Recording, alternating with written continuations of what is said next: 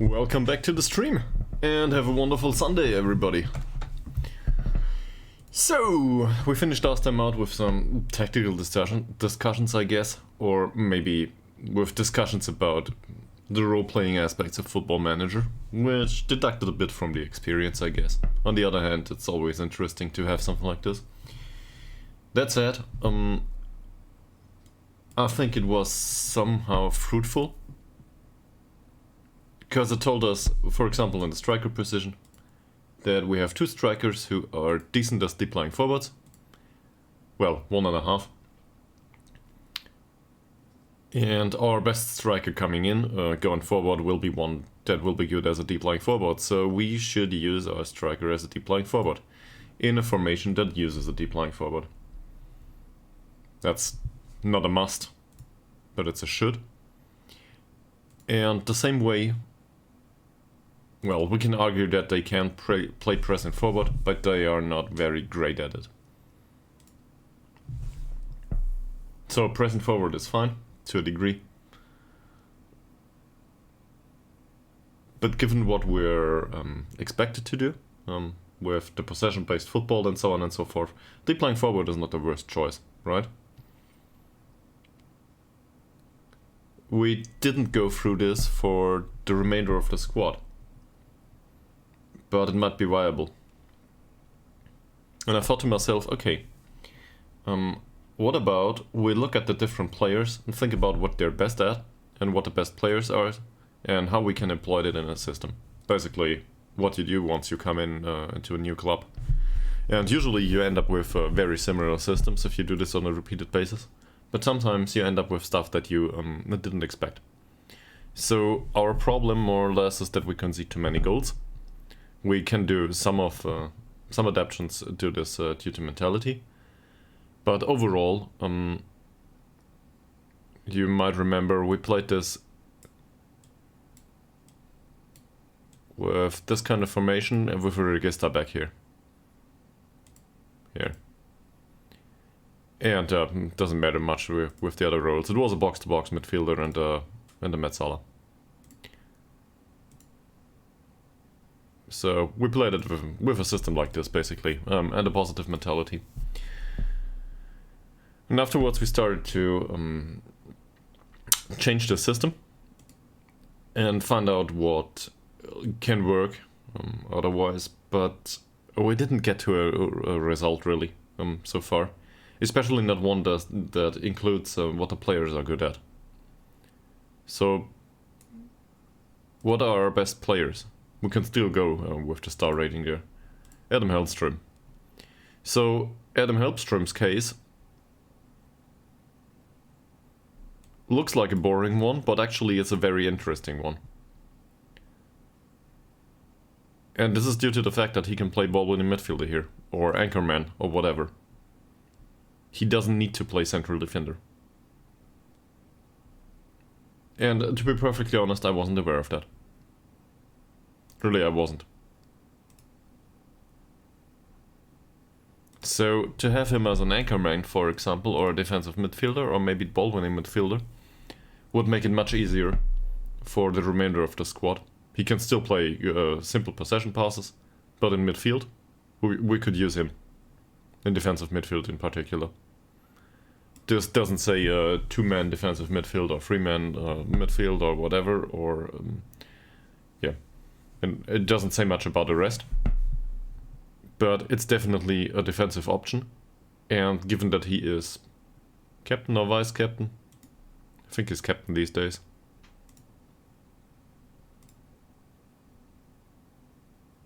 No, he's vice-captain. But Anderson will not be on the pitch much, so to have him available there would also employ him in a more central position on the pitch. That's not too bad. And for the rest of it, who cares? He just needs to lay off possession passes.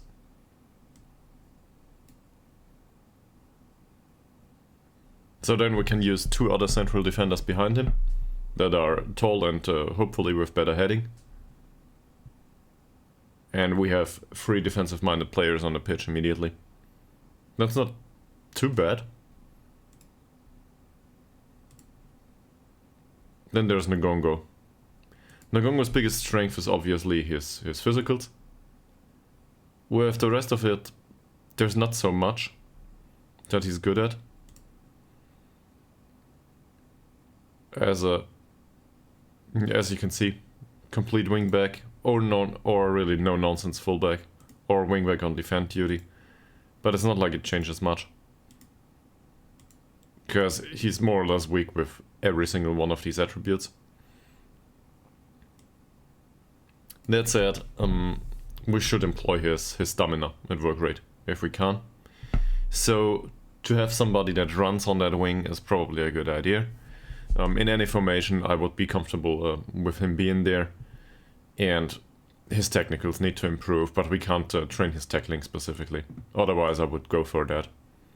So the best we can do is probably marking, positioning, that kind of stuff. And maybe the tackling increases by itself to a degree, but yeah, it's exactly what we do. But we want him on the pitch most of the time. And we want to include him as a runner. So as a runner means no nonsense. So we can obviously go for a more static role, in his case, a no nonsense fullback. But I'd rather have him as somebody that covers more space on the pitch, because he's perfectly capable to do that. Also, there's one thing that comes to mind immediately. He's a good jumper and he's strong. That's something that we do not use that much. But for a tighter packed defensive formation, it's not a bad idea to have him in the middle of the pitch. His heading isn't great though, so whilst he's capable of jumping, his headers will go all over the place. In particular, they will go into behind the goal, and we will concede corners. That said, we could use him in a defensive or a supporting role. In attacking roles, he's also viable to a degree. This is how we used him previously. We've got some flexibility here, really. And that flexibility stems from his physicals and the fact that he's really bad at most of the other stuff. But if I look at it from that perspective, crossing and dribbling, tackling and technique, he shouldn't be that aggressive with any of these options. Neither with the passing. He's somebody that creates space. He's not necessarily the person that exploits it, if that makes any sense. Then we've got Smilovic. Decent central defender. He's not that fast. No nonsense center back would be fine with him, but that includes more direct passing. I'm not a big fan. Central defender, on the other hand, yeah, he's missing the composure. That's it. So if we can get him some composure for some reason, that would be great. Sure, heading and bravery would be great too. I think he doesn't like training composure, but we'll still put him on final third training for a second and see if he reacts negatively. The thing is, his tackling could improve too, yes. And overall, he's a decent passer for a central defender, that is, but not great. So we'd rather have him play a patient passing game and not concede possession unnecessarily. Then there's Bernson. Bernson is out on loan. Did we sell him? He's not sold yet. If Bernson comes back, he's a viable option as a wingback. Same with as with Ngongo, though his technicals are not great. That said, Bernson has a bit more of a focus on the defensive side. His tackling, positioning, and decision making are a tiny bit better than Ngongo's. His physicals are more on the runner's side. He's faster, but he doesn't have that great of a stamina and work rate. But his tackling is good. On the other hand, his as an offensive option, he's not that great. But that doesn't make him useless, right? So this tells us that we need to. Well, we do not need to necessarily, but this tells us that we have two options as wingbacks or fullbacks. And we should probably use those. Big surprise, I know. But both of these are runners that are not good on the technical side and are missing on the mental side. So it's probably a good idea to have somebody that covers that wing. In addition to their whatever work they provide on the footballer's pitch, right? Okay. So can we include that in a tactic? Sure. Say, so I'm gonna butcher that anyway. Can we clean slate that?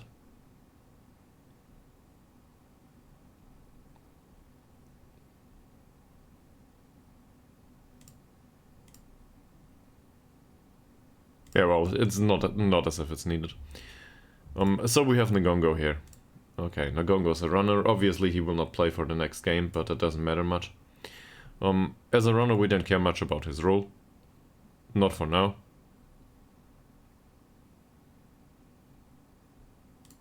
How's his flair? No, this is all bad. Really. But as we just noticed, Smailovic is the second best central defender, and here we could actually have, for example, a ball-winning midfielder, and we use a Hellstrom. I wasn't aware of this, but it would be possible. And this compensates for his bad heading, by the way. Because for a central defender, he's not a great header. He's got decent jumping, for some reason, because he's as tall as me, but apparently he's a really good jumper. So I won't complain, but overall, ball-winning midfield would be just fine for him. Why not use him as ball-winning midfielder? Let's see how central defense looks. So forget about aerial. And, well, that would mean that his anticipation needs to improve. We can't train that specifically. We can try to do the marking. That's it. Which is alright for him too, in case he needs to play a central defender later on. So that's okay. I don't know about these two just yet. Maybe one of those drops into defensive midfield. We will see in a second.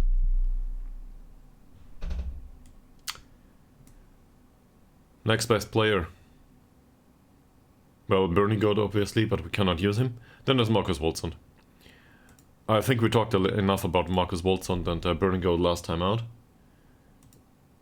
And the option to use them as deep-lying playmakers is probably... deep-lying forwards, sorry. So a deep-lying forward is probably the best we have. Out of them, obviously we can also try to use them as target forwards or something, but they are not great at it. Same with pressing forward. Whilst this looks decent, it's not more than that. And given we had some success playing them as deep-lying forwards, I think this is a viable choice. To be fair, Purcher is also a choice here, but I don't see that in him. And it wouldn't use most of his attributes. He's got decent long shots. So why not use him in a deeper position? And maybe he can contribute to build-up. That's something that we really need, right? So, say we use a deep-lying forward. I know we've been there, and we employed these players, or we brought them to the club under the premise that we use them in a similar fashion. So it's not like any of this is a big surprise. We're just trying to reinvent the wheel here. Then there's Eriksson. Eriksson apparently is our best keeper right now. He's strictly a goalkeeper, not a good sweeper. If we want to use him as a sweeper, that's okay, but he's not great at it. I'd rather have him go up in kicking and one-on-ones. It's particularly the one-on-ones, and the communication could improve a little bit. But I do not think we will get there. Where's communication?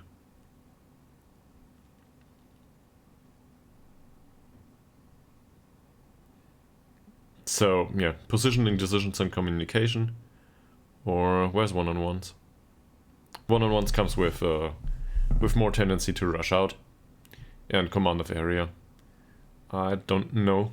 I don't want him to rush out more. not necessarily. I don't think this is a tendency that is required. On the other hand, communication is not bad. It never is.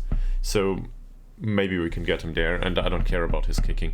You might have noticed that he distributes the ball in a short manner anyway, so his kicking is not that important.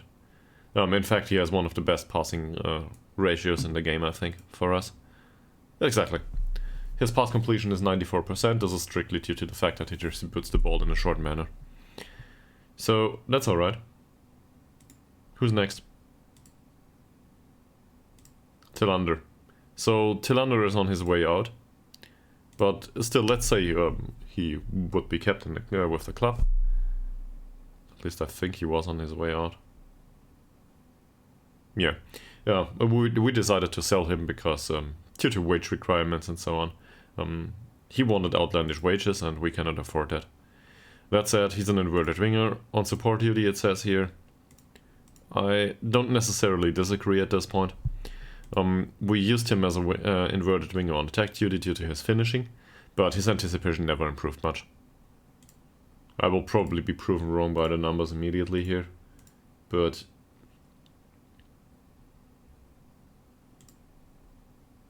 yeah, I think this speaks for itself. So his anticipation did improve a little bit and then it dropped off. And this is despite the fact that we trained him as an inverted winger all the time. Apparently we train him as an inverted winger on support duty now. Yeah, I forgot. We did it like this. So it's fine. He's an inverted winger on support duty more or less. We might use him as an inside forward, for example. But the lack of flair and anticipation says otherwise. He's a supporting player, which is where the partnership with Ngongo stems from. So no surprises here, this is what we're used to. Okay. Who's next in the list? Westberg. Substitute keeper. Can he do the same that the other guy can do? Sure. In fact, he can do it better. But his aerial reach is really crappy, so he's not great there. I don't care about his short distribution. This is probably, this stems from the staff. Can we train him specifically for the aerial reach? We can't. This is probably why I want to sell him. Seriously. It's annoying to me. And his aerial reach didn't improve much. At least I don't think so. Well, considering his playing time, it did improve. But I guess he's a backup option. And given the amount of money we pay for him, it's totally fine. But we might as well offer him to other clubs and see if somebody comes in and wants to buy him. And this is due to the fact that Sederberg is behind him. Sederberg is still available, which is kind of a well-rounded, older, similar keeper. Comte. Dulon Comte is new to the club. And we gotta find out what he's good at. Because you might notice he's rather tall. Just like Ngongo, by the way. His heading is not that bad. He's a decent jumper. His strength isn't good. But he might play as a central defender in case it's absolutely needed. He's not horrible at it, actually. That would be okay. The comparison to Benjamin Pavard comes to mind immediately. Just the other way around. He's a player that's more suited to play on the wing. At least that's how his natural position looks like. But on the other hand, he's got decent attributes as a central defender too.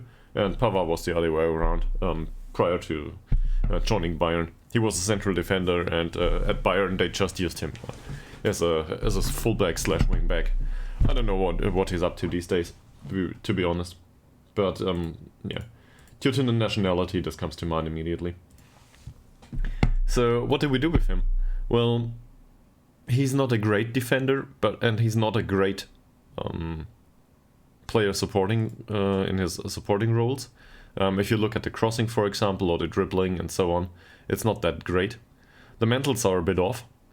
He doesn't have great flair, so also pace and acceleration are strictly okay for all of his roles. But he's alright out there. he's not bad at it. He comes with some flexibility. If we look at it from a wingback position or fullback position, the off-the-ball movement isn't that great, so probably do not contribute too much in offense, but a little bit is fine. Just to create some space that other players can exploit.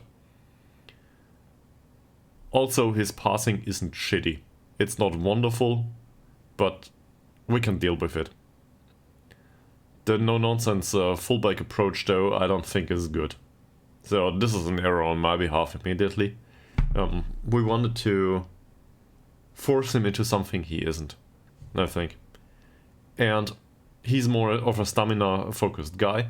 So to have him focus on strength is fine to a degree. It's 8. It's not like this is free, right? But on the other hand, he can contribute stamina-wise a little bit. So I'd rather have him do that. For example, as a fullback or as a wingback. And given the fact that he has decent pace and acceleration, wingback is probably alright. I guess this is why we bought him, right? So, say Conte is here, we end up with the same old formation here. Well, with some exceptions. With some notable, one notable exception at least. So, Conte isn't great out there, but it's not like this is bad.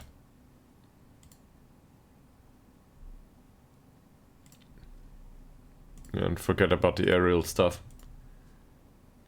If I look at this, the worst attribute is off the ball movement and first touch. At a 6. If we can get this up to a 7, we're totally fine, right? Or the other ones. I can improve a little bit. He's an 18-year-old. So I wouldn't say wonder kid, by no stretch of the imagination. Also, his character is... He's balanced. But who knows what will happen in the future. That said, he just needs time on the pitch. And then we will see if he develops at some point. We don't know. But on the other hand, his technicals here, they can improve a little bit. And the rest of it will sort itself out. He's... I don't know if this is from previous training with... well, in France, at Toulon and Pôle Espoir AI en Provence. But...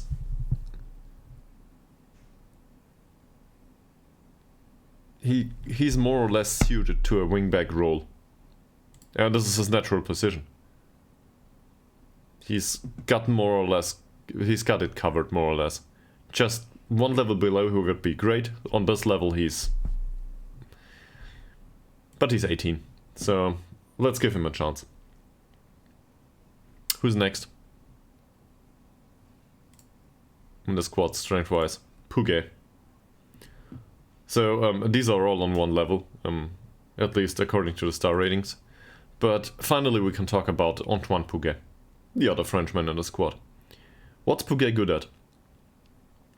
Other than being a good target for our jokes and a major emotional point for at least one watcher of the stream. I guess... Shots fired. So... What he's decent at is acceleration and pace. He's got decent natural fitness. He's not a strong guy. So, wide target man is off. No surprises there. He's got good work rate, for some reason. That might have to do with all the official warnings and so on. In fact, let's look. But I think he came with that work rate. Where is it? Yeah, it declined actually. He always had good work rate. I wasn't aware. Seriously, I wasn't aware. That's with all the cliches that we slapped onto him of a lazy French guy for some reason. Obviously, this is just wrong. His work rate is decent. His decision making is crap though. So he needs in fact, he would improve a lot if we could give him traits that override his natural decision making. I think the way it works in Football Manager, if I'm not mistaken, is that decision making is always viable to have. But for a player with 18 points of decision making, for example, to knock the ball past the opponent because he doesn't dribble well, is not that useful. He knows that by himself. So he doesn't need to trade necessarily. He will make the right decision. If the decision making is free, they will more often than not follow the trade. And if the trade is accompanied with attributes that fit the trade, this is a fine choice. So what's the good choice for Pouget? Because his decision making is crap, his composure isn't great either. Or it's not crap, but we will not expect this to go towards 15 until the end of his career. He will not get there. And the physicals is a similar debate. I'm not, I don't know, bewildered by his physicals. Physicals are okay. But sure, he didn't play that much with us. But overall, it's not like they improved a lot. And same, if he improved, it's on the mental side, which is to be expected. Same with the technicals. He lost 3 points of tackling for some reason. I wasn't even aware that his tackling was 8. Not that it matters anymore. We don't use him as a defensive winger. We could. We tried to.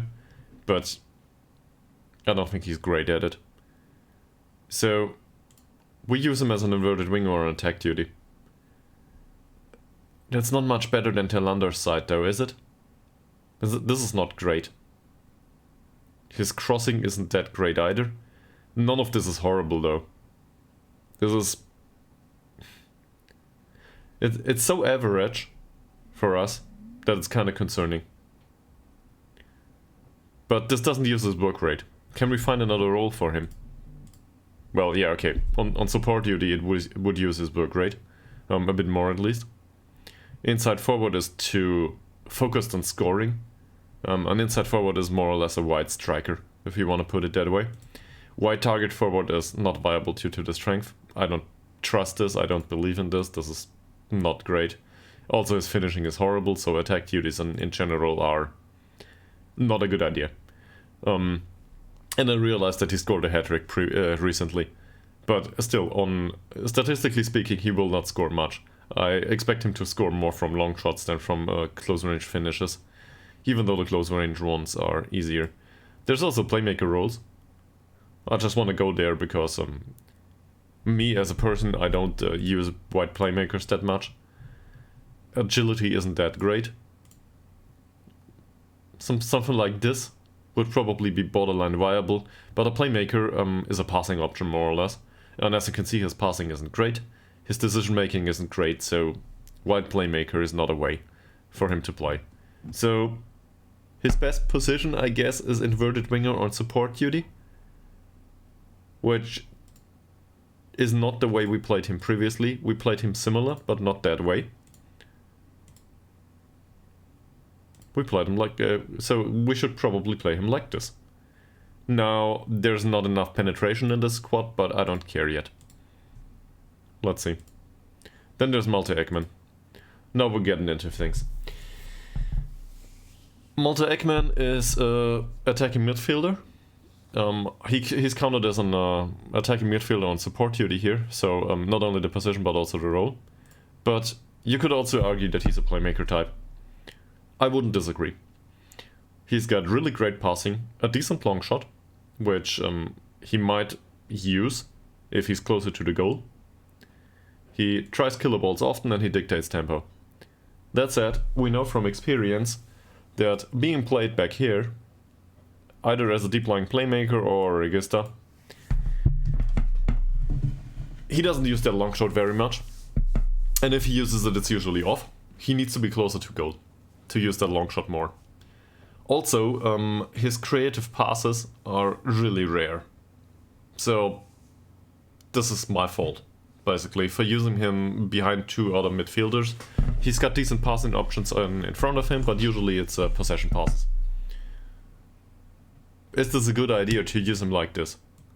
So, for example, we could use him as a deep-lying playmaker here.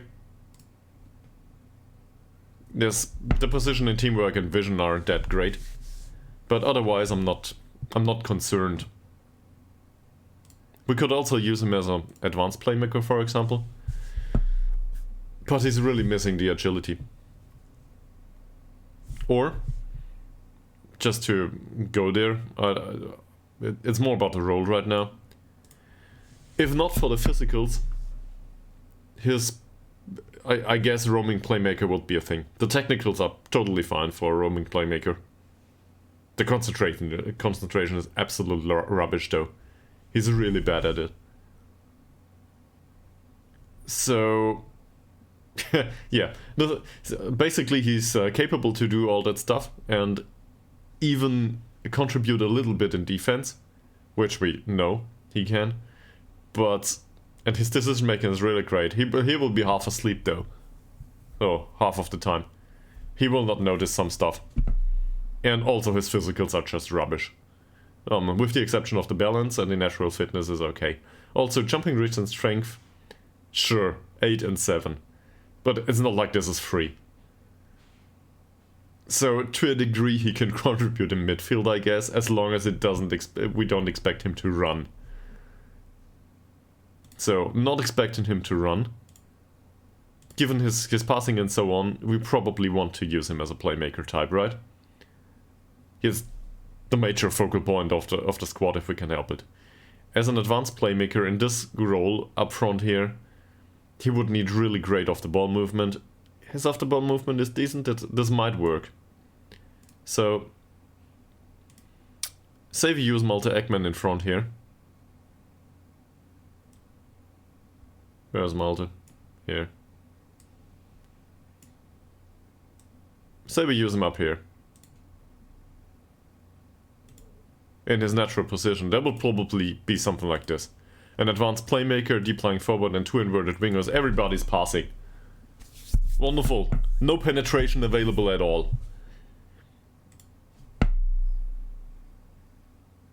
But it's not like this is bad. It might be okay. We can also use him as a deep line playmaker. Something like this. Back here. So forget about the other role for a second, doesn't matter much. So now he can play long balls. And these long balls are required for people that try to penetrate your position, right? So in this formation, right now, this is Ngongo. If we keep it like this. And Ngongo is not the one we want to penetrate overall. In fact, we have a slight problem there, because we've got so many passers that nobody is capable to penetrate really well. And we need somebody to penetrate. So, I guess this is not great. On the other hand, and I think you get that I will end up there right now, he can play in central midfield too. His agility isn't great, so I'd rather go with deep lying playmaker and probably on support duty, not on defend duty, because his tackling is really shitty. So, in that sense, he's not a great defender. I'd rather have him contribute to a supporting phase of play. This doesn't use his dribbling though. I do not like that. This doesn't use his long shots. I do not like that either. We can give him something like this, but he's not a physical guy. Really, the physicals are what limits him. Maybe we can tell him to run more with the ball manually. So deep lying playmaker that runs with the ball would be fine, right? What about this? So this is roaming playmaker. We don't want to go there. Let's get rid of this. Let's get rid of that. No, he shoots less often. Yeah, okay, that's alright. But he still has a threatening long shot. So that's okay. He takes more risks. This is definitely... His passing is definitely great. And he holds position. I guess that's fine. I don't care much about that. Can we tell him to dribble more? Sure. Let's tell him to dribble more. Is this specifically needed? I don't know. Dribbling 9, first touch 14, technique 13. He's got decent composure and decision making. I guess he's got everything he needs for dribbling. With the exception of the physicals, obviously. So, he's a slow dribbler in the middle of the pitch. In this kind of formation. great, why not? I guess this could be something that we try. And then, if we look at it like this, so Nila Facel fell through the roster for now. This is news in one sense. But on the other hand, Nila Facel can play some of these positions, at least to a degree. In particular, the ball-winning midfielder position here. He can probably play. Who's next? Walden. Yeah, Walden's got transfer arranged, so no use adapting the squad to his circumstances. That said, we can use him as a playmaker type. And the funny part is, as a deep-lying playmaker on support duty, he isn't that great, but he runs with ball through center, so dribbling more is actually something that would be okay with him too. Not that it matters now, we will sell him. So forget about him. That's just a trial list. And then there's still Morgan. Now we're getting into the replacement options. Is inverted winger on support duty fine for him? Yes, it is. His stamina is shit though. But on the technical side, not a problem. Mental side, yeah, the decision making could improve. We know that somewhere. This is Puget 2.0. Just older and British. But despite despite the fact that we used him as an inverted winger on attack duty, and that we tried to get him to score, it just didn't happen. And same argument here, his anticipation isn't great, doesn't matter much. He's more suited to be in a supportive role. His vision is crap though, so we do not expect him to create much. He's a passing option that runs with the ball, that's it. I don't know much more about him just yet, but we might use him out there. Sederberg, I don't think we need to go into detail into this. We will the thing where we will end up now is with Nathan Lowe or Oliver Swan, and this is Mitsala on a supporting duty here, but we know for a fact that he can play attacking duty too. He's on a decline though, so Oliver Swan will need to take over. They both are not natural shadow strikers, so some sort of asymmetric formation like this is unlikely, even though we used it previously. So we end up with the same formation we started. Is this how it goes? 40 minutes into the stream and we end up with what we had. Well, not exactly. We changed roles. We realized that Hellström can play ball-winning midfielder. I guess I knew that somewhere. We can employ Low here, or we can use... Where the hell is he? There, Oliver Swan. Also, Oliver Swan can cover as a deep-lying playmaker. He's not great at it, but he's okay. And with the instruction to run more, that's totally fine. So he's, I guess, second playmaker and second Mitsala at the same time. That's okay.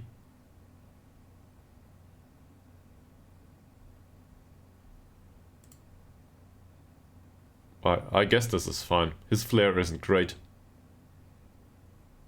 His long shots aren't great, but it would work. That's okay with me. So why not use Oliver Swan here?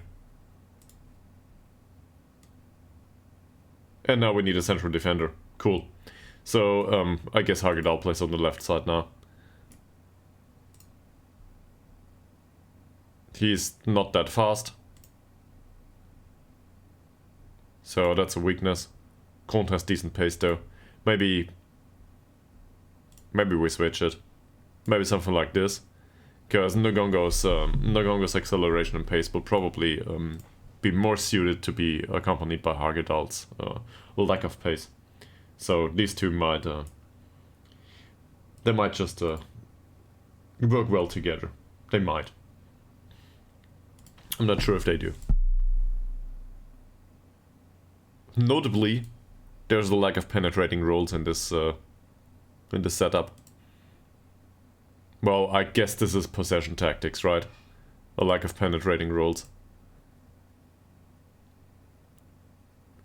And now... So we are not great quality-wise within this league. We know a few things though. We can, at least for now, we had the option to be competitive. But the defensive side was our problem. This defensive side might be covered by Hellstrom, really. I don't want to overdo it. We also reduce the attacking duties and have more supporting duties in here. So the players will come closer to the remainder of the squad in possession and try to pick up the ball and just play a patient passing game. That's fine. The underlap, focus on the underlap left. I don't know about all of this. That said, very short passing is probably a good idea. Depends a bit. Maybe sometimes we want to... Maybe sometimes we want some penetration from passing, right? Playing out of defense is totally fine. It worked well so far, so I can live with that. Playing for set pieces, yeah, sure. That should be a thing though, too. And working the ball into the box, not forcing the issue is probably a thing for us. In the high tempo stuff, this is just required by the board. Let's have a look though. Decisions 9. Decision 6. Decisions 8. Decisions 10. Decisions 14. Decisions 13. 6. 10. 13. And 15. This is great, by the way. Decision making 15 is really good. And Ericsson's decision making is 12. So overall I would say this is average. The problem is the decision making is rather with the back row than with, or in midfield, and not with the attacking side. So they are not great at knowing when to run and when to come closer. Same with for the passing, this is problematic. So maybe tempo slightly lower is a good idea. For this squad, maybe we need it to be slightly higher to penetrate the opposition at all. But it's required by the board to play a higher tempo game, so I guess we can stick to that. The lower crosses are totally fine. There's absolutely nobody up front that can pick up high crosses. I guess Volts on 1.89 m is not that small, but considering the central defenders we will face 1.90 m plus people most of the time. And none of these that might penetrate the penalty area are big, so low crosses is fine. In fact, I do not want them to cross at all, if I can help it. Which is what we see here.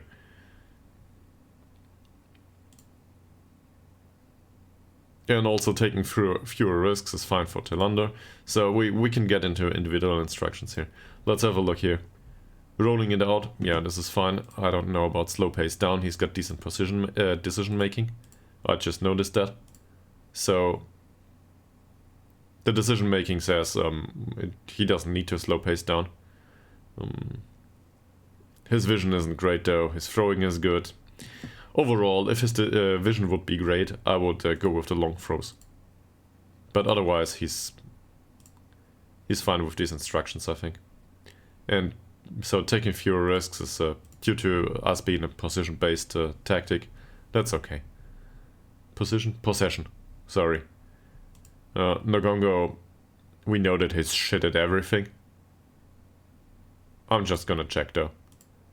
Fewer risks, cross less often, dribble less and shoot less often. Fewer risks due to bad flair and bad decision making, definitely. No risky passing, definitely.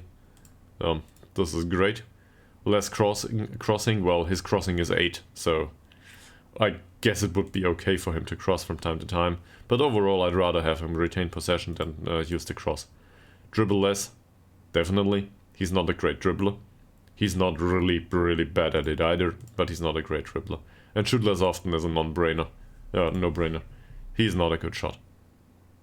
Ytterhogdals, for him to take fewer risks, sure.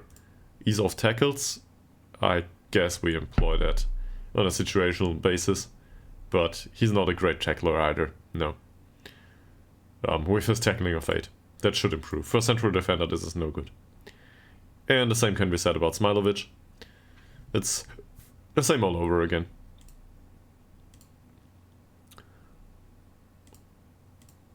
Comte. Well, his decision making is better. He doesn't have good vision though. His passing is better but not great. So taking fewer risks is still okay.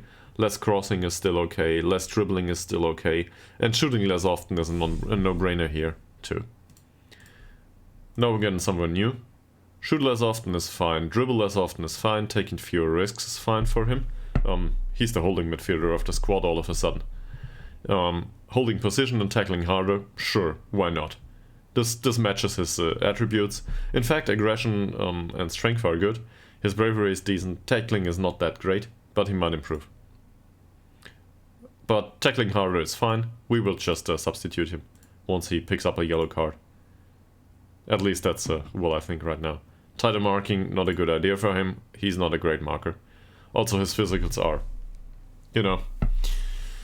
not that great. So this compensates for his lack of marking to a degree. Now he can just run for it and throw something into the wrenches. And staying back all the time is a perfect trait on a defensive role. This is basically the same as hold position. And avoid using weaker foot is fine too. Oliver's one is a decent finisher, but I wouldn't say he needs to shoot more often. It's okay if he does from time to time though. Same with Nathan Lowe. Is there something he needs to do? Run more.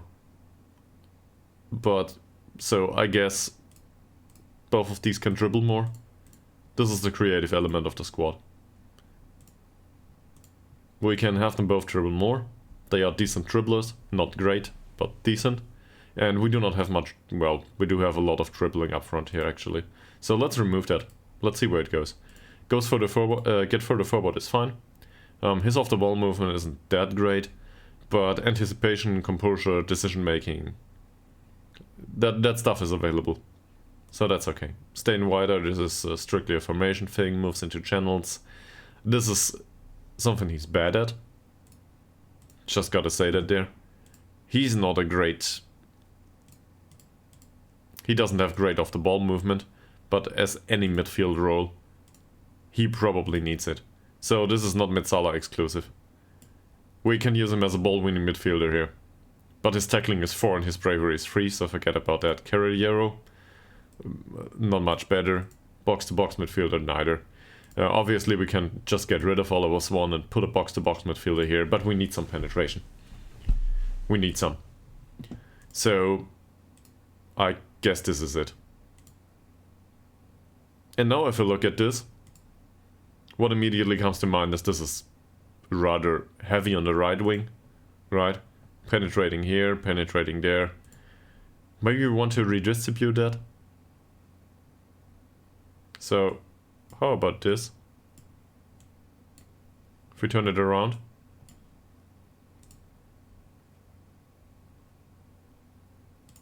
Now the playmaker is closer to Ngongo and Telander.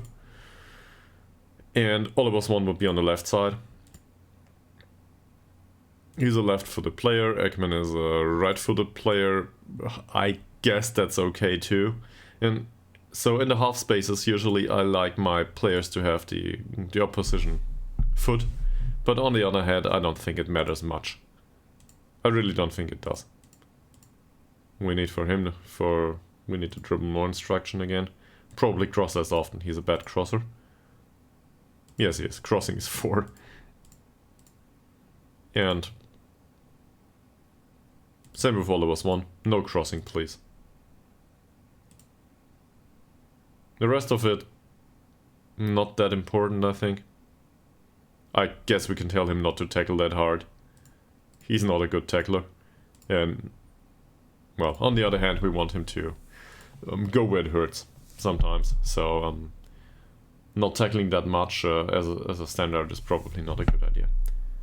And then there's the rest of the squad. Also, we need to find out what mentality this is. Because for now, this is cautious. We strictly were talking about roles. And we were strictly talking about formation. But, so I'm not sure if I was preaching to a choir here.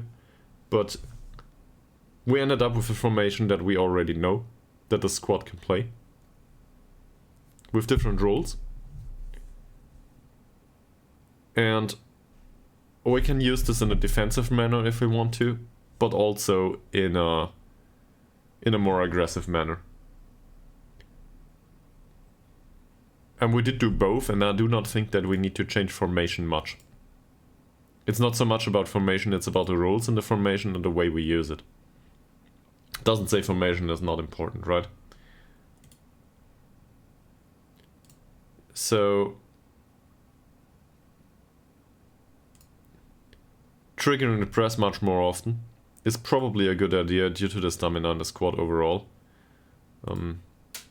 If we look at this and find somebody that has bad stamina,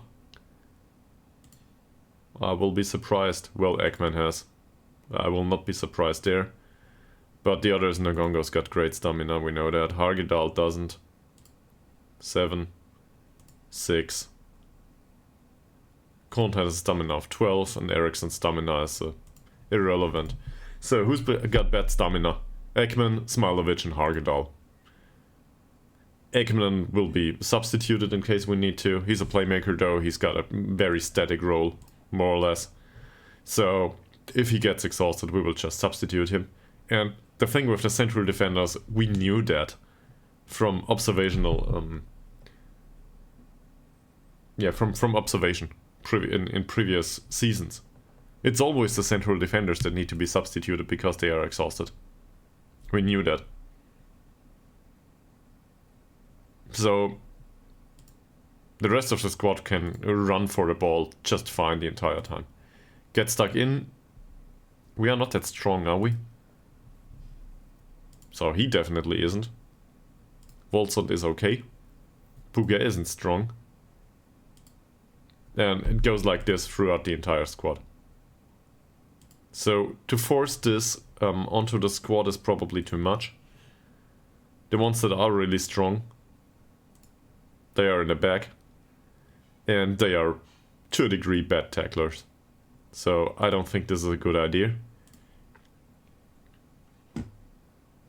To step up the defensive line more, this is a tactical thing. So I'm not even with the defensive lines here just yet, right? Same with the short goalkeeper distribution, we should probably look here. How aggressive are they? 13, 12. He's shit in aggression. That said, most of these are rather aggressive. So they can win the ball high up on the pitch, if we want them to. This is decent.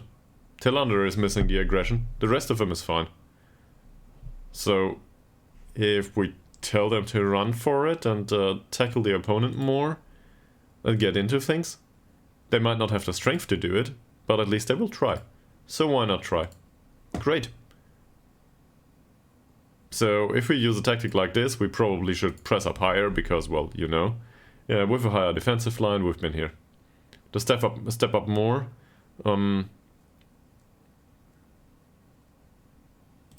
Yeah, maybe the long balls are a problem. Can Eriksson play as a sweeper keeper? Yes, he can, but I'm not sure if we need to do this. With the stepping up more, I'm not sure, and neither am I sure about a very high defensive line or a keeper that's out of his goal or something like this.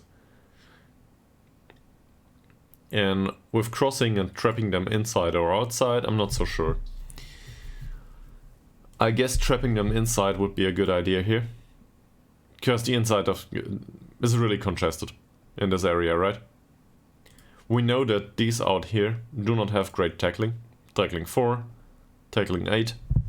So while they can contribute by closing down the space, they are not the ones to win back the ball usually. The ball, to be frank about it, the ball will be won back by Hellstrom, if anyone. And otherwise it will be won back by intercepting passes. More or less. We do not have great tacklers in this squad. Which is a problem. It is. So, I guess trapping on inside is okay. Because if we trap them inside, there should be players here. And with the crossing, I'm not sure. But given the size,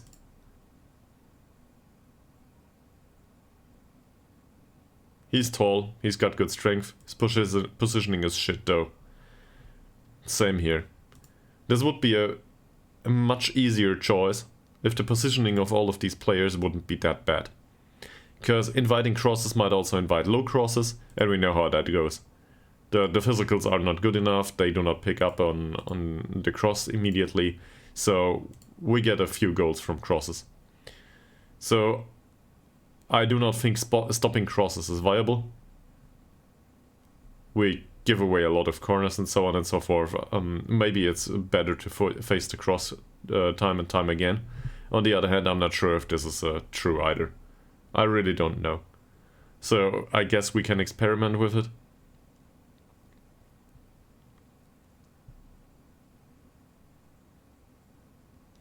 Or we can do it on a situational basis. As the tooltip says, do it against players that have that are smaller, or well, strikers that are smaller, or do it against forwards that prefer to play through the middle of the pitch anyway. So now that we've got this, it's just a question of mentality now. The entire mentality doesn't say this is a defensive approach, but we could use it like this. I'm just gonna do this for fun. If we use this in a defensive approach, they will pass the ball around most of the time. With a higher tempo though, and counter-pressing and high defensive line and so on. I'm not sure if this is great, but we could use it like this. This would see him being employed as a balance duty. Him too. I guess all of us one would be positive. No, he's balanced here. So everybody's balanced, cautious, or defensive.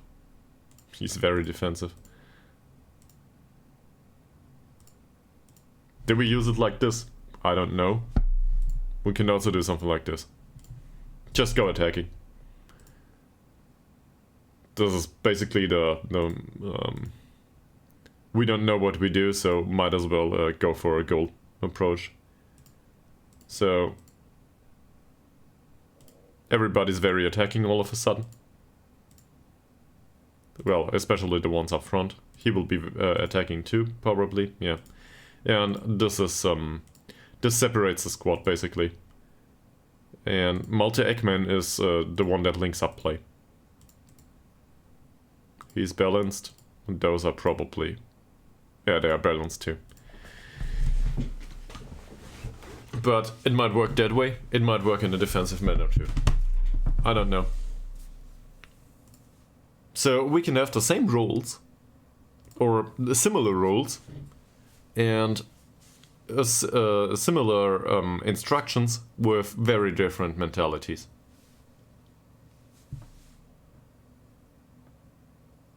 But we found out one thing that is always said to me with that kind of player base.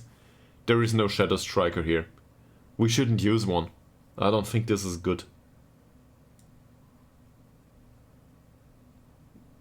The worst position in this squad, in this situation, is the one employed by all of us one. So we focus on a lot of passing here. And the biggest problem is the fact that we do miss a primary goal scorer to a degree. But this is just how possession-based systems work.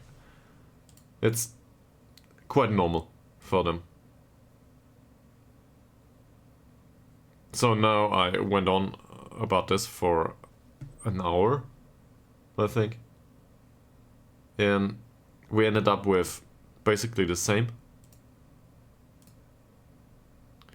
That said, more attacking usually gives a bit more direct passing, I thought. Doesn't in this circumstance though. Maybe due to work ball into, I don't know. Yeah. So we can also use this on a very attacking approach if we want to. Yeah, then the passing direction is slightly it's slightly more direct. But we do not want him to do that. In fact, we might as well use this as a balanced standard approach. How's the mentality of these players then? He's still attacking, not very attacking. He's attacking, and they will probably be defensive or cautious.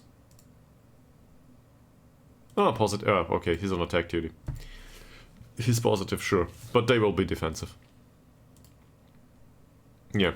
So this separates them a little bit, but overall the roles are decent, and he's probably on balanced. Yeah, exactly. So we've got a decent sample of defensive-minded players, but we've got a decent sample of attacking-minded players, and we've got a lot of balanced players in between. So maybe I will go with one suggestion by Explosive Birthday Cake that came up previously. Just go with balanced mentality. Why not? And we know now that we can use this tactic in any other mentality too. So we can try something similar. We do not necessarily need to change the formation that much. Maybe, if this is the way they are good playing this, we can use this kind of formation also in a secondary tactic. But we can also do something very different now. Because this guy is perfectly capable to drop off into central defense. And now we're getting into very different formations. Because we can, for example, play a 5-2-2-1 or something like this. I don't know yet. But something that doesn't use them as inverted wingers anymore, maybe. So, to shut up shop, maybe we can go with 3 central defenders all of a sudden. Why not? Hellstrom can play that. And there will always be somebody on the pitch that can do that. Also, we've got a lot of central defenders to cover there. We've got a lot of young guys that can play there from time to time. So why not? I wanna look into Nila Faseldo.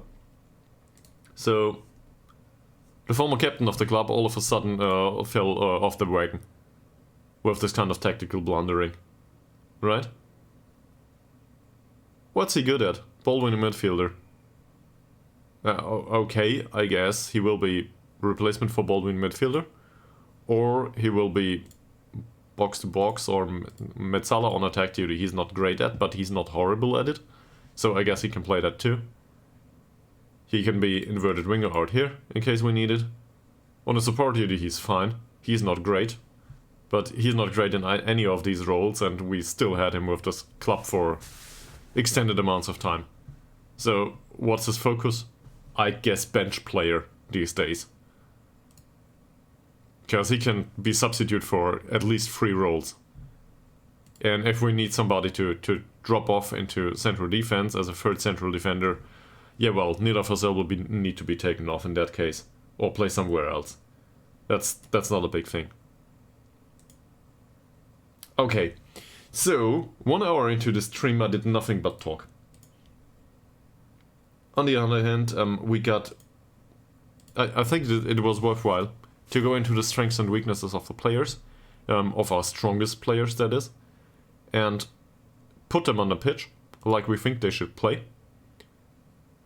We'll go with this as a standard mentality, and we will do a second tactic, a defensive one, and we will do a a back row 5, or a back row 3 with 2 wing backs, or something like this.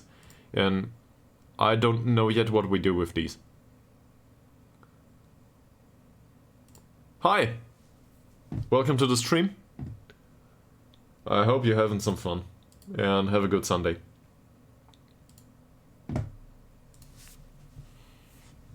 Is there anything you want to know about, or I don't know?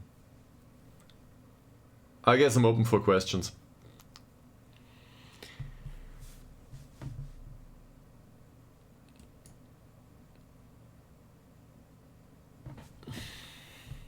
So about the second formation. Yeah, this is all over the place now, but I don't care. They were up front here. Malte Ekman was here. I'm just gonna put this onto the formation we had previously. Great, something like this. Okay. So, if we want to use this in a very defensive manner...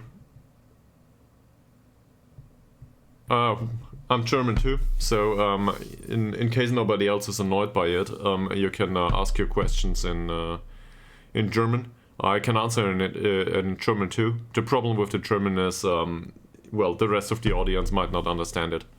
So given that this goes to YouTube too, and so strictly uncut, whatever you communicate here will end up on YouTube. I guess I want to stick to the English overall, but das ist kein Problem, wenn wir zwischendurch mal einen Satz Deutsch sprechen müssen. Alright? So, in case you don't know words, feel free to use the German word. You don't need to Google everything, and I will try to translate on the fly. I guess. Thanks for the follow. Use it as a learning experience, if you want to put it that way. Because, you know, watching TV series and streams and so on English, it will vastly improve the English overall. So, yeah. And thank you very much for the follow. I can use that.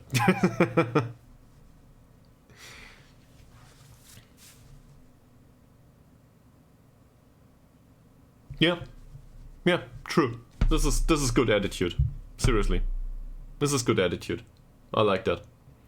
So, what brings you to the stream? Other than learning English?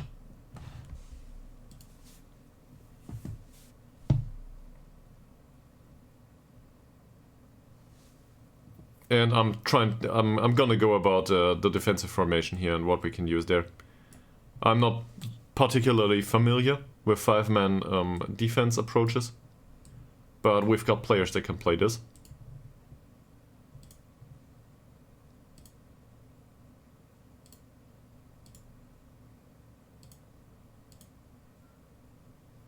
This is weird. This feels weird to me, but it probably isn't to the rest of you.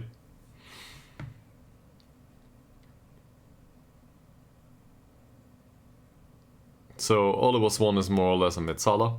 I think we should still use him like this, and even in a defensive formation. And Malte Ekman is still a deep lying playmaker. We can also... Is Hellstrom capable to play halfback? He's shit at it though. I wanna look into this.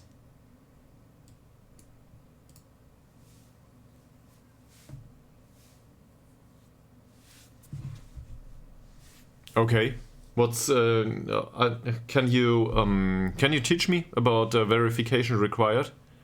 Is this like you need to verify your email or something? What kind of problem is this? Because I do not think I enforce it, but to be perfectly frank, I do not understand it. So I guess I know what verification is. I just don't know why somebody would use that on Twitch. For the watchers.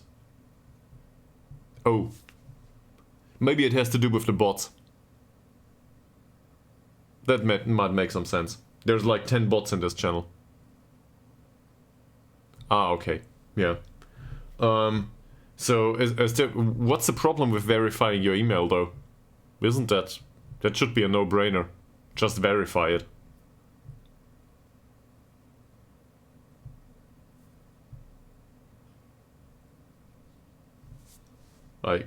It's your email address after all, right?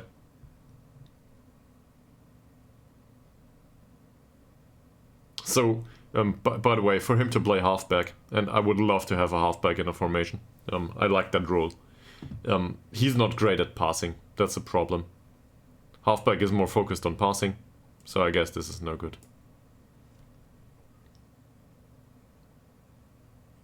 Okay. Yeah. Well, I will not enforce it until it gets to be a problem that everybody chats in here, and the channel is not that big. So you are follower 64, but there's not that many regulars right now. I was on a 3-week break recently due to starting a new job in real life, and I'm back now. And well, due to statistical circumstances, I turned into an affiliate, a Twitch affiliate, but the stream's not that big. So you are very welcome to join anytime you want. And in case you want to get rid of restrictions at some point, there's also always the option to subscribe and so on. But in this stream, this is not about money right now. Yeah, it just would get rid of the ads, and the ads, they are enforced by Twitch. So I'm trying to find ways around the ad stuff. Alright. Yeah, have fun with it. I didn't play FIFA for like 10 years, so I'm not that familiar with FIFA anymore. But I guess it has similarities. It's both about football, right? That said, Football Manager is a bit different. It's a shame that these two cannot play in central midfield. We can also play a 5-4-1, by the way. Say we play something like this. Pull them back. Let them keep their inverted winger on support duty. Whatever. This is what they're good at.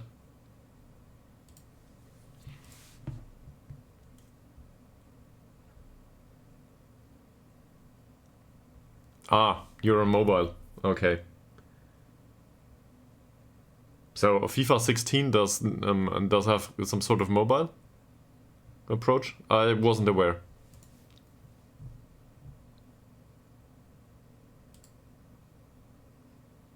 This looks horrible, I love it. But it's not needed though, we can just use it like this. I don't think we need a 5-man back. Alright, yeah, I get that. So, but a PC, I guess these days a PC is expensive, and well, obviously it depends on your age and your income and so on. You know, I personally, I'm 37, so I don't know right now if I'm talking to like somebody in the middle of education and you know, at the age of 15 or something like this, or if I talk to somebody that is I don't know, 29 and in the middle of a job, and depending on yeah, you're 13. Okay, so just focus on your education. Really, that's more important at this point. I know it at that age. How do I put this? It feels like you need to consume, and to have stuff is very important, right? It feels like you want a car, you want a PC, you want an own apartment, you want this and that. But as a matter of fact, those things get less important the older you get. So I don't own a car, for example. I don't need one. It's just a waste of money to me. And I realize that most people have a different opinion. And I'm in the middle of a city. I'm in the middle of Nuremberg. So I don't need a car. We don't have one. If you live, for example, I don't know, in the middle of Brandenburg or something like this, then you might need a car, because that's the only way to travel there. Yeah, so you might need a car at some point. Sure, that's just the way it is. But you do not strictly need most things in consumption. So if you want a PC, don't feel obliged to buy the very expensive one, right? No. Why would I? That's a waste of time. No. I do not. Why? Do you live in Brandenburg? I'm sorry. That's pure accidental. No.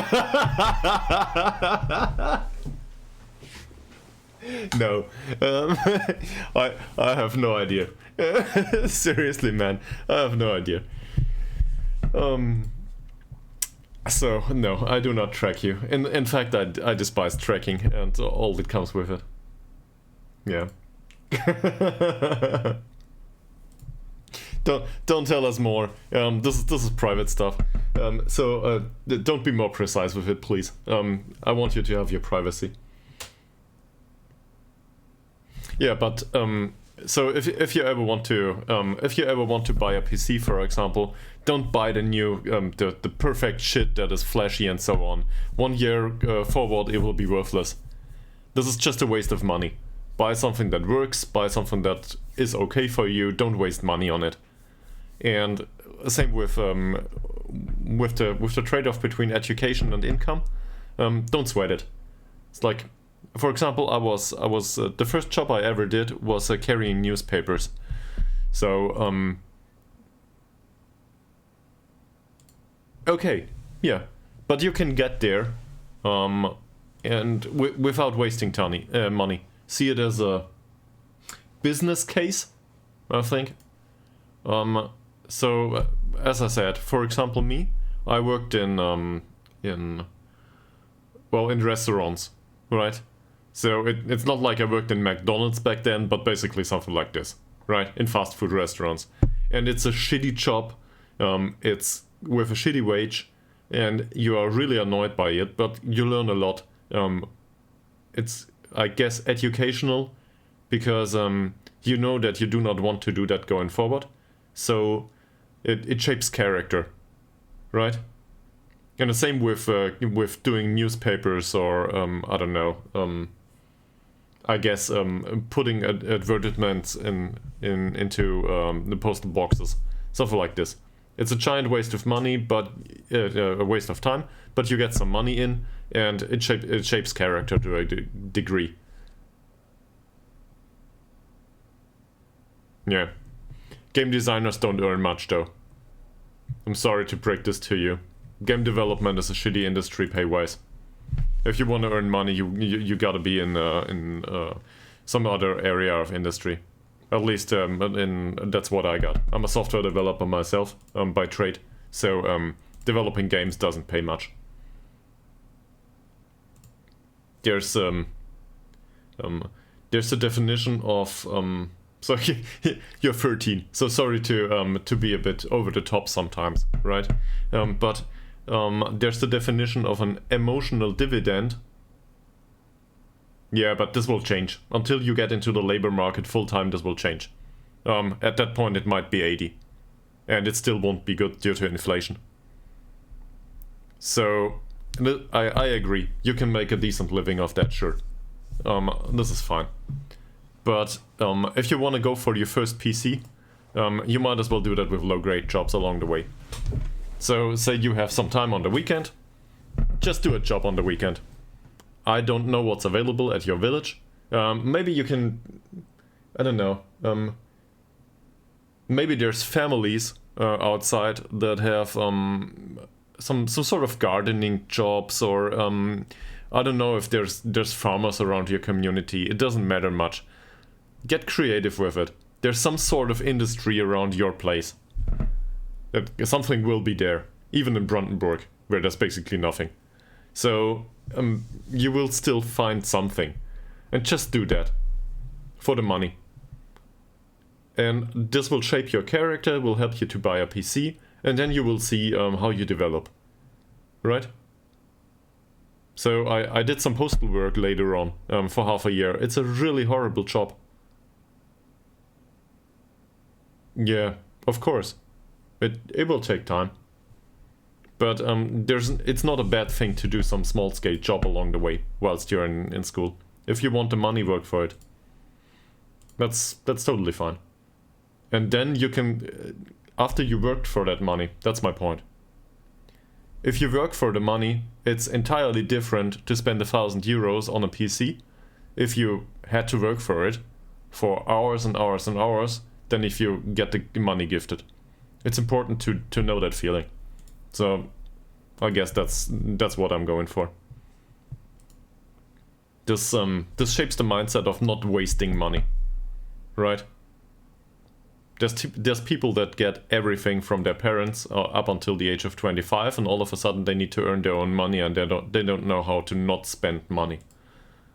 So, yeah. All right, back to football. Yes, the players can do this.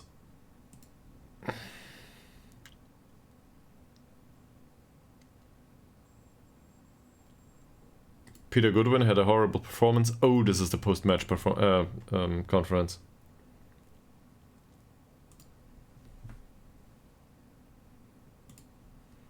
Yeah, so this is about last match. Yellow Forsell is very important, and he will be a backup member to the squad going forward.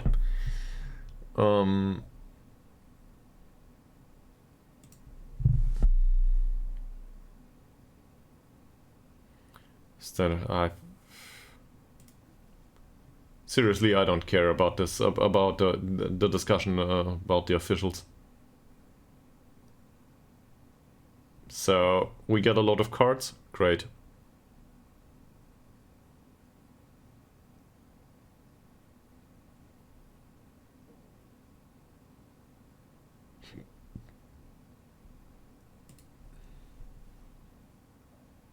Why can't I keep the golds out? Well, I want to stay here. I usually stay here until I get fired. So I will stay with that club. And this is so you probably don't know, but this is a village club in Sweden. This is a tiny club. That village has like 250 to 500 inhabitants. Nobody lives here, nobody wants to play here. And we still got promoted 2 times, so we're good. And in case you're interested, the entire history as a stream is on YouTube. So, no, not the entire, but since I started streaming, there's like 250 hours of this on YouTube. So you can, if you are interested in that kind of stuff, you can witness all of it. Because I will not stream for 8 hours a day these days. I just can't. I might end up there today, but usually I don't.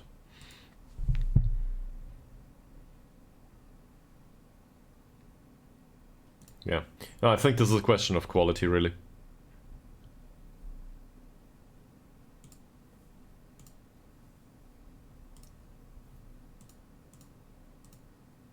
I do not care about this player. There's also an explanation about of the tactic we used to get promoted last season. So I could do that here, but it would just be 1 hour of talking about stuff that got recorded. What's about Hellstrom? Oh yeah, Hellstrom wants a new contract.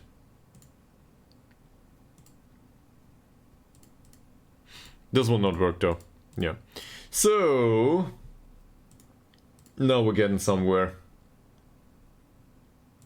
I feel a bit bad for forcing one of the right now lurking watchers into this.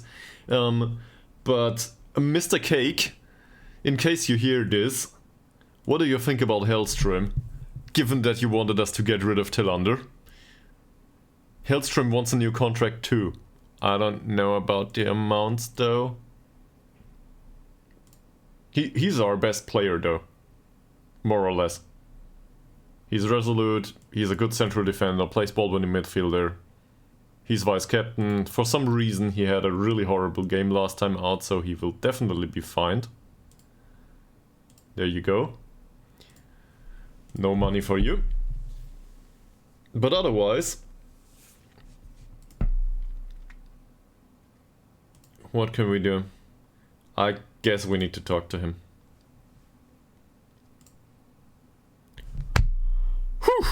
This is fantastic. So, no new contract for him. He reconsidered. That said,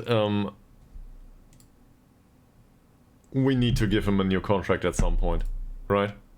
If he wants one. And in his case... Oh, this is a part-time contract too. Yeah. So, forget about that. He needs a full-time contract. We need him to train full-time. We need to spend that money. Oh, I hate it. Yeah, have a nice day, and thanks for joining, and feel free to come back anytime. It was nice talking to you. So, until next time. Alright, contract negotiations, and then we will do it anyway. So, he wants to be star player. I guess important player it is. Let's try to get his playing time down a little bit. Okay, star player it is. And this is a lot of money. He wants this to be exactly 2 years. Great.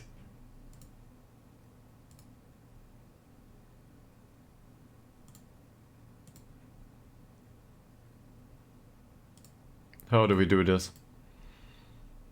Loyalty bonus is fine. This is okay too.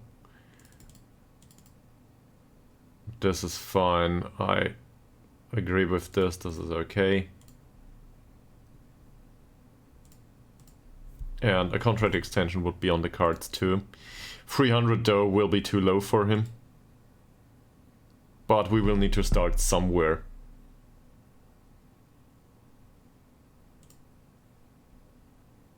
Alright.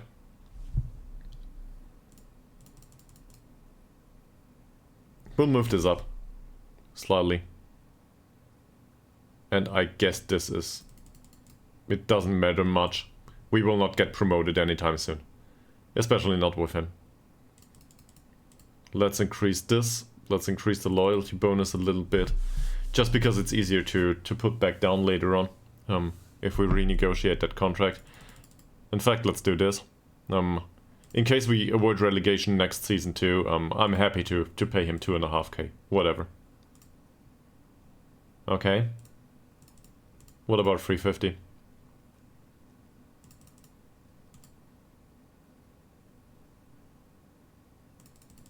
This is a hefty bonus. At least for us it is. Quite a distance, yeah. This would make him best paid player in our... Well, with the exception of Bernie Goat. But I think this is fair. That's the problem. He's one of our best players and one of our most important players. He's got a good character. Yeah. I think this is money well spent.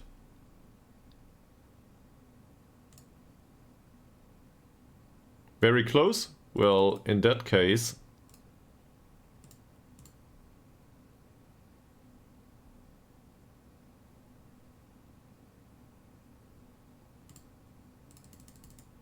Maybe we can get him over the threshold here.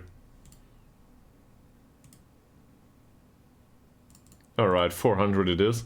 25%. And we will offer him 4k. And an additional bonus here. Something like this.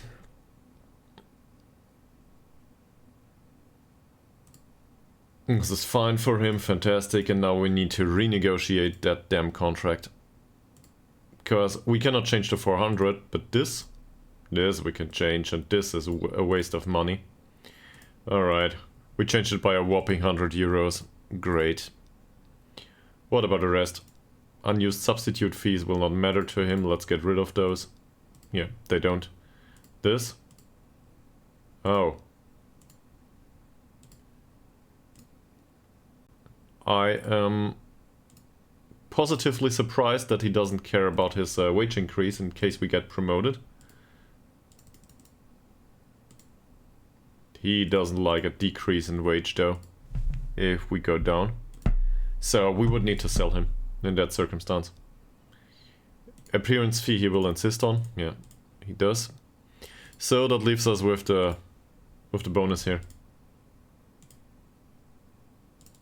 Yeah, and in case you're wondering, yes, my mouse wheel is still broken, so this is why I did it like this. The new mouse is on the way, hopefully.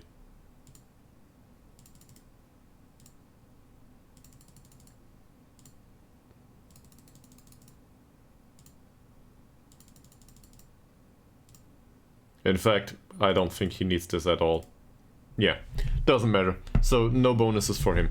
But we get him on a full-time contract. Yes, this is really expensive, but, you know, we do not have the wage budget anyway, so we might as well spend money that we do not have.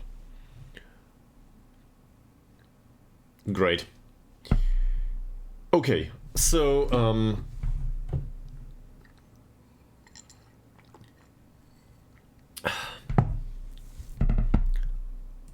I think I will get something from the kitchen for a second, and I will put on an ad in that spot, because pre-roll ads have been on for, I don't know, half an hour now, and I really do not like people to need to watch ads in case they want to join the stream.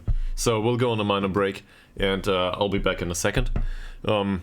Just sit through with me, and then we will go through onto the next match, and probably adapt the other tactic too.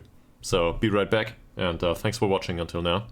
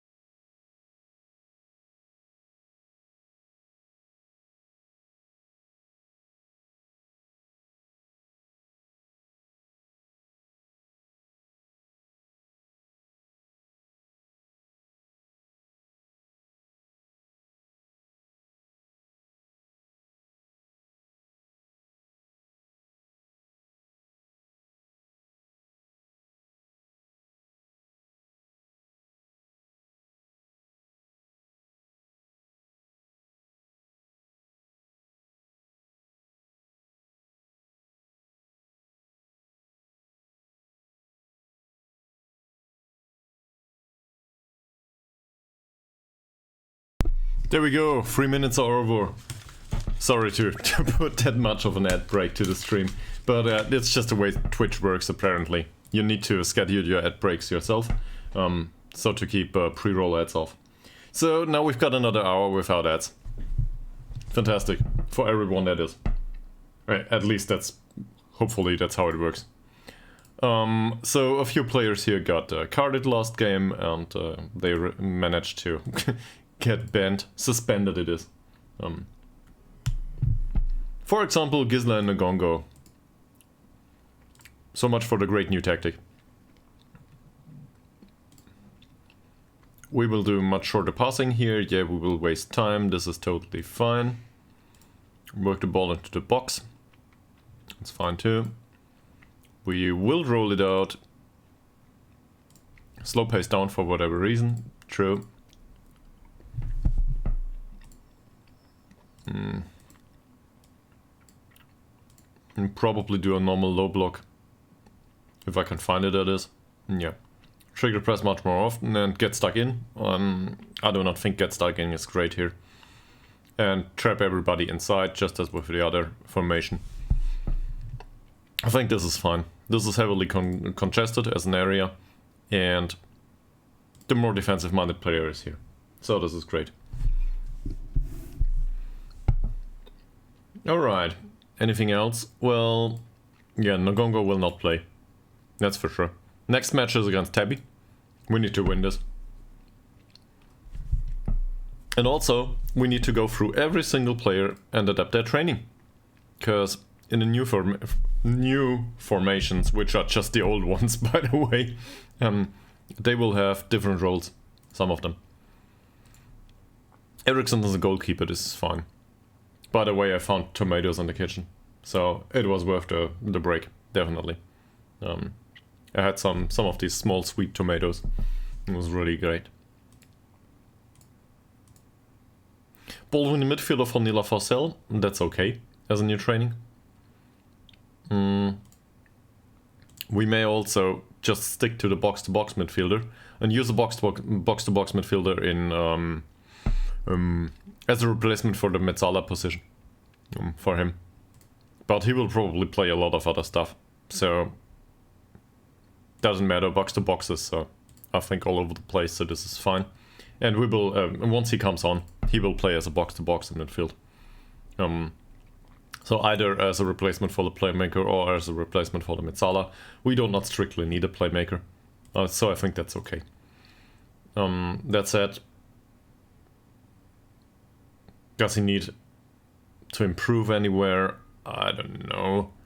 His physicals are okay for that role. I guess he could have a decent long shot or decent tackling or so on, but let's just go with passing. Passing is always good, right? How are his stats? His passing is decent though. Okay. For some reason Per Fransson comes up. So with Per Fransson's training, he trains as a pressing forward right now.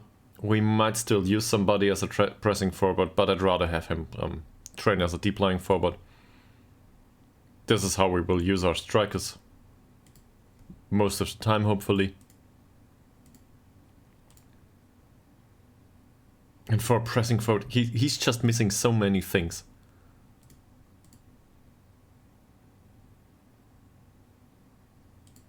I'm not sure what to do with this. So he's really pacey. That's his age, I guess. His agility is good.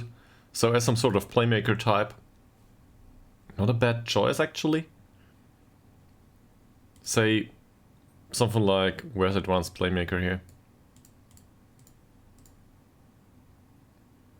Yeah, not great though. This is due to the mentals though. His mentals aren't great. His finishing is decent. I don't know, he could be a poacher, I guess. Well, no. Yes and no. For striker, there's a lot of holes here. Why did we hire this guy again? We thought he had great personality and that's it, right? This is why we hired him.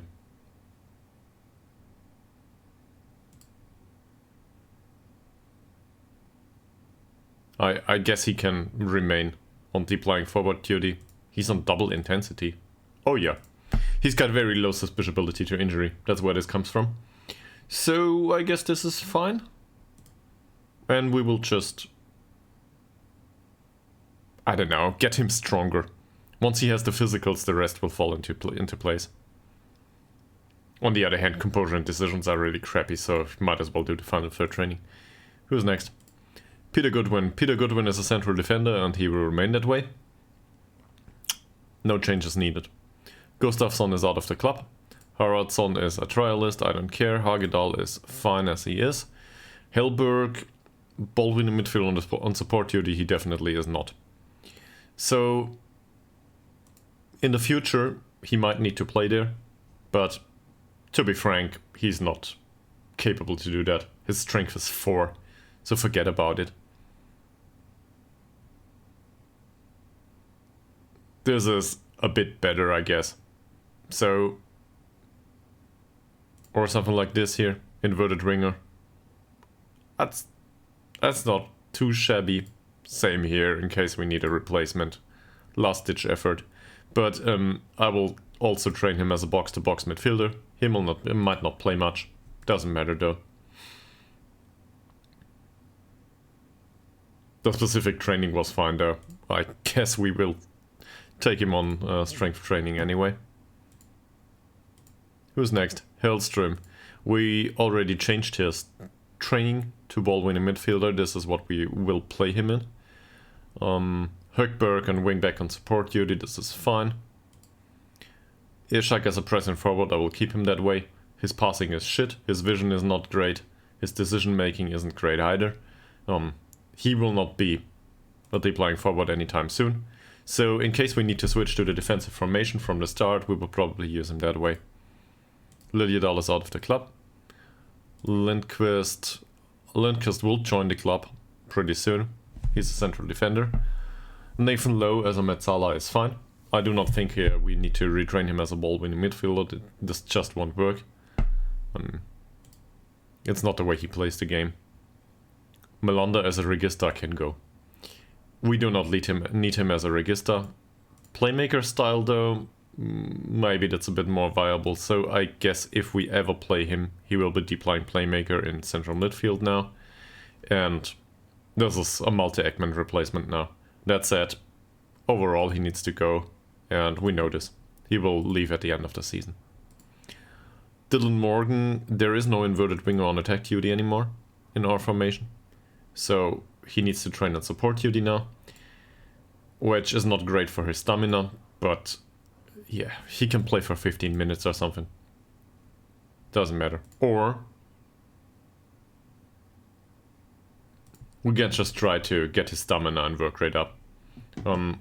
I realized that this is opposed to his natural, the natural way he developed, but let's just try to get it up anyway. Fine him 1 day's wages due to the performance. Nagongo will remain the way he is. Nilsson is not a great central defender anyway, but we will train him like this. This is fine. His technicals though say that we will sell him. Pejovic is out on loan, but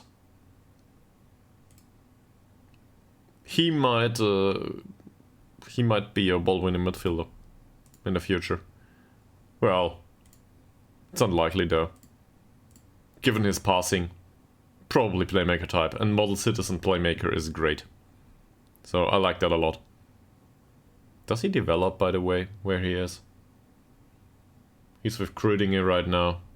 6.73. Okay, it could be worse, right? Puge will not train as a defensive winger anymore. He's just not suited for it. In fact, we did this to him though. He had a tackling of 8 back when he came into the club. So that's our fault. Forget about that. I guess we want him to train his passing? Or maybe the mental side? Probably more of the mental side. Once he has composure and decisions, I don't know, 9 or 10, we're getting somewhere. This is where Exploding Birthday Cake comes in and tells me to train his pace. As he usually does. Rigby. I don't think so. So there's no ball-playing defender in our formation. There hasn't been for a while. And with this stuff, his pace is horrible. He will be sold anyway. In fact, can we try to do that now? He's 21.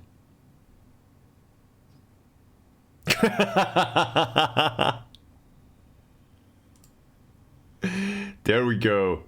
Alright. Seriously? You think that's viable for him? I guess his strength is horrible, yes, but it's not suited for the role, is it? Why would you do that? Are you serious about that?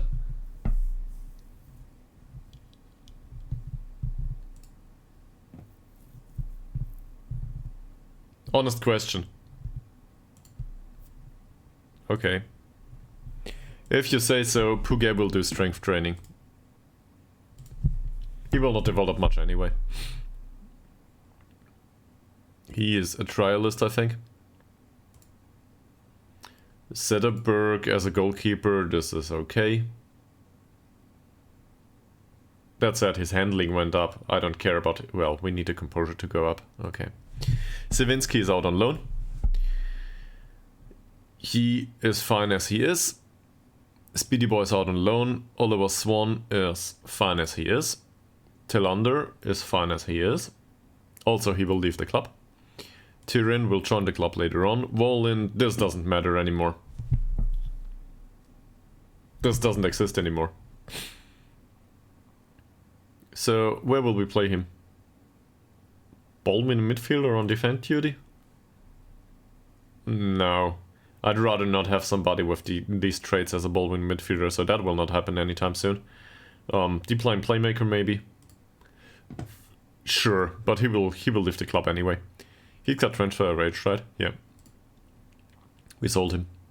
Westberg, a goalkeeper, that's fine. No individual training, well, I guess aerial reach would be great.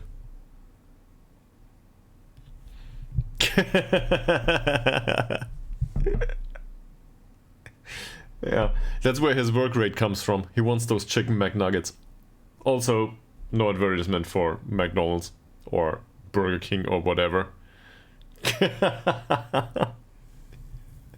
This will not be good for our personal relationship if you are his agent. You realize that, right? This will not be great. So I guess handling, concentration and technique is okay for him. Where is this? It's handling, composure and technique. Still, that's okay. For Westberg, I guess this is fine. Wolzund will not train as a pressing forward anymore. So let's do it like this. Yeah, and then it's all about the vision here. So this needs to improve, the rest will decline anyway, he as he's getting older, especially the physical side will go down. Doesn't say that he cannot be used in the squad from time to time. We'll see where this goes. In Anderson's case, it doesn't matter much. Okay. Yeah, well, you can dream about that all you want. He will get it once he's a very important player to the squad. But you probably noticed, given that you're around for at least 1.5 hours now, if I'm not mistaken, you probably heard all the tactical blundering and all the going back to what we previously had with some minor adaptations, as it turns out. So you might also have witnessed that we offered a really decent contract to Hellstrom for 400 euros a week, just because he deserves it. And I seem to remember he didn't want to extend his contract last time we wanted to extend his contract to be on full-time. Yeah. Well, forget about this in particular. This doesn't matter much, he will not play. And if he does, I don't know. Me too. Me too. But to be fair, I stuck to your idea to go with a balanced approach. I think this is not a bad idea. To be balanced about things. We will see where it goes, and then we can adapt the same tactic on a game-to-game basis. So say we go up 1-0, why wouldn't we go with cautious? We can do that. That's perfectly fine. Or we need to score a goal, let's go with positive. Why not? So we can gradually adapt the mentality, and that tactic might still work. We will not change much otherwise. This guy will leave us. With him I'm not so sure, but he will probably leave us too, yeah. Burnson is out on loan. Bernigold will come in later. Björklund. There is no Register anymore. This is good news for you, sir. Register stuff is done. Thank you very much for trying. You can be deep line playmaker these days. And that's really great because it suits his physicals. Composure and decisions, yeah, the composure could do with some improvement. And then otherwise, this is just multi-Eggman reloaded. It's due to requirements in game though. If we need to score to turn the game around, positive is the way to go, right? We need to try to penetrate in that situation. So a bit more positive mentality is needed. But I'll start with a balanced one now. I will really try.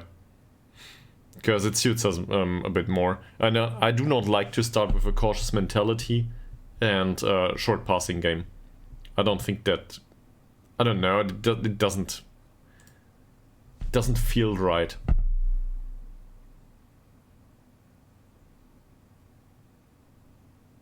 All that stuff will improve by itself. He will go for free kick taking. He's got 8 free kicks. He's 20 something, 21. We can improve his free kicks. Boltigard Blom is out on loan. Joe Bolton is on trial.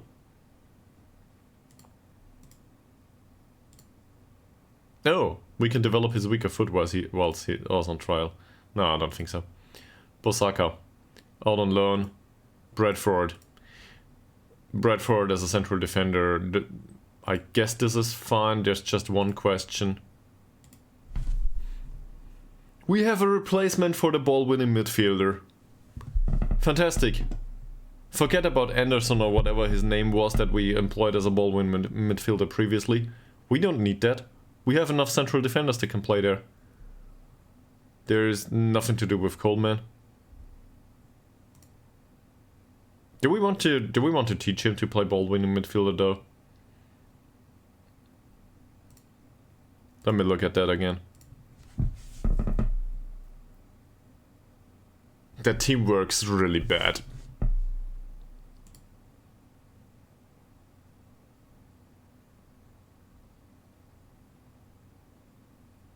I don't know.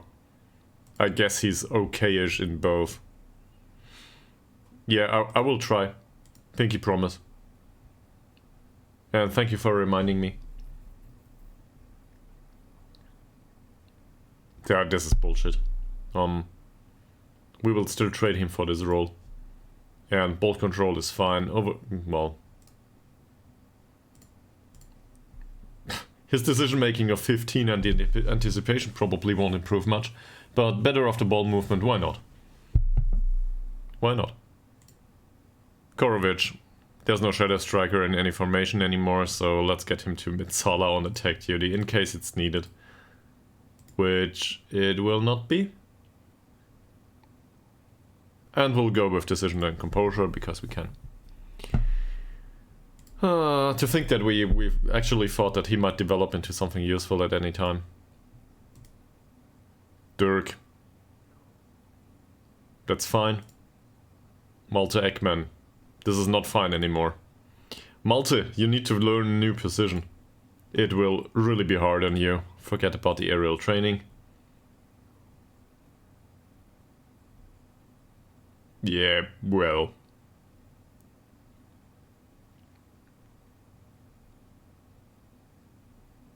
I guess positioning it is.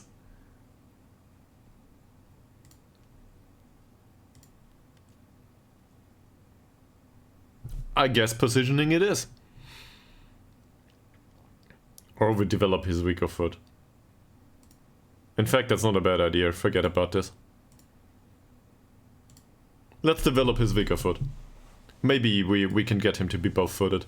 Or at least a minor notch into the right direction. Ericsson is fine as he is.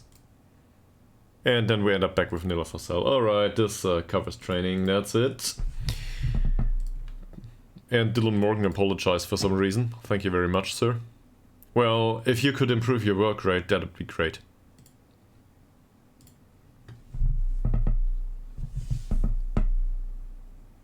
Next match is against Tabby, of all opponents. By the way, Tabby are out of Stockholm. And given that we have a certain attitude, or at least I developed a certain attitude with respect to clubs out of Stockholm. Hi, welcome to the stream. Feel free to ask questions or, I don't know, learn about the club or this particular stream. And in case you want to share your experience with Football Manager or anything else, you're welcome to do that too. Just be aware that this lands on YouTube later on. So don't share personal information and that kind of stuff.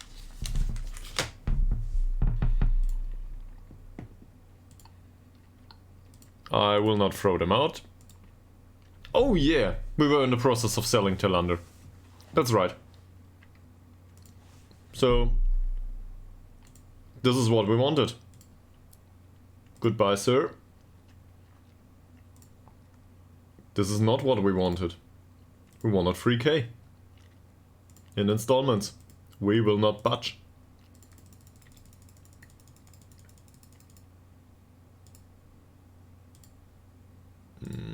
And we wanted 40%, right?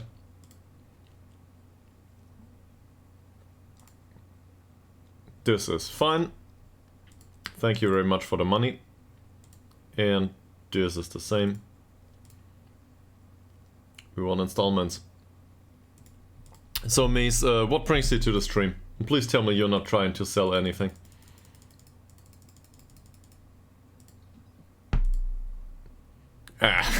It's to be fair, it's not that much money. But, well, there has been a poll. Let's put it that way. In case you want to witness it, there has been a poll and the democratic process showed that we will get rid of August Thelander. So I guess we do that. Even though I might not agree 100% myself. But he has been annoying, he wanted a new contract and so on. And he reconsidered later on.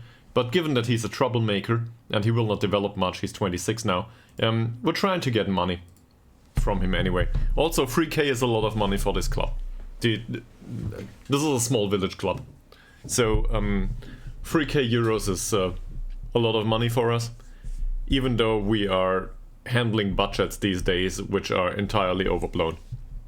So either we make it in this league, or we will probably be financially ruined next season, which is what I do not want to witness anyway. Oh, what did you manage? I'm borderline aware of most of the Swedish clubs at this point, but I'm not great at Swedish knowledge just yet. There are a few Swedish watchers that have been around. Yeah, I'm not aware. So great. I will look though. Torslanda. Where's Torslanda? There he is. So, Torslanda is in Swedish 2nd Division West Goodland, at least in my save. Yeah. So, I take it that you are aware of geographic circumstances in Sweden then? Are you from Sweden or something? Yeah, we started for Division 2. This is Ytterhogdals IK, as you probably read. And, well, I've never been to Ytterhogdal. But I've seen pictures and I can read Wikipedia articles. So I guess Ytterhogdal is a rather small village.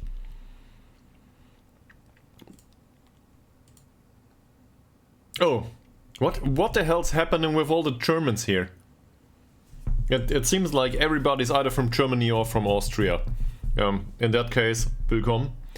And you can stick around anytime you want. So, in case there's some translation stuff going on, my German is rather fluent. Given that I live in Nuremberg. Yeah, scouting report.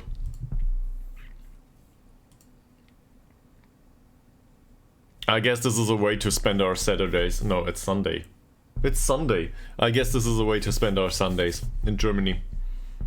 Football Manager stuff and I don't know. Is there any real football today? Probably.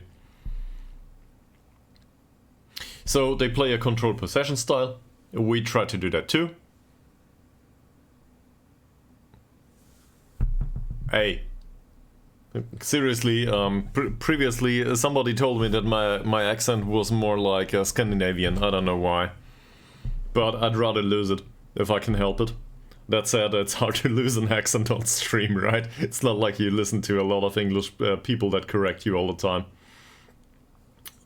And most of my English language comes from watching, you know, TV series, computer games, that kind of stuff. I had an English neighbor. That was nice. To talk to him. In fact, that's something I miss. So, we're trying to press him high up on the pitch. It's only Tabby. We know Tabby.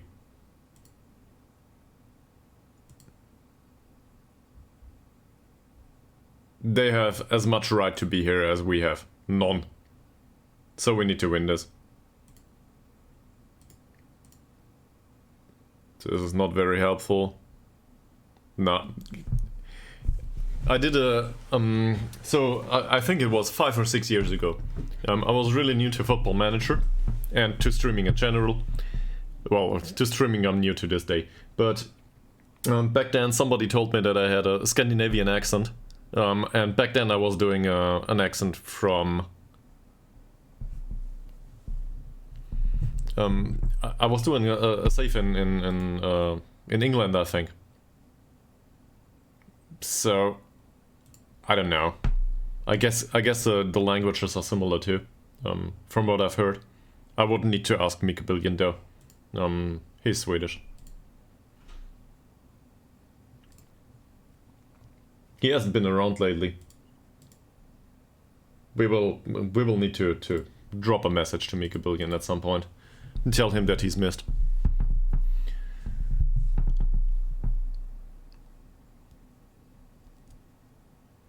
Same with Solusa, by the way, but at least he noticed on YouTube that we're back online. Yeah, so Mies, what is it that you enjoy about streams? Let me know. We're in the process of learning how to do this stuff, so I don't know. If you have any recommendations for channel point rewards or whatever, how other people do that ad stuff or something like this, just let me know. Because I'm trying to learn this.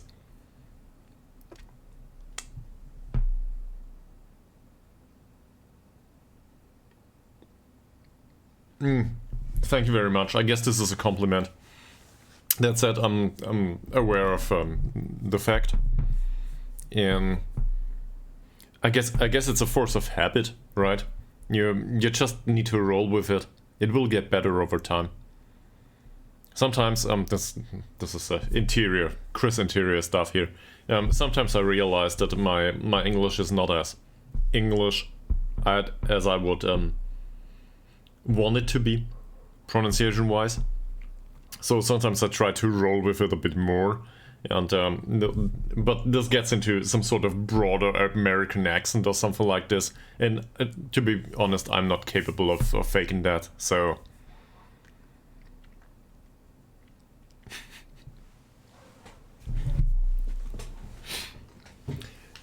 well, let's put it that way. I think my French is much worse these days.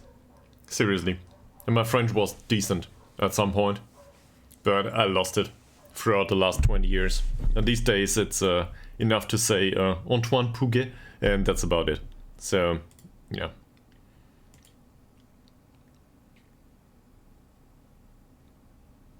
Seriously. This will not happen. Either you pay the 3K or he goes to one of the other clubs.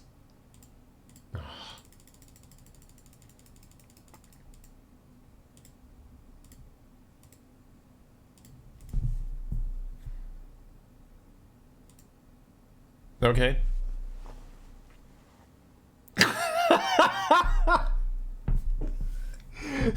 Thank you very much. So about being boring, you can experiment with this. This is strictly due to the fact that I do want to find out how this stuff works. You are very welcome to participate in polls, if we have any, at any point in time.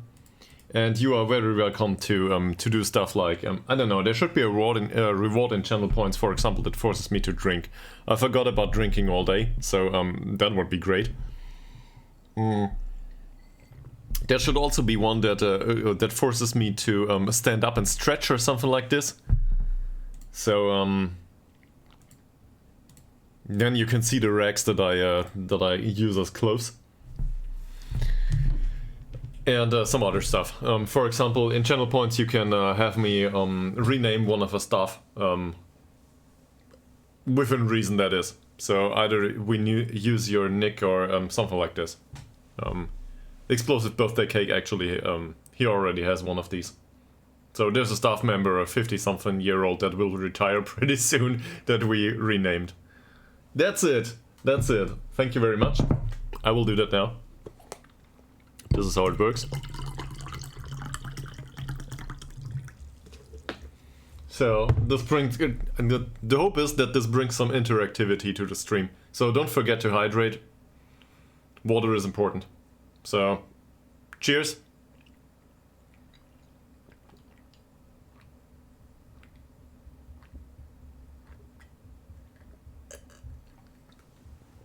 Just be aware, if you force me to do this repeatedly, I will probably need to take a leak from time to time. And then you will need to do the redeem run an ad now stuff. So, don't overdo it, please.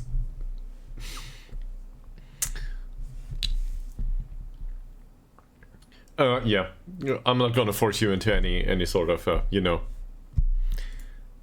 doing stuff. Fuck off, no! I will not do that. We get free K from other clubs, I will not do that. So, this is plain and simple not enough. You will pay me free K or you will get off my lawn.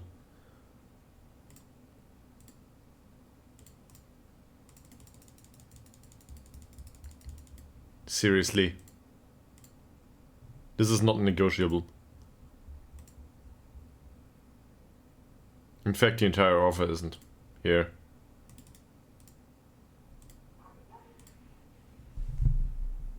Welcome to the stream. This is my first save in Sweden, yes. We've been at it for 6 years now, though. So, let's put it that way. It was a learning experience from multiple vectors. So, and we got promoted to second league. This is not journeyman, no. I don't think so. This is, we stumbled into the safe and now we're stuck in a village. We might leave, but we do not want to. We got addicted to the potatoes, I guess. And to making bad jokes. So, but in case we get fired, we might end up somewhere else in the world. The database is journeyman capable, I think. We might end up in Indonesia.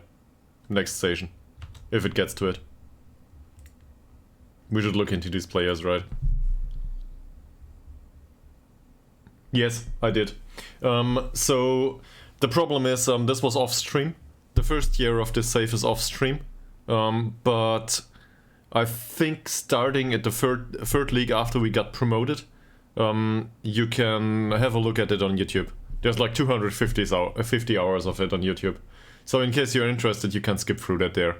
Or look at the tactics video I did to get a grasp of what the squad is and what the problems are in these circumstances. Because we're forced to play a certain philosophy, we are forced to sign English players and so on. There's some stuff, but I don't want to go into this for yet another hour. As I said, it's on YouTube. That said, for specific questions, I'm always open, right? Yes, it is. So, the club, this is a small village club, and the way it works in real life, as far as I'm aware, is they take in those that didn't make it in England, or some of them. So they bring them over to Sweden, to the village, or as somebody on the stream, one of the watchers put it, this is not so much about finding players for the club. This is a village that has 250 inhabitants. This is a repopulation effort. It has nothing to do with football. That said, it's represented in Football Manager. If it loads. No, I'm German. I have no idea about Swedish culture. well, not over what I learned on this stream. I've never been to Scandinavia. That's one of my biggest regrets. But yeah, basically. So they want us to sign English players, and the financial circumstances of this club, given that we started in 4th league, do not exactly say, yeah, sign English players. They come over and they are like, I want twice of what your wage budget is as a wage, and we're like, no. So this is mostly what happens. I gotta go through these. We're looking for an inverted winger on the right side.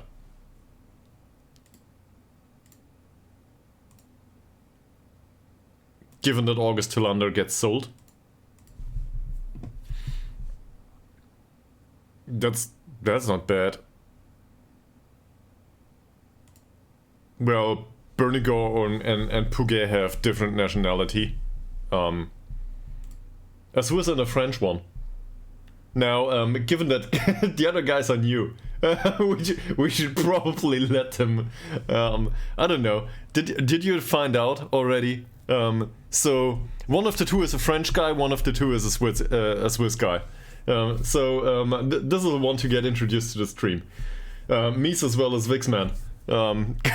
Would you be so kind to vote if Bernigo or which one is the French one and which one is the Swiss one? One is called Bernigo and the other is called Pouget. So which one is the French guy and which one is the Swiss guy? And thank you very much for the follow. Well, who knows, right?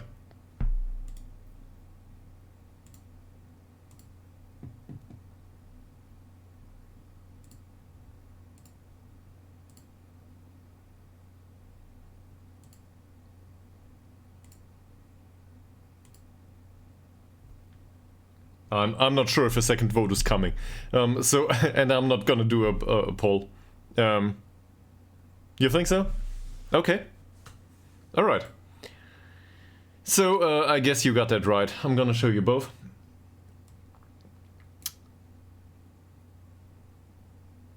But we were kind of wondering. Where's Pouget? Here's Go away. So this is Antoine Pouget.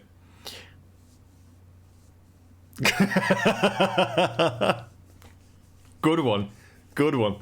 I didn't notice, yeah. You're right. Alright, so this is Antoine Pouget. He was born in Norway, but he's got French nationality, so we pronounce him Pouget, because I do not think that this is a Norwegian name. And, well, he's been at the club for a long time, and he's the primary, how do I put this? There's a fanboy in our followership. I think this is a slight way to state it. And he will probably reveal himself pretty soon. In case he didn't do just yet. And then there's Bernigo. Ruben Bernigo. There we go. There it is. Ruben Bernigo is somewhat often a problem signing to a degree. We had a slight problem with transfer windows. A comprehensive problem that happened up here. So, yeah. He will join the club in 2 months, I think. When is it? Yeah, 2 months and a week. Too many. But thanks for the follow. In my defense, and thank you very much for the follow. In my defense, most of these are U19 players that are crap. So, or these are players that are like 30 something, or 29 or something, that are not good enough for the squad but have good personality. None of these have full-time contracts though. So we turned professional at the end of last season because we got promoted to second league, and we will absolutely go down. So this is how it looks. This is a scrap the entire time. It's not like we're playing really attractive football or something like this. So whatever happens on stream, we will probably go down and maybe we will get fired. So you might get your journeyman save after all, because it's expected that we fight bravely against relegation and make it to the relegation playoff places. We might not succeed in that though.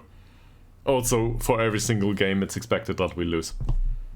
The supporters as well as the board expect us to lose every single game. So in case we get a draw, this is like an A in rating. Yeah. Okay. Yeah, relegation playoffs going up or going down? We have a history with Trollhättan on this save. I think I'm going to... Oh, yeah. Okay, that happens.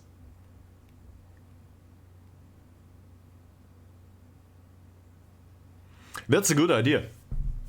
That's a good idea. The problem is, so in your save, you managed a club that comes from a village with more than 250 people, I guess. That's the biggest problem here. The players in Sweden do not want to come to this club because it's at the butthole of Sweden, basically. Reportedly, it's very pretty. The analogy doesn't go well, does it? Anyway, most of the Swedish players do not want to come here. Not even to play football. So it got a bit better. Yeah. So that's like 40 times? 20 to 40 times the inhabitants. I'm not saying that it's not viable. We had loans in here. For example, Rino Dobrak was in here on loan. He came from a bigger club. That was 2 seasons ago, I think. But as a long-time term signing, he wasn't capable. And also, on the striker front, I will not go with a loanee anymore. Because Ruben Bernigo, at his age of 21, with a fairly professional personality and very low suspiciability to injury, will probably take on the striker's trot pretty soon. Once he comes in, he will play every single game until he breaks his nose or something, which is highly unlikely to happen. We will grind him to the bone. And yeah, that should probably resolve that issue. At least, yeah, I hope so. We have a problem on that position though. Because, well, somebody decided... sorry, it was a democratic process. The democratic process decided that August Hillander can go beep himself, and he will go. So we need a replacement there.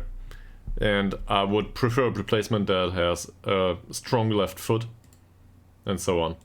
Westberg wants a new contract. Westberg will not get a new contract.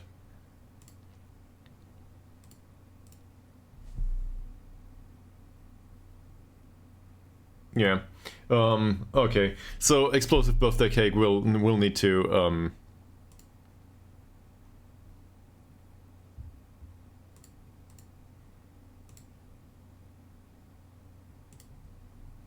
yeah, okay, he doesn't want a new contract. Great. Same with Ishak. Yeah, they do. Let's go back to the striker issue just for a second. I'm gonna show you one thing. Where's club history? Club info. History? No.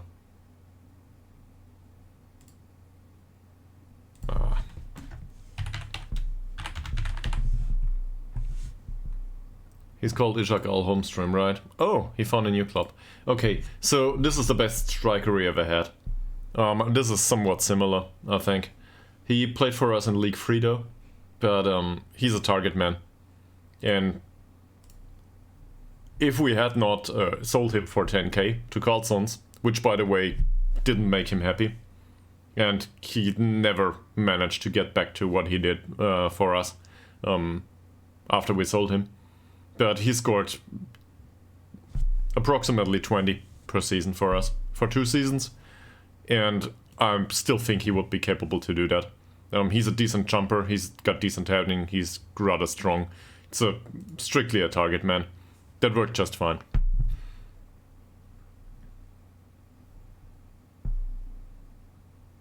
Yeah. That happens. So, Ishak wants a new contract. He will not get one either. Yeah. I think that's true. It doesn't reflect the player you have become. It reflects a player we would have wanted you to be. So, you didn't. And you can go.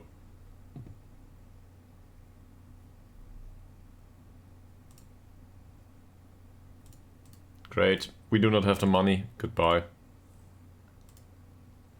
Ishak will be sold. Seriously. We do not need him anymore. In fact, we might sell him immediately. Maybe somebody comes in and is interested. Oh yeah, great. This doesn't matter though. Nogongo injured, that's bad news. That said, he's suspended anyway, so yeah. Probably the best point in time to have that. And in Ishak's case, maybe somebody wants him. Westberg, I'm always conflicted on selling Westberg. He's so cheap, but also his aerial reach is so bad. So what will we do about it? I don't know. By the way, I guess you all people have an opinion on squad size, right?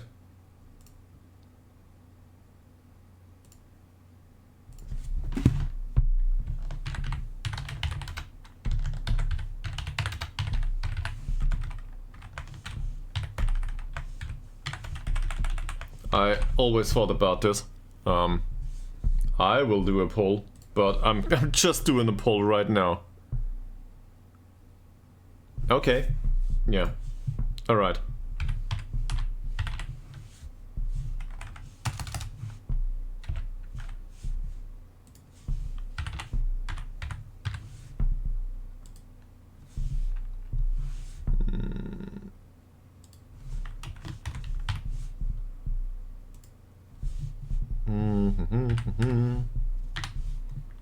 Just give me a second. It takes some time. I'm not fast at this.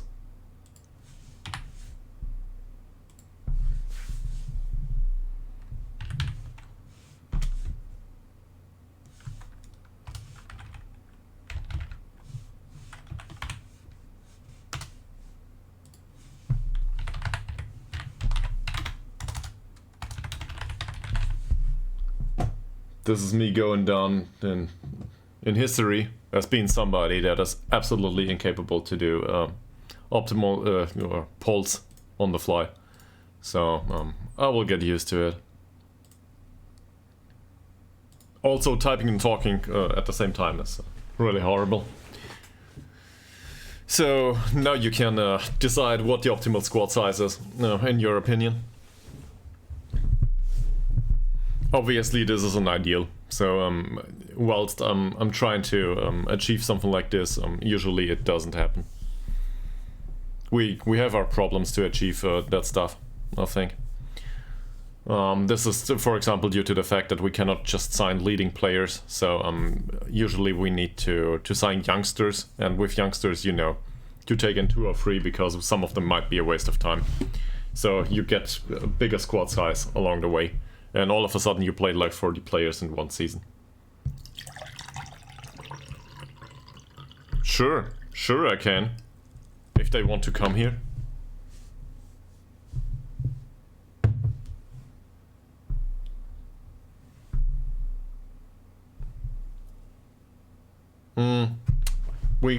To be fair, we were in the cup last time out. So optimal squad size is below 21 according to you. Yeah, I don't disagree. We are trying to get rid of players. But so let's do this for a second. I will count the players that I consider really decent players that are actual squad players, okay?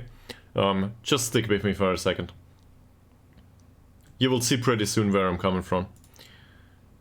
Or I can make my point abbreviated, but yeah. So these are this is probably the starting 11, more or less. We'll not go into detail why this is, but this is probably the starting 11. And now we will get through the rest. This is a 5-minute rant probably, but I will tell you why they are with the club. Zetterberg is an old goalkeeper that is a really good goalkeeping coach. So we want to have him as a goalkeeping coach. The problem is he's not willing to do it. So for now, he's on a cheap contract he's no longer on a cheap contract. He's on a not that cheap contract as a goalkeeper. 4-4-2 will not work for us. I don't think so.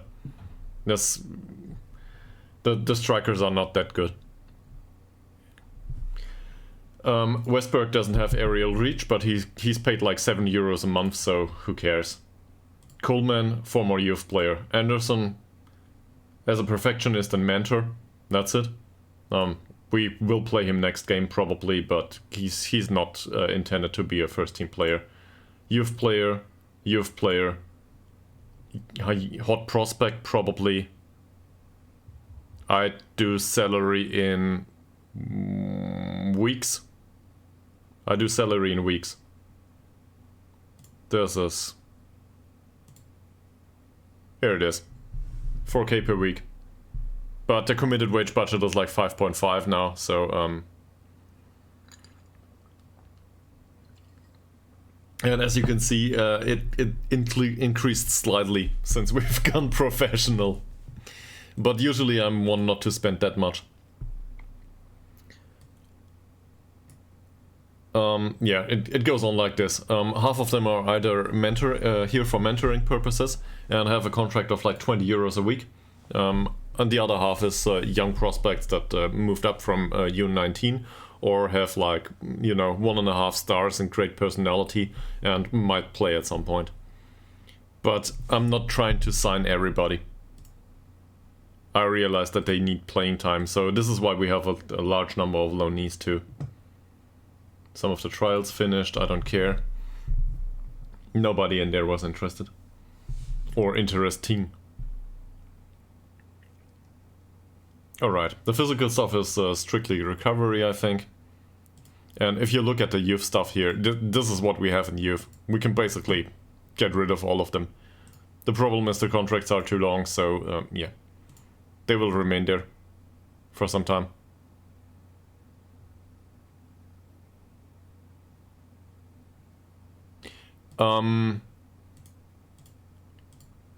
You have a point. That's why I'm sorting it. Yes, you have a point. But this gets amplified by the fact that the training facilities are poor. Same as the youth facilities. Remember, this is a village club. We're trying to kick around potatoes. You are right. Yes, this is due to the workload of the coaches, though. So as long as the workload of the coaches is medium, this doesn't matter much. But in case the workload of the coaches is too much, you are absolutely right. This is why I'm trying to get rid of players, especially the useless ones. The problem is those that I want to get rid of. This is especially like these are 19 now. They came up from the U19. They were too old for that squad, and we do not get rid of those because nobody wants to buy them. So either we release them or we sit it through until the end of the contract and keep them around the squad. And some of them, at least they have good personalities, some of them. So we're trying to keep those to be a positive influence on the rest of them, I guess. Because for €6 a week or €9 a week, it's not like you're complaining. On the other hand, if they were to deduct from general training that much, yeah, that would be a problem. But there's also the circumstance that even if we fire them, say we get rid of 10 players, we would remove professionals or fairly professionals, resolute players and so on and so forth, and we would remove youth players. So we can get that squad down to 20 or 25 people, but then all of a sudden half of the mentoring groups don't work anymore and the squad personality is shit. So yeah, I don't know. I guess I'm trying to get there. The squad wasn't always that big. I realized that this is an anti-pattern. I don't want this to be that way going forward. That's fine. Yeah, okay, all the training reports because we changed the positions. This is youth stuff. What are they unhappy with? The high volume of seriously, the high volume of strength training. Yeah, that'll be it. Go away.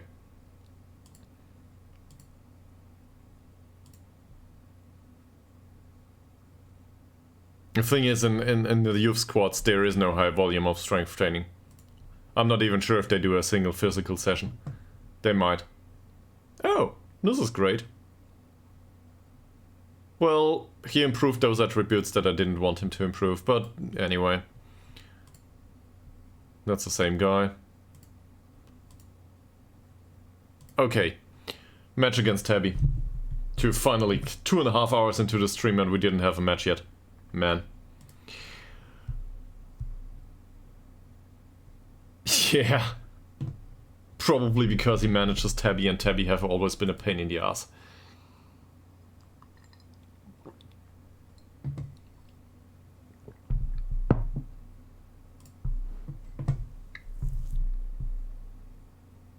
I think we can win this match, yes.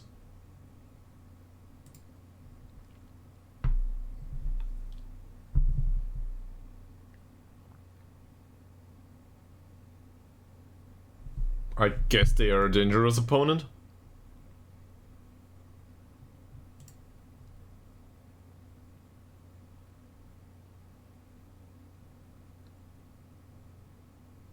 So we will complain about the opponent's tactics, but really, this is our fault. We haven't been good enough.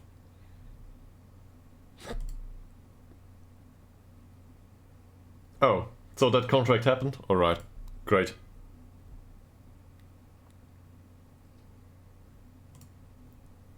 Alright, so Hellstrom will train full-time now. This is good. I like this. Also, we are as prepared as we can be for this match. So hopefully we can at least get a point, given that Trollhätten started to earn points. What the hell? No. Under no circumstance you will not get a new contract. So this is one of these. He's on €9 a week, right? He's fairly pro. We know that he's got good loyalty too. I think he's reserved. He's got good loyalty and good pressure. This is a wonderful character to have around the squad for the young players, especially those that have some potential. But otherwise, he's bullshit. He trains well, he is very flexible, but he will not improve anytime soon. He does improve the rest of the squad though. So, do you want to get rid of him? I guess he's some sort of a staff member at this point. He's strictly there for mentoring purposes. And as a replacement option from the bench. Because he can play everywhere, and usually he gets to a 6.6. Okay, he doesn't. But, well, most of our players don't. So, yeah. Yeah, he wanted a new contract and he decided otherwise. Fantastic. And Korovic will go. Seat, do you want to get offered to other clubs? Sure, get out. Also, I talk too much. Pre-roll ads have been are enabled in like 40 seconds. The way Twitch works is really annoying from that perspective. So hopefully new viewers will not feel discouraged, because I do not want to do another ad break prior to doing the match. It's weird. You get this love-hate relationship. On one hand, well, it earns you money. A whopping cent or two. On the other hand, do you really want to run ads? Because everybody despises ads.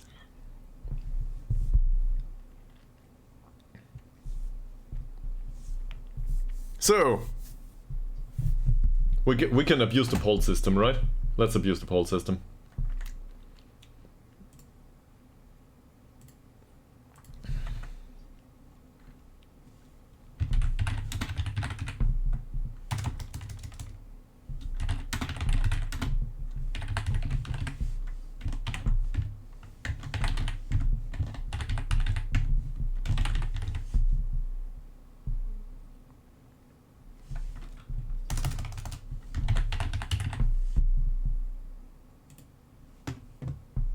There you go.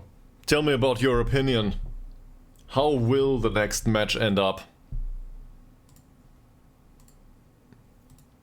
I will tell you this. The board, as well as the fans, the supporters, expect us to get defeated. So, what do you think will happen?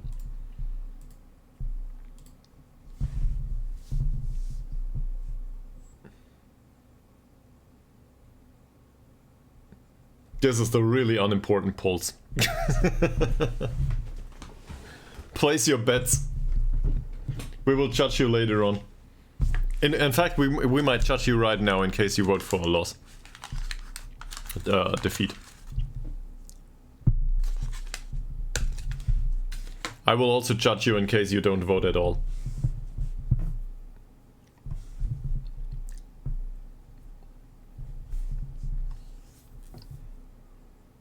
Alright. Draw and defeat. Thank you very much for the confidence. So now we need to win.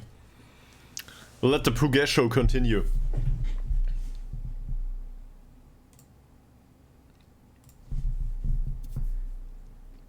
Home game against Tabby.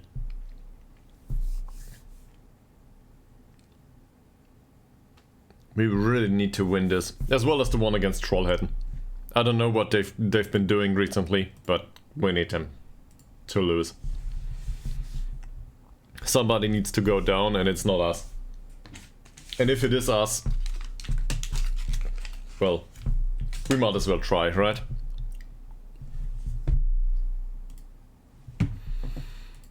Which we do now.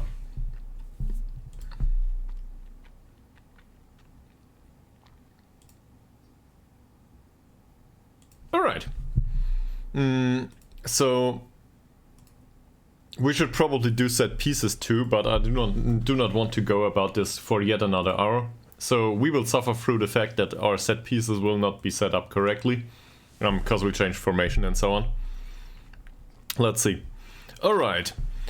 Mr. Explosive Birthday Cake always tells me to have a look at their tactical map and on a tablet.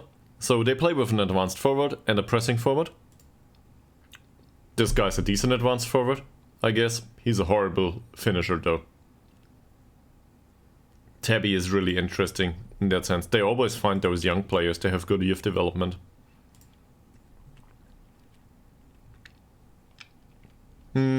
There's one of my streams is setting up set pieces for 2 hours. It's on YouTube. So in case you want to suffer with me, you are very welcome to do that at some point. That's the only one. So I didn't only record it. You know, you can do the timestamps for that. I timestamped it on YouTube, so you can have a look at how set pieces were set up at one point, like 3 seasons ago. Yeah, it was fantastic, and I did the bare minimum. And I think Mika Billion said to me, I think it was Mika Billion or Kumquat, I'm not sure. One of the two said to me, I spent more time on set pieces than they ever did in the entirety of Football Manager. That sounds about right, yeah. Alright, what's the problem here? Well, I guess they are rather defensive on the left side. So for our right side, this is fitting somewhat. Look at this guy. He's fast and that's it. He's not better than ours.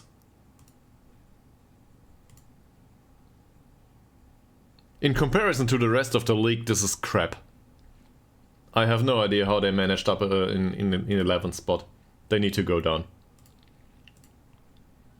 And we will play through the middle, yes.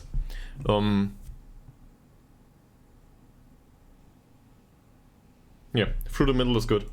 Let's do that. Let's focus through the middle because they play with a midfield too, and we should be perfectly able to exploit that. At least that's what we're hoping for. Sure, Ngongo will not do.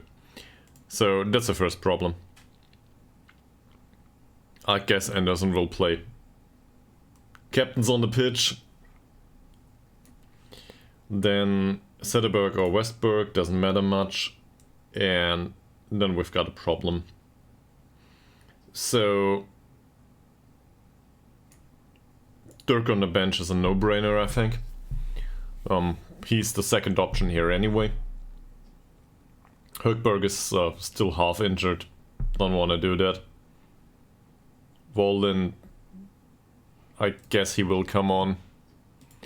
We've got the option to include Bradford, or maybe, where's the other one? Goodwin. Goodwin did decline recently for some reason, so I guess Bradford it is. Now, it pains me to do this every single time, but on the right wing-back position, probably Hellberg is a good idea to have on the bench. He can play all over the pitch, so that's alright. Nila Forsil as a midfield option and on the wings too, so that's okay. Then we can include Dylan Morgan, because the rest of them are shit. And either a second option for a striker or for the deep lying playmaker. Considering that the next option for the striker is Ishak, I'd rather not do that and have an additional playmaker on the bench, so I guess Björklund will come on. Which is a bit weird. Now let's resort that. Something like this. I guess that's it. And this might be a problem. We will see how it turns out. Alright. Hopefully we do not concede 5 goals.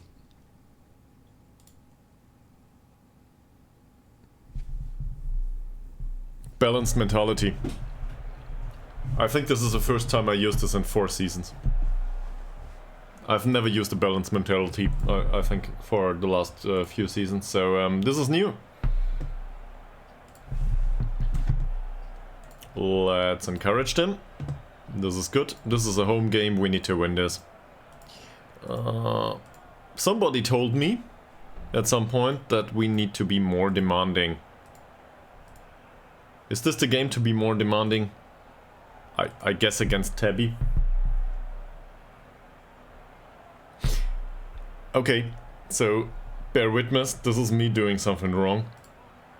Oh, no negative reaction. So we raised expectations a little bit. And also tactics have been slightly modified again.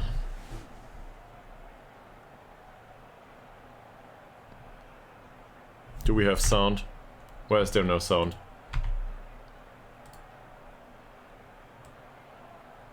There's some sound. You probably heard the windows blink too, but... There we go. This sounds about right.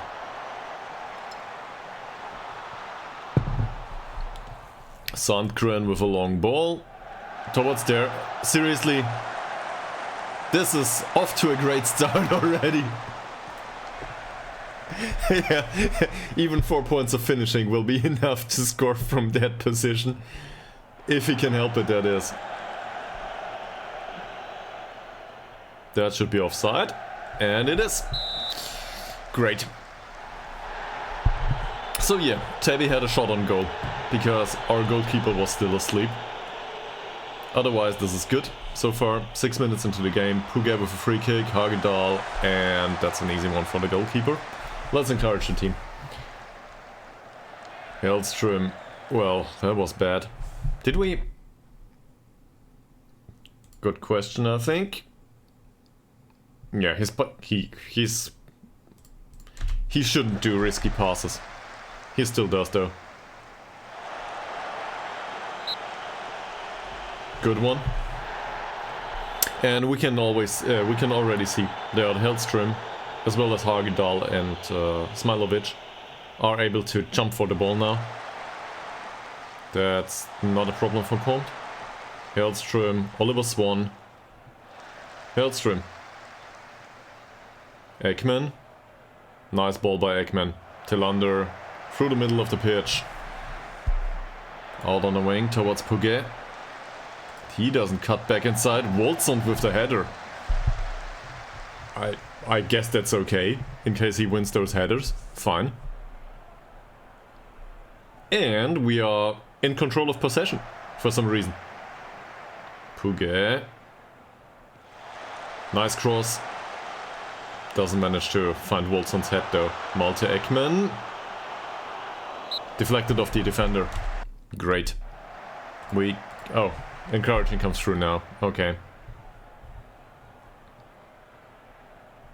Doesn't do much though. August Tillander with the corner. Oh. Hagedal could have won that one. Same here.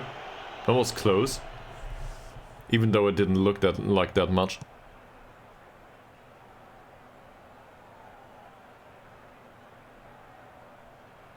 This might not be offside. Seriously?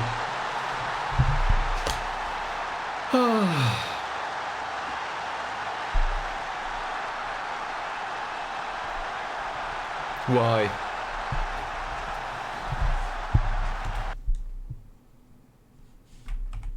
No, we can't scroll back here. So apparently this was not offside, and that long shot just found net.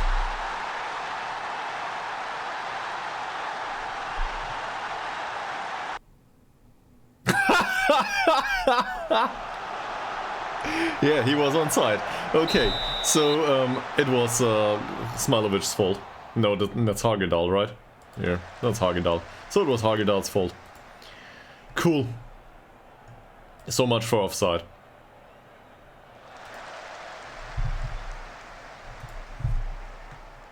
It's really annoying though. And also I want to look into this just for a second. Folkson is that's the advanced forward. With a finishing of 4 and long shots 5, he managed to score from that position. I wouldn't say it's impossible, but let's just put it that way. It's a bit unlikely that this happens. I really hate it. Let's encourage the team. And overall, I don't think we did that bad so far, with the exception of this one situation again.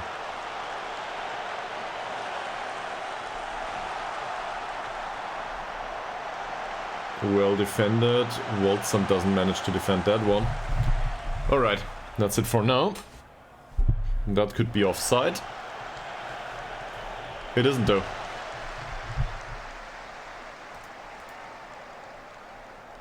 Haglund's long ball. That's a weakness for now, yeah. Not a problem for Eriksson. Alright.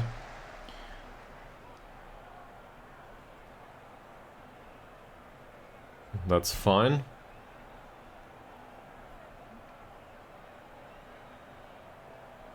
And Comte goes with the cross for some reason. That's not a good idea. Smilovich wins the ball, loses the ball. Ooh, that was close.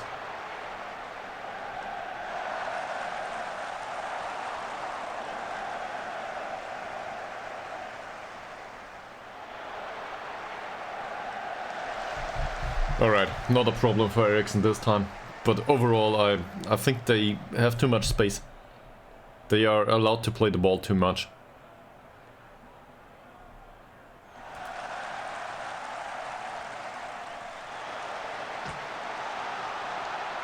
That smashed the crossbar. Yeah. So, what can we do? Possession-wise, we were in control of the game. At least Troll hadn't go down 1. Bergström. But I'm not happy with the result so far. He's furious. Yeah, I can see why. Bergström with yet another corner.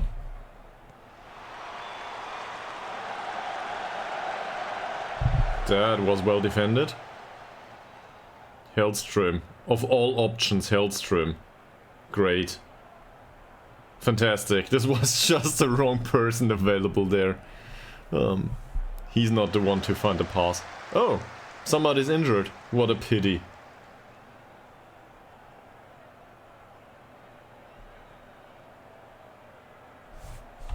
Bergström it is. So... depends a bit. If he goes off, that's fine. If he doesn't go off, we will foul him off the pitch. If we can help it. At least we might try. He doesn't go off. Fine.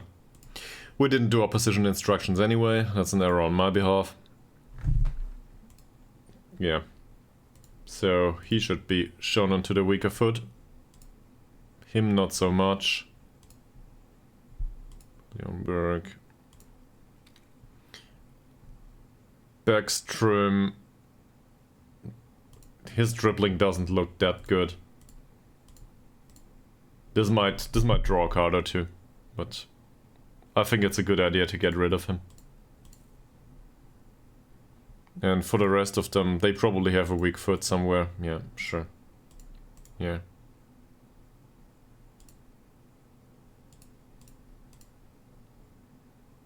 That doesn't matter much. Alright. Is there anyone in particular that's really weak? I think they play... Let me go back to that tablet, as I'm always told. So they play with a deep line playmaker and a Metzala. If we can man-mark Ljungberg out of the game for some reason, that would be great.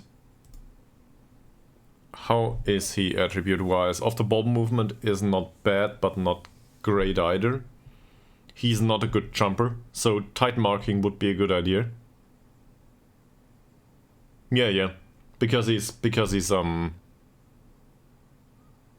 yeah. So they've got somebody that covers their what they're left.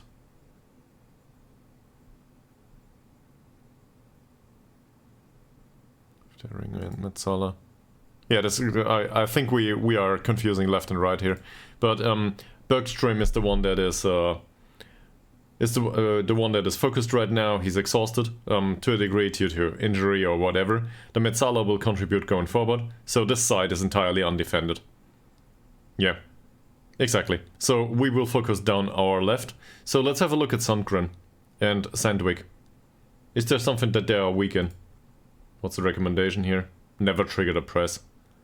I do not necessarily agree. He's a decent tackler. This looks like a rounded player, but he gets forward whenever possible. This is a bad trait to possess, in case he needs to defend.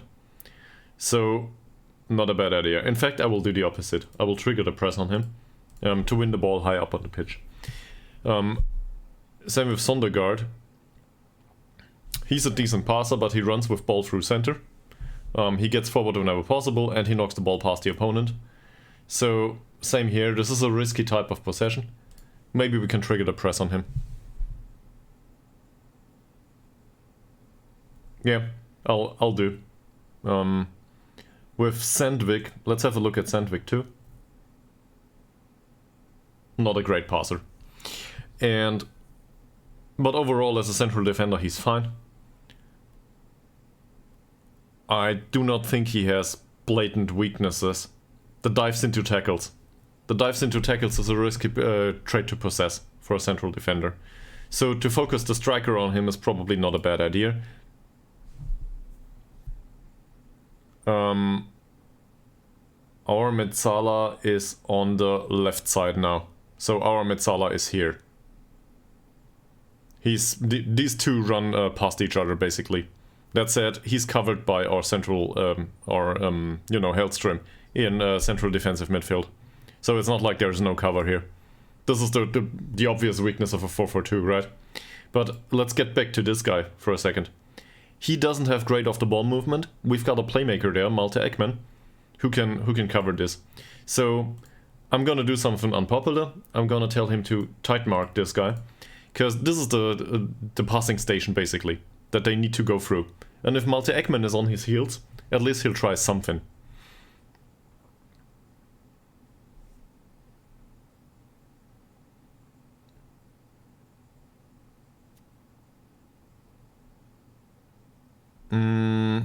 Yes, but Puga isn't on attack duty anymore. Puga is on support duty these days. Because he's better at it. His anticipation isn't great and so on. Puga is more of a passing station now. So we're trying to find the space for the Metzala. The Metzala is the one to penetrate. So it's the other way around. Even though you're right. They are both attacking a similar space. But one is trying to pass into that space and the other one is trying to run into that space. So the Metzala will basically go towards Sandvik and Sundgren. And Puga will be somewhere around here. Whilst out here, he will be Kont that overlaps. So there's one additional thing here. Let's do this, and then I will need to edit this. And go here.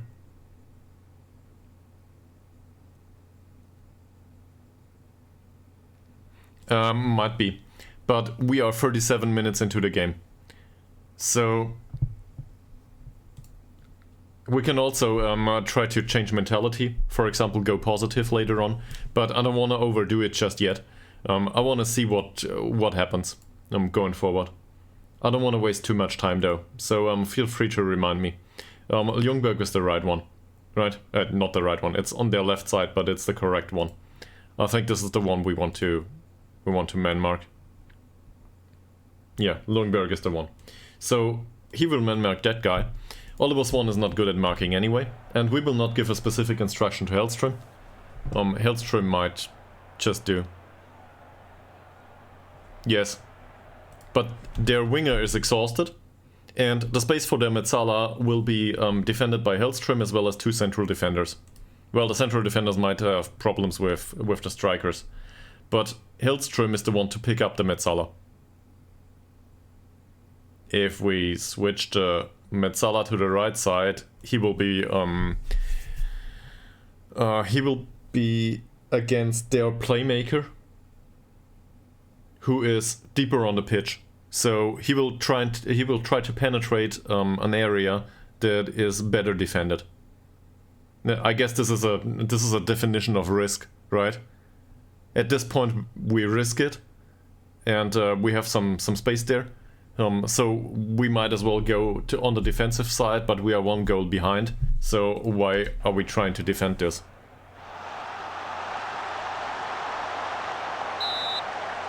But Puget is not in his best. Yeah, I guess we can have him on attack here. We would be back where we started though, right? This is exactly the formation that we had. But sure, we can do that. So, say we put Puget on attack. Trust in Puget, yeah. Alright, sure, we can do it like this. Put him as a deep-lying playmaker. We still want him to, dribble more though, right? Cross less often. So that's the same. And Oliver's one is not a DLP. We put him on Metzala duty.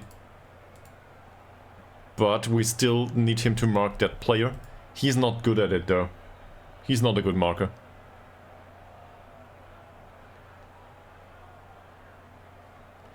Our winger... So this is Puget you're talking about, right?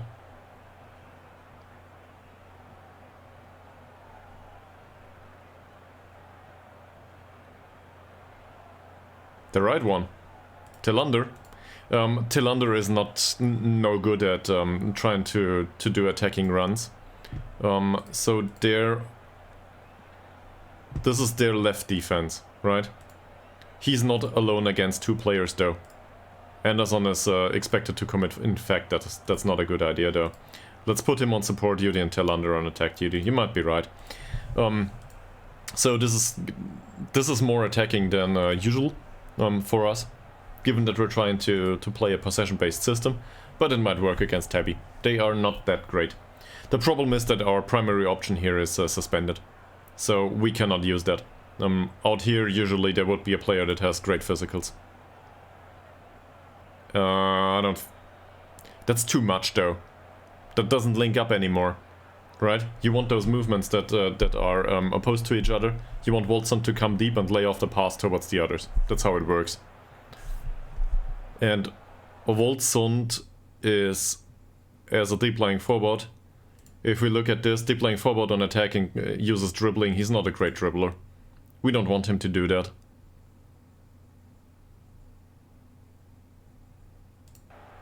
Yeah, but we don't overload that much anymore, right? This is more of a direct approach, I guess.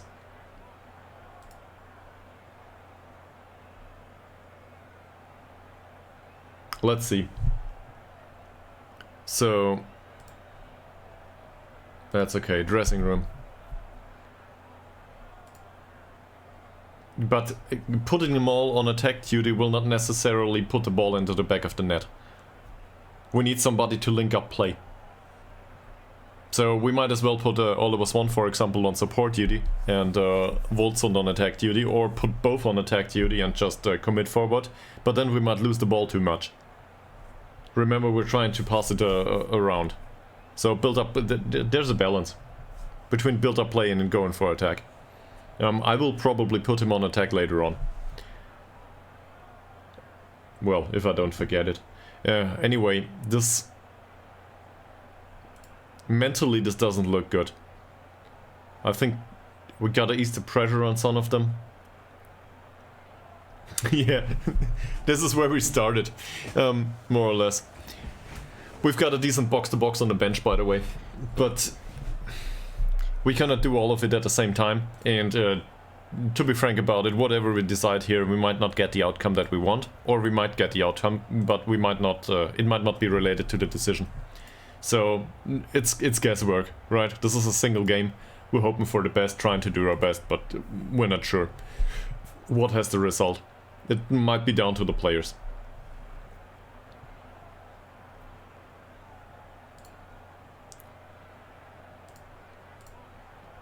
That worked. Now we can try to encourage them. I think most of them need some confidence. We've been very rough with them so far. So let me put it that way. Yes, exactly. The demand more, I think explosive birthday cake is a bit much.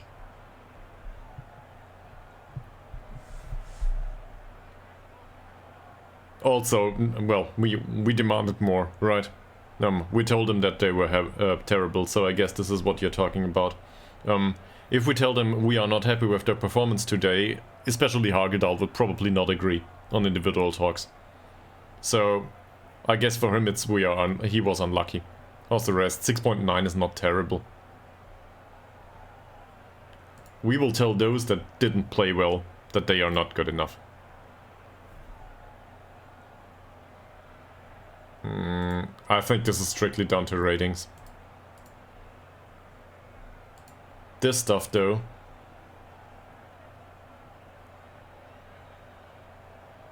Let's tell them that we cannot, so the effort was was okay. Yeah, this is fine. So most of them are either very motivated or fired up or happy or whatever, so this is okay. I do not think we need to do substitutions just yet. Let's see how much chances this creates. Because overall this game is rather even, more or less, chances wise. Sure, expected goals, we didn't have that many. Puget is not faster than Sandgren though. He needs more pace! Or better anticipation. Free kick, Ljungberg. Yep, you are right about that. There's the ball. So, they brought on another striker, yeah. They brought on Holton. He looked nervous. So the entire affair with the focusing down the left wing is probably not a good idea anymore. In the middle of the pitch... Well, we didn't focus down the left wing anyway. Stop continuing.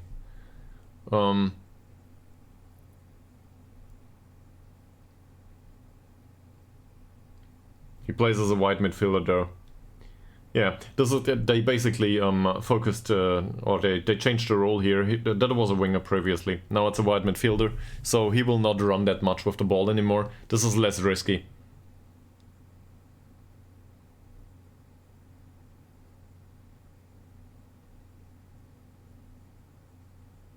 Yeah. Yes. I agree. There should be some space in the middle. Exactly. And given the way the inverted wingers work, they should commit to the same space. Or to a similar space. Basically this goes into the half spaces here, right? All of our players are trying, well, not on our side, but on their side, they're trying to go into the half spaces. So this is, I think, Guardiola style, this is areas 8 and 11, I'm not sure. I would need to check that kind of, you know, just, what the fuck, Antoine? So this is the spaces in front of the goal that are slightly on the wing. And they attack it from the wing, basically. so that the wingbacks have some space out there. But basically the space, yes. Tillander missed the opportunity to go for a pass or a shot though. He should have taken the shot immediately in this situation. So both of them to be on attack duty, they are not great finishers. Neither Puget nor Tillander. Well, Tillander is a decent finisher. But Ytterhogdals just over. We might as well use a corner there. Let's encourage the team, hopefully that works this time. Now we face a corner.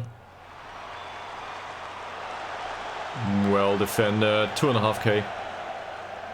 2.5k, and usually, well, there are 350 people in here, so this is as big as it gets for us. Ah, it was close. Should have won that ball. That's clearly offside.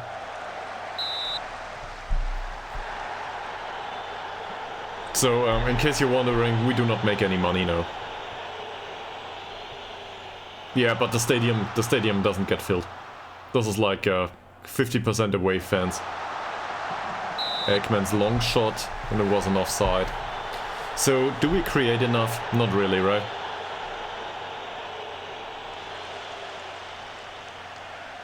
So far, so good. Well done by Malte Ekman. Puget, no offside. Oh, come on, Antoine. Ekman wins the ball. Loses it immediately. Now, I guess we face some sort of counter situation.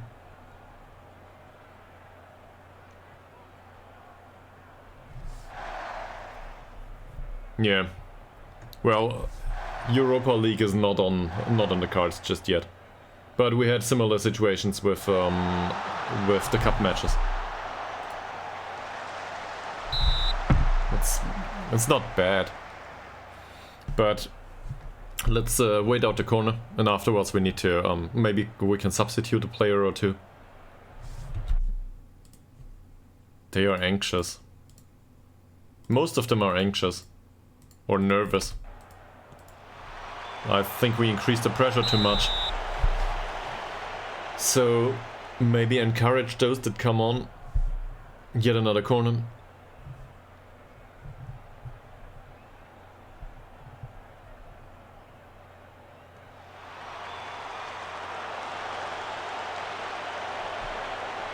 The goal we conceded feels like a freak accident again. Well done. Oliver Swan. Woldsund. Ekman. Ekman has a decent idea. But Puget is not available to pull it off. Can Puget find a pass? Yep. Towards Malte Ekman. No. Oh! It was a great idea. Alright. And in this situation, you could have seen there, Woldsund did attack the ball, even though he's on support duty. I don't think he needs to be on attack duty. So who do we take off?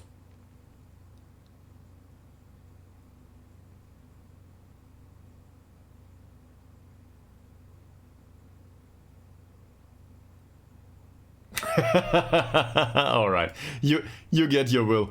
We will put him on attack duty. I guess you can make that argument. Sure. No, now I will argue that he will be offside next time. And then we will be none the wiser. Because his anticipation is 9. Not 20. So, Dirk is motivated. Conte is a bit anxious, so I guess that makes sense. He can come on. Hellberg and Björklund are motivated. Björklund for Ekman is a horrible substitution, but on the other hand, Ekman is very frustrated, so let's get him off the pitch. Maybe Björklund can contribute something. And then we've got Hellberg. Anderson has a really shitty game, so I guess Hellberg will not be that much worse. Let's put him on. Is there anything else we want to do? Yes. I will go with positive at this point. And later on we will go attacking an overload. I know you're not a big fan of this and we might concede another one, but we need to go for goal. So, a bit more is alright. You think so? Alright. Yeah, well, I gotta go through this though.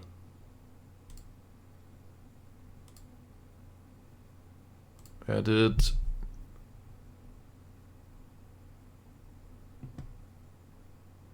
Yeah, true. True, that makes sense. Puge back on support. So so we will have a distribution here that moves inverse to each other. Yes, exactly. Also, Björklund needs to, well, he still needs to mark the specific player. Let's have a look if this is the same. Yeah, that's fine. Okay, so now we're trying to attack this area here, basically behind the Metzala. We're ignoring the defensive side that you were going on about previously. At this point, it's Hellström's job to defend Sondergaard. Oh yeah, true. Okay.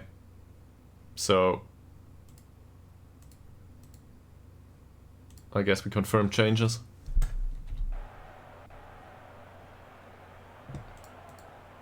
Tillander. Not a good header by Oliver Swan, but what did we imagine?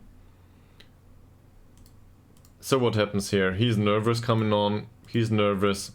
He's anxious. I do not want to ease the pressure too much.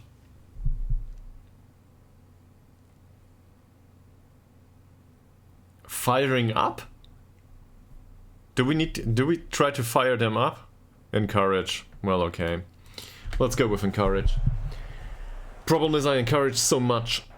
It gets stale, but it works. At least if we play the green game, it works. Puge, Hogdal over.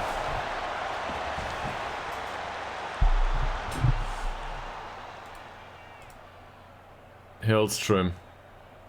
Oh, nice penetrating pass by Hellström. That ends up with Tillander. Nice one. But we're creating. At this point we can say that a draw would be fair. And we are still 59% possession. That's not bad.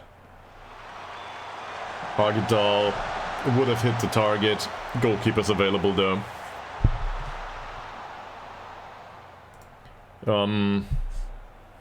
He is. Well, he does play on attack right now. The problem with his attack duty is his anticipation is really bad. So he tries to make up for it with... he's a lefty. So he plays on the right, he's a former striker, but he's got a strong left foot. And that was blocked by our own player. I think it was Swan.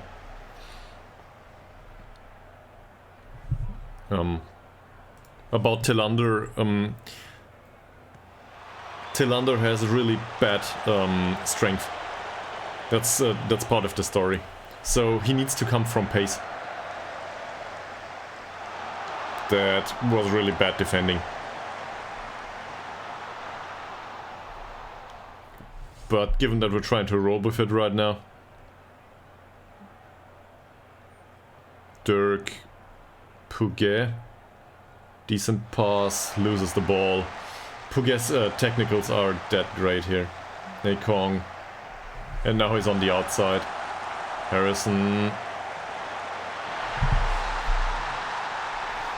There's a chain of errors here that is so long.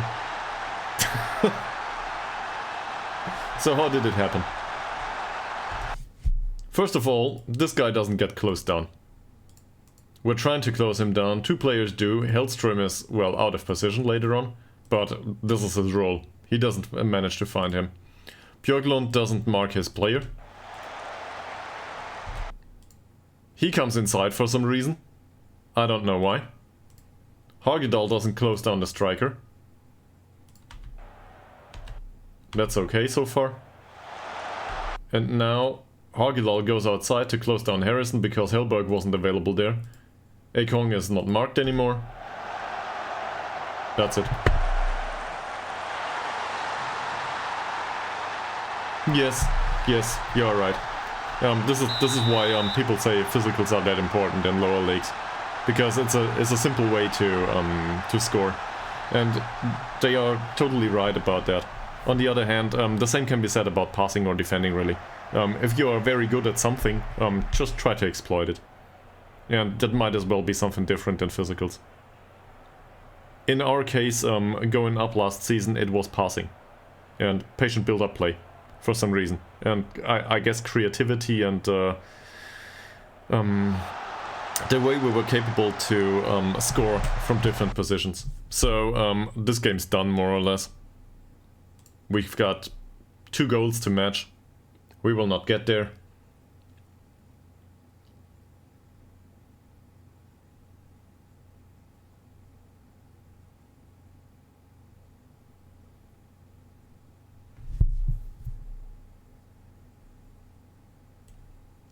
I will switch these. I will pull Puget off, put him on attack duty here. Go with this. He can contribute more on attack anyway, not that it matters much. And I guess Bradford can make an appearance, or Nila Fossell. I don't think we need to pull off Oliver Swan though. I guess Hellström could come off, but he's focused even though he has a bad game overall. So let's keep the last one in case somebody gets injured. And I'm considering going for attack now. Swan, Hogdal over. Yeah, let's go with attacking. Who cares?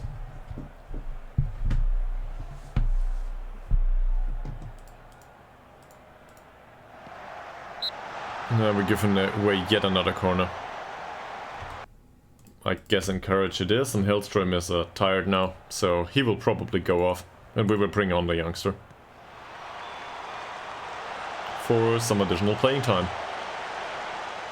I'm also, we kinda can be disappointed with Eriksson. He could have saved at least one of those 2. Alright, let's pull Hellström. I don't want him to get injured. Let's put Bradford on.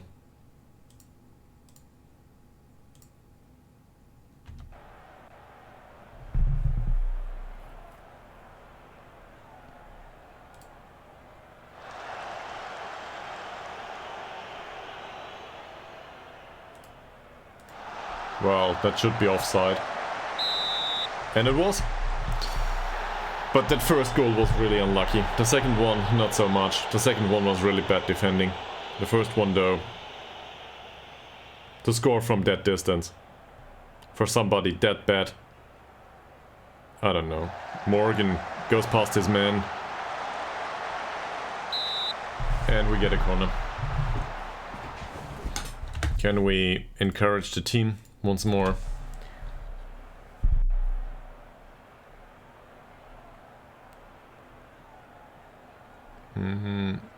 That's a way to put it, yes.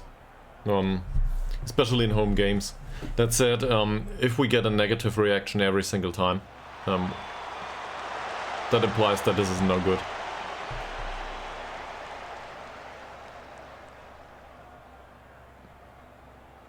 And by the way, we went with more attacking, and the chances created went down. So we are attacking too much now, committing too much into these spaces. And all it gets us is more long balls, so that doesn't work.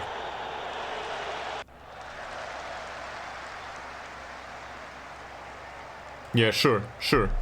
This is about not playing the green game.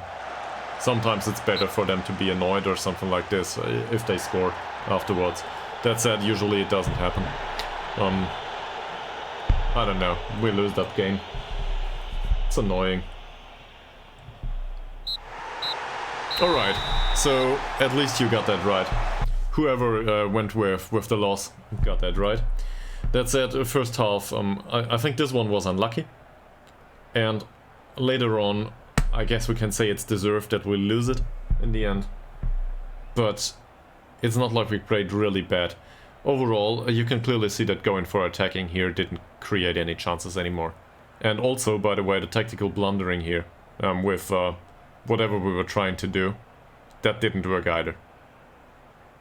What worked is the second half. The start of the second half we created some chances. But that stuff here with putting the players on different duties and so on and shifting them around the pitch, at least here it didn't contribute much. At least we can argue like that. I'm not saying it is like this specifically, but we can argue like that. So maybe it's better to leave them where they are sometimes and not shift them around too much.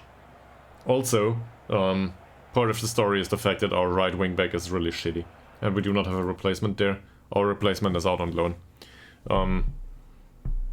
Maybe we should put him back into our squad.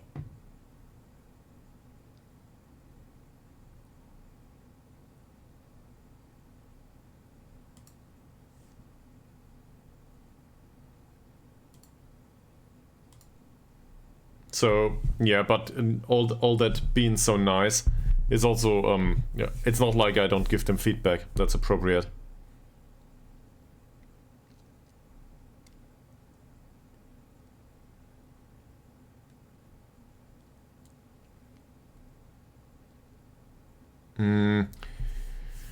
You could argue that we go for a very high line,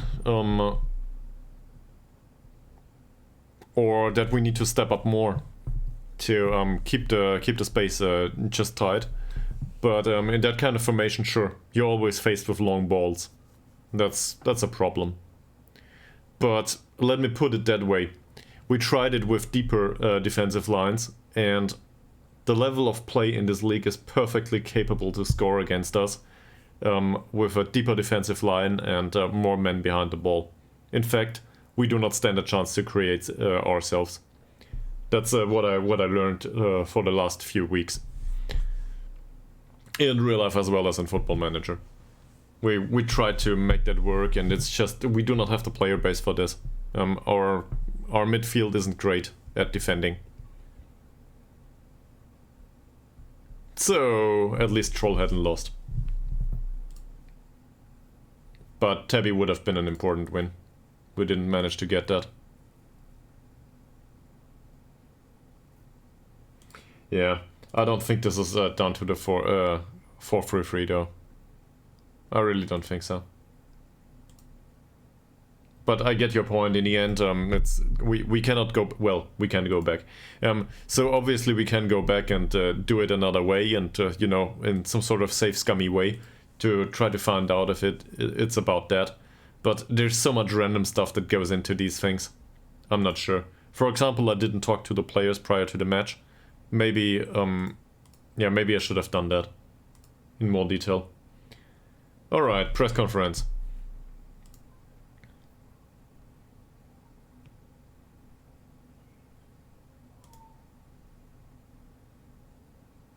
Dressing atmosphere dropped a bit.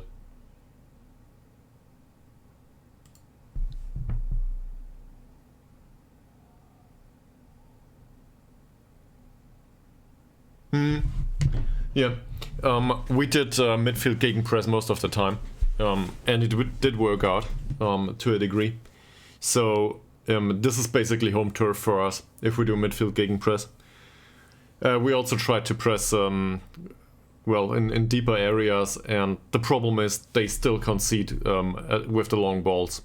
This installment of Football Manager, one thing that's really annoying for me is even if you tell them to sit deeper, the entire game. You tell them to sit deep and to do a deep defensive line and so on, they will still push up right until midfield. In case they are in possession. They do not care. Yeah, I get that. But the own defense doesn't adhere to it, I feel. They just come high up on the pitch, doesn't matter what you instruct them to do. They don't give a fuck. And in the end, you face your long balls either way. So this is how I feel about Football Manager right now. Maybe it has to do with me, or with the player base we have, or maybe it's just about the tactics, right? They push up higher because they want to close down the space there. So maybe that's my fault. But I don't know. It happens every single time. If we go with a defensive formation, we will concede on the counter too. Yeah. I'm not sure how hard we can be though.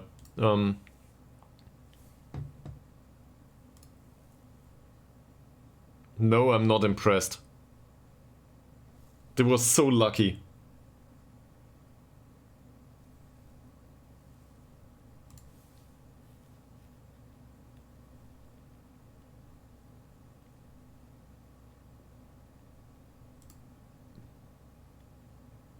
Okay.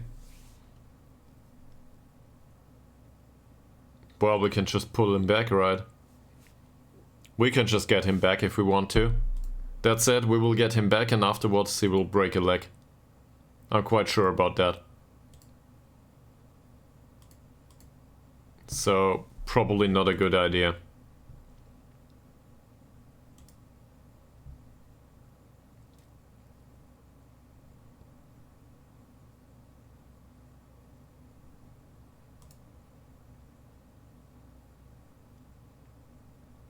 Yeah.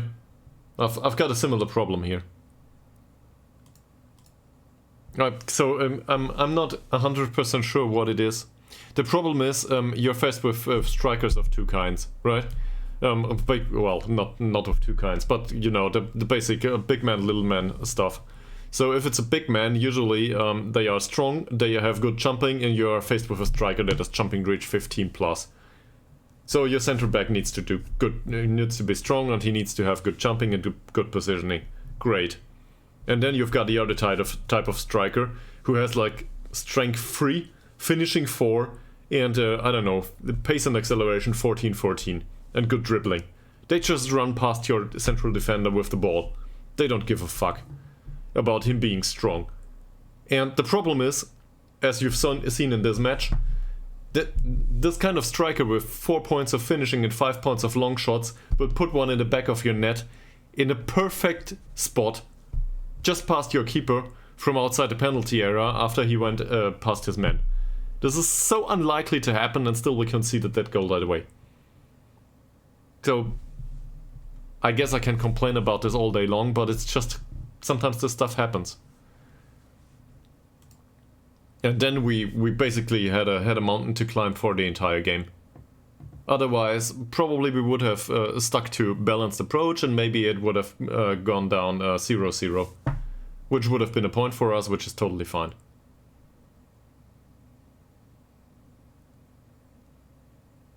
Yeah.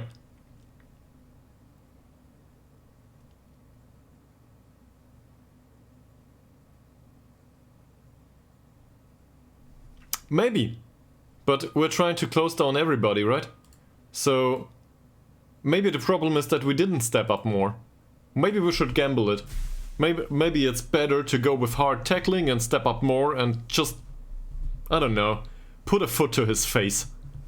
Doesn't matter. The red card is less horrible than conceding that way. In a way, that's true. This is a statement that I can agree upon. So maybe we should. That's by the way, this is a nice one. So I do not like red cards, obviously not in the 5th minute, or whenever it was, or in minute 20. But overall, if you concede like that, we need the cards. We'd rather have the cards and the selection problem. And by the way, we see this throughout the season. We went with hard tackling at some point just for that. But all that hard tackling gave away a lot of fouls too, which is also a problem.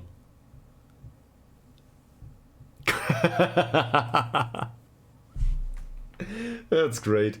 Alright, so this is a Sunday, and I enjoy this very much, but I wanna have a look into the apartment and talk to my better half for a second about food. We need to do, lunch at some point, also dinner, and I wanna see what we do. I will go for a short break, and afterwards we will do another one, hopefully. We might do another 2 or 3 hours of streaming, or I will go for a longer break and come back later. I don't know yet. So, yeah, time to find out. And afterwards we will talk to the players about their recent performances and tell them what we think about them in uncertain manner. So, see you in a sec.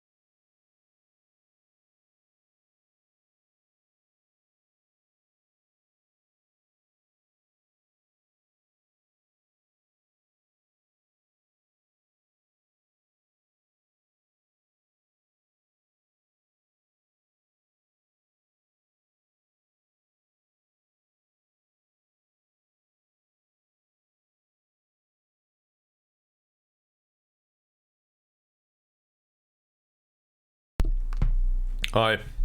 So, I found, I guess, given that most of you speak German at this point, I found Fleischwurst in the fridge, as well as tomatoes. So, I guess that's my lunch.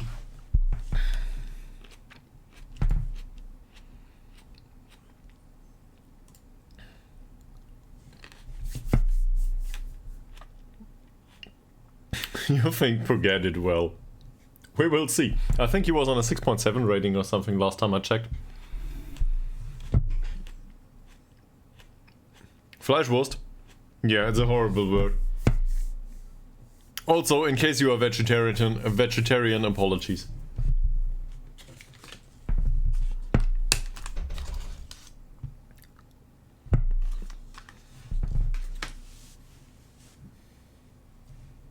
It's just the way it's called though. And it's not half as bad as it sounds, taste-wise. Okay. Well, to be fair, I don't like it either.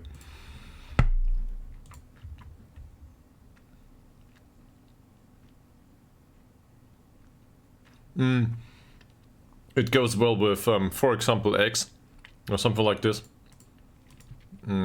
But also with, I don't know, cheese and so on. It sounds horrible to the rest of the world probably, but this is a decent meal. At least to me. And then obviously some vegetables or something like this.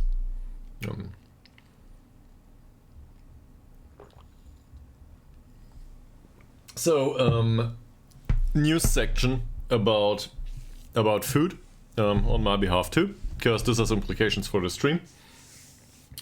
I will be able to stream for another 2 or 3 hours, and I will be really hungry in the end. And probably, you know, with a foggy brain.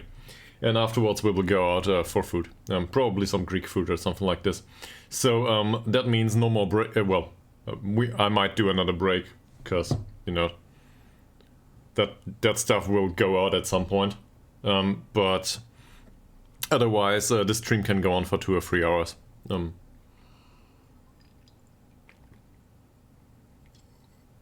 Yeah, I like, they call this souvlaki here. I think that's the way it's called in Greece, I guess. I've never been there, so don't name me down on it. But the potatoes with garlic and, you know, souvlaki from, what's it called? Turkey? Souvlaki from Turkey it is, I think. I love that. And obviously a big fat salad. That's wonderful. I can eat that all day, or I could. But I'm not sure if it's that healthy. Also, I like olives and feta cheese and all that stuff. I'm really a big fan of that. So, I don't want to do these meetings. Go away. Give me the summary to inbox every single time. Fine. So what happened? We conceded an unlucky goal, and afterwards it was bullshit.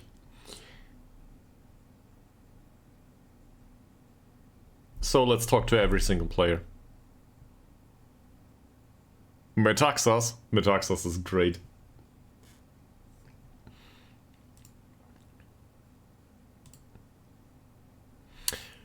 Eriksson didn't have a great game. But look at that passing. 17 out of 17. He's got the best passing in the entire squad. Because he distributes the ball just as instructed. 6.4 though, we will find him.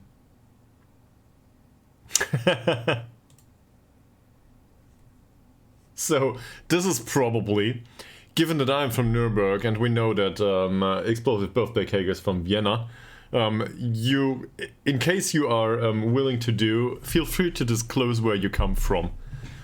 Not in a very specific manner though, if it doesn't feel, you know, comfortable to you. It will be on the internet, you know. Dortmund. Alright. So, this is where I will start to praise Schalke, even though I don't think they are praiseworthy. Just because I wanna be an ass about it.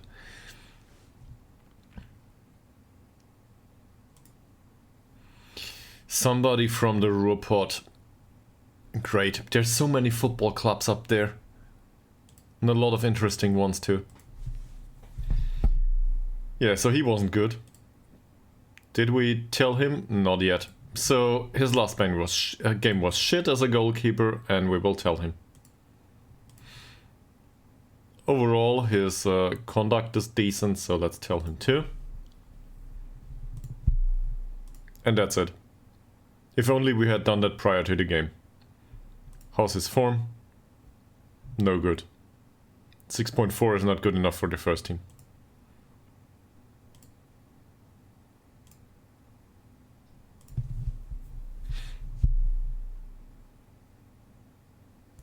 You don't like the club? Well, so I was not born in Nuremberg. I'm from Stuttgart originally. Obviously, there's a lot to dislike about Stuttgart too, these days especially. But yeah, let's not get into that debate.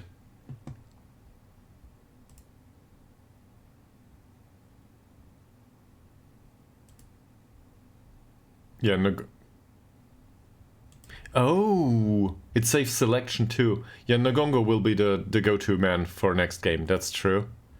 Also, apparently he improved on the mental side a little bit, which I did not expect, but that's great. Let's praise his training.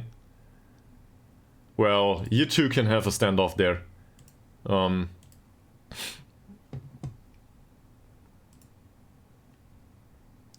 didn't play though. How's his conduct? Not that great.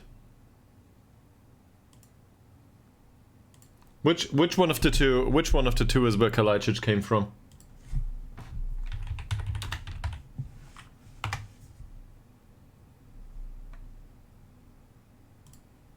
Let me have a look.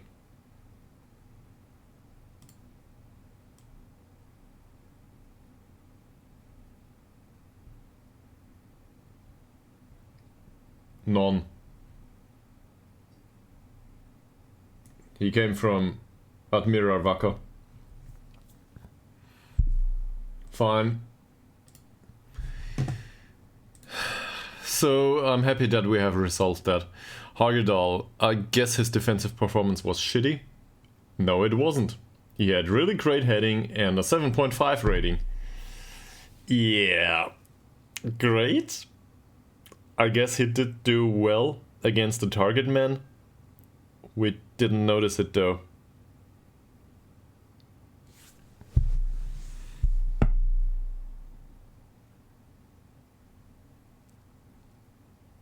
In Nuremberg, there's only one thing that I can contribute to Nuremberg's football club, other than they have really interesting choice of colors given Germany's history. But I think the only thing that I can contribute that I learned moving to Nuremberg is there's a saying here, and in German they say it's lieber Fünfter denn Vierter, which is you know, just a joke on behalf of Kräuter Fürth. So I guess that's all I can contribute right now. I think there's positives for both clubs, Nuremberg as well as Fürth. So that marks me an outsider to the Nuremberg area, more or less. Because obviously you can't like both. This is entirely impossible. It's just like liking Schalke as well as Dortmund. It doesn't happen.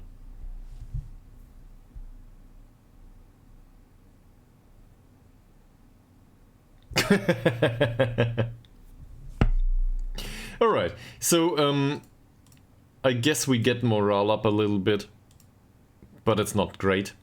And especially his performance was a 6.7. How did he manage to get to 6.7? Is it really just about the keeper?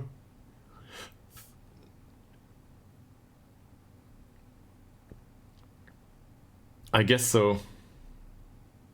I will tell him that his defensive performance wasn't great though.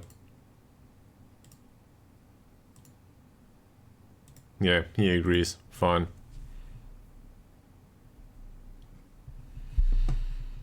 Dylan Comte.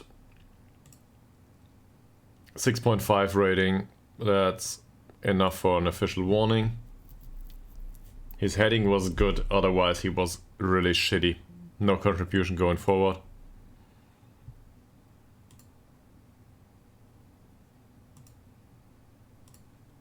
That's acceptable to him. By the way, does he speak a single word Swedish at this point? Yeah, basic. Okay, great. Adam Hellstrom.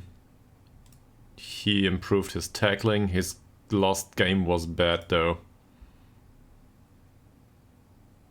Well, I guess that's not that horrible. The passing could improve a little bit. I'm not sure what to warn him about here. Lack of creativity, well, that would be a joke.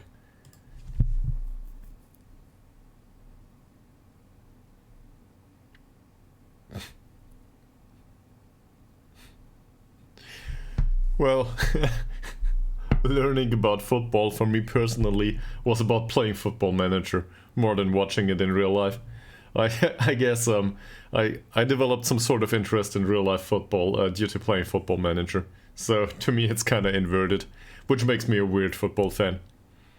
I do not adhere to flags that much.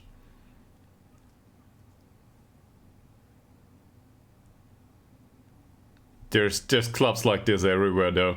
They are big clubs and they manage their finances like Hamburger SV or something. Or Schalke, for that matter. Or Stuttgart, to be perfectly fair. It was much better in recent years, but yeah. Then Sven Mislintat went away and now we'll back throwing money at people that are not worth it. A lot of them actually. Yeah, they had. There's the entire story with being saved by FC Bayern and so on. I don't know what's true about that though. So, well, let's not go there. I don't know what to do with Hellstrom. I guess he was okay for the first time he played there. His heading was okay too. I'm not too concerned. Yeah. Malte Ekman. By the way, I'm no Bayern fan in case you cannot say that right. See that. But you know. Also, they loaned this.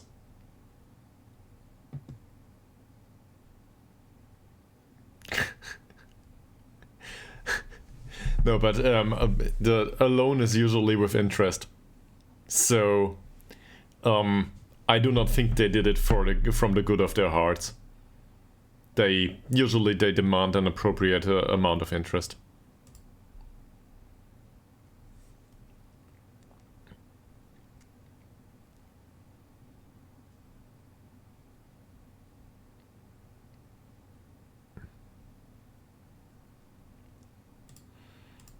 For Malte Ekman, it will be defensive positioning. I don't know what to do with him otherwise. Oh, I think he develops his weaker foot, does he? Yeah, whatever. He'll get through it. So with Malte Ekman though, match performance, I forgot what I was doing, sorry. 6.6. Not a great amount of penetrating passes. That's his job.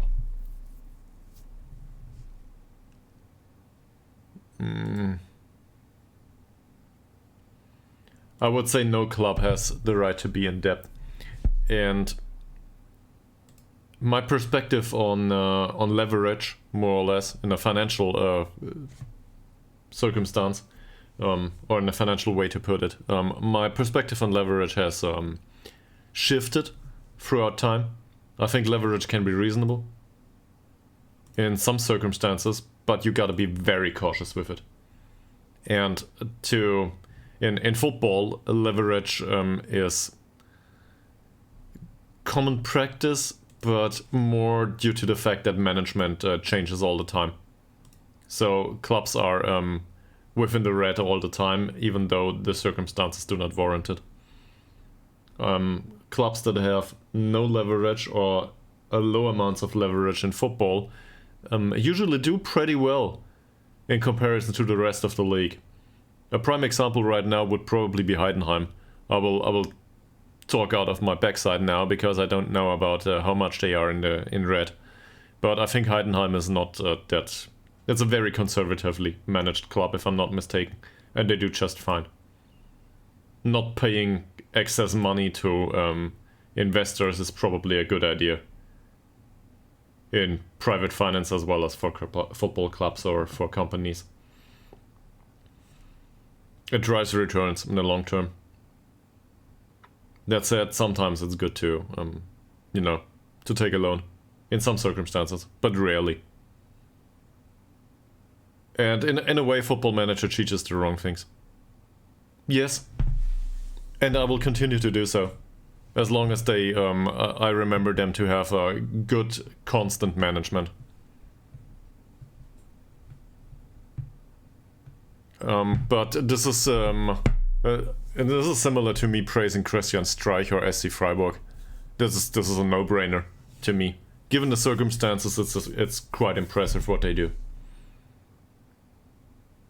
And I'm not sure if I'm aware of a club that...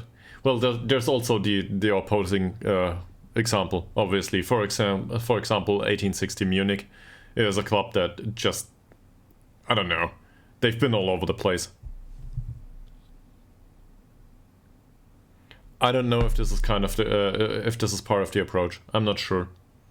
Seriously. But communication is important, so it makes some sense. Right? It definitely is not something...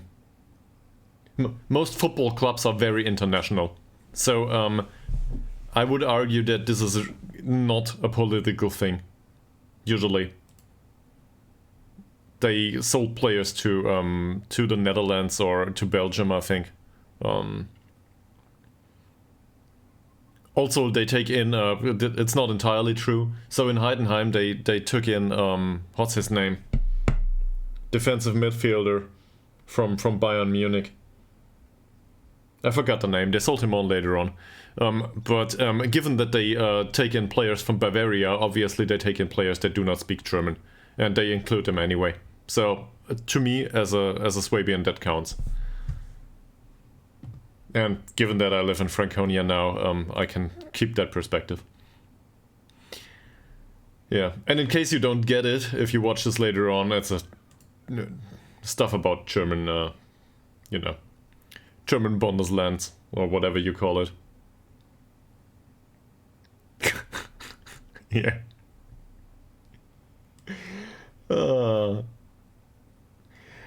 So, Marcus Woldsond, how was his game? 6.1. This is really bad.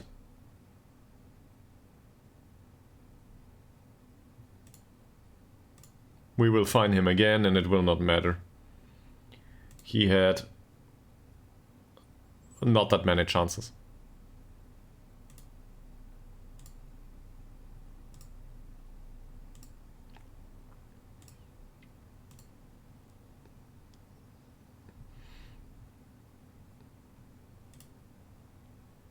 But Oliver Swan is similar. He didn't create that much. Yeah, I think this is part of it. Either I want him to create or I want him to score. He didn't do either. So let's get rid of him. And for next game, maybe Nathan Lowe can have a place in the squad. It's his primary job after all. To do that kind of stuff. That said, he's 32 now. So, yeah. Great outlook for the future. So, this is a question to the new ones, I guess. Do you have any questions?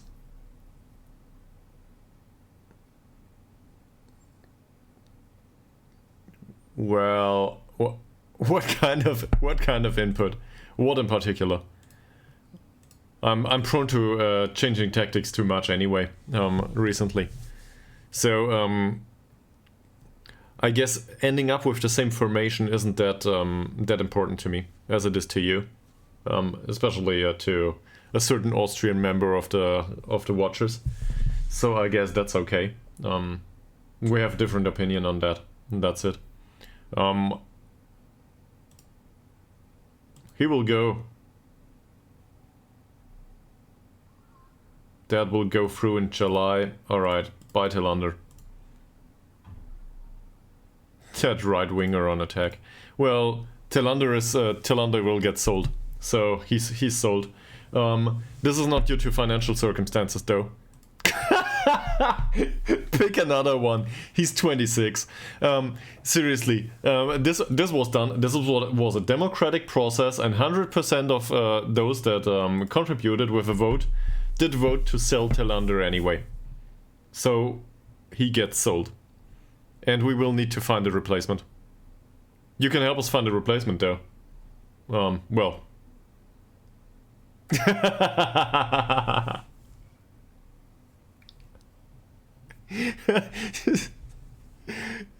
Yes, there's no Twitter.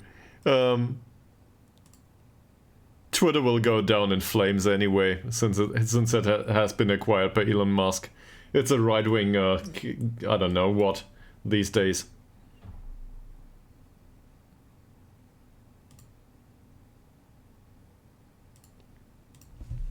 But we need a player there, yeah. I agree with that, that's for sure. He's not great, but not bad either. I don't know, I guess that's okay. I do not think so. I do not think so. He can play inverted winger, he's 20. And he's bad at it.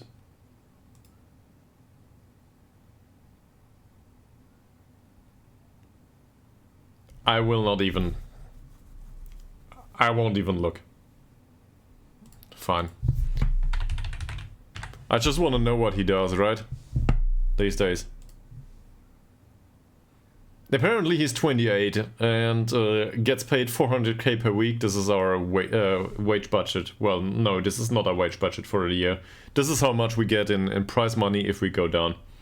So, or more or less, we get 650. But, yeah, we will not do that.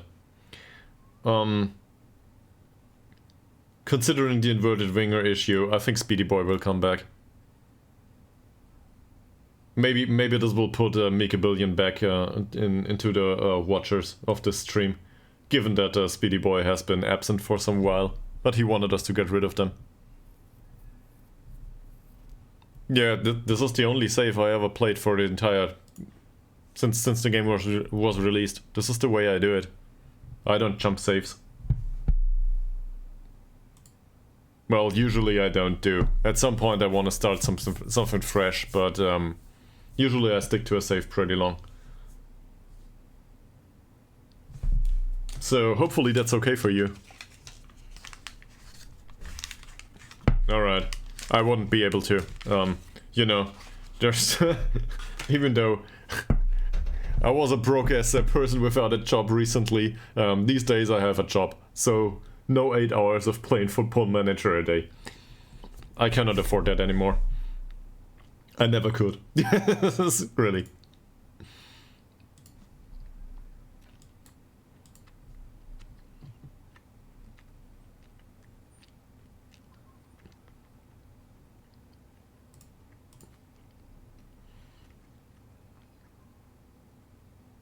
That chat list is unreal, by the way. So, apparently we have 4 active viewers right now. Okay? Just to tell you about this. Apparently we have 4 active viewers. I know 2 of them at least. And the third one is probably me myself, because I have the panel open.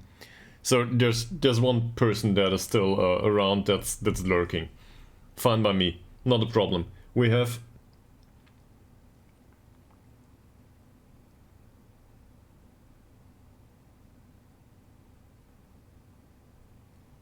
There's 32 people in chat in this stream right now. So that makes it 28 bots or 28 people that have it minimized and muted. If I'm not mistaken. Twitch is absurdly weird.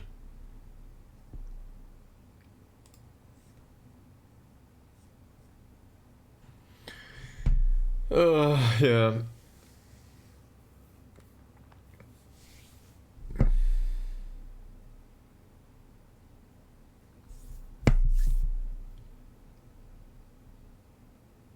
Well, journeyman saves are important. Interesting, and in that sense important, because they can be a lot of fun. I never did one of those, but I'm also really bad at not doing things for the long term. I like to do things for long term.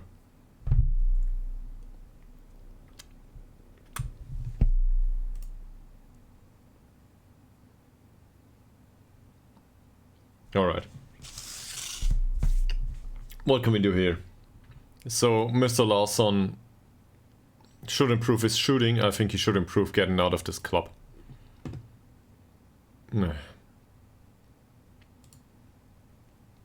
Anyone, please. Albin Velu, cool. What's the problem with him?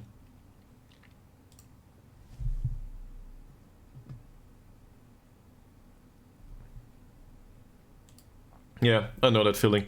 I want to see the players develop for 5 or 10 years within one club. I'm really, I don't know, I guess romantic in that sense.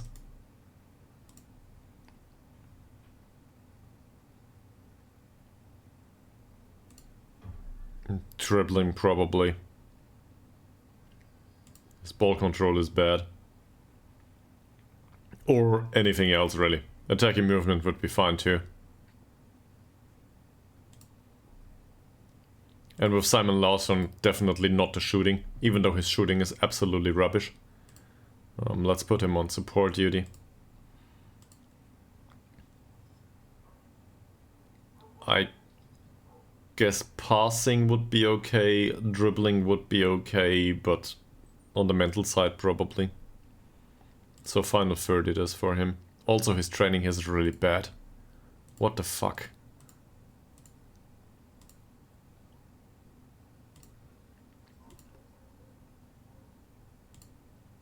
And he did develop a little bit, so let's not warn him about it just yet. Anton Ishak shouldn't train attacking movement. Well, I think he should. He's not good enough at it, and, well, his training hasn't been great lately. So let's tell him. Marcus Woldsund, passing is no longer a weakness. I think it is a weakness. Considering that he didn't create that many chances, he can do passing training all he wants. And ball control training doesn't do much else. So, whatever. Antoine Dirk will definitely not gets forward whenever possible. Whilst this might be okay for his role as a wingback on support duty, it's not okay in case we want to play him as a central defender. That said, did he play last game? Yeah, he did. That said, the fact that he plays, and the fact that he has a decent personality, apparently has at least a minor impact on his development. That's not bad, given the circumstances. His first touch is bad though, so I guess we need to improve his first touch, which he's on already. So ball control is his focus right now. If we can get this up to 7 or something, we are okay with him. And then afterwards, well, some of these attributes will change by themselves. His training's decent. Great. But the trait I do not agree with. I don't think that's viable for him. Also, his tackling is really bad. It needs to improve for defender. Nathan Lowe should take deep indirect free kicks. I gotta look into this. The set pieces are all over the place right now. So I guess we will do set pieces in case I want to annoy you.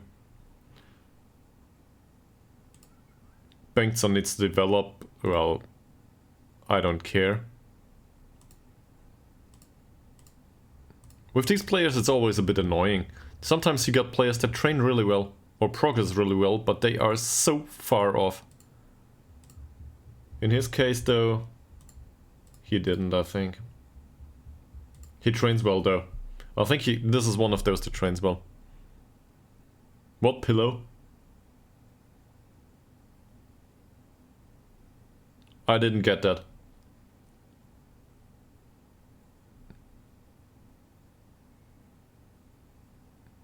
Yeah, you'll do it. Just get in, and if it goes well, you're happy, and if it doesn't go well, oh, Yeah, okay. So you will fall asleep. Yeah, I get that. Either you fall asleep or the other way, you can try to smother away with it. But given that this is a non-violent environment and we are trying to be very family friendly, which I might have fucked up for several times right now, probably falling asleep is the way to go. I don't know what I'm talking about. Simon Lawson. Wait, talked about him previously. Cool. So they need to develop match experience. That's fantastic, but they will not get it here. They will be sold. Ostrom. They want me to put him into another mentoring unit. Not that it matters.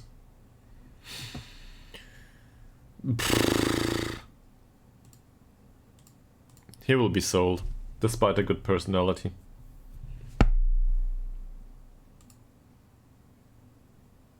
Lukic has a weak well, he will not train as a Regista anymore, if I can help it.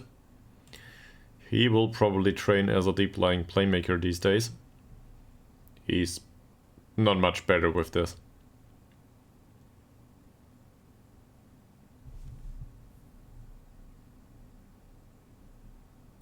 Well, penalties are more or less random.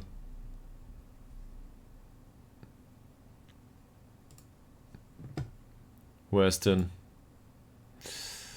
trains as a box-to-box. He could be well, I guess we can try to make a ball-winning midfielder out of him. That's a bit better suited for him. He needs to learn to play in defensive midfield though. That said, he's got great personality and that's it. I do not think he will go there. He will not make it. I will not do set pieces for 4 hours though, if I can help it. Also Greek food, so definitely not doing 4 hours. And if I do, this means that somebody else in this apartment is not that hungry.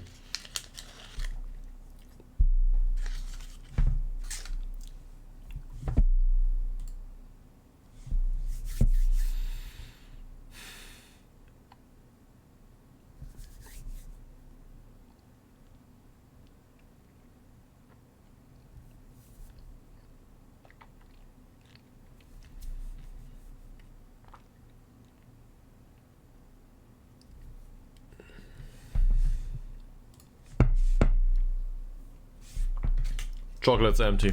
Oh no.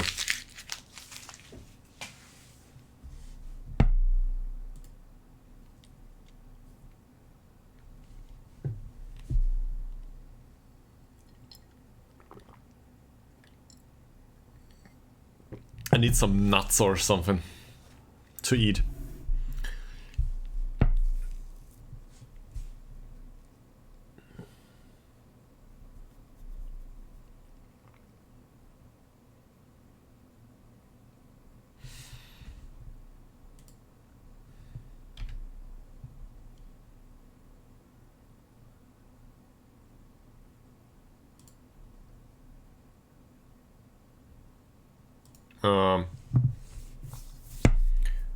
Usually for me this is walnuts. Man, I'm not talking about these nuts. I'm talking about, you know, the ones you eat. And I never said this was a family-friendly stream. I said we are trying to be a family-friendly stream. Usually we fail. So, this is it.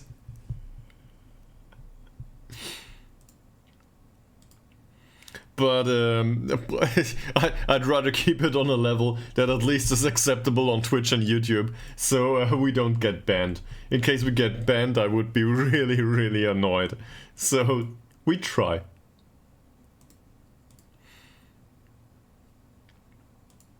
Cool, don't care. Melander, transfer list him. Sure I did.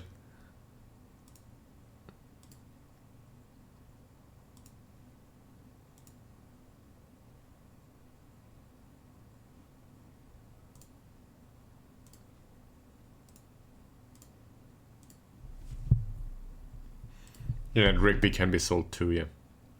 I don't think anyone wants him though. Haraldsson's trial comes to an end. So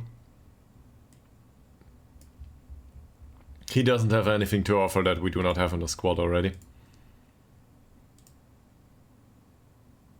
Same with this guy. His passing is decent and that's it. But otherwise, this is not great. I do not like this.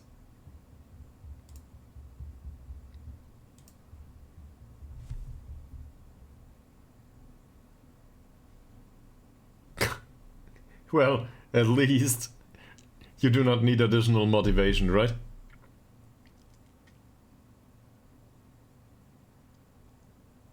I'm gonna go on record now, we will also sell Anderson. We will not sell Anderson, given that he is on a long-term contract. We will not be able to, nobody will take him. But can we... So for this game, obviously not. But for the next games, I think, at this point we can...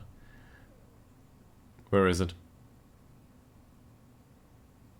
There should be a loan center somewhere here. Here it is. This is what I'm looking for. So Kasper Berntsson had decent performances down there, but we can use him back here. And we sold him because he didn't want to agree to a new contract. Or sold him is the wrong way to put it. We should give him a new contract at this point. I could do a poll and assess if we want to forgive him or not, but seriously, if we can get a player of this caliber to sign on a long-term contract, we should probably do it. Well, Berntsson, he didn't agree to a new contract at the start of the season, and so he trains part-time right now. This is horrible. He wanted to be star player and not with us. He considered himself too good for us. So that's why we loaned him out. Because he trains part-time and we want to make some money on him. We might as well have played him, sure. But the problem is, if he considers himself a star player, he will not get down from his high horse. Or off his high horse, I think it is. So we loaned him out to get him off his high horse, in hopes that he will agree on for a new contract. That is also on the low side. Otherwise, well... yeah. Gladly. He still thinks he should be star player. So I'm gonna go there, just to have a look, right? Fine, regular start it is. And then he wants to get an offer from our side. Apparently this is a bit too much, but look at it. This declined a lot. He's on 375 now, which we cannot afford, so yeah, fuck this. But anyway, nobody's willing to offer money for him either.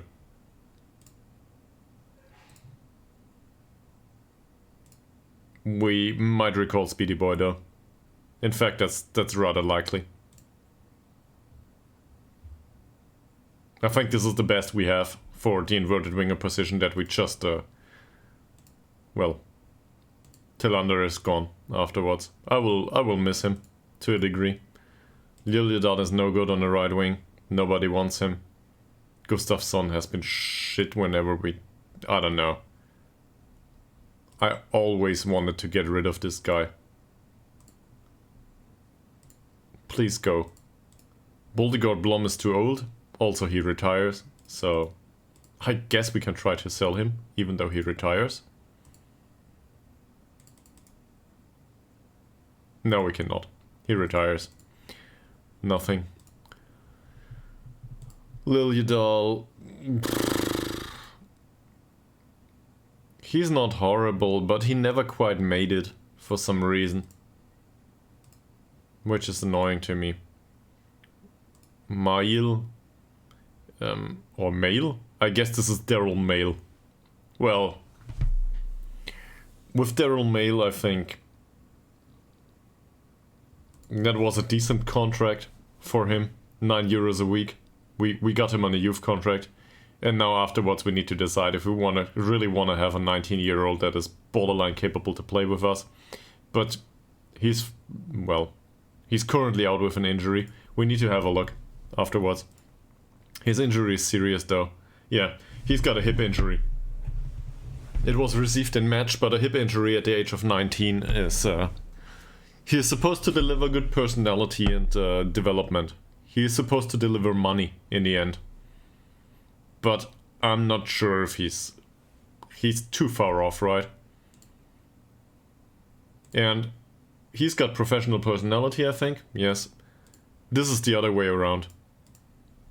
Savinsky has acceptable attributes to be an option for the future, to a degree. Especially the passing and the vision and so on. So for my playmaker type, this is somewhat viable, also box-to-box midfielder or something like this. But the personality's shit. That's it. It's not that bad though, I think. Yeah, what about it? He works hard. That's it. Don't worry, he will come back. I think we already noticed that he has decent professionalism and decent loyalty. So the lack of ambition is a problem, yes, but otherwise he's okay. With you, it's either God level or it's absurdly get rid of him, right? This is probably in between, though.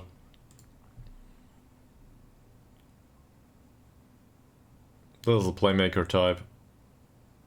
Yeah. So we have a replacement there for playmaker types.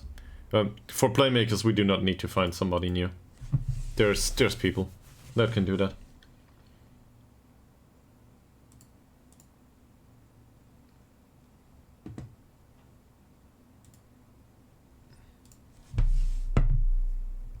So, next match against Sundsvall.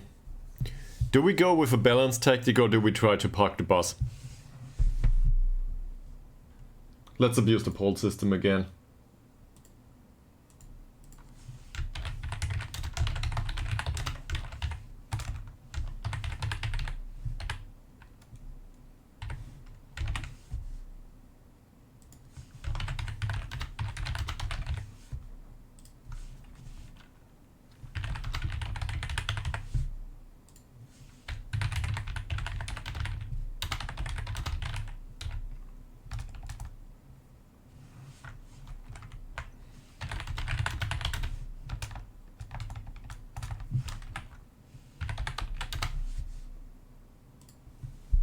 There we go. There's the current poll. Oh, they offer money for Ytterhogdals. Great. When? In June. That's not too bad. Now we will negotiate a minor fee for him. I don't know, something like a 25% contribution and maybe get a symbolic fee of €250 for him immediately. Something like this. Apparently this is not acceptable. They will take him for free and that's it.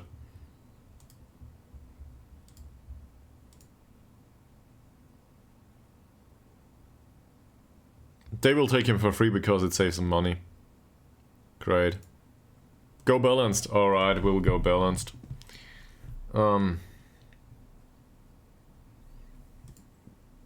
They will take him for free.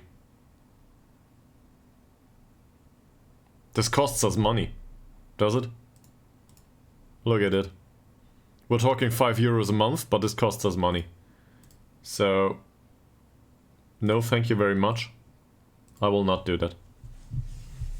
They should at least compensate us for the deal that's already in place. And they don't do that. So we will reject that and they can sign him later on or whatever. I don't care. But I will not sell him earlier.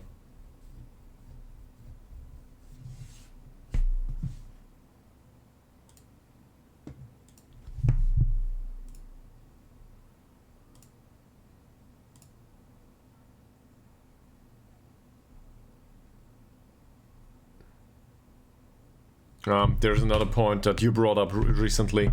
I want to look... Well, obviously not through penalties. But don't worry. You will go down too. And then you will see the penalties again.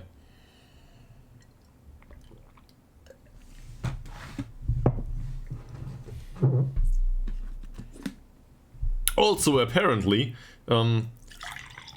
Twitch Auto Mod moderates some of the words, but holy shit is not one of them. For some reason.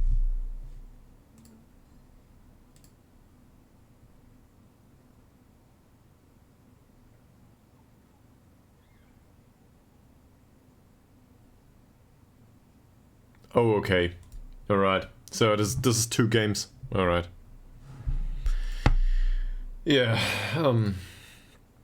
hopefully you get through with it.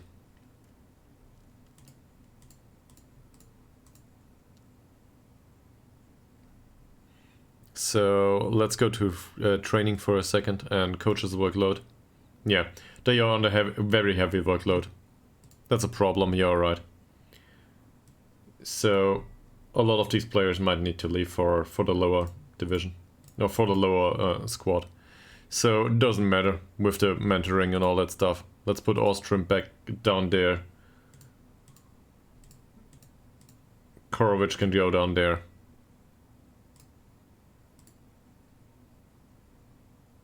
Nilsson most definitely can go down to the U19 even though he's too old. Melander we will keep. Goodwin we will keep. Bengtsson can go to the U19. One of them will be annoyed, you'll see. Högberg is a perfectionist. That said, he's 22 though.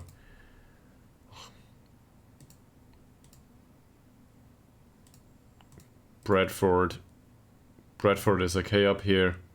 Berggren and Rigby not so much. Berggren to the U19. And Rigby to the U19, most definitely. And then we will sell them from there. And all of these, he will sign. He's a trialist, he can go to the U19. Turin will sign later on, and he's a trialist that can go to the U19. The other ones are players that are coming in as signings. And Paul Coleman, he can go to the U19 too.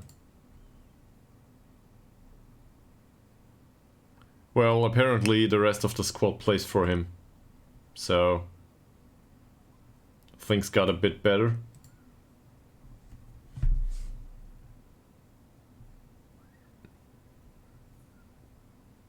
Maybe we can get the training workload from very heavy to heavy at least.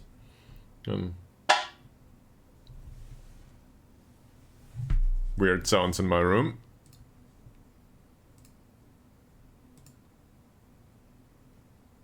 That doesn't matter much.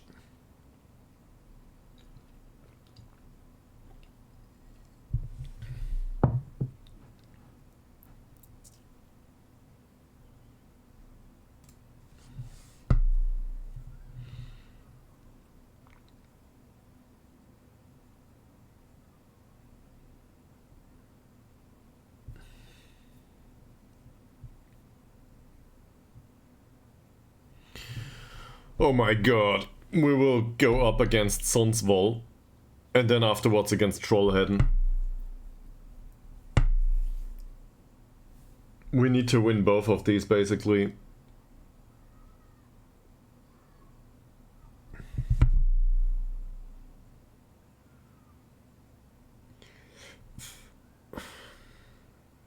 If only Puget had decent anticipation and pace.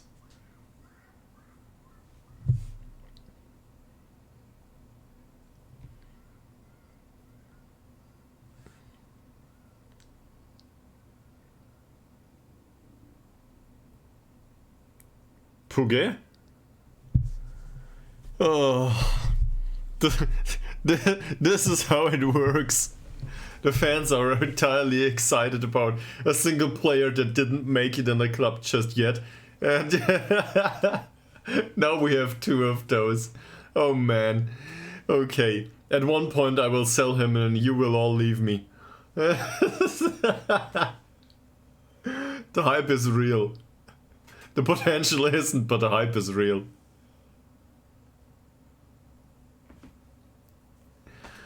Ah.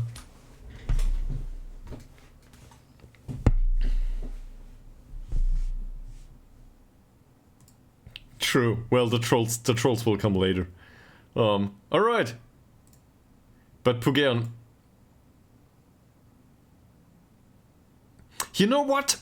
Let's do it the other way around. Okay?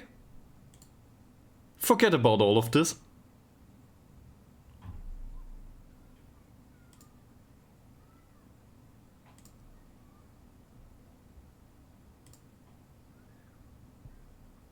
We will put Tilander on attack, yes. And Ngongo on support duty. And Kont on attack duty. To overlap here. So Puke can have some support and make up on his undoubtedly great potential.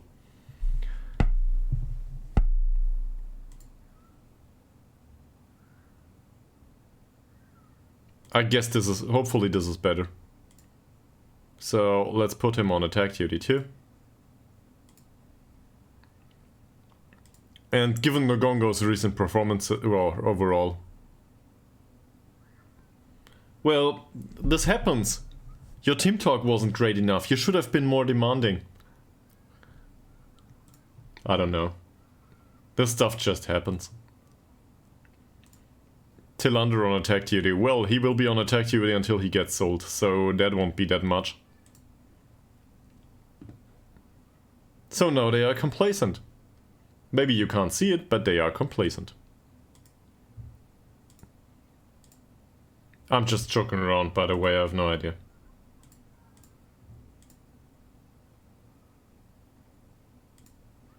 Yeah, don't worry. They will... Oh, for fuck's sake. They will decline. Apparently the good training... Well, there is good training. Despite the very heavy load on the coaches. So, just imagine that we get rid of some of the players. Which we will. And some additional players will come in though. Alright. Toughened up in what respect? I did? I don't know. I'm a really soft viewsy, usually.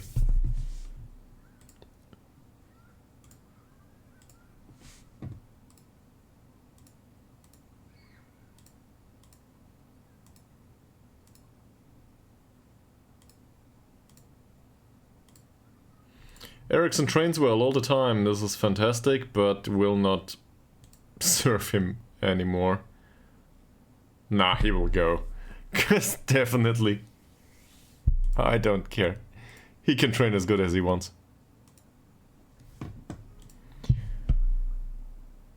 Likely talking points, Trollheaden, yeah. They play Gefle.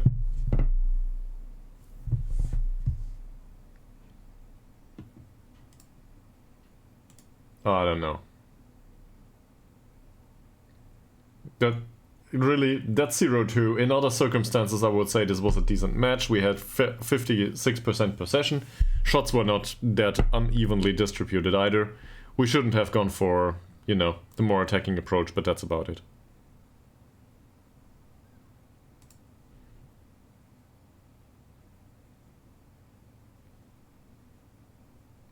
I guess...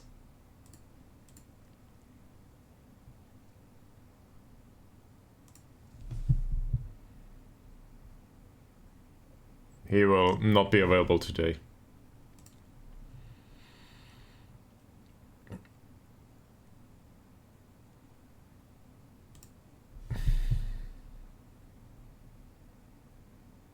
And Theo Eriksson, he did have impressive training performances. Yeah, 7.7, so sure. I don't know, maybe Puget doesn't play. Dylan Morgan had wonderful training performances, so maybe Puget doesn't play at all.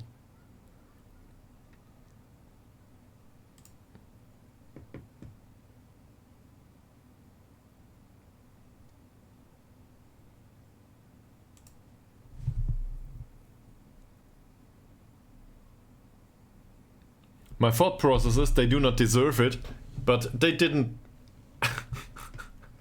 Well, so nothing changes, right?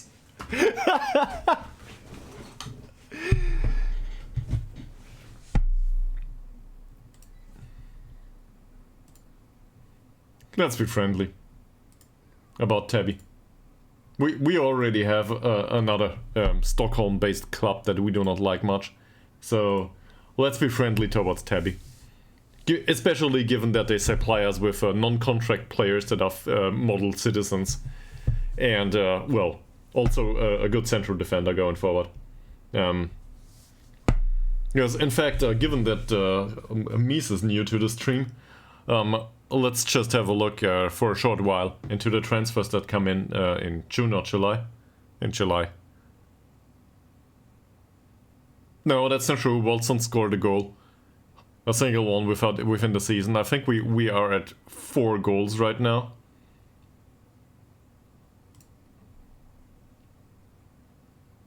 How many goals did we score? Where is it?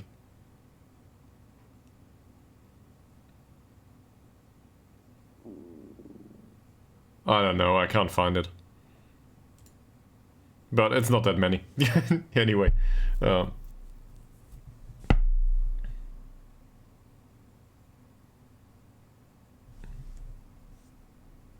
Yeah. Yeah, true. So with the transfers, we will have a few people coming in, right? Some of these are youth options. Who the hell are you? Oh! Yeah, forget about all of this. We have somebody that comes in as a replacement. He's not great, but doesn't matter. We will play a youth player, so whatever. Telanda can play however he wants, though. 27, so this is 1 month out. Alright. And then, do they join 1 month out, though? Is this how it works? Yeah, most of them do anyway. Bolton doesn't, but the rest of them all at the 20th of July. So that's good. He's a defensive winger. No idea why we brought him in. I have no idea.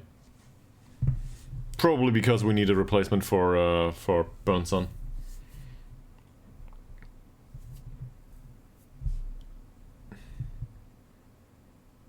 But there's a really good central defender in here, and a rather decent striker, I might argue. So maybe we stand a chance later on. 1 month to go, and then hopefully we can get additional points.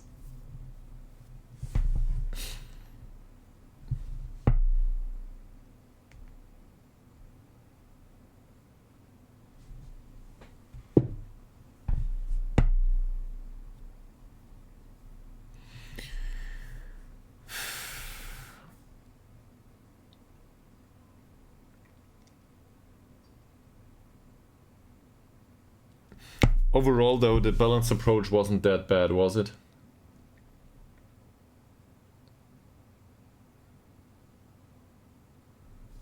Yeah, that happens.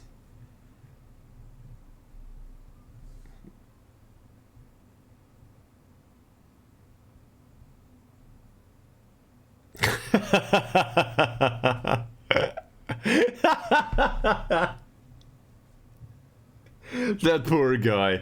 In real life. Don't hate on him so much. He's just doing the best he can. But I guess once you have that kind of... Once you are known for these kinds of things, it's probably not that easy to be a referee. On the other hand, it's not that easy to be referee in general.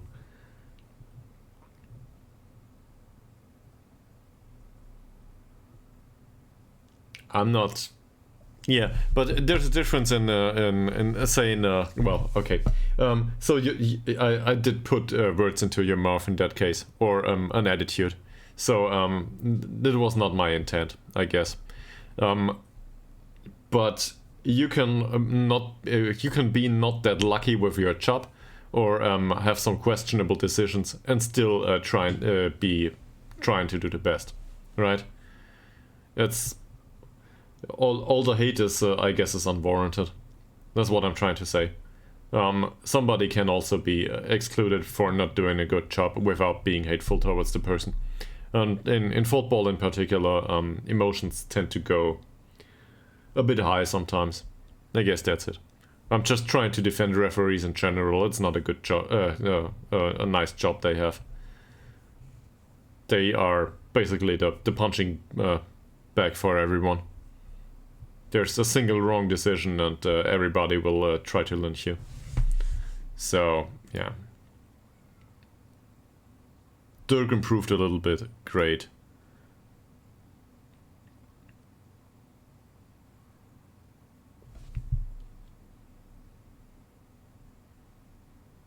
Yeah. Yeah. Yeah, probably. But we do not have an inside look on, you know, what happens on the inside of the football association.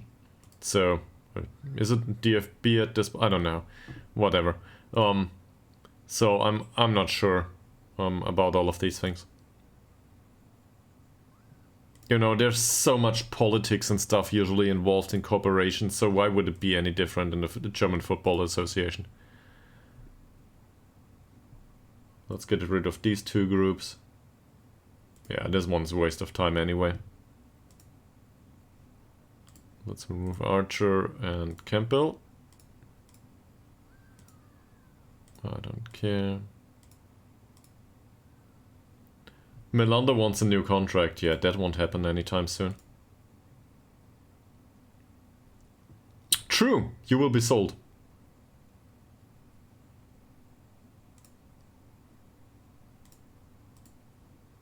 No money available. Apparently that's a cheat code. We have no money. Doesn't matter, we're broke.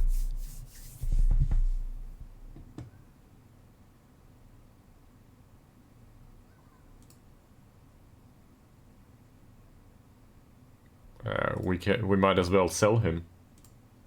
Get out.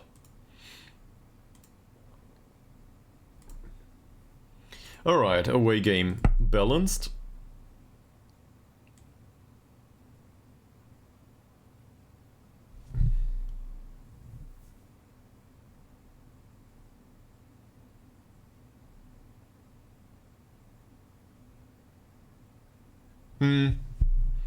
I get that. Yeah. That's certainly a perspective that I can understand. Seriously. I can. So, yeah.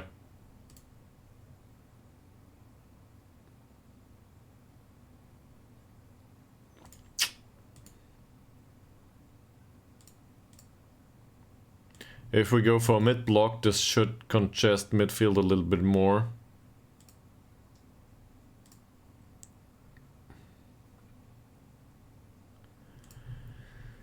Yeah, always a great formation to face.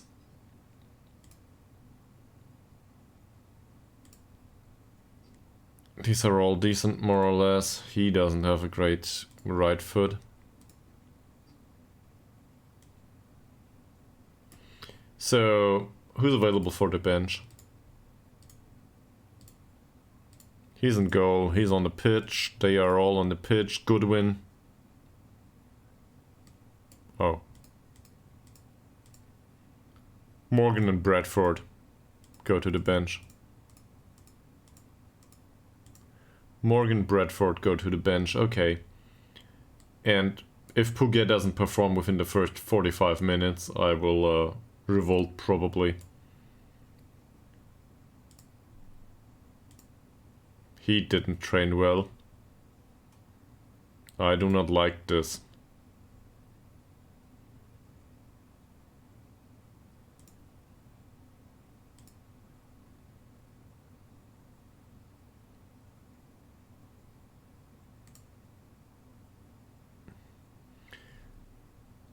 Puget had...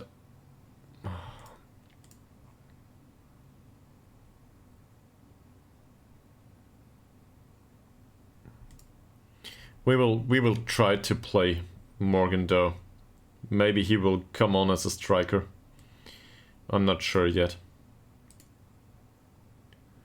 Who was the other one? Bradford it was, right? Bradford trained really well, if I'm not mistaken. Yeah, he did. So that's good. How have results been recently? Not great. But it's too early for a team talk, I think. Sederberg can sit on the bench. I do not want Anderson on the bench if I can help it. Volin, maybe. But this is more a case for Dirk, I think. Conte on a 6.25 rating. Get off the pitch.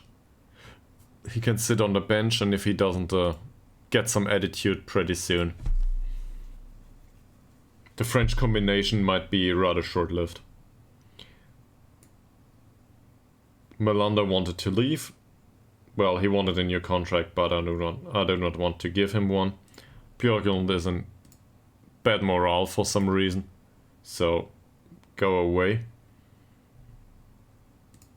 I guess Forsell will go to the bench just because it's a flexible option.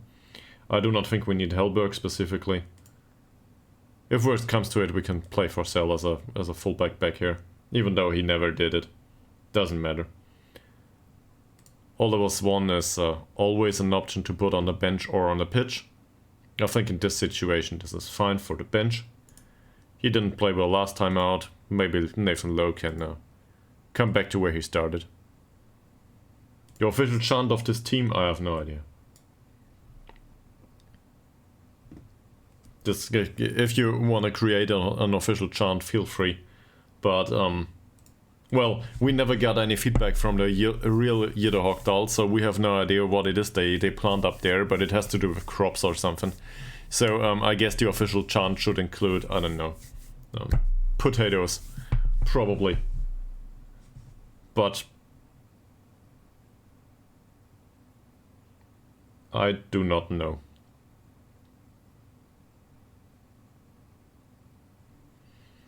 Probably we need another option for midfield. Defensive midfield. We do not need an additional striker on the bench, so I guess Volin makes it. Something like this. Alright, let's look through them. Neither of them is in great morale.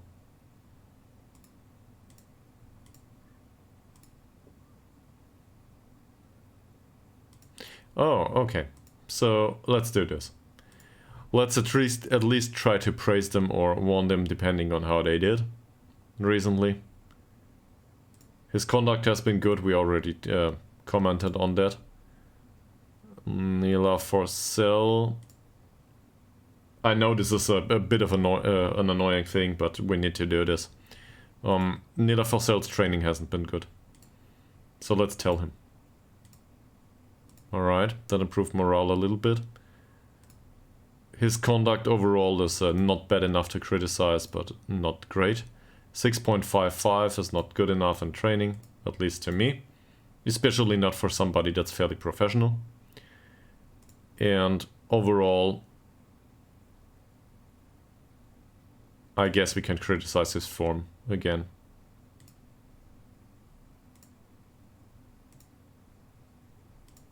Alright, that helped a little bit. Peter Goodwin, 7.05 is not a good training rating for me, it's just decent. His form hasn't been great. I think we might have warned him previously though. So let's see where this goes. Yeah, this went well. His training rating, I don't know, his development wasn't good, I guess we can go there. Yeah, he can accept that, fine. Gustafsson is out on loan. Hargedal, 6.85. Given that he's 26 right now, I guess that's okay-ish. 7.5 rating last time out was good. We already commented on that. No use in praising his training. His progress as a central defender is rather limited, so I'm gonna warn him about the lack of development. Okay, I guess he can accept that. Form.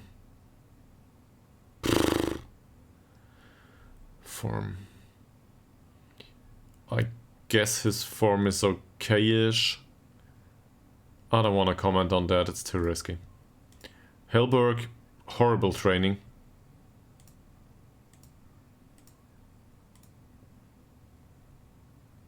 For whatever reason. Seriously, I have no idea. The last game, at least fine him 1 day's wages, doesn't matter much. Yeah, 6.3 is alright for a fine. At least for me. So, do you have any suggestions on the official font, chant? Given that you asked for it.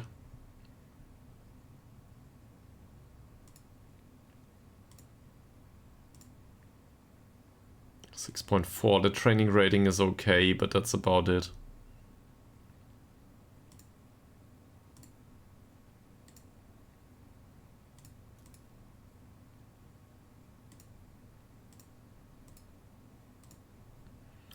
Let's criticize him immediately. He will be back in full training later on. He's horrible training-wise. Come on. Okay. There's just conduct left. Lilydal will be sold. Well, he will be released. Whatever. Lundqvist is not with the club yet. Nathan Lowe. We really need him to be in good shape. And he just isn't. So I guess the real Ytterhogdal have some chance, but they will probably be in Swedish, and they will most likely not include potatoes, because they are not a joke but a real football club.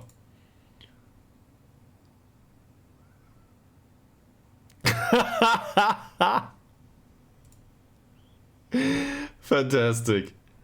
This is maybe we contribute to showing them off in a good light in the end, because we went up 2 times. So, yeah. Probably we are contributing to a good image, despite all the bad jokes. Or maybe this is just me, and I want it to be that way.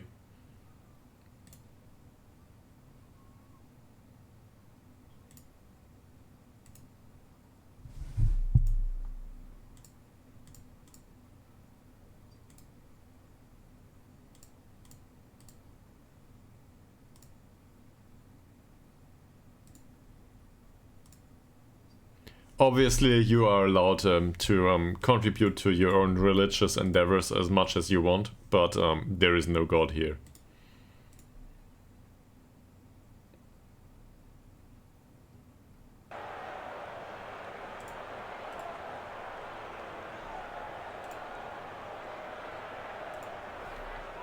We gotta stop losing here. Nobody cares. This is an away game. If I tell them, if I try to increase the pressure now, they will probably be absolutely devastated.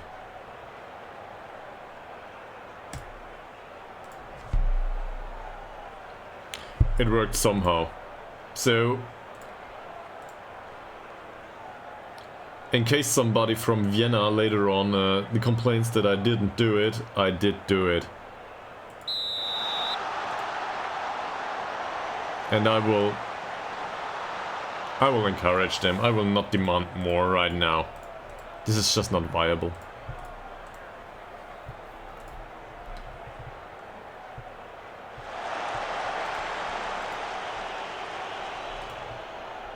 Midfield press seems to work so far. 2 minutes into the game. Vidal, Backstrom. Vidal, and we will face a cross from deep, will we? No. Blomqvist. Anderson. Blurquist. What's this? Seriously? Well, it was offside. But that looked really close.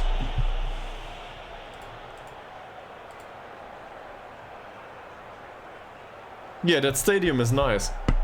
Well, in case you were talking the same stadium. But you found more,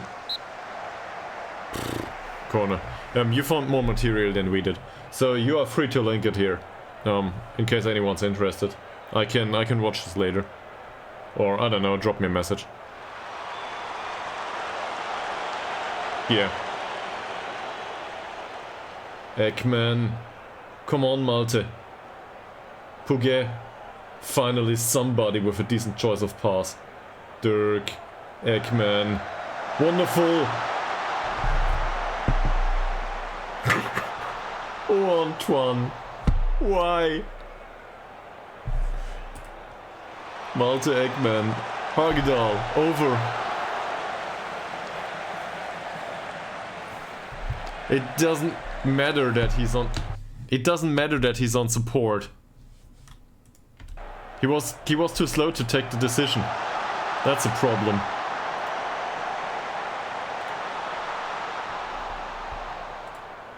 At least I think this is how it works. It's not like being on attack tells him to shoot more.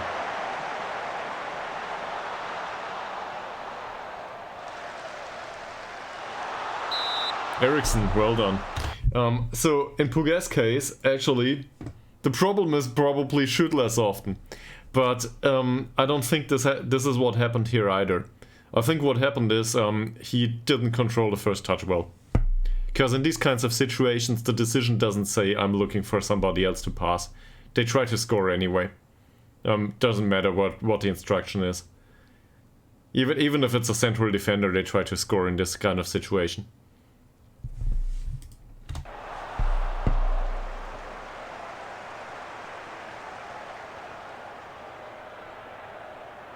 And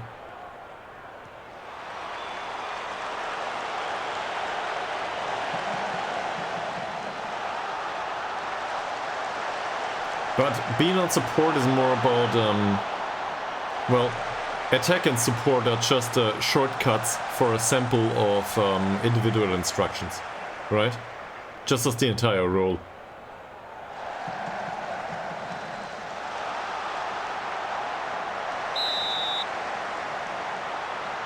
Well, there are hidden instructions to it. Okay.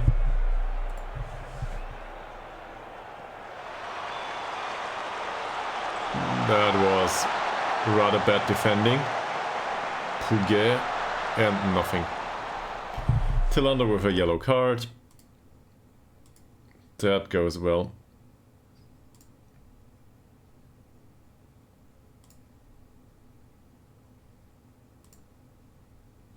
So let him shoot more often.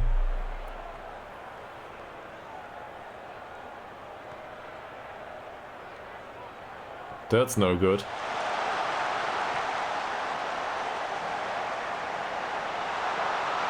Well done by Eriksson.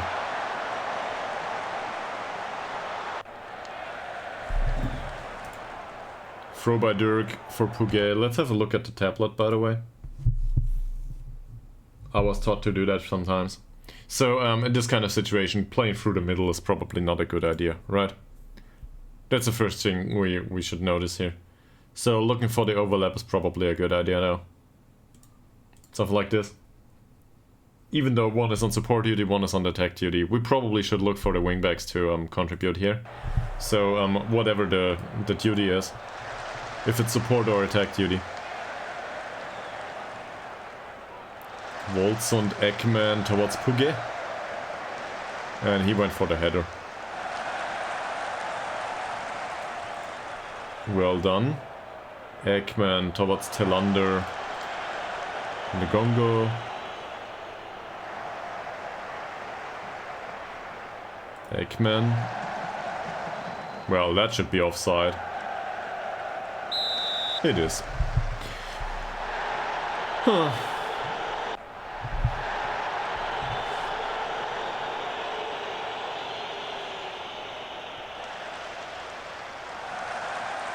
Just over by Smilovic. It is. Sadly, I couldn't use the pictures because due to copyright restrictions, I never got an answer by the real Ytterhogdal. So I can't use the picture. For example, the one that they use on their Facebook page. So the picture for the thumbnails on YouTube these days is one of a Norwegian stadium. This is probably the biggest insult I could have chosen, but this is copyright free. so I can use that. And again, well done by Eriksson. I think we concede possession too much. We are in 31% possession. This is not good.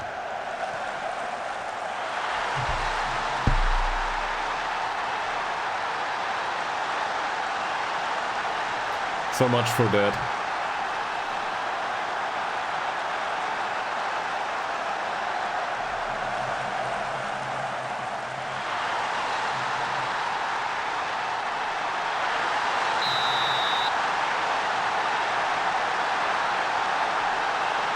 Well, I guess at this level you get these.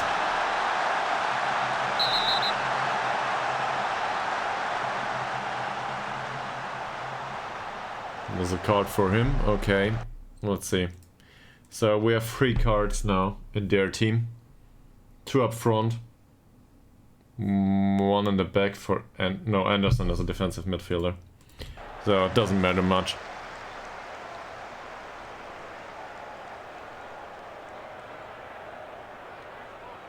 Nathan Lowe's free kick. Ytterhogdals just wide. I will demand more. And now they will feel the pressure, I guess. Yeah. Look at it. They are frustrated, pressured, and so on. That's a bit much. Puget, Hellström. Is this guy's name Pace? Kostrom. Nagongo doesn't ease off tackles yet.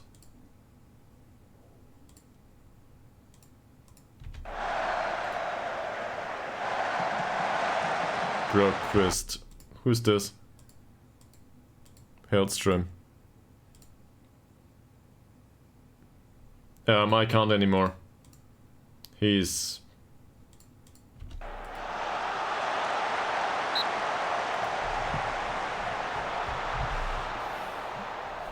Once we get it back, I can do that. I can, I might as well do individual shouts, by the way.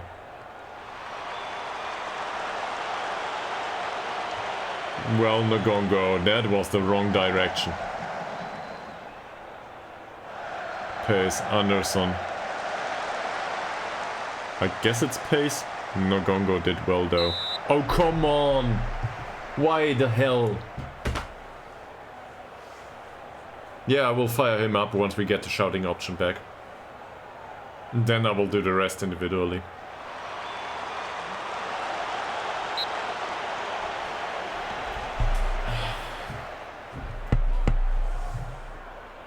.33 into the game, we do not really control the game. 32% possession is no good. Dirk. Oh, why? There's just no confidence there. Blomqvist. They push up so much though.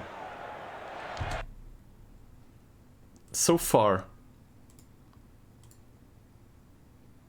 Forget about working the ball into the box. We will pass into space and run for it.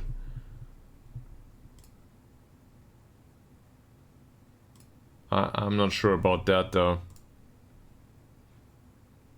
And we will try to counter.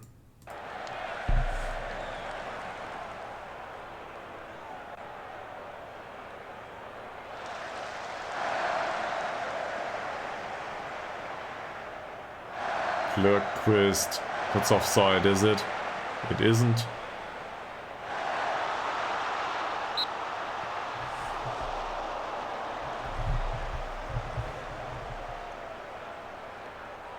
We cannot encourage the team yet, or Puget with the firing up.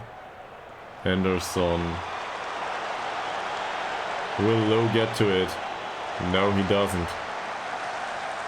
Oh no. He twists his ankle. Okay. Fine, apparently Oliver Swan will make an appearance.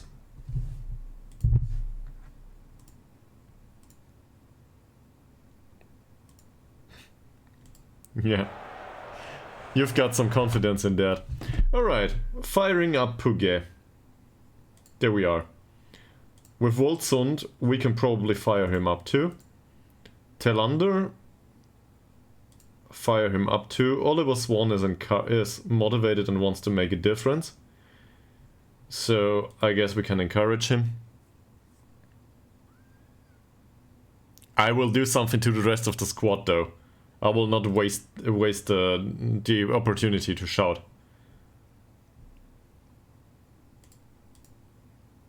Seriously. This doesn't make sense.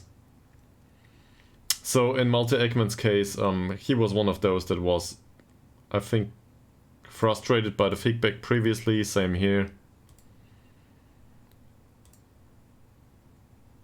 Most of these need encouragement.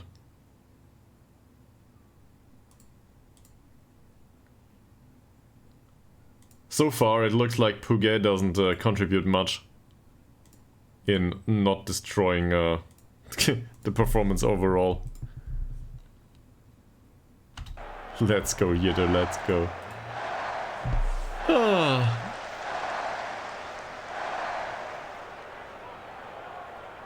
Cottage. There's also something else.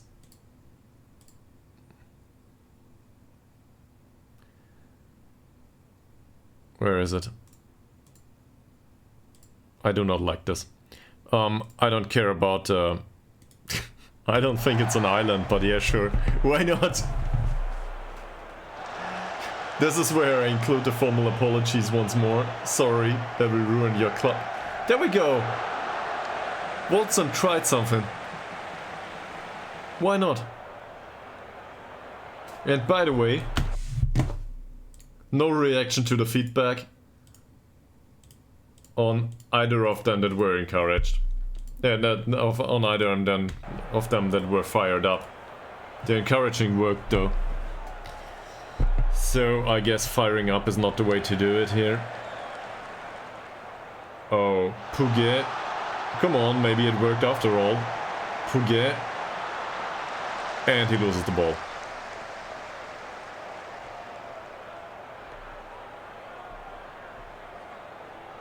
Yeah, it's my fault. True. What happens? Alright. This is fine. And Nogongo immediately with the long pass.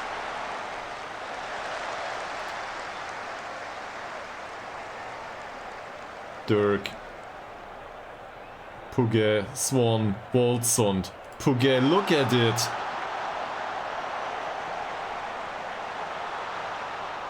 Hellström over. This looks borderline like a decent football. They go for short distribution? Okay.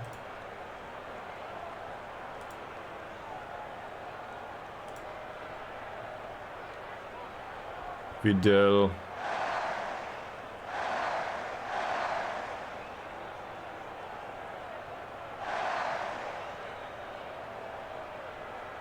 Dirk. Finally somebody that gets the ball and then across like this. Well, that should have been offside. And it is.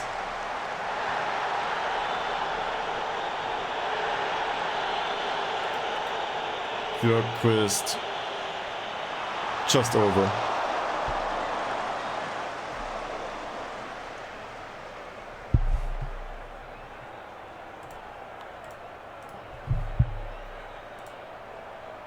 Well, first of all, we will go to the dressing room and tell them that this was not good enough.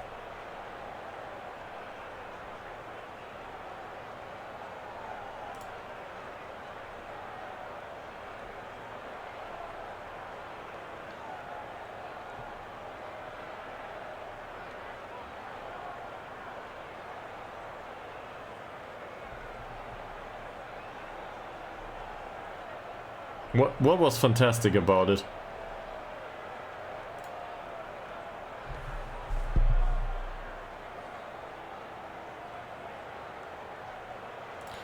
This is not good. This is not good. The efforts were not. I don't think so. Look at this. This is all rubbish. I will not praise them for 6.4 ratings. Definitely not.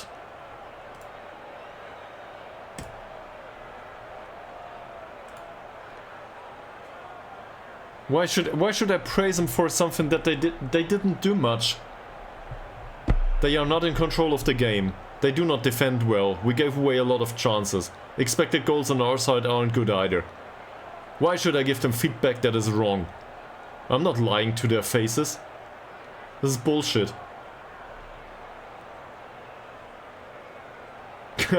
I do. Most of the time. But this just doesn't make much sense. Well, the truth is they didn't play well. With the exception of Eriksson, maybe. He did okay-ish, but not great.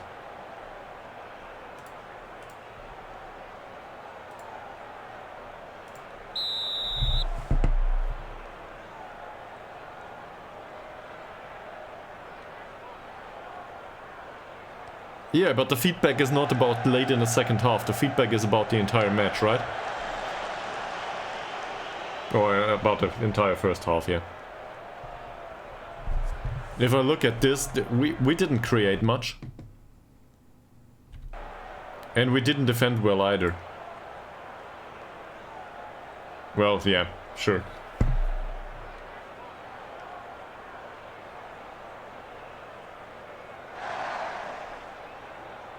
Blomqvist. Anderson. Kanto. I think we need to stop closing down these two. The players get out of position by closing down these two. We need to do it another way. We can use the striker, so Wolfson to man mark Anderson. Why? That doesn't make any sense.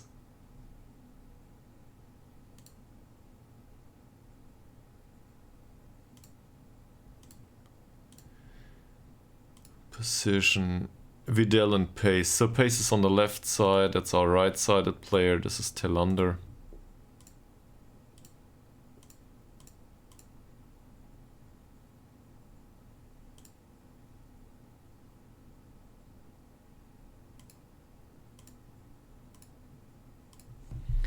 Alright. So we've got this, Tillander. So we get some feedback here, right? Puga is very motivated. That's okay. So he can have an additional 10 or 15 minutes. That 2-meter striker is no longer with the club. And he doesn't want to come back. Exactly. That makes more sense. Because he's very, very motivated, so encouraging him or firing him up makes some sense. Right? This is due to the feedback in halftime. This has nothing to do with substitutions. We didn't make substitutions in halftime. The substitution was in first half. These here, down and pressurized, so we need to ease the pressure on him. We need to ease the pressure on him too. They influence each other, yeah, but first of all here, so Wolfson has no confidence. So we need to increase his confidence, right? We can fire up Puget. Maybe that works. I don't know, we will see. Remember, Puget's character is a bit questionable. He has no confidence, so we might as well encourage him. He's motivated and wants to make a difference. So why? The rest of the team is also important. This doesn't make any sense.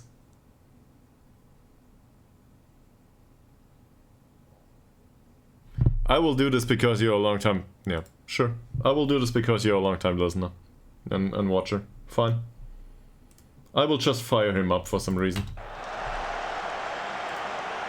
Well, the menu's blocked now.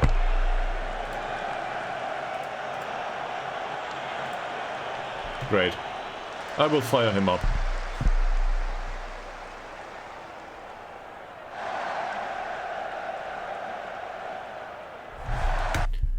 Seriously, man. Doesn't work.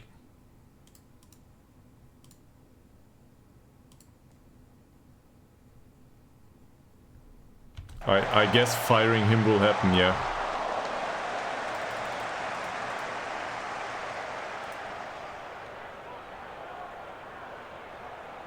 Also, there were no substitutions. I never made any substitutions. And the menu's broken now.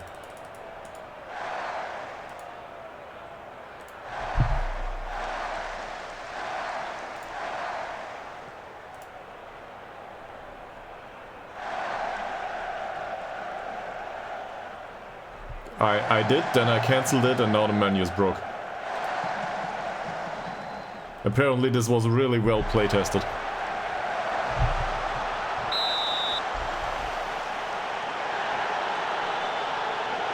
It doesn't even go away.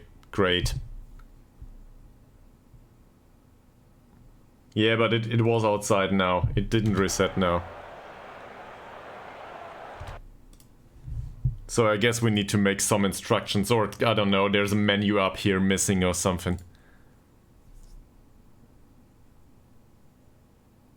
Alright. What did I do? The tactical instructions I included were to mark specific players, not that one, the central defender, the defensive midfielder. Because I wanted them to ease off the central defenders, it doesn't make much sense. They run too much towards the opponent's defense, and they give away too much space there. So I want these two men mark the wingbacks as well as the defensive midfielder. That makes sense to me. If you look at it here, sure they can be up here in a defensive situation, but there's no support in midfield here. They are too far on the pitch, I think. Too high on the pitch. Fine, there's our break. Hopefully this menu goes away now. And now I will fire up Puget for some reason. And do nothing else. Just as instructed. But I do not think that this is a viable choice, because the rest of the team doesn't get any feedback and they need it. And it will not tickle down just because he has a positive reaction.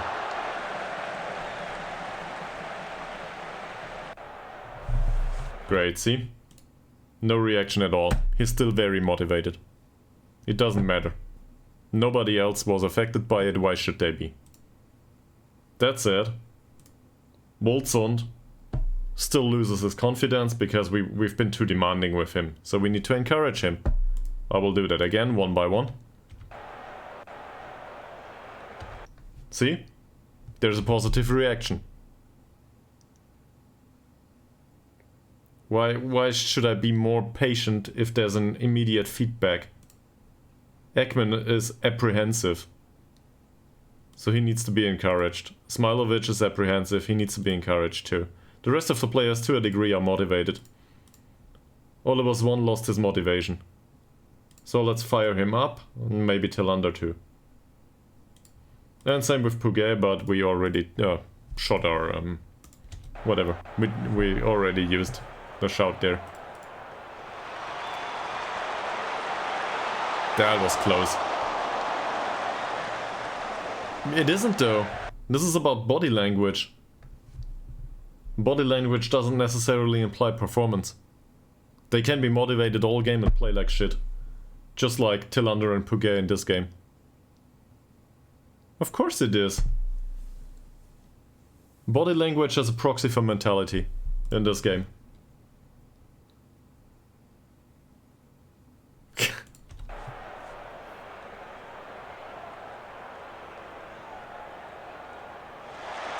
I'll try.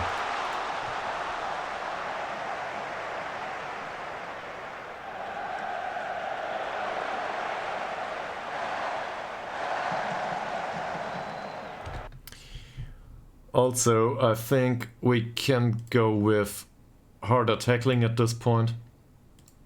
So I do not want to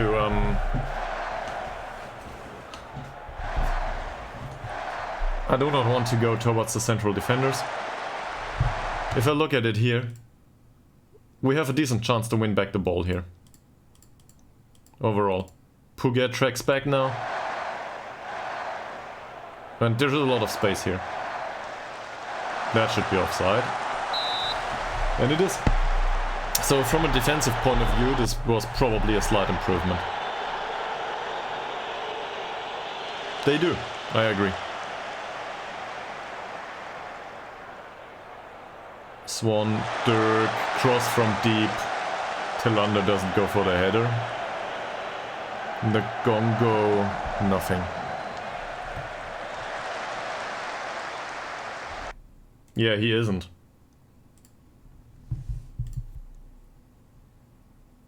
Also, he's exhausted. So, whatever. Let's get rid of him. And I will put Morgan on support duty.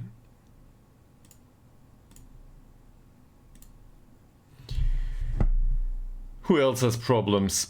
Smilovic has problems, so we might as well put Friend.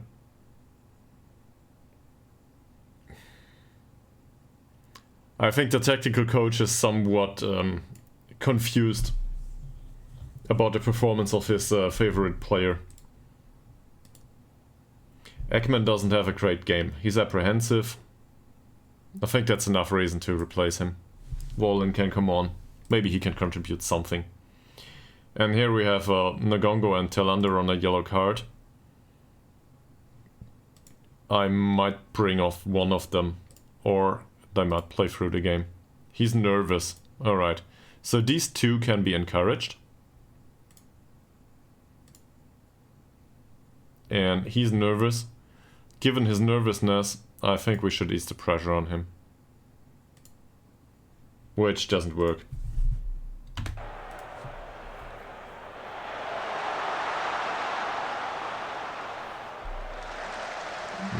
Nice cross by Nagongo, but really there was nobody to take it. Oh, that would have been a chance.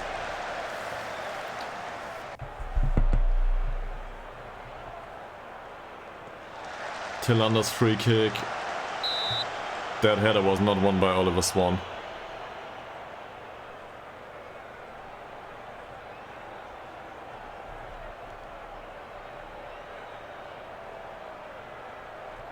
Morgan.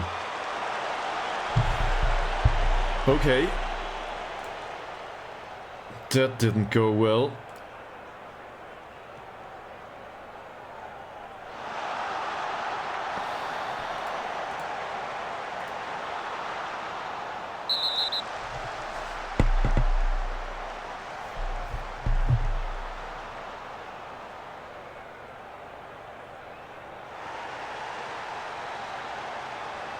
Yeah, we're gonna lose this game. Apparently we will. Who's available?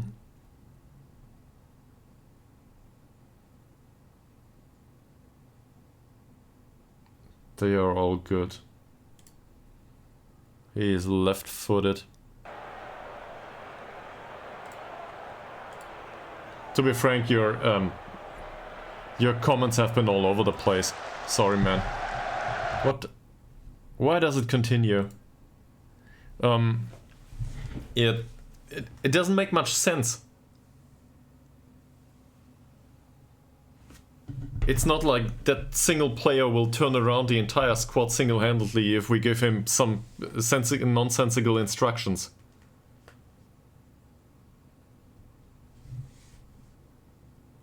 Okay.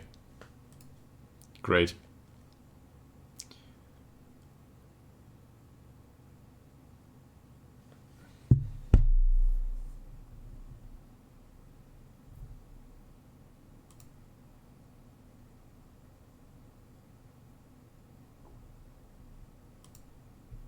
Yeah, I get that, but to me, to a degree, I want to do the right thing, at least to tilt the odds in our favor. and not do something that might be related to a player because it's fun.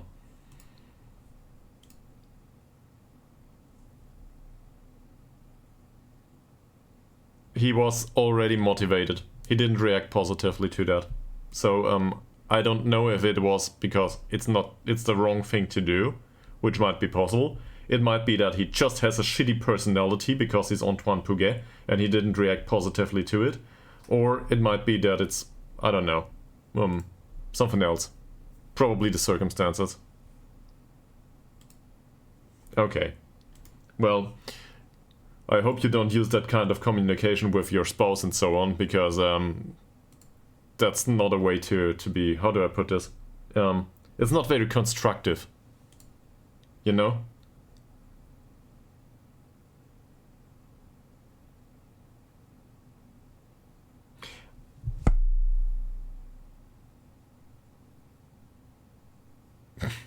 Okay.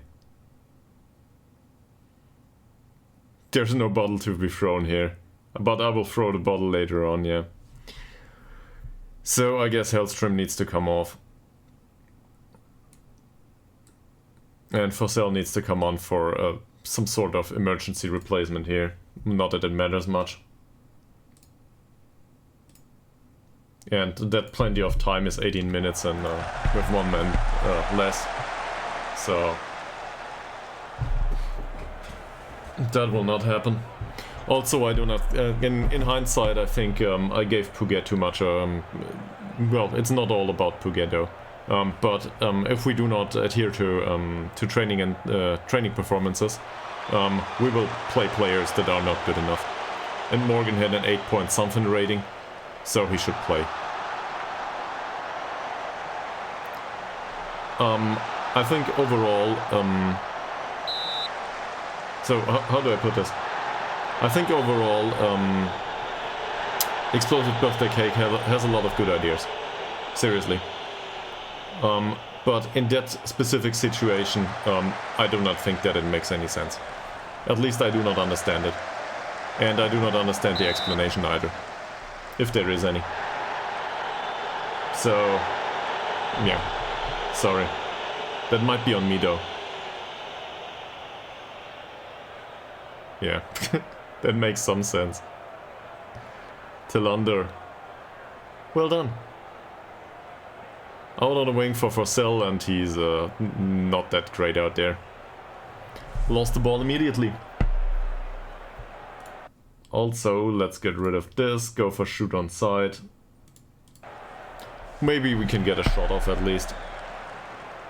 But the quality of chances created is really, really poor.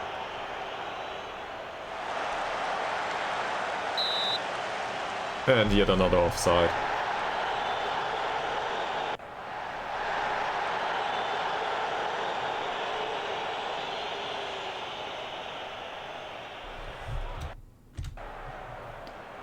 Well, this will not result in anything, probably.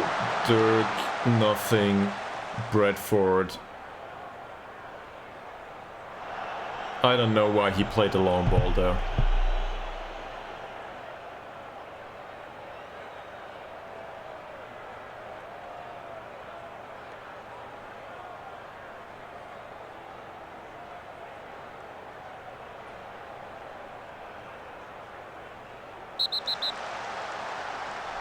Great.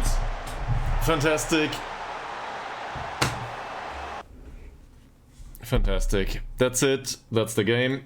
3 minutes to go. At least we will get some money. Because we will find the shit out of these two.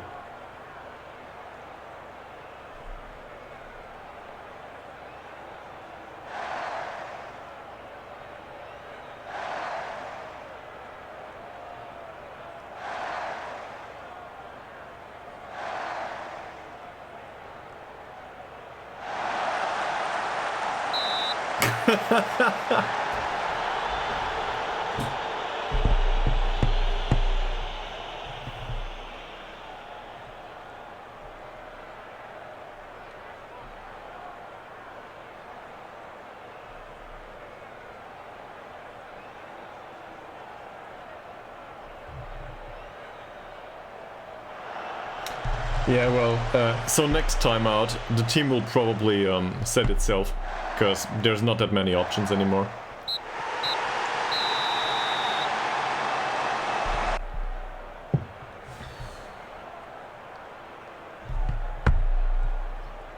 It wasn't good enough. And I don't think it's okay to...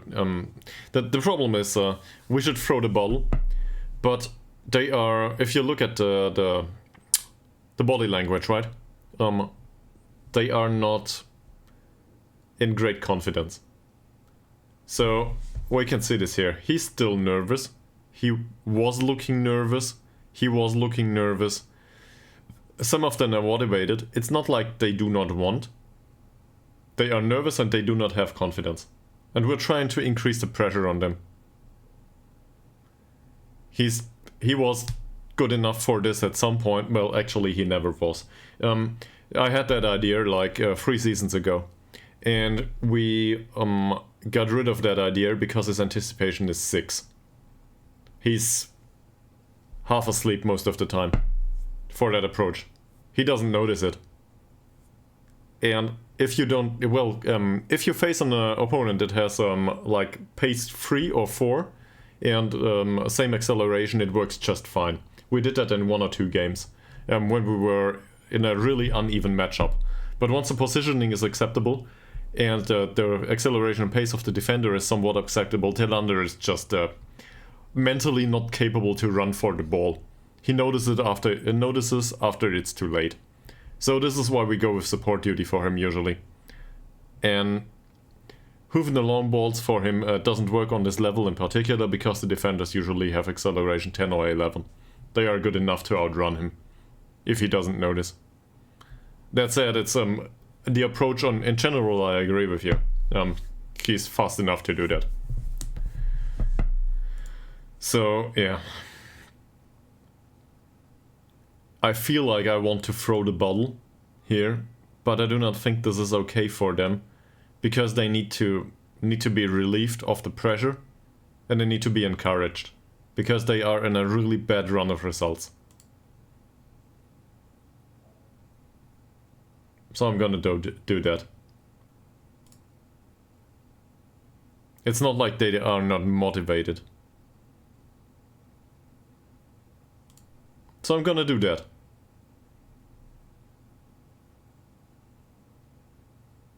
And all of a sudden we get a positive reaction. Now, we can still criticize a lot of these players, within reason obviously. For example, being thrown off the pitch is not great. So I guess that's something to criticize. That said, if we do it now and they have a negative reaction for it,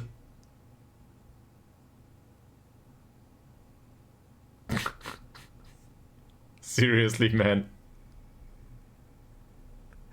Yeah, so maybe I should stop listening to you and just reason with myself. Okay. So the thing is, I wouldn't, in this situation, most of the reaction was positive, so I didn't want to risk it to get a negative reaction in addition to that. So no individual talks.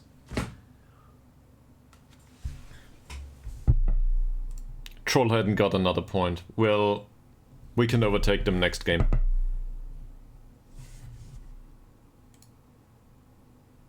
Fuck. We can plan without Nathan Lowe going forward. I will. Exactly, I will. But first of all, I'm gonna take a leak. And I will come back. But maybe I will try to be a bit more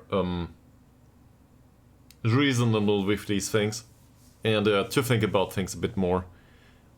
I guess all that kind of communication sometimes I guess goes to my head, and then I try to do what you tell me to do, if it doesn't make sense or not, right? So we can. I'll gladly communicate about what makes sense. Yeah, maybe sometimes I just need to ignore you. But that's a weird thing to me, because usually I don't. But on the other hand, firing up a player that is already motivated doesn't make much sense. If they are demotivated, on the other hand, because they are unambitious or something, from personality point of view, that's probably a good idea. But they aren't. Now, that said, Puget still has a crappy personality overall. Anyway, I'm gonna take a leak and I'll be back in a few minutes. And I will see you on the other side.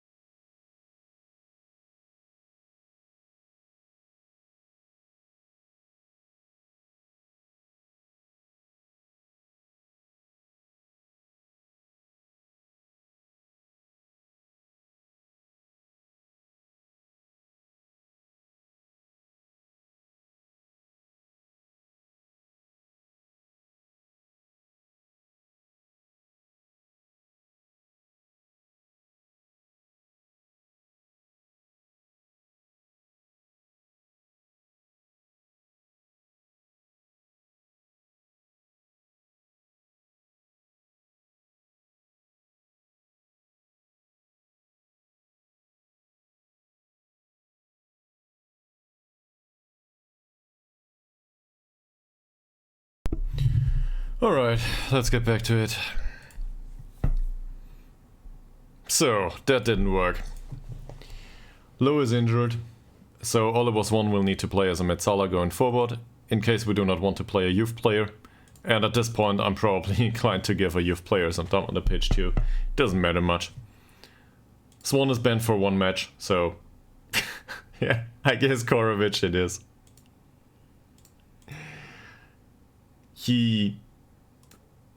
Well, he didn't score in a long time.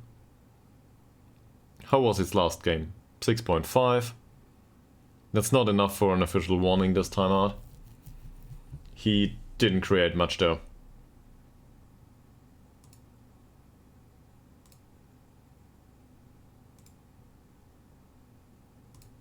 Fine. He's in perfect morale though. So he tries to rally the troops, I guess.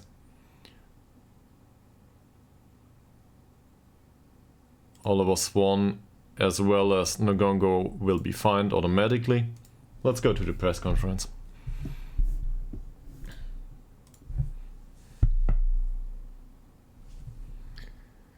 So, the 2 red cards obviously were unnecessary. I think that might have to do with the fact that we included harder tackles. That said, I'm not so worried about the cards. I'm worried about next match. I cannot take away much from that game tactically, so...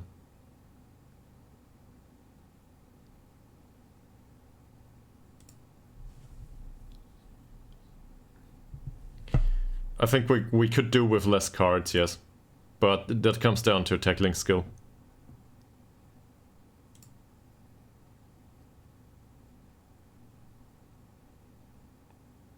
I do not think it made it any worse. It was at the end of the game.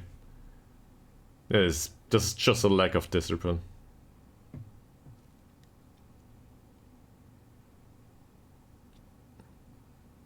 And I think this is it. It's not making it more difficult for the teammates because the game was done. It's unprofessional.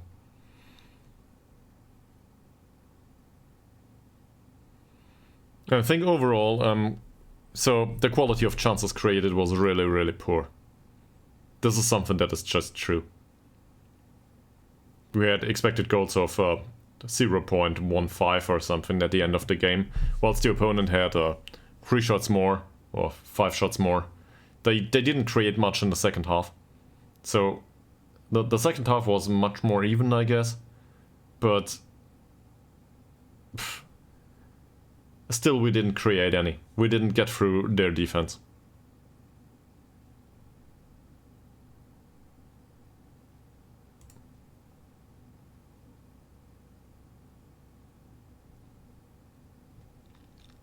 Yeah.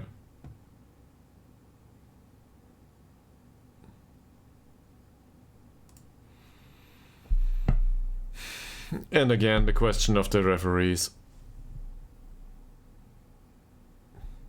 Yeah, this might have to do with set piece instructions, so I need to go there. And I hate set pieces, but we need to do this. You're right. I agree with that. Seriously, I noticed that too. Also, there's another problem there. And the problem is that we do concede too many set pieces. I do not like that either. And there I have a question. Because I do not know. So let's get through this press conference just for a second.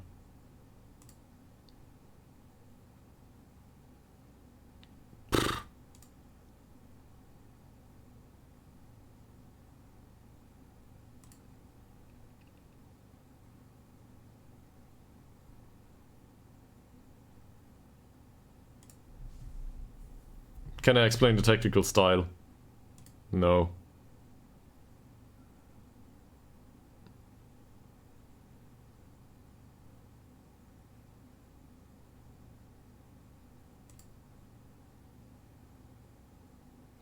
I don't care.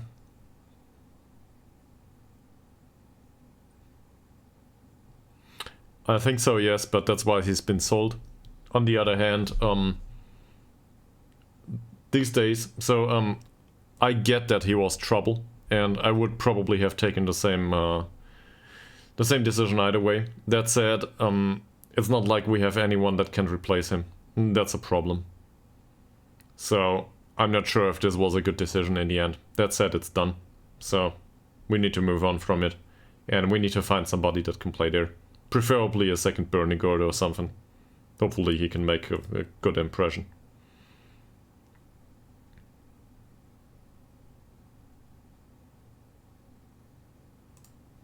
But I agree, he has not been good enough. Alright, this guy's... yeah, we will probably not take that job though. Ngongo accepted his fine. Neither can I, man. Neither can I. And this is not only him. There's a second half to this. So maybe that's getting the hopes up a bit much. But Wilson Aman looks like a decent central defender. This guy is totally fine. Overall. For a 19-year-old, this is great. I think. So, And he joins from Tabby. Yes, me too. But this is, let's not get overconfident with this, right? These guys can make an impact, but they will not change the fortunes of the squad immediately. So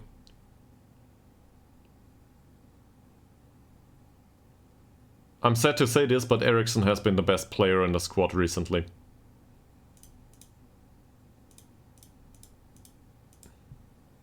And I think we're trying to do too much with this squad. Sometimes the result might not go in our favor.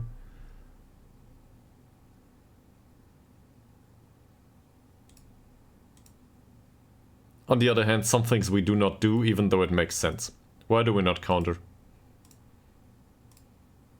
Counter-attacking is important, and it's one of the ways we could score. No, I don't think so. I don't think so because the players are not natural at it. We might use... No, but we've got nobody that plays a decent shadow striker. So I do not agree. Even though I like a 4-2-3-1. But it seems I can never pull it off. I thought so too. There's a problem here. So this is a trade-off, Mies. The problem is that we are wanted to play a possession-based style of football. And in some games we have like 60% possession, and in some games we have like 30.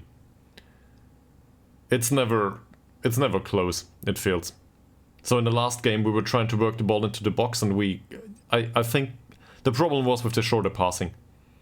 We did not have the quality to pass the ball around short to get rid of their pressure, right? They pressured us into losing the ball all the time. This is how we got to 30-something% possession.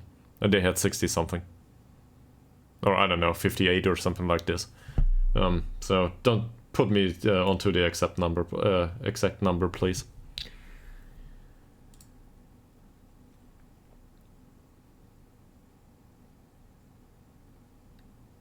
Then there's stuff that's concerning overall, like the form of Smilovic, for example. He just doesn't play well recently.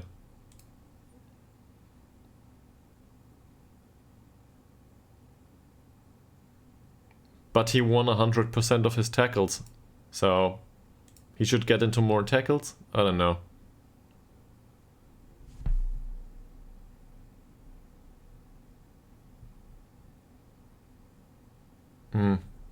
I think it has to do with the fact that we need to agree at some point that possession is just not viable for us, that we will not get there. So we need to shut up shop. In the last game maybe we should have changed tactic immediately to go very defensive and just do nothing. And I realized that we've been really poor with this kind of tactic. But at least it would have delayed play to a degree. So obviously this is much easier if it's 60 minutes into the game and you just need to go through the additional 30 plus something.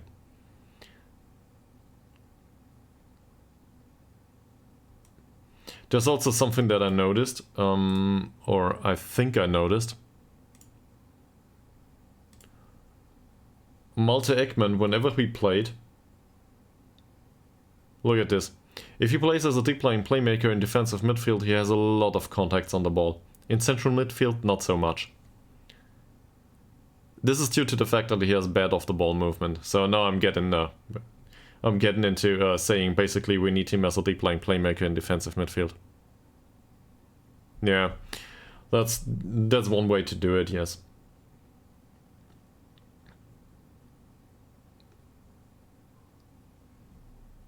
But I think he doesn't contribute much right now.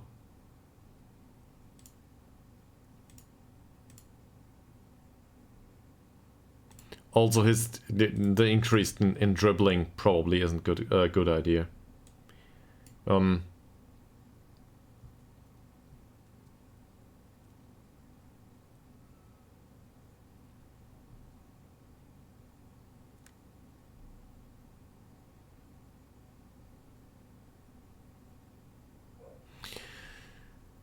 Let's go through this. This may take some time though. Okay, so Zetterberg in general is in decline. That's no good.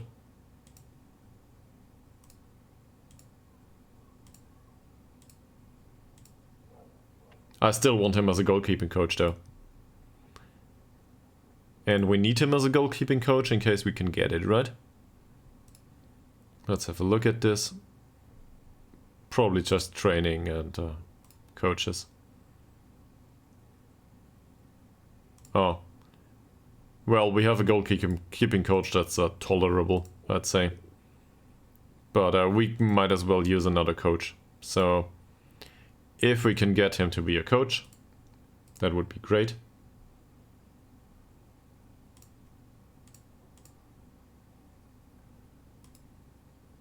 And no, this will not happen. So, a longer contract is fine.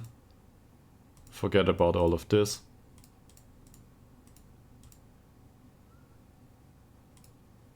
But we need him to be player and coach.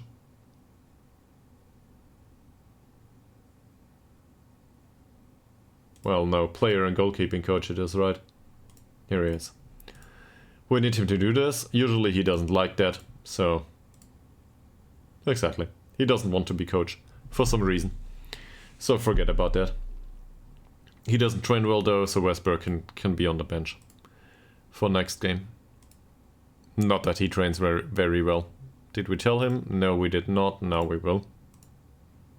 Fine.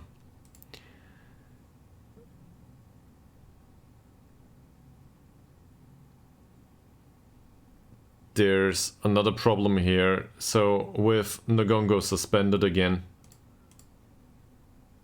I think I need to revise my decision. To... where is it? Where's the development center? Here.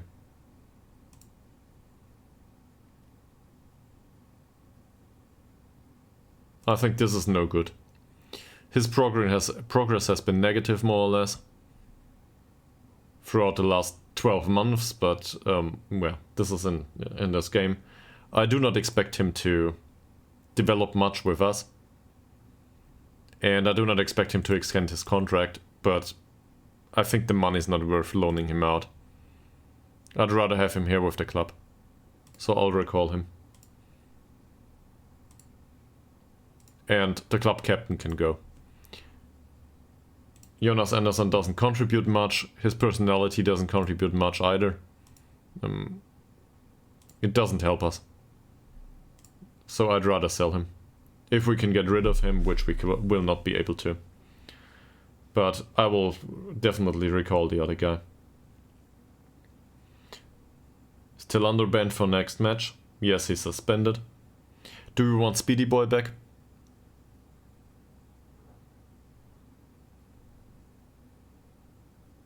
He will probably get injured one game into the season, but well, other options are coming. I don't know. The game against Trollhättan is an away game. Say we try to shut up shop in that game. Who's available? Not that many.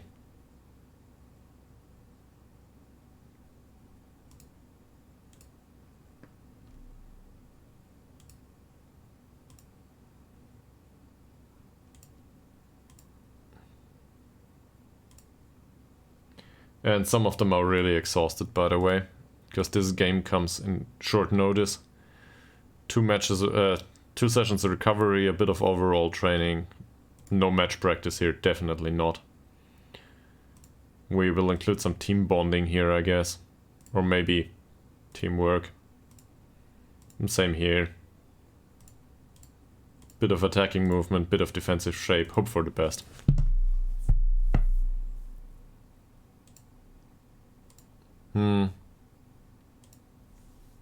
Yeah, I could.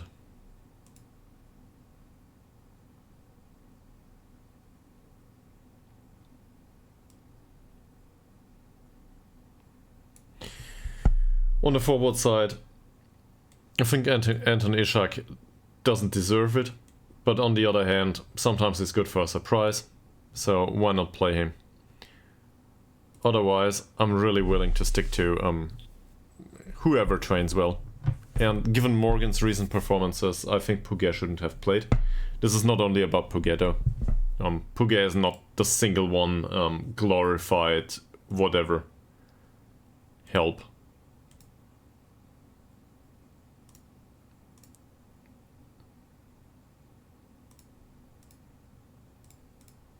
So Burnson comes back.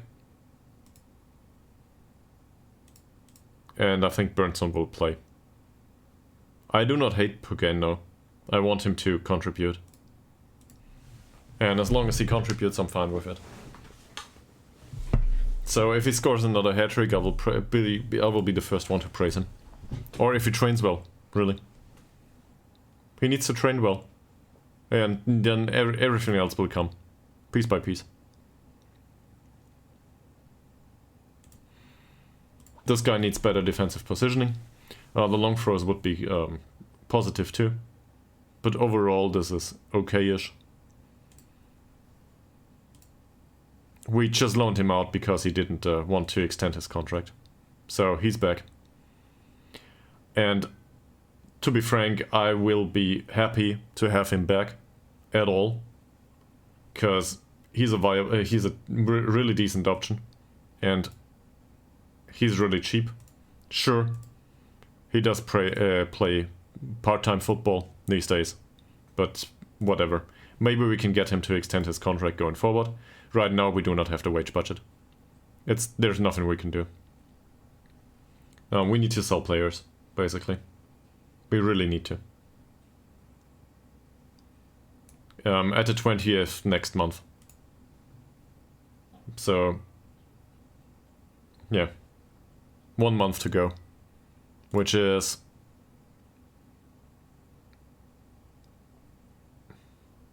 still 5 or 6 games. He will be available at the 23rd. And then afterwards, it's not that many games. It's enough to change the fortunes of the club within the season. But it's a lot of hope to think that we can rely on him to change the entire thing. Nila Fossell will need to play next game. And he is not a natural Metzala. There's more or less nobody else available.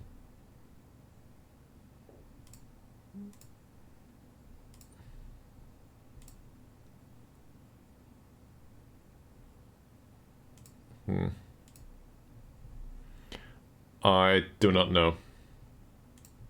Probably quite the opposite. Malte Ekman might play next game depending on the match load. We'll see. Maybe Björklund makes an appearance.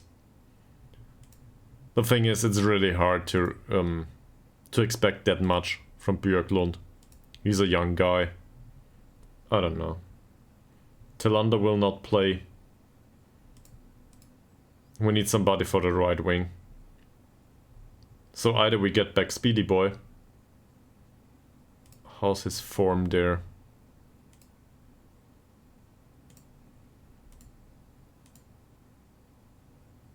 He's in decent form, more or less.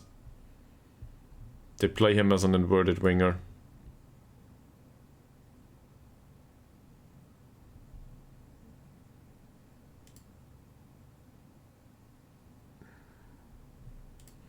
I'll recall him. Yes, I know we have enough players in the club, but I'd rather retain those that have a chance to contribute positively.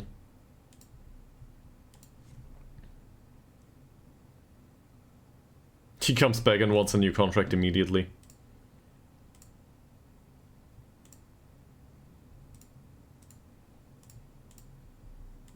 Great.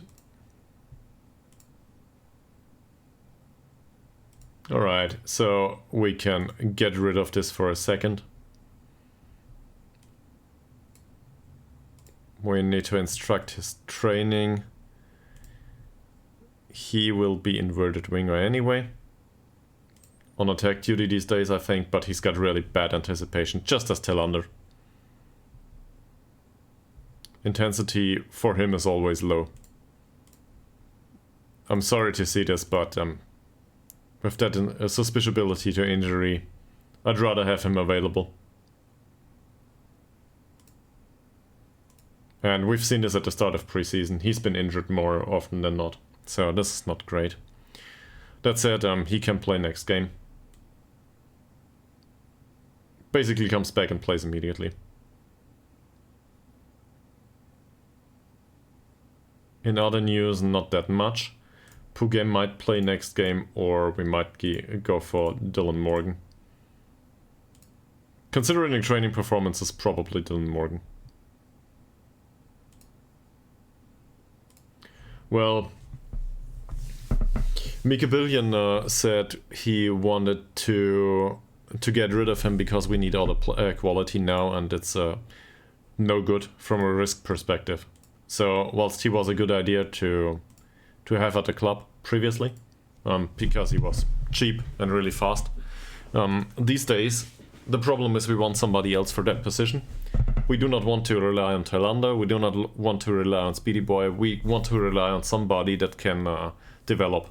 That's good enough, but can develop, and this is hard to hunt for. The kind of player gets rarer and rarer as much as the more we move up in the leagues, right? Because these players are not available anymore. Not like in 4th League where you can use basically anyone and just hope that they develop. These days we need somebody with a decent quality, and they are rare. So we need to loan them in from 1st League clubs or something, or we just need to be lucky. Or I don't know, use Tabby's squad, I guess, and get players from good youth development clubs. You know, clubs with good youth development, which we don't have around here. Our youth intake will be absolute rubbish. And one thing I learned is that I will not use our youth development. So the entire youth development has been a waste of time so far. We need better facilities and we need better intake. And we will only get there if we get the money, and the money is not available right now.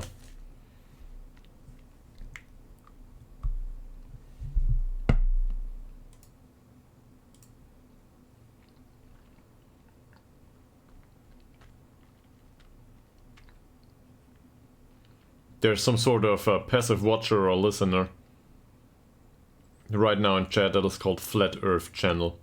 I'm really confused.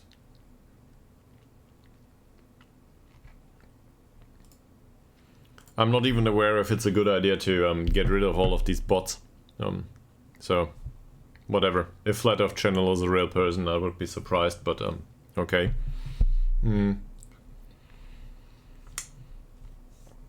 But I'm not sure if it's a good idea to get rid of all of these bots and just ban them, or if they do something that's worthy of our time.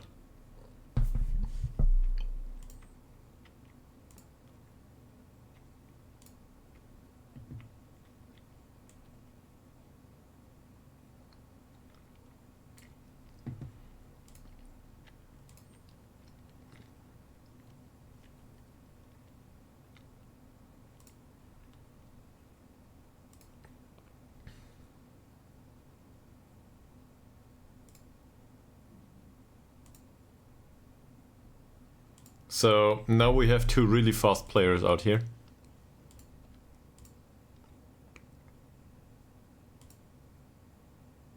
So I guess we can try to counter anyway.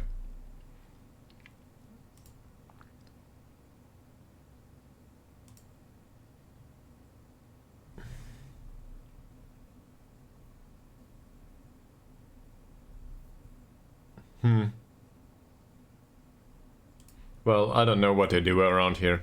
In case, so this is, I guess this is based on, as you said, you thought they do, but we don't know for sure, right?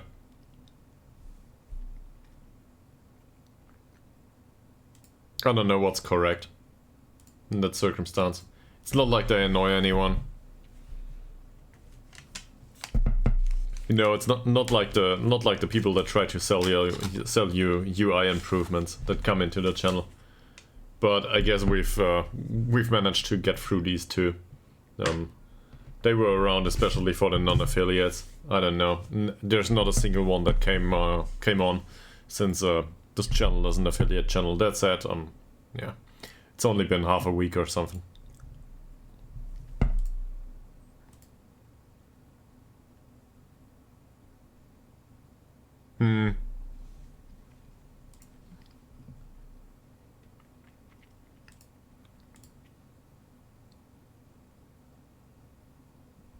No, this is the striker. Yeah. I don't think I will ban them. They might, I don't know, they might contribute in some way that I'm not aware of. So I'm not sure how this works.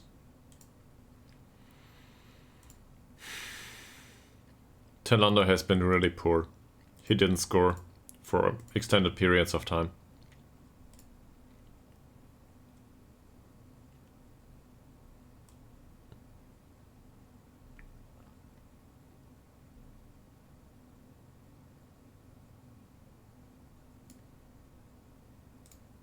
This.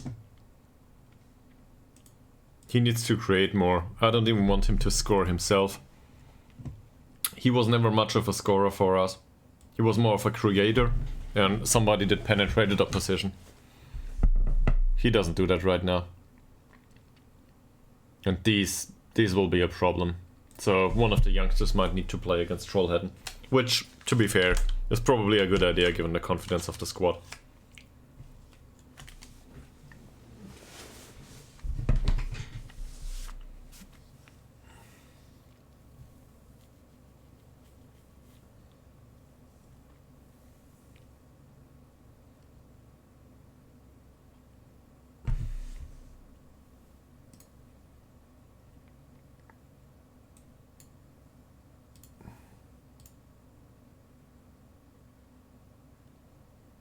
There's one unhappy player with the club. Who is that?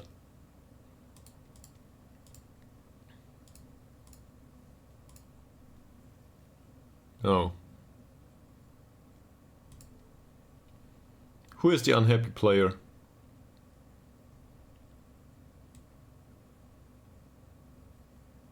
I don't know. Might be in a U19.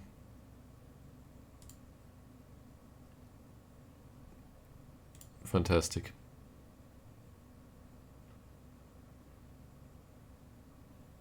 Yeah, I don't know.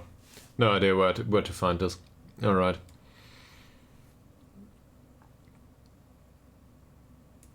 So... Ekman is still tired after last match, but he's in good condition. That means we can play him if we want to.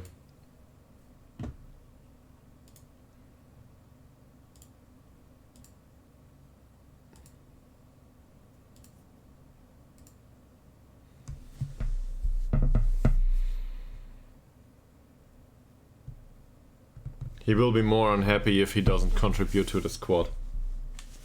Just like everyone else.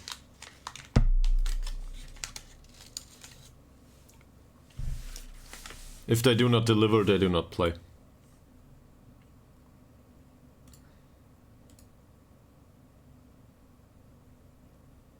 Alright.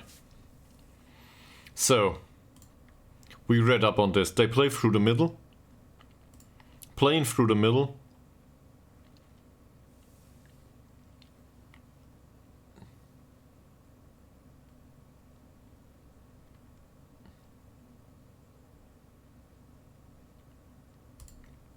Playing through the middle, we will try to invite crosses. I will not release Puget.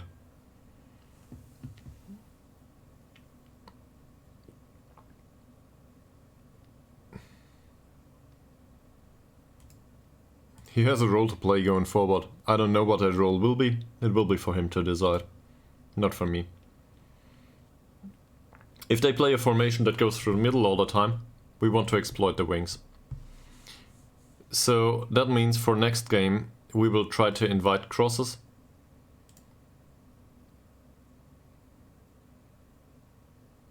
No.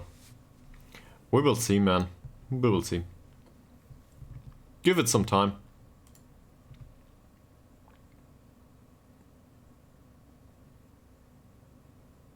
And if this is some sort of reverse psychology trick, it's just It's not so much about the extremes all the time. Maybe there's some middle ground to be found. And in his case, the middle ground is he scored a wonderful hat-trick and now he's back to where we started, right? It's not like he changed all of a sudden as a player. He's 20.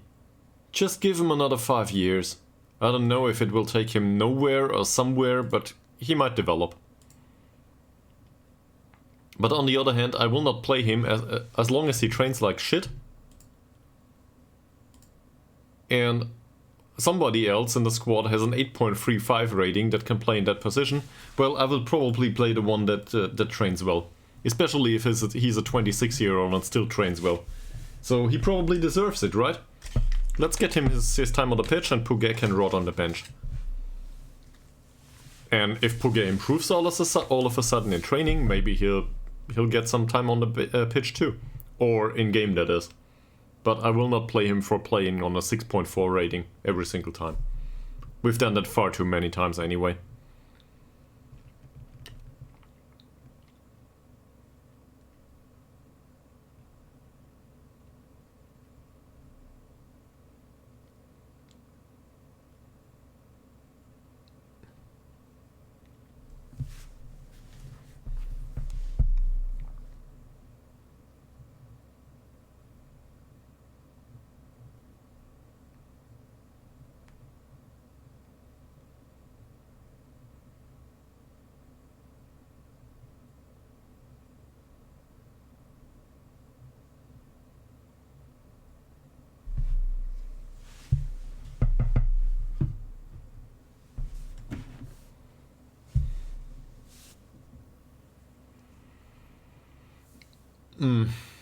Sure.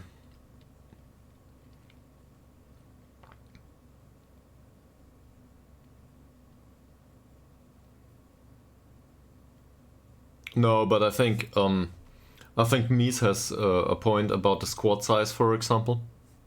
That's a problem when it's my fault. And I think there's a point to be made about the lack of good personality in the squad.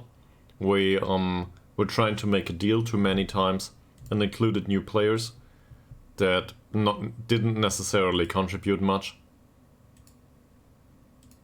That's especially true for central defense. I went all over the place with that. Great.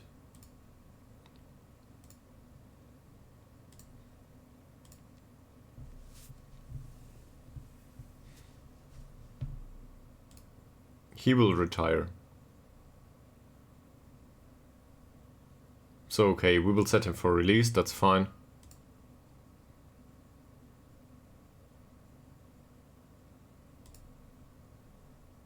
Gustafsson will be released too. I can agree to this, that's okay.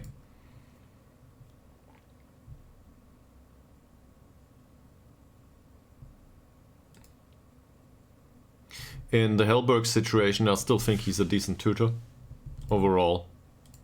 So we'll wait for that. Ishak will just wait.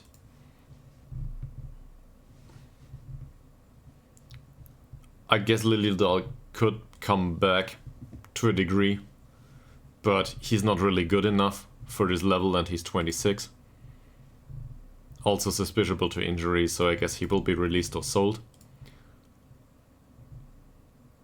He's too old, he will go. He's young enough, but I'm not sure if he has the potential. In fact, I think he doesn't. He's English though, so that's a plus for us at least. Melander will be released.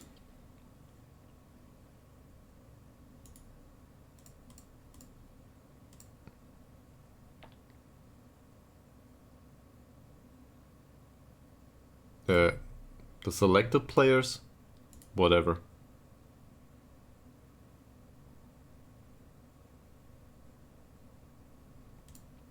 We'll do it later on. Speedy Boy will not be released, I think.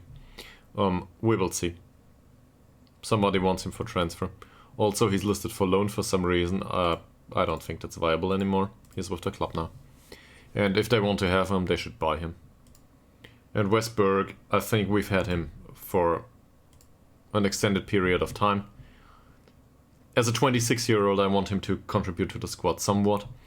He didn't get rid of his lack of aerial reach, so I guess he's a viable backup option, but he will get released and we will find somebody else. And this... well, the squad planner is all over the place, so I don't care.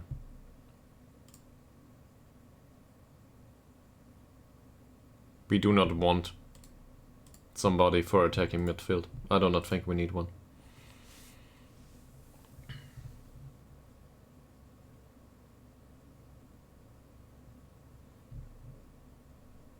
But we need to sort out a squad. That's true. And we didn't get to do it recently. So maybe... maybe you have a point. We should have released a few of these players. Especially the 19-year-olds that do not contribute much. We should have just gotten rid of them. They do not develop at all. So how does hierarchy look? Let's have a look.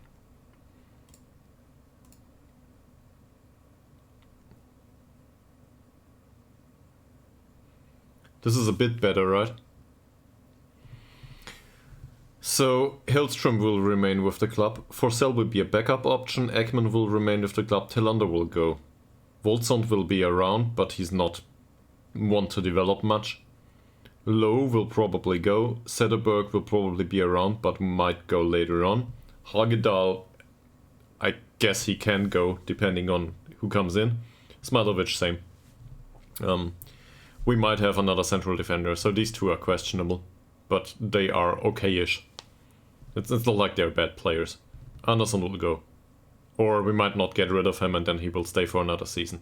Another one will probably stay if I can help it. He's a decent player overall. Morgan I think we can keep. And then there's, you know, hot prospects and stuff.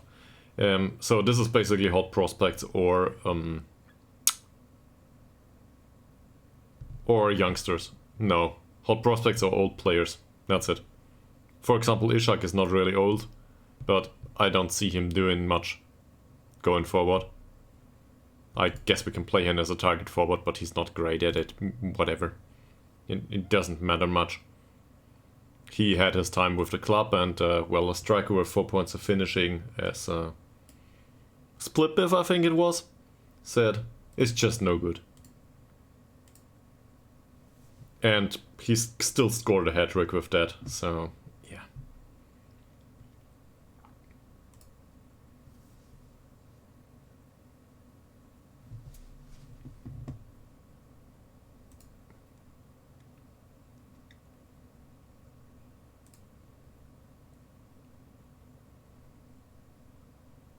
Who is this? Okay.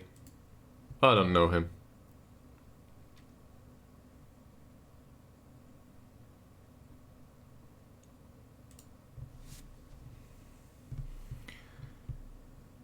Yeah, we could have taken used a break, I think.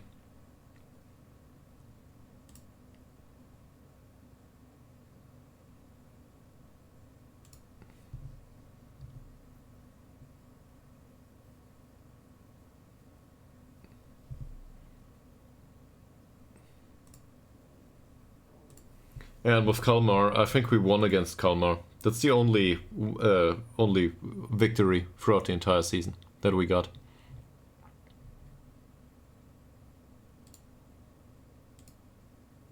Great. Fantastic.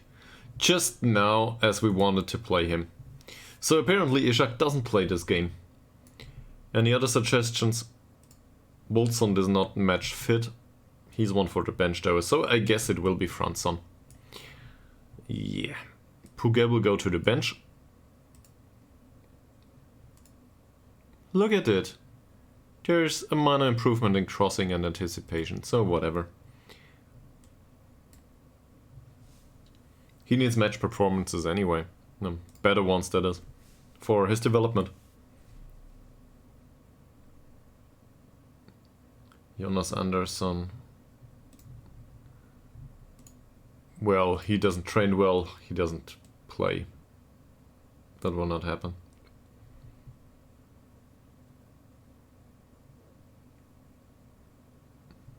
Is there anyone that trained well that needs to play? Morgan and Dirk. Bradford apparently. So even though he's in bad morale, for some reason, he trains well. He isn't even... He's jovial. He's not even a good character. I don't know why this happens. So his tackling last time out was 100%, so I guess we praise him for it, right? Great. That said, his defending overall could have seen some improvement.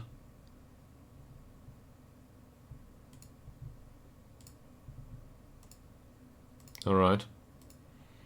That's fine. Let's put him on the bench. What about the other two here? This is no good training-wise. And he's on a 6.3 rating last time out. Great.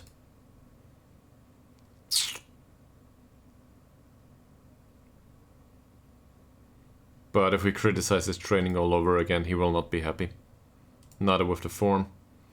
Last game though, I guess his tackling was good, so let's praise him for it. Even though the game was shitty. Yeah, he can accept that. And we might as well tell him that his defending wasn't good enough. Hopefully he can accept that too. Yeah, sure. Always. As in case I don't get it, just explain it to me, right?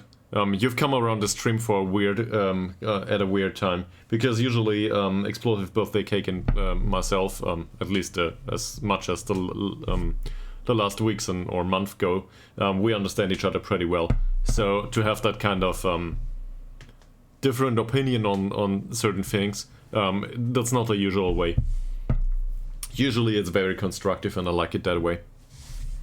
So just drop the advice. I appreciate it. Feedback is important, especially if it's contrary to what you think. So just drop it in.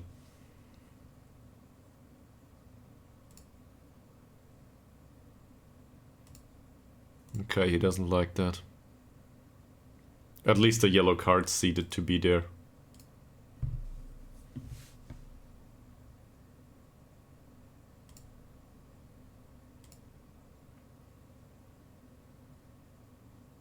Well, he got a bit better. And I guess his ability in the air, that we would be able to score sometimes with better heading and bravery. He's a decent header, but not a good one. For this level, he needs a few more points in heading. So, what did you have in mind, Mies? Let me know.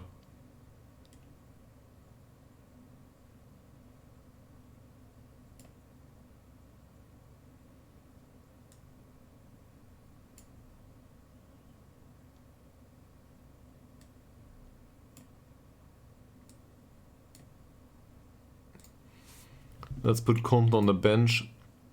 He's not great, but he offers some flexibility on the left defensive side. So that's okay. That said, his morale is really bad.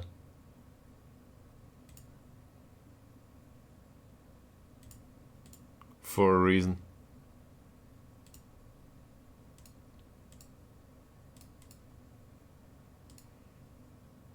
Conduct though is okay.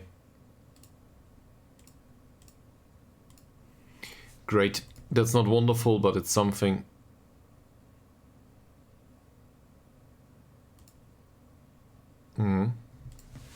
Okay, so yeah, part of me wants to ridicule you for that phrase just because you misspelled Fred, but that's a common mistake, I think.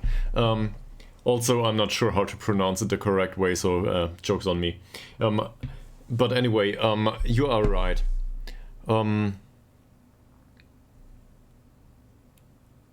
I guess. So usually in this kind of situation there's a Metzala here. I guess we could put Speedy Boy on attack duty. And we can do the same with Morgan here. So attacking over the wings. This should also complement the fact that they do not defend on the wings, right? So this is in an ideal situation, this is a one-on-one on the wings, especially as they push up the wingbacks to have some width on the pitch. Does that make sense? So if we put these two on attack duty, and also in transition, do not slow things down and do not roll it out, but throw it long, there is it there, and distribute it to the flanks, then maybe our goalkeeper has decent throwing. He's not great in much else, but he has decent throwing at least. And he tries to use long throws to start counterattacks, even though he's not that good at it. But 10 points of throwing might do, to find Speedy Boy or Morgan from time to time. They do not have great technicals, but they are fast enough. So if he can distribute the ball in a long manner... Yes, I know. I know. Yeah, so this is why we want him to throw it. Because throwing does not include the passing. We do not want him to kick the ball at all. His kicking is shit and his passing is bad too. The only way he has the 90-something% passing stats is because he distributes it to the defenders. So with the throwing, it will be, I don't know, 70-something. It's not. I don't think so.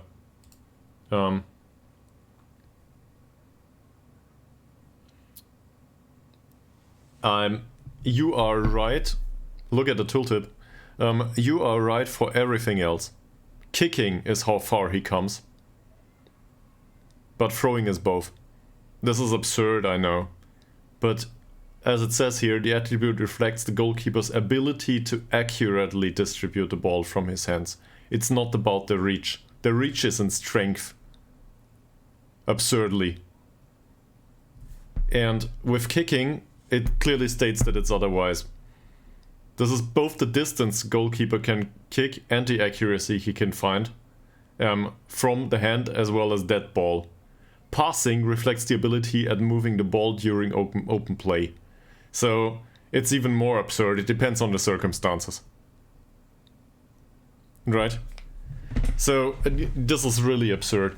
But I also feel like this changes with every installment of Football Manager. So thanks for having me look at this once more. So in any way, I would never want him to kick the ball. I agree with that entirely. He's really bad at it. And his passing is really bad. That said, his passing is not that much worse than for one of the central defenders. Yeah. That, to be frank, that happens to me too a lot too. It's a bit. It's just one of these things that you learn, right? And you learn it every time again because you forget about it because it's so confusing. There's other things. For example, tempo.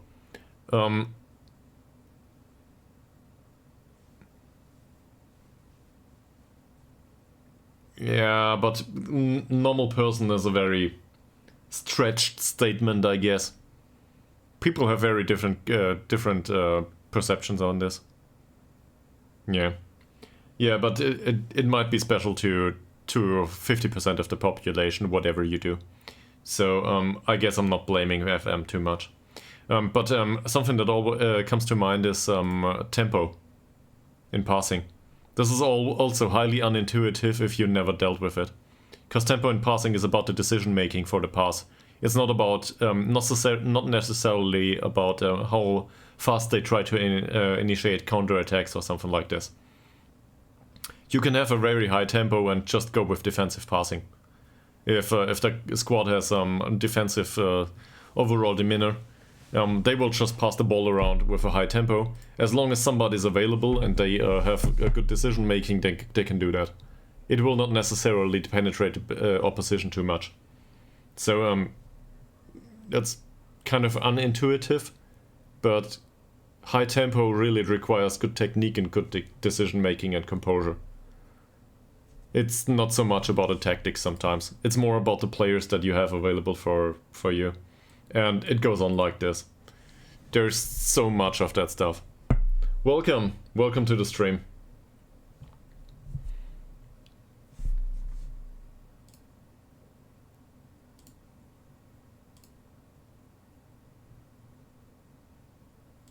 By the way, the other goalkeepers have decent throwing too. So, even though they have kicking, I do not want them to kick the ball. In case you were wondering. Same with Zetterberg. His throwing is 9. His passing is 4. None of them has, any decent passing. So...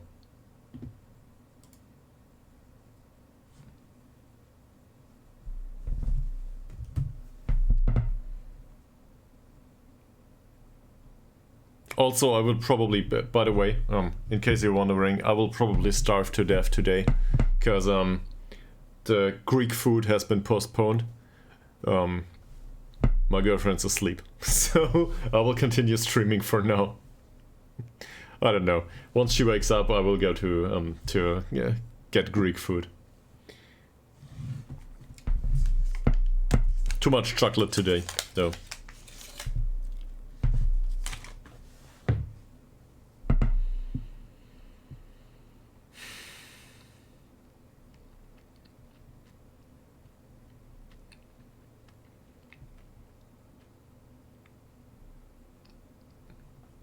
Yeah, me too. There's also the other way around, obviously. We could also press up high on the pitch and try to do wing play. And by the way, which is the natural way to... I try to pull off this kind of stuff in this formation. I like to play with the overlap and so on. Also given the sample of players we have, right? But... in the situation we are in, and given that we play an away game, I don't know.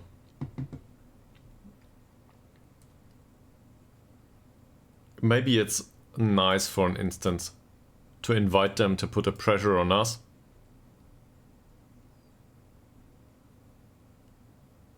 And maybe triggering the press much more often is too much. I don't know yet. I really have no idea. Ytterhogdals is not entirely match fit. Oh, fuck this. Okay. So I guess Bradford goes onto the pitch. Might not be a good choice, but what can we do? None of these is really horrible. Yeah. I've been there. So... we were with defensive. And there was no shorter passing in here, but we realized that the long balls just end up with the opponent anyway. We do not get any counter situations from the long balls, so we were trying to slow the pace down, waste time, you know, that kind of stuff.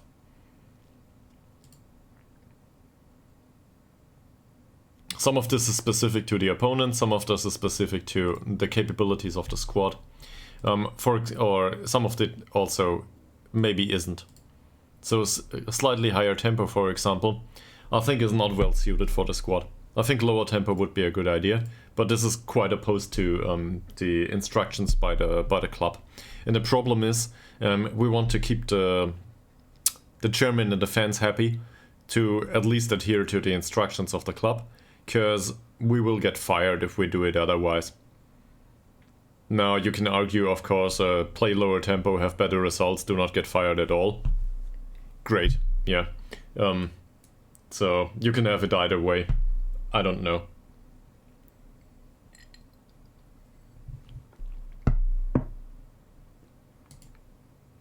As long as Conte is available, I do not think we need Ytterhogdals. He can have a break, right?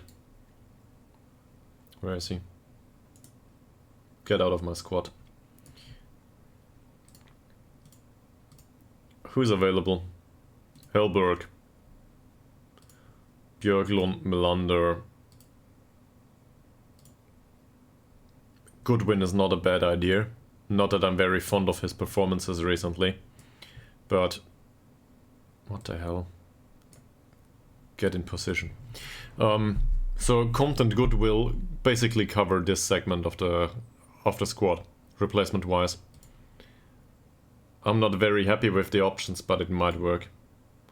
Walden might cover midfield and some areas of attacking midfield if we absolutely need him to. He's not in a great mood though. That said, it's not like we have much of a choice. And then there's Melander, Björklund and Hellberg. Hellberg is really bad. Björklund is more of a playmaker. And he didn't train well. Hellberg is not needed, I think, and Melander, well... Melander is just old.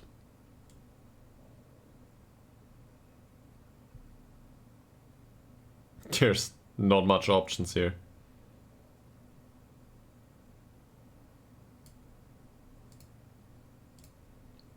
I guess we will bring along Melander. And he might even make an appearance. So, next, we will take our time. Seriously, we will take our time. So he trains well, right? That's good. Sadly, we cannot praise him on it anymore, because we already did. Last time out he was on a 6.6 rating, his passing was great. Sadly, we cannot praise a goalkeeper on the passing. I do not want to criticize him on the goalkeeping too much. What we can criticize him on is the recent form. He might not like it though, because we did that time and time again. That said, overall the theme in the squad is quite opposed to that, to the demand of a certain Austrian long-time watcher that I very much like. But I think the squad needs encouragement, not pressure. We can give them pressure once it goes well. But for now they need encouragement, because they are devastated.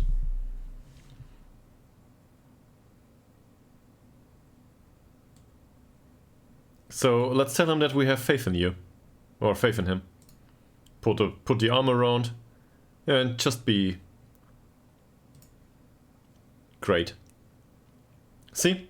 Positive reaction. I do not know if this is specifically due to the dialogue option we chose, but it's something. And yeah. Overall, his conduct is good too. I do not necessarily think that he's a good influence on the rest of the squad, but usually this goes well. If you do it sparingly with the other dialogue options, sometimes it works. So we pat him on the shoulder and we tell him that he's a good influence on the rest of the squad. He trains well, he doesn't complain, he doesn't want a new contract, he's fine. Right? And he can accept it.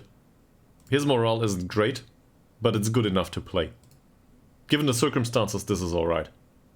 Burnson just returned from loan. We cannot tell much about him just yet. Not very good. I will show you in a second, or we can do it right now. So this is Per Fransson. Per Fransson has a decent personality, and I think he's got very low susceptibility to injury. So if we play him a lot, we can grind him to the bone in training. That's good. That said, he's got notable weaknesses. He's got good acceleration, but his anticipation is absolute rubbish.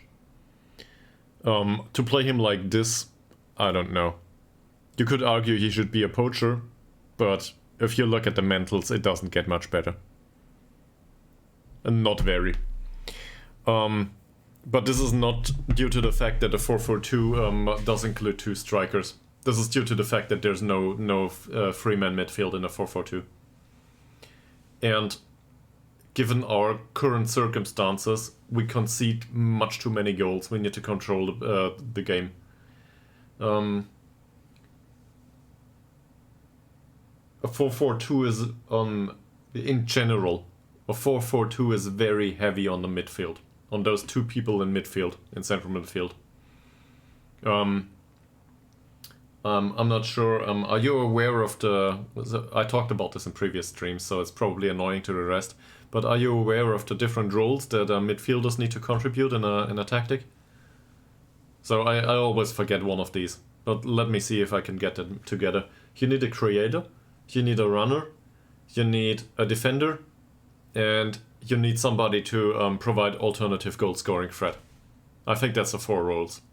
And you can distribute that over how many people you want, how many players there are available. If you play in a 3-man midfield, that's usually rather easy. If you play this in a 2-man midfield, it's complicated.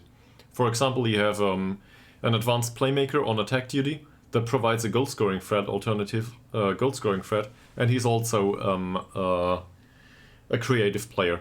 So he contributes to 2 of these roles. He's not a runner, he's not a defender. He will not contribute to the other role. And the other player needs to be, for example, a deep-lying playmaker, or, I don't know, someone that defends, as well as doing... no, not a playmaker. Somebody that defends, but also is a runner. So that's a central midfielder on defend duty, for example. Something like this. But the choice is very limited. And both of these need to contribute in 2 phases of play. So that's a heavy load on both of them. And our players usually are not capable to do that. So this is why I go with a 3-man midfield. And by the way, this is also why the 4-4-2 isn't that... It's not that common in the modern game anymore.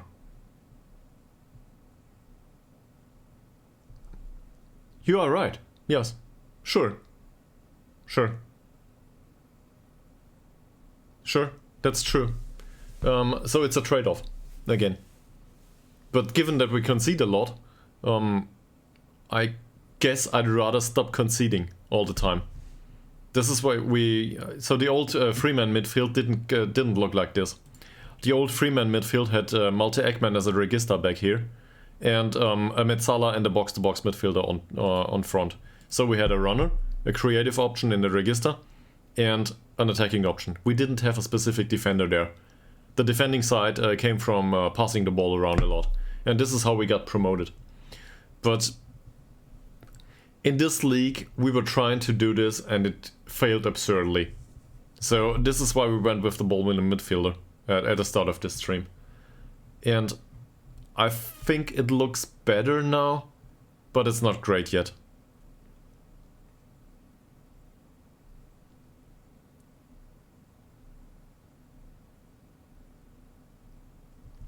But it's not far off, right? We've got a pressing forward here in this tactic. He will drop deep. He will link up play. In fact, he might link up play too much. He might not contribute to the attack that much. We will need to see. In this game in particular, I expect to run over the wings. Due to the opposition formation anyway. So in this game, the pressing forward will probably have the specific instruction to man mark this guy. Or, I don't know, someone. He's a defender in this game. He really is. So, maybe it's not so much about the position on the pitch. Yeah, a 4-4-2 in this situation probably wouldn't help much, right? In that particular game, strictly speaking. There's some very different circumstances where a 4-4-2 could be just fine. But in general, I prefer to have the additional player in midfield and to have the second striker as either a Metzala or a shadow striker. So somebody that comes in from midfield whilst the other, the real striker, drops deep. I like that movement in opposing directions. This creates problems in defense usually. If they can pull it off, that is. If they don't, well, sometimes there's nothing wrong about 2 strikers. But it's not so much about It's not so much about the position on the pitch, other than being the classic big man, little man partnership. If you can put that on the pitch somehow, the little man might as well be someone in midfield. Or the big man, if you want to put it that way. But that's a hard one. To have the little man of the strike partnership up front I don't know. That's weird. That there wouldn't need to be a poacher. And then the big man in midfield, that doesn't happen. Usually. It would be some sort of attacking midfielder that is strength based. So, I don't know. You would need a wide target man or something like this. I guess this counts as a big man, little man partnership too. But really, our strikers aren't great. We will have a great striker though. And this is, or at least to me, it is a great option. Once Bernigo comes in, I think we will have a good striker and a decent deep lying forward too. And he will be able to create space for the rest of the squad, even though he might not score himself that much. Well, this game though is very easy. If we draw or we lose, we are fucked. Well, a draw is okay-ish, but not great. If we win, we might just be in a situation where we can contribute something to the league. Otherwise, we probably won't be well. But I forgot about the rest of the talks. We need to go through these to get morale up, because this game is important. Well, in any case, we would need to go through these to get morale up anyway. So he just came back. I'm not gonna tell him much. Bradford's training has been wonderful. His recent form, not so much. What we can tell him though, same here.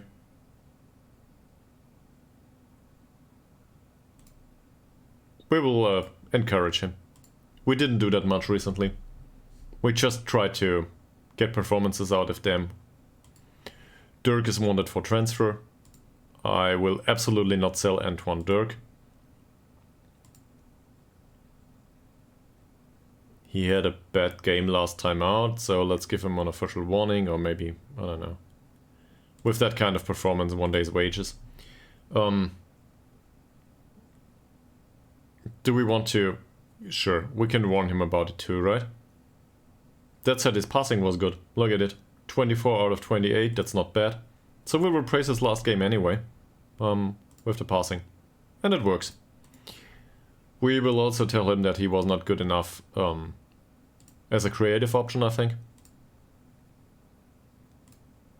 Sure. And now let's have a look at the form. This is 6.54, so this is below average. We will criticize it, but we will try to be encouraging about it.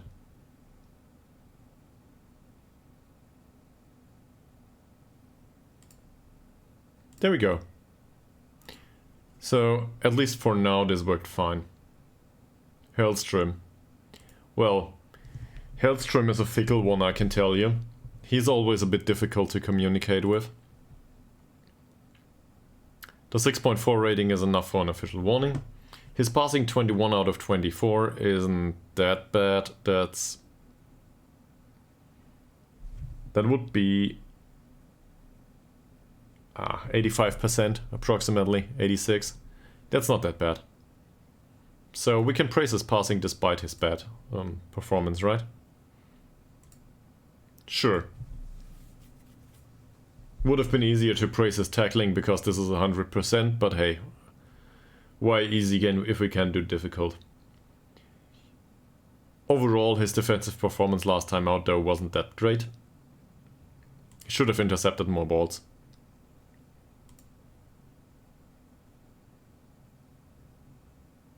Yeah, this is a midfielder sample though, so we need him to tell him that he wasn't creative enough, even though it's not his job.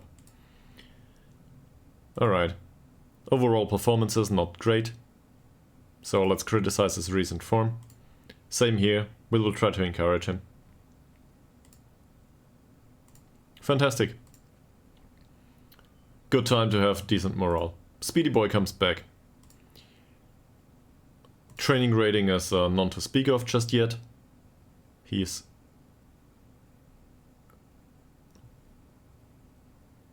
this is some time out.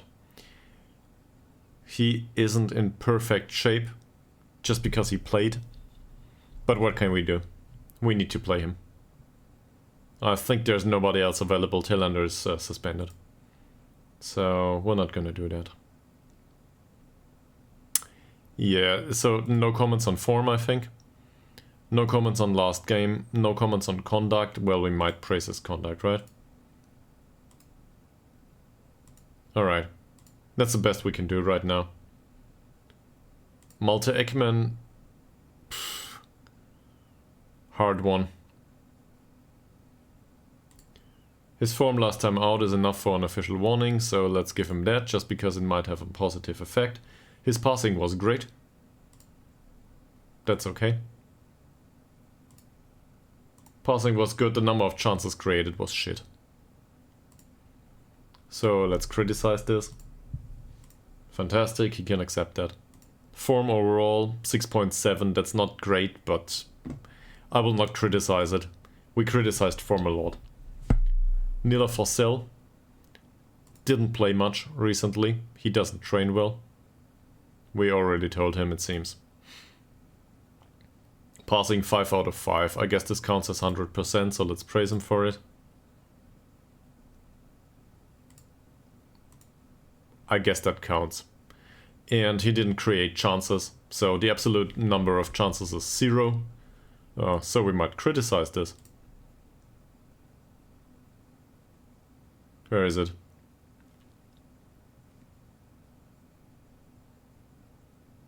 Yeah, we need him to be more creative. That's it.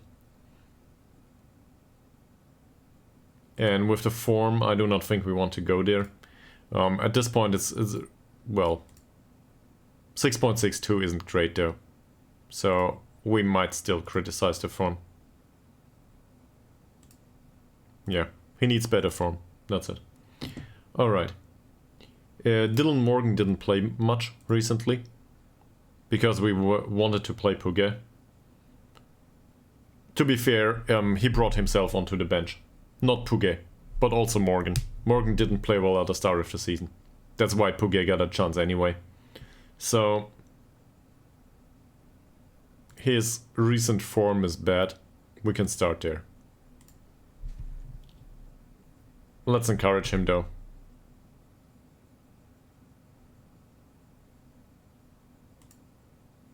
Alright. Next one. 6 out of 7 passes is not praiseworthy to me. That's dangerous to do this. This is... I don't know. This might be 75% or something. No, it's more. But still, I don't want to do that. It's such a small number. We can tell him that the strikers were feeding off scraps though. And his overall conduct is rather decent. So let's go there. Great. That's Dylan Morgan. Per Franson. 6.75 training rating. He didn't play recently. His form is absurdly bad. His conduct isn't great, but I'd rather not criticize it either. Yeah, this is a last chance. I'd rather play Voltsund. But the problem is Voltsund is exhausted. So don't know what to do about Franson, he needs to play. There's nobody else available. Westberg, it's unlikely that he makes an appearance, but in case he does... I will not praise his conduct though. It's just stupid, he didn't do much. Goodwin. There's an obvious decline here, and I don't know why. We might have played him from time to time. He doesn't develop in training. It's quite the opposite. I don't like that. 6.45 is not a good rating. But the only thing we can comment on is the conduct anyway. And his conduct previously is okay-ish, but throughout the last 5 games he had 2 yellow cards. I don't like that. So that's middle of the road, basically. No use praising him for it. Melander's training is bad. He didn't play. This is a bit skewed. I think he He trains as a deep lying playmaker, does he? Yeah, well, with that balance, not a good idea. To be frank, he doesn't play. So, no use talking to him. There's nothing we can comment on. Well then, very bad morale right now. His tackling wasn't good enough, but we might as well criticize him for no chances created. That's fine, that works. Is there something that he did well? The heading, I guess. But I think heading is not part of whatever's expected of a deep lying playmaker, so that doesn't make much sense. I guess we can praise him on the passing. 7 out of 8 is a decent ratio. Yeah, he can accept that. And his conduct overall is good. So I guess that's the best we can do. And then we're left with Puget. Is there 7.06, declining from the hat-trick. Wait one more game and we can criticize his form. Right now we can't. He needs to have an official warning, obviously. 1 key pass, no chances created, this is bad. So we will tell him.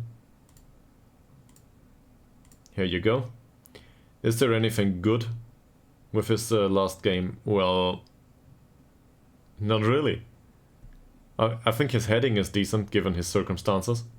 I think the passing is okay-ish, but not great. There's not much we can tell. Conduct overall is okay.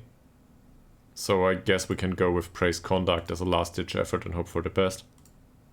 Yeah, he can accept that. To a degree at least.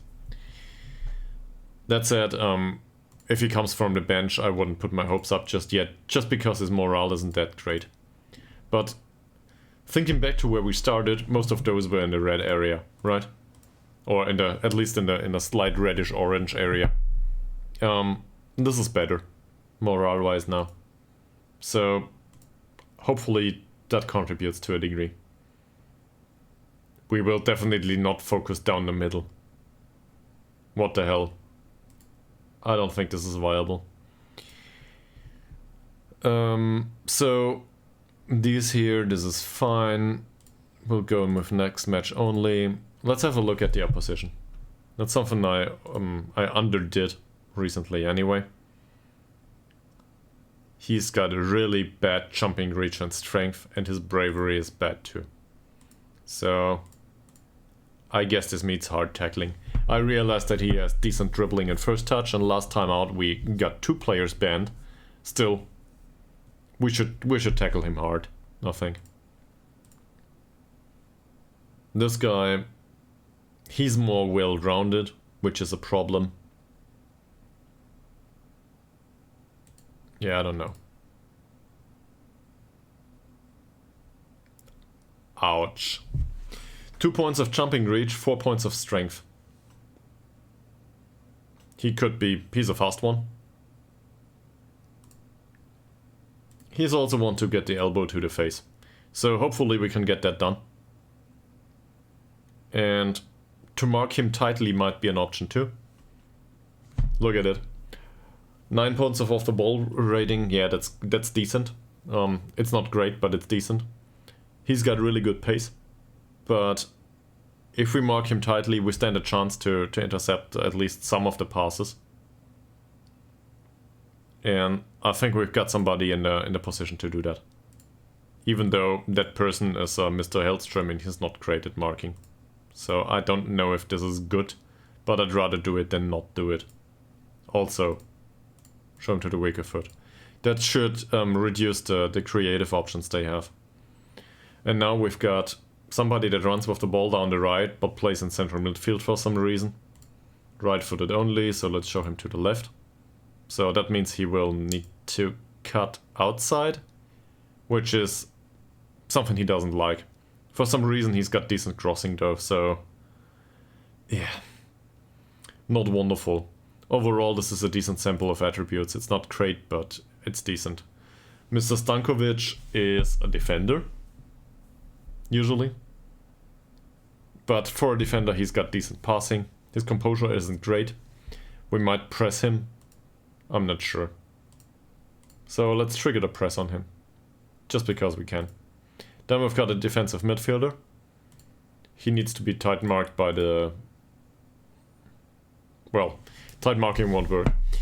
So he needs to be man marked by Franzson, for example. But that's a hard thing to do for Franzson. Franzson is weak in comparison to him. So I don't think that's a good idea.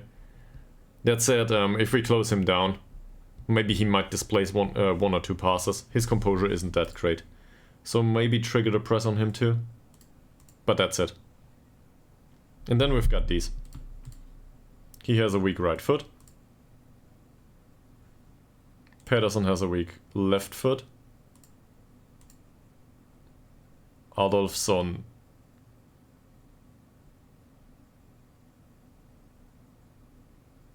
I don't know. To be honest, this is not great, but I'd rather not press him. So maybe not. And this guy looks a bit weak. Right? Jumping reach 6, strength 8, it's not great. So tackle him hard. Maybe it has an effect. With the goalkeeper I will not do much. We can think about tactical implications. So I'd be interested in your opinion actually. Do you think we should restrict them and tell them not to press, for example, the central defenders? Because passing 8, passing 9, yeah, that might be a bit of a problem.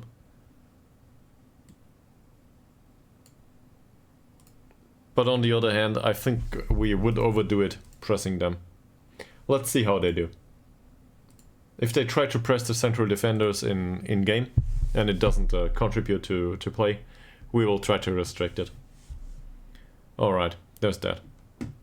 Otherwise, slightly shorter passing is okay. The attacking width, actually, we can go for fairly wide, maybe. To get some more space.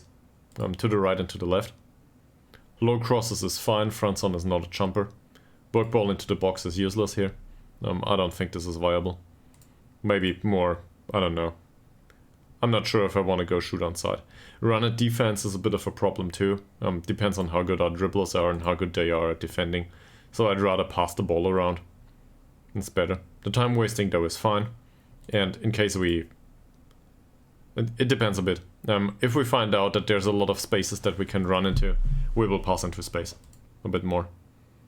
That stuff might be okay, it might not be. We'll see. Throw along to the flanks, counter, and regroup afterwards.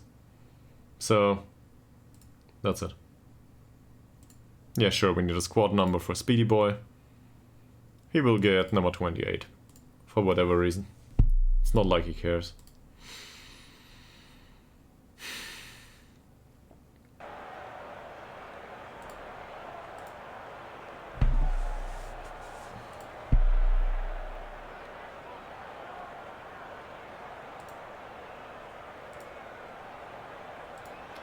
So, I don't know. They are focused and motivated. This is an away game though, so easing the pressure is usually a good idea, due to the fact that it's away. On the other hand, this is a... If there's any game that we can win, it's probably this one. Well, I said the same about Tabby, right? But, the performance in the league says we can win this. They are focused, they are motivated. So let's encourage them, I guess.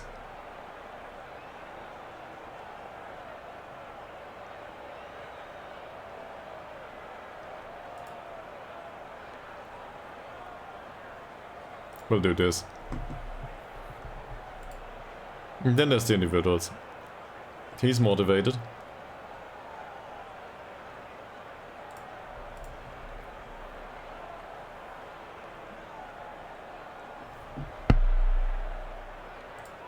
I think a lot of them are motivated or focused or something, so I guess we can go.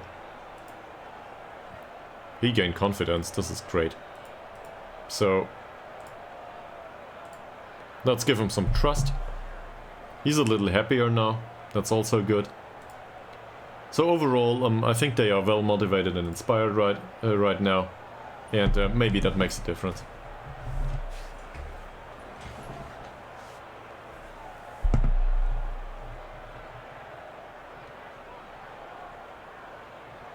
Yeah, 6 changes to the lineup because, well, half of them was tired and the other half was suspended, so...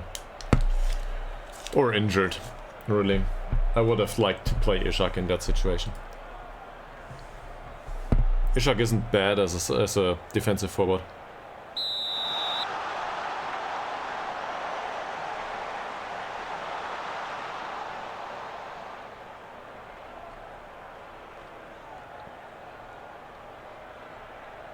So far, this works. Nice one. Towards Speedy Boy. And he gets a foul. Great.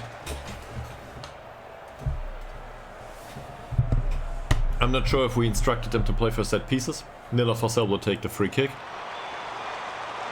Ekman, not a chance. Speedy Boy. Still Speedy Boy. And Ekman didn't even jump for that one. But we had something of a chance. Smilovic with the long ball. That was too easy to defend for them. Not a good choice for a free kick. Doesn't look like they closed down the central defender so far. Stankovic, Mohamed Abdi. Venergrund, Stankovic.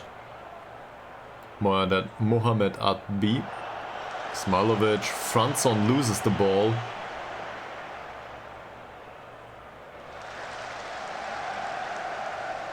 But look at it. They're trying to play through the middle of the pitch. So I don't know what will happen going forward. We might concede. Doesn't matter much though. Stankovic is pressed by Forsell. This is great. This is what we want. Franson is here, close to their defensive midfielder. They commit a lot forward. Look at those wingbacks. So in case a ball comes out here, this is really dangerous. And by the way, this is what we instructed them to do. Well, it didn't work this time. But it worked good enough. It was defended. So that's alright. Dirk, Morgan, Dirk, Cross, Adolfsson. No, I haven't. The anticipation is really bad in this squad. I'd rather have him to pass on to the man. Passing to space is too... How do I put this? Passing to space relies on anticipation a bit much. Speedy Boy with the header. Second chance of the game. And by the way, this is on defensive. Stigedal, Kabashi. Oh yeah, I remember. We should avoid the long shots. There was something.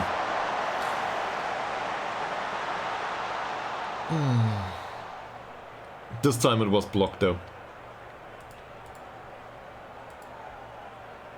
Stigedal.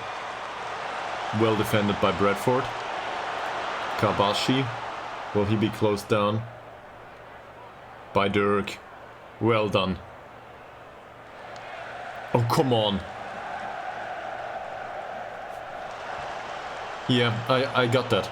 But I think if you pass into space in general, they will try to pass into space, not only behind the wingbacks. We might do it though. That said, there's no... Come on, no. Not an offside. Okay. So... I like to go with pass into space. Look at that setup. Maybe we should pass into space. Sure. Alright, let's go with pass into space, but it might be less constructive in build-up play. Close him down. Alright, well defended. For now at least. This is no good. Burnson should be here. His positioning is off. Good one. Yeah. You're not wrong. The thing is, it also relies a lot on the players' capabilities and the opponent's players and so on. So it's hard to determine if this is a good idea. Especially as, in the end, if you score a goal with a long ball, you all of a sudden you think that it was due to pass into space. But you're not sure about it. Maybe the player would have taken the same decision. It gets clearer once you have players that have, I don't know, 15 pace and acceleration, right? So if they are really fast and have really good anticipation, all of a sudden it's very clear that this is a good idea. But in these circumstances, I don't know. And this is what I meant, by the way. They do not give away that much space here. This is with a low defensive line. And less closing down. Still, they stand high up on the pitch here, or moderately high. Seriously. So, we gave away a really good chance here, because somebody missed his header. I think it was Hellstrom, not entirely sure. Might have been Bradford.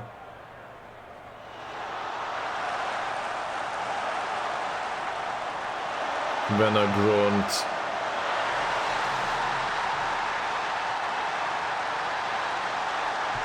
I guess this is one of the crosses we invited.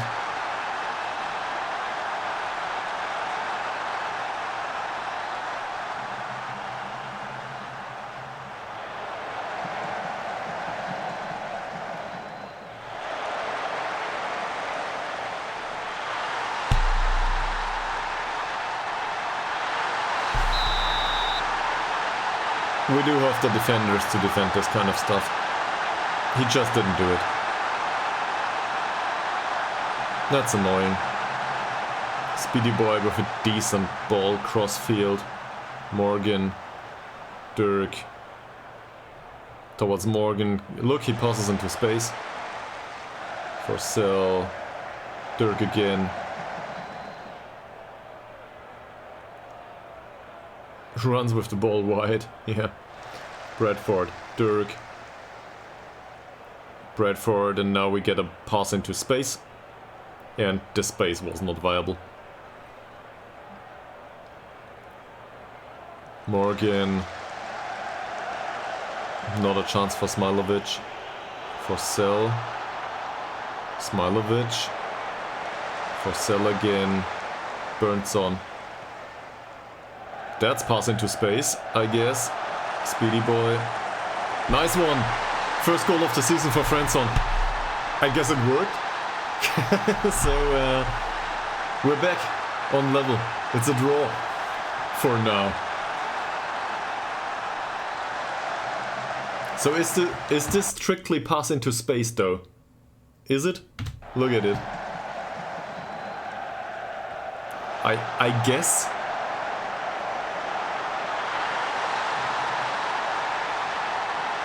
And Frenson had better off the ball movement. Surprisingly. So I guess this is pass into space and it worked. Or it would have been viable, it would have happened anyway. We don't know. But pass into space certainly increases penetration. That's sure. Or that's for sure.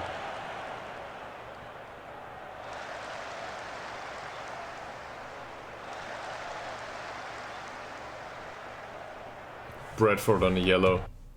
I think that's on his side is the one that we tackle hard. So that's unsurprising. But they collect yellow cards too. We do not close down Adolfsson. Adier, good long ball. We are able to close down the striker though. Adier, Stigedal, Adier, Stankovic, Mohamed Adbi. And nothing. Look at that pushing up. Well done. And that's a bit too optimistic. Smilovic on a yellow card too. Yeah, the central defenders will need... Oh. We're in halftime, are we? Okay. Great. Tactics? Now we cannot access the tactical menu. Oh, for fuck's sake. Okay. So we'll do this later. I'm happy with this. I really am. This is great. This is an away game. Let's praise him. Be happy with it. This is fine. Also, we will tell these two that they need to be careful not to be thrown off on the off the pitch.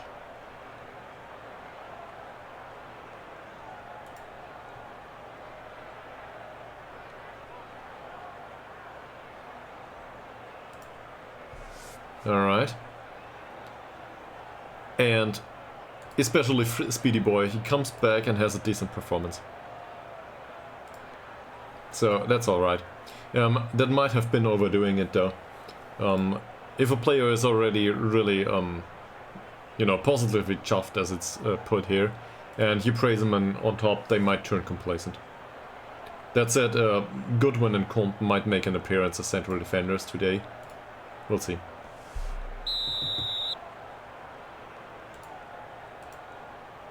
But a point's a point. And we had the better chance. Possession isn't on our side, but this is an away game, who cares?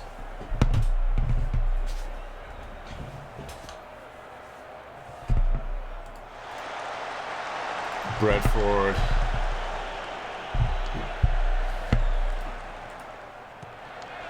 Eriksson with a kick, okay. That's not what I want to see, but alright. Adolfsson, Ytterhogdals. There's something we can do. These two do not defend much. Morgan as well as Speedy Boy. So, despite this being acceptable so far, Dylan Morgan is on the left side, so we want him to defend against Vennegrund. And Speedy Boy is on the right side, so we want him to defend against Ytterhogdals. I want them to close down these people. That shouldn't be a problem for Eriksson. Short pass towards Speedy Boy. Smalovic. Long ball by Smalovic towards Fransson. Really well done. Great one.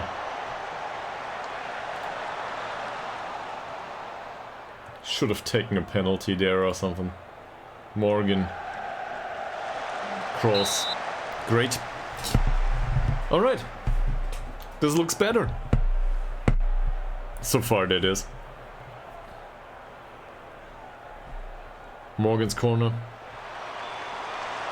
Bradford doesn't stand a chance with the header. Kabashi.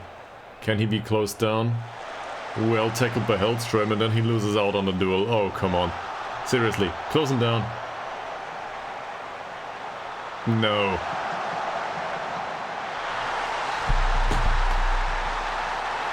How?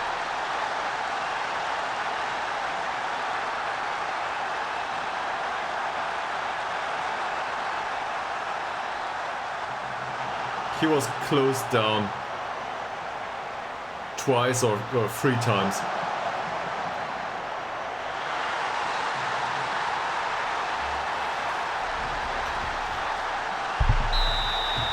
That's really annoying.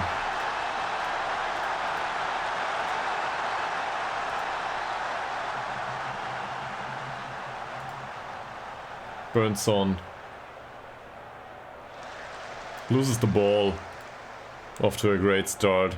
Back with his club. Well, that's better.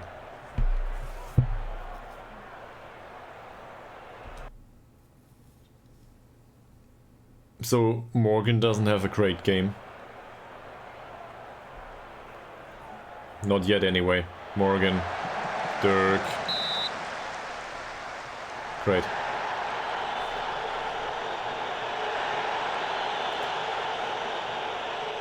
Burnson with another long ball. Is this offside? It isn't. Fransson, Speedy Boy. Just over. There's chances. 60 minutes into the game. We've got options on the bench. We need to use them. So, Fransson is anxious at this point, even though he has a decent game. Let's bring Wolfson on. He can do this too. Puget is in a decent mood. He can come on for Morgan. Morgan didn't contribute much. And as I said, those two with the in central defense with the yellow cards, they need to go off. And we've got two options on the bench. So we will substitute the entire central defense here. Both of these can play central defender. They are not great at it, but hopefully they are a bit better than what we had so far. And then there's Wallen and Melander left. So midfield options, we might substitute the last one, in case somebody gets exhausted. Everybody's motivated. That's good.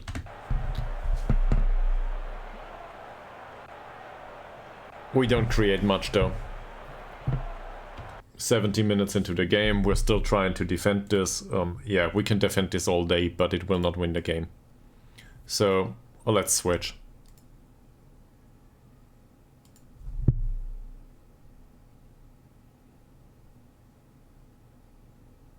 Is it Compton that can play central defender? Yeah, he is, right? He can do this. Alright. Change in tactics. We're not trying to go through the middle, do we? No.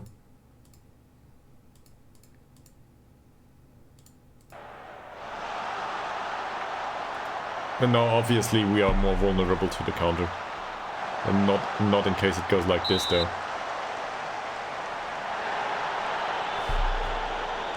And we will try to encourage the team. Speedy Boy has a decent appearance. It's really sad. Ekman. Bernson. Woldsund. Come on. Oh, come on. Marcus, why? That was easy. Puga will be suspended next time out. Great. Well done by Goodwin. Ekman. Goodwin. Decent pass. Not an offside. Will he find an option? He runs with the ball. Cuts inside. That's not bad for Dirk.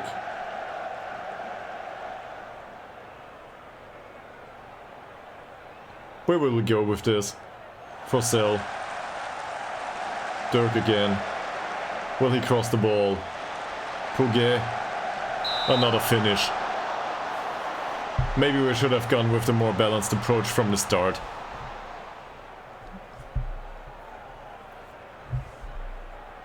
Nila for Sell's corner now.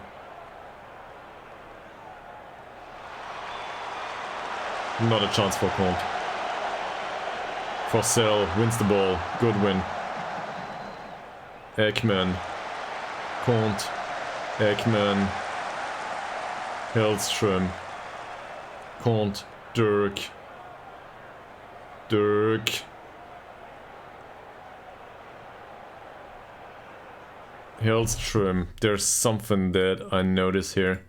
We need this. At least fairly wide. Speedy Boy. Bernson. Ekman. Decent pass towards Dirk. Hellström. Ekman. Bernson again. Come on. Find a crossing option. He doesn't. Ekman. Bernson. Speedy Boy. And he loses the ball.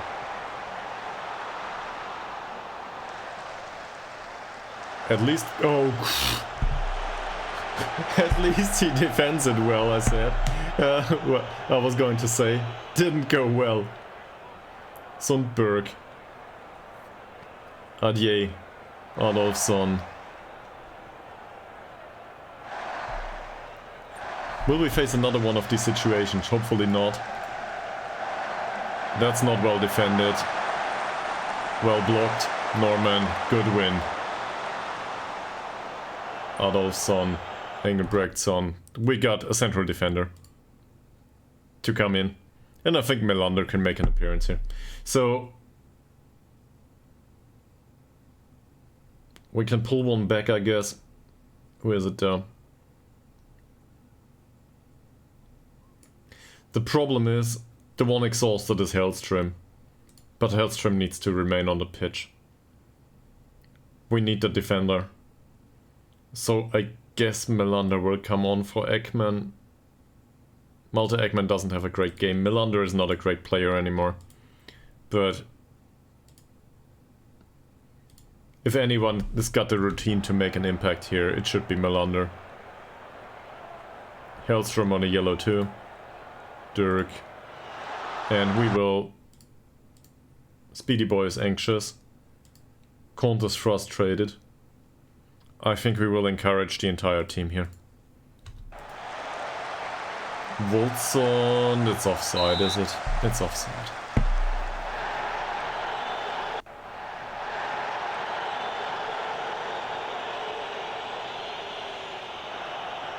Good win.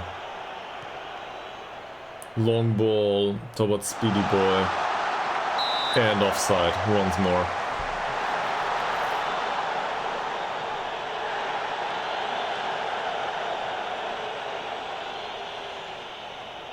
Comte, Melander, Hellström. Is this offside?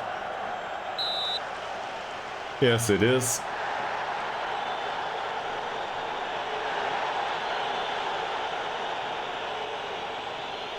Free kick by Adier. Wolfson wins the ball. Good win. Puget might not win that header though. Yeah.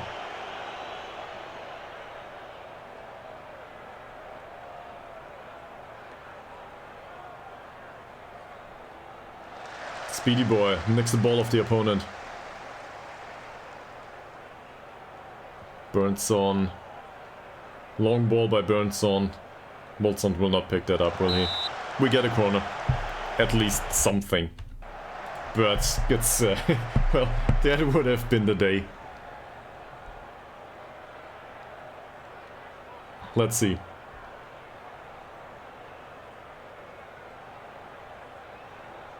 Melander's corner. Good win. Off target. Third game in a row that we lose.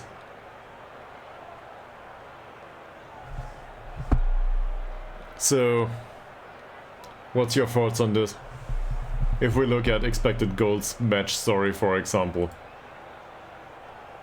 Is it really so bad? It's hard to acknowledge, but I guess this is not that bad. If we would play every single game like this, it wouldn't be that hard, right? We would probably remain in the league at some point. This is just bad luck.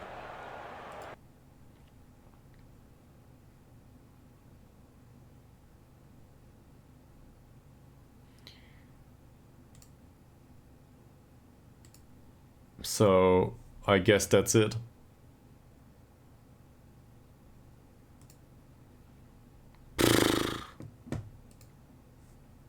A lot of them seem relaxed.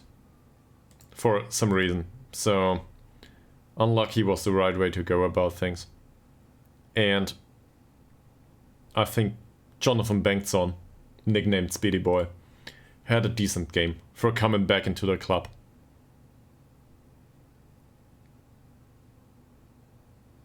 I was really unlucky.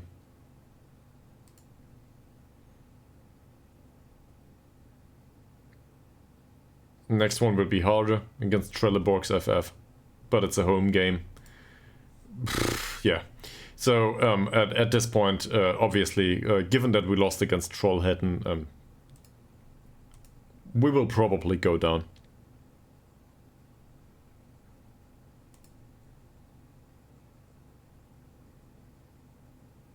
And yeah, there's the meeting for the manager's future. See?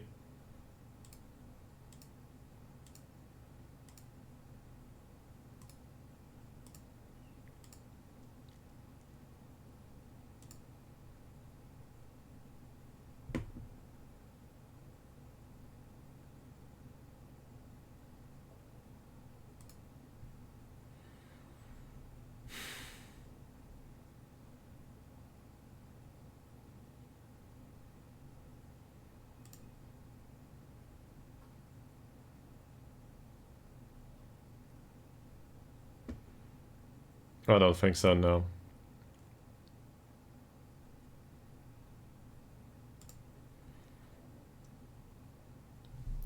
He came back and had a decent game. It was good, really. Yes, it is. They do now.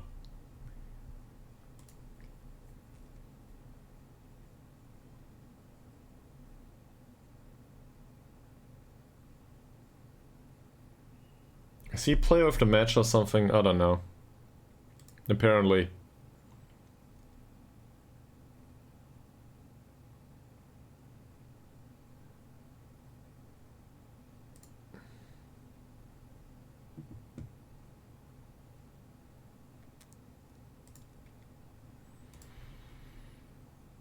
I think this game went better than the last ones though, if that makes sense.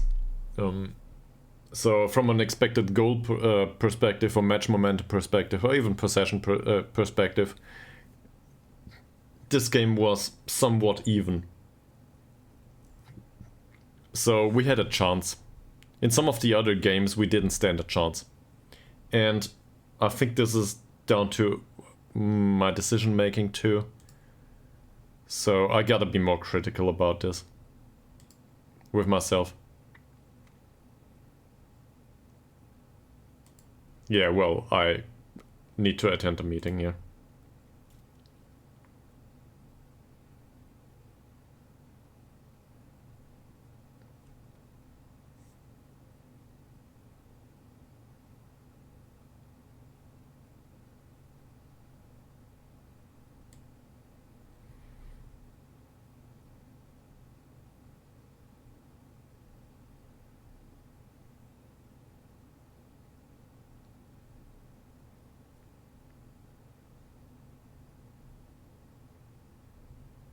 How about this league is really hard on us and we do not deserve to be here anyway?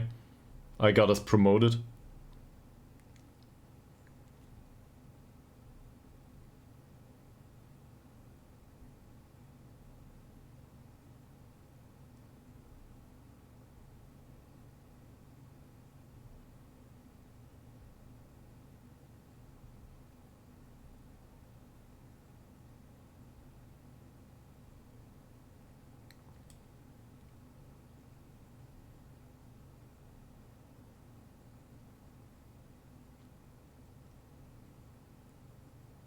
I don't know what to answer here, really. Any recommendations?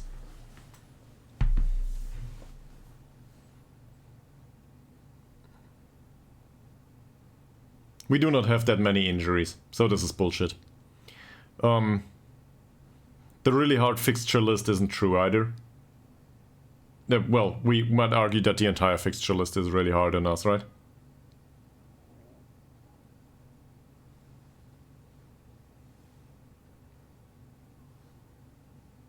I think this is true. Fixture list isn't hard in general for us though.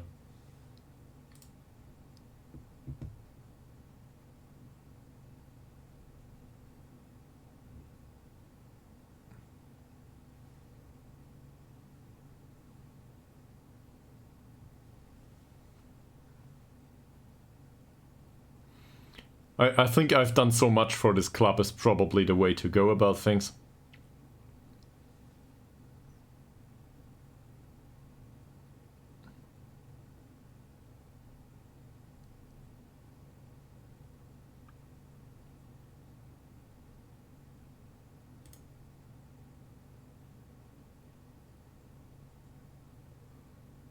Hello? Apparently this option...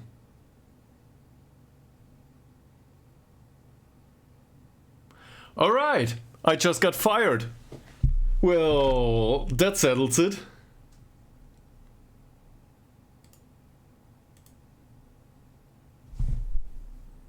That's the end of the Ytterhogdals IK story. So... we got him promoted from 4th League to 2nd League, and then we got fired.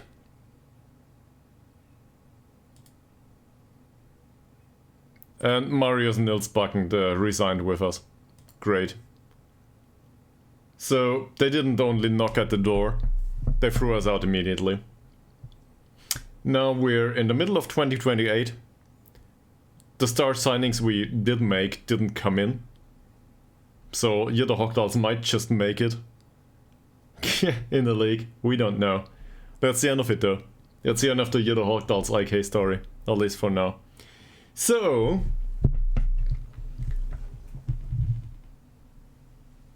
yeah, that's how it is. I didn't expect that to happen today, to be honest. Otherwise, I don't know. Maybe I would have concentrated more on certain things, but yeah.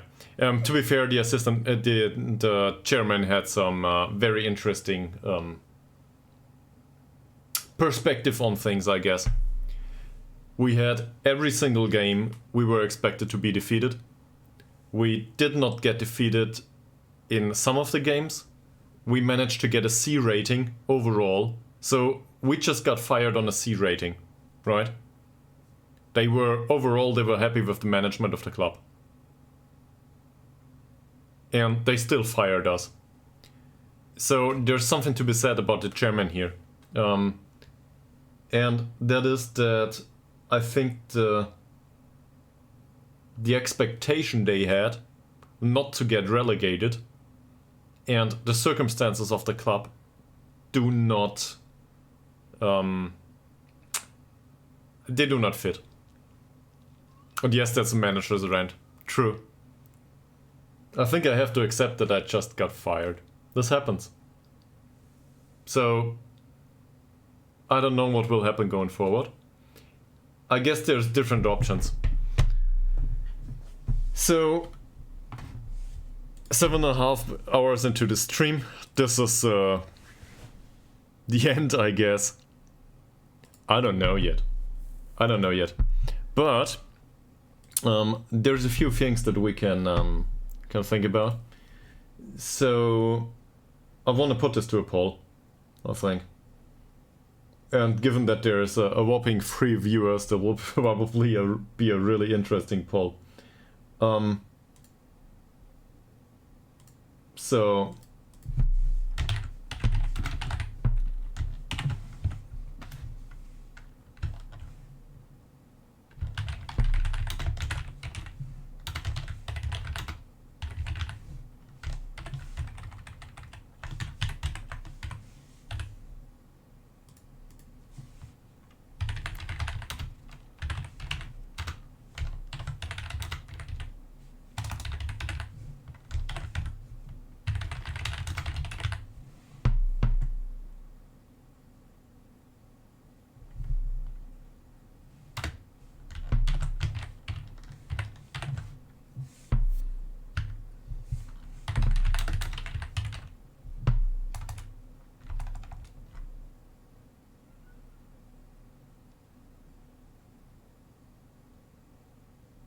I don't know another option. So I think so, yes.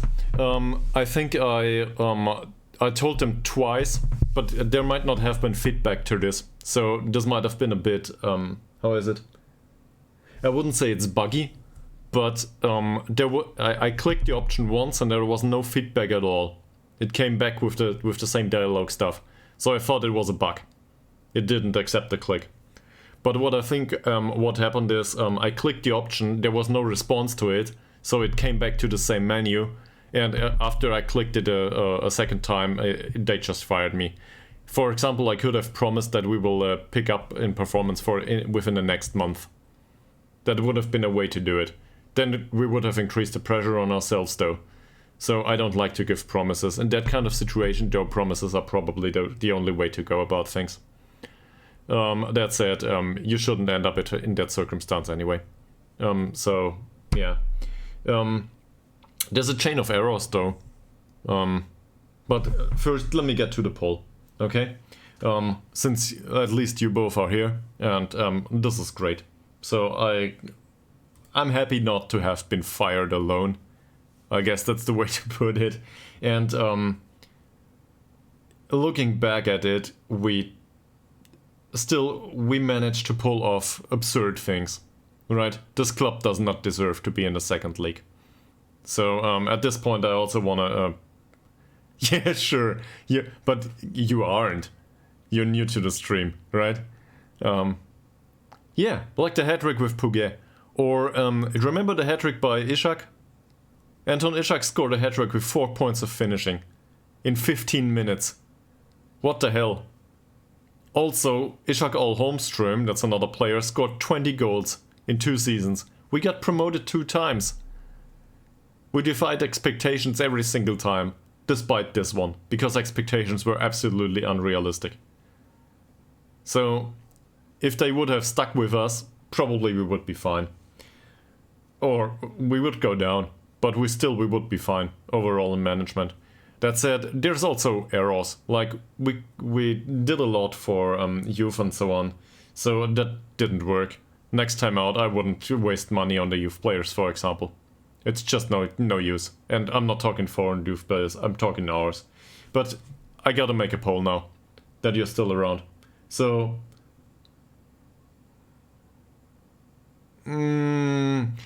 I'd rather not have had the financial support. I'd rather have had... finance, you can only splash the cash so far, right? I'd rather have had support going back down. Just like Christian Streich in Freiburg, for example. They played in the first league, they went down into the second league, and they went back up, and now they are playing Europa. Or even, I don't know, Champions League. Depends, wherever they end up. So what do we do now? This is an important poll, so please contribute. Because I really want to know your opinion.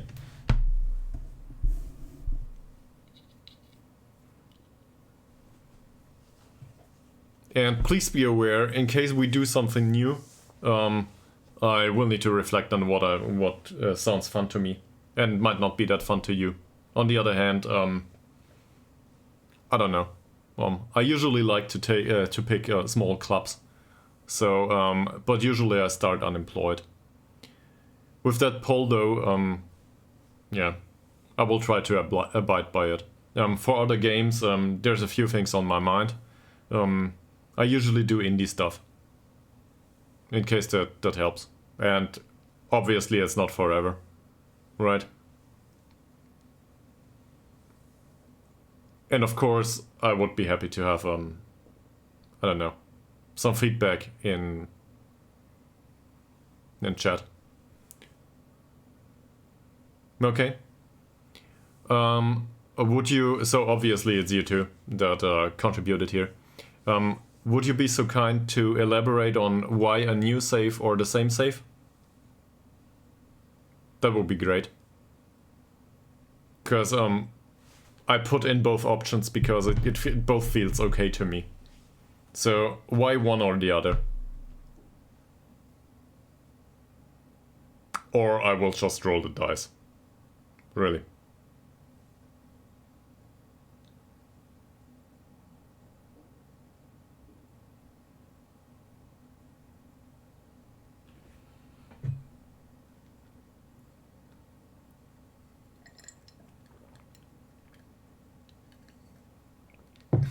Okay, I see.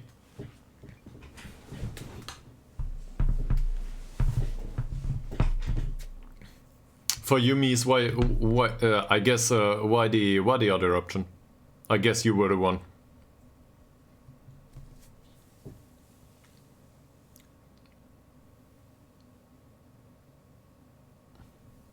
Okay, but maybe we end up in Bulgaria, right? So would that count as a fresh start too, for you? Or maybe in England or something. We might pick a club that recently got promoted. Somewhere that is absurdly, you know, somewhere else. I will probably not end up in Sweden again. He says. He might though. No, but we might bring along the scouting knowledge and so on. So is a fresh start also okay for you in case we... Okay, so we will do some sort of Journeyman-like style. The goal is to find another club that is not in Sweden. Alright? This is what I'm saying now. Alright.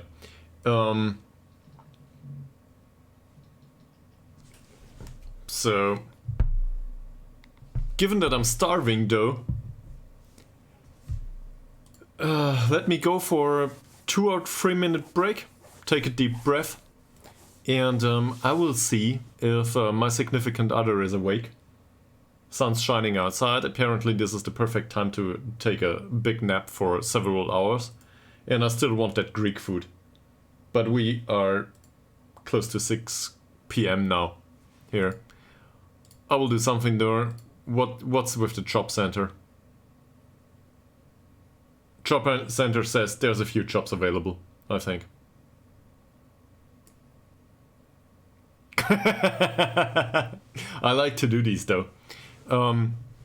But so this manager doesn't have any scouting knowledge in England, if that makes any sense. And also, usually I use one of the... But I get that... Okay, yeah. I get that these are boring to you. I get that. Game's hung up now.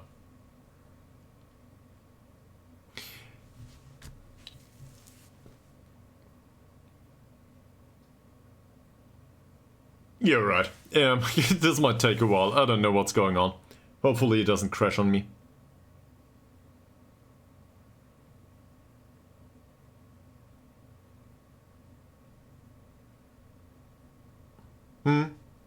Okay, I will try. Alright, let's have a look into the clubs later on. I will go on a short break, try to find out if she's still asleep. Also, we need to get rid of the pre-rollouts again. It's on now. Yeah, 3 minute break. And I'll be back in a few. Hopefully, though, we can go for some food and then we will continue this tomorrow, maybe. I just got fired. It happens. See you soon.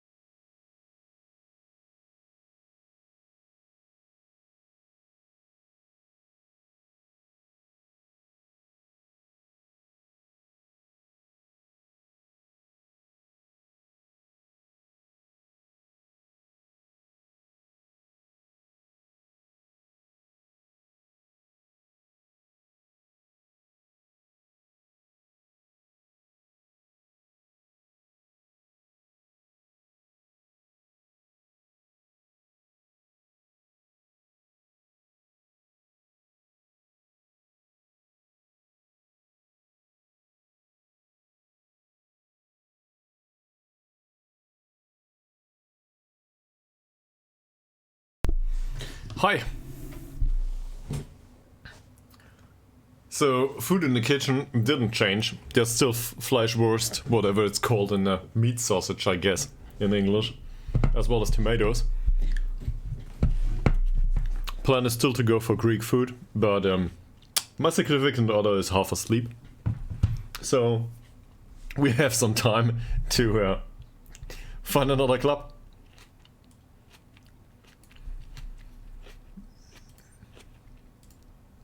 Let's have a look at the profile. We have some scouting knowledge in Sweden, Serbia, and Italy. And where's the attributes here? Our adaptability is a whopping 1 point. So this will be great. Also, we definitely need a fitness coach and a goalkeeping coach. We are utter rubbish at it.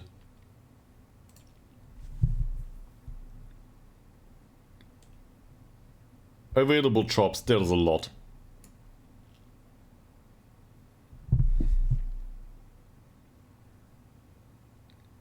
We can play in Belarus.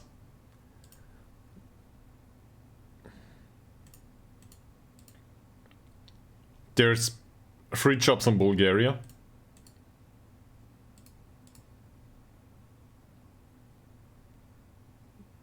It's a professional club. Okay.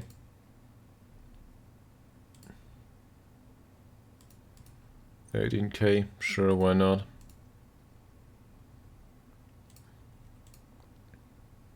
This will take a while. So, anyone's got any preferences?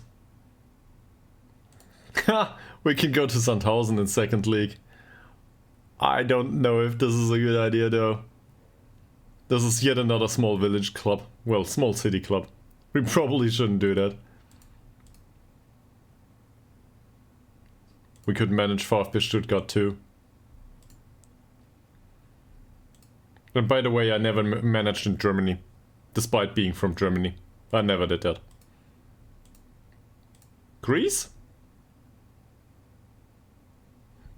Well, I don't know about the club, but this looks nice. This is great colors.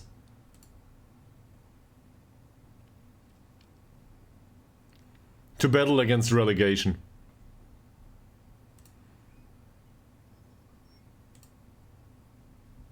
This is whatever happened here. I don't know. Yeah, it's not that bad, right? Facilities. Basic. Fairly basic. This is not poor, but it's not far off. Are there affiliated clubs? None.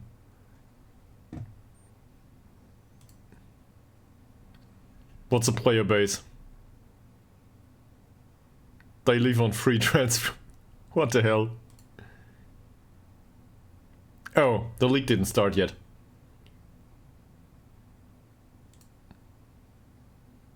Okay. Also, I think there's foreign player rules here.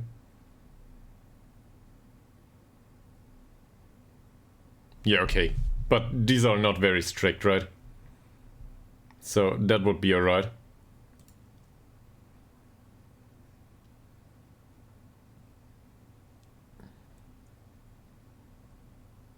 So I guess MGS Apollon Calamaris would be an idea.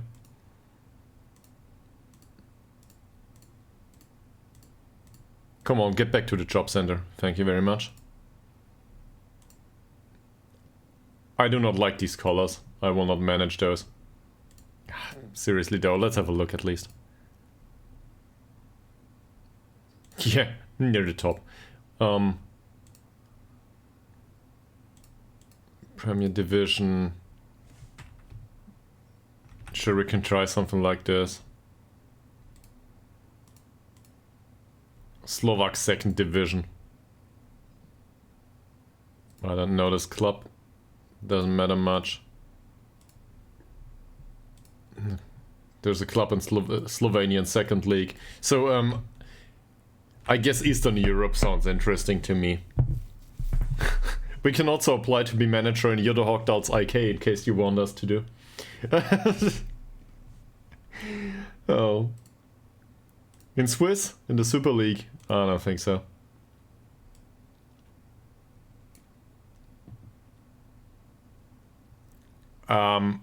Yeah, the problem is I cannot do that. You know, I can include 5 options in the poll. I cannot include 150 or whatever it is here. So we gotta do a sub-select.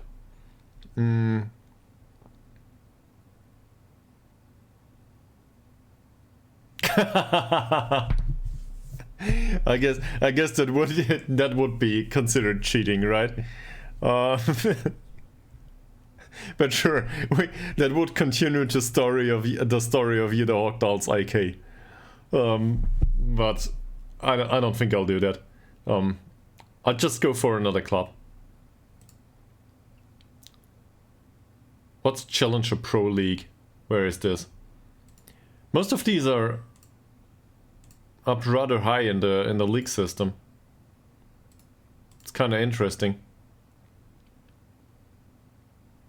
I wouldn't say it's dead to me now, but that's it. We need a new save, new picture, new thumbnail. That one might be an idea though. We need to find a club that also allows us to have a decent thumbnail.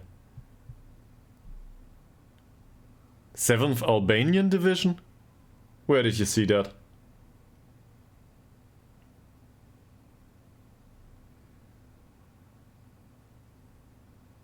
Okay. But I would do something like this. This sounds like me. No, alright. I think we will... so the poll is a good idea, sure. But the problem is we will not get that job, maybe. So polling for it doesn't serve much purpose, right? Let me put it that way. Should we apply for this job? This is in Greece. This is Super League 2. So I guess there is another one above.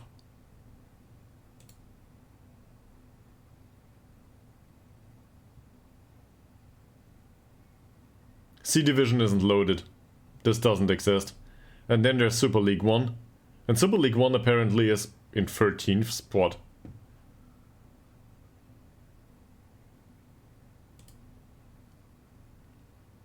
I don't know, man. I've never managed in Greece.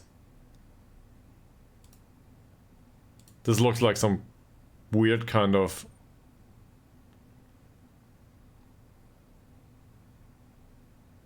Well, we might as well get relegated once more, right? Or get fired. Who knows?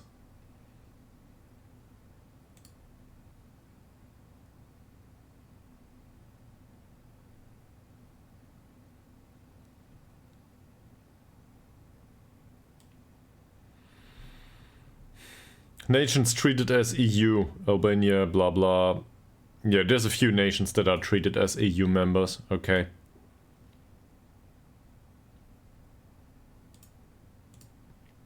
At least they have a decent, whatever that is, badge, you said. There's a lot more people here though. This is a bigger club. And this is a bigger club full of...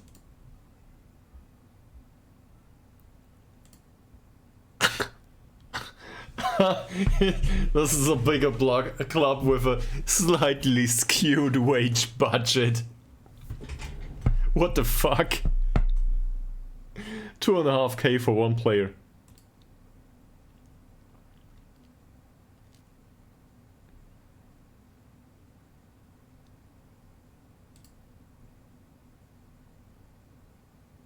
I don't know.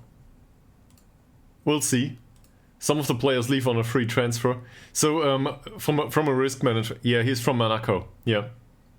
I think so. No, this is not the wrong... I will get there. Give me a second. There he is. And there's his history. He's from Monaco, yeah.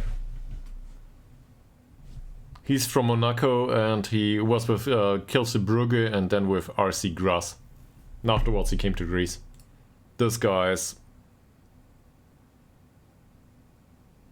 Monegasque.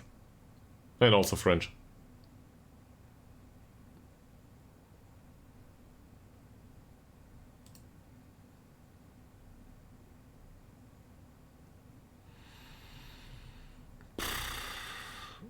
That said, I don't know.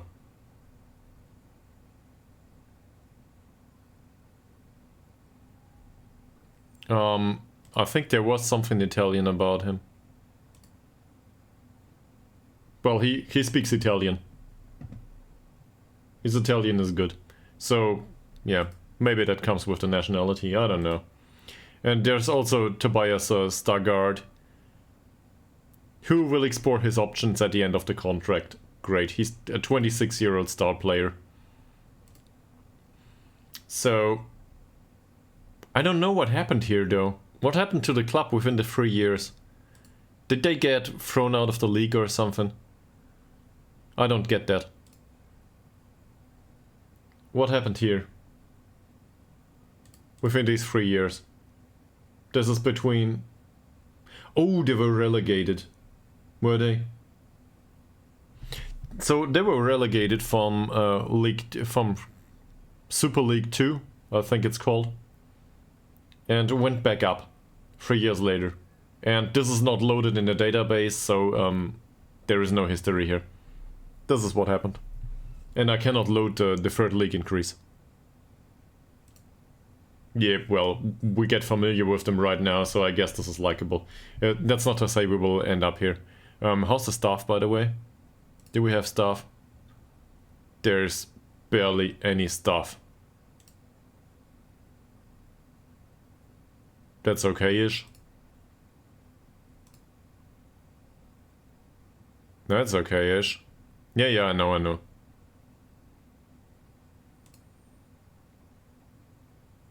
Why not? Alright. 11.5k wage bill, why not? Apply for this job.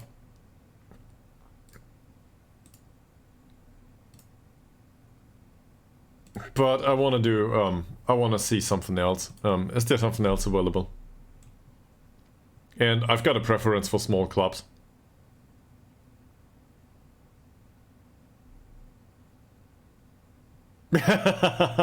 In case we get to it, yes.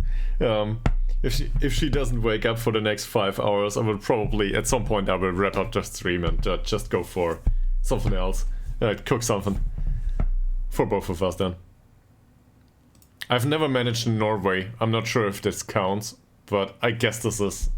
I wanted to go outside Scandinavia though. That said, this is more along the lines of what we're used to. But, yeah. I'd rather have a really trashy club. So, the Greece one is high up in the pyramid for me. To a degree. The problem is I don't know the league names. Portuguese second league doesn't sound like well below. Hungarian Division 2. No. So this Hungarian Division 2 is already... Well, this is League 2. This is not like in Sweden where everything is called something else. There's also spots in Bulgaria.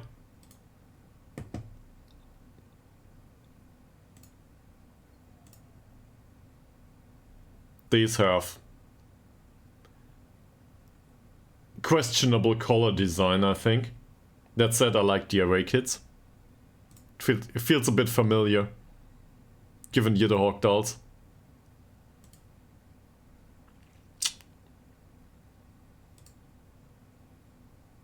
Is there any interesting rules here?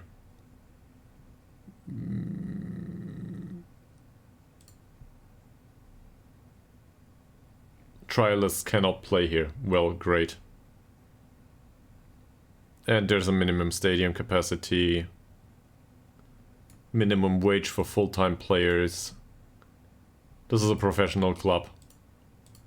That's okay. Let's have a look at the other three.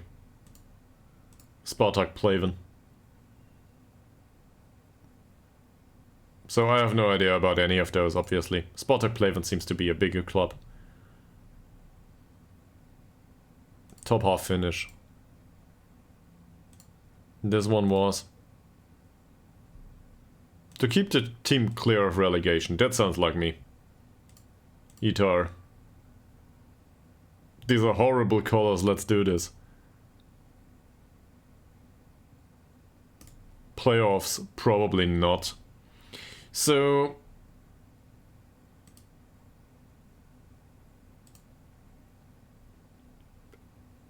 Bulgarian second league. When will the season start?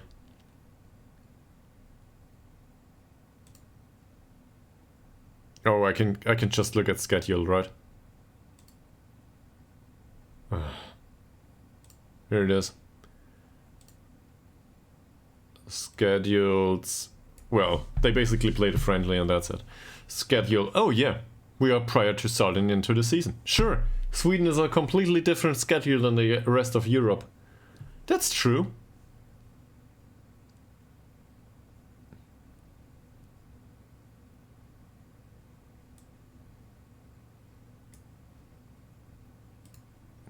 These are really horrible colors.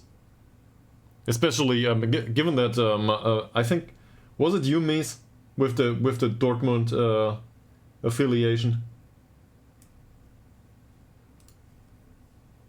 Yes, there's green in here.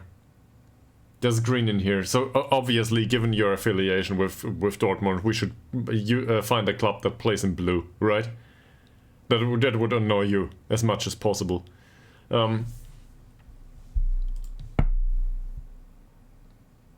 But this kind of reminds me not of Dortmund.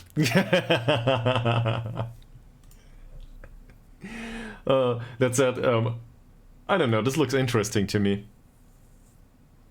So, I'm not aware of the circumstances. A lot of here is average or adequate or whatever. Sure, let's apply here too.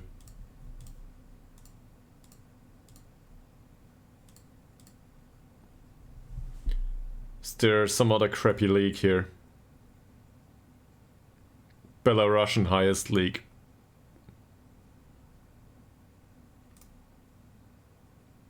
Blau-Weiß Linz? Well...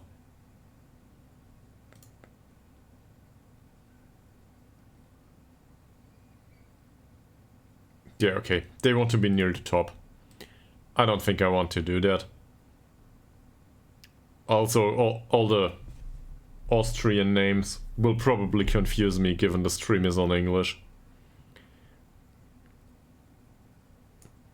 What is 3F Superliga, by the way? Where is this? Is this Denmark?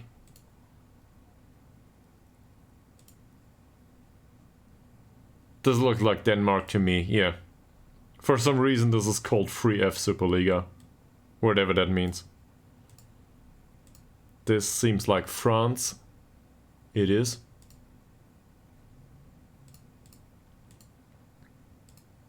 This is clear. This is second league in Hungary. This is first league in Italy. Well, as I said, I want to leave Scandinavia. This is in Poland. Never managed in Poland. Their league's finished. Not sure what's going on here.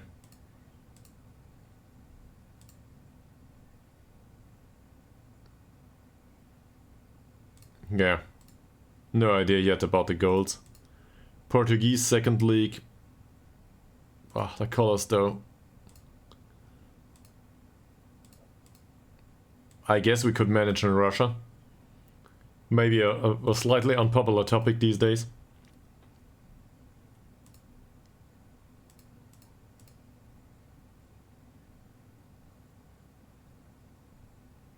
Slovakian, so Slovak second division or Slovenian second league.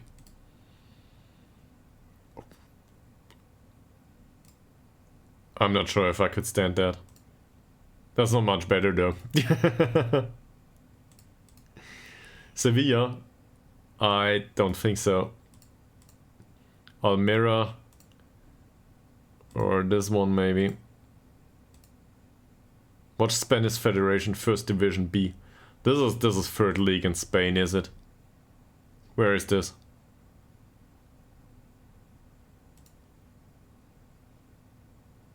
Yeah. So this is third league in Spain, I think.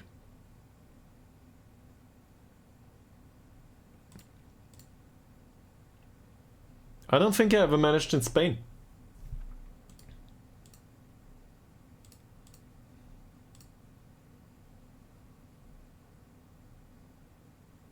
Okay. No goals yet, I think.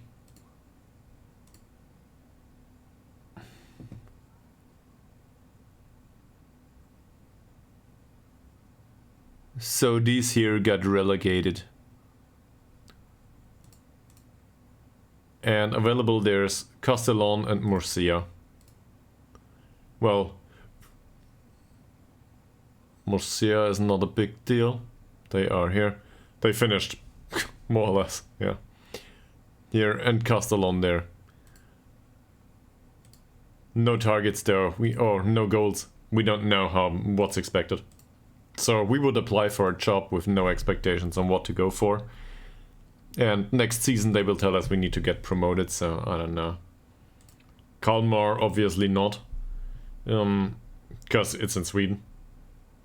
Same with all of these. Then that's it.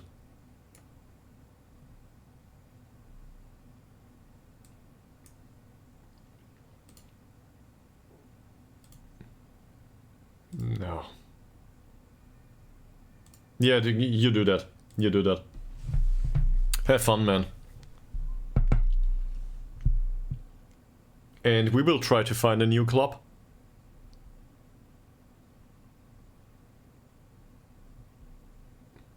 Job in at Man City is available. We want to do that? Oh, the interview process is over, so we will not have this.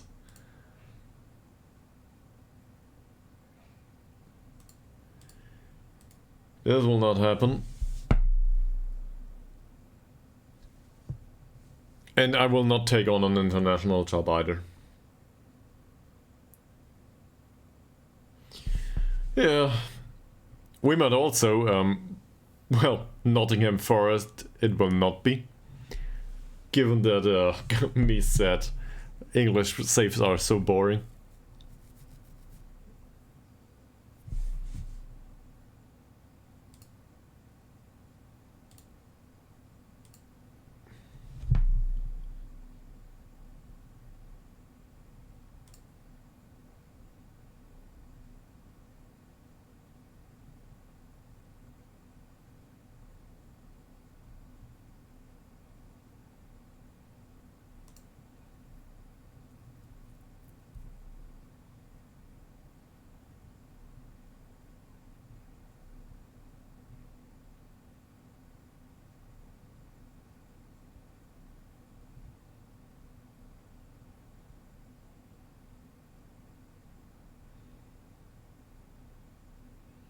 I don't know.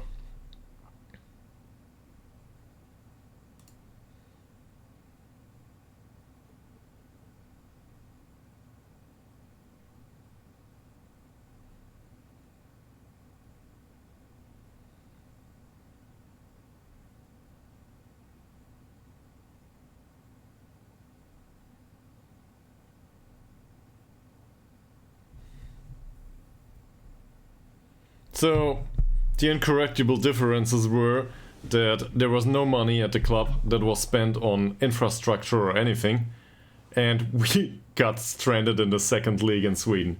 So, I guess that's it. But it's funny that all of this is included in the game. So, I guess, yeah, that's it.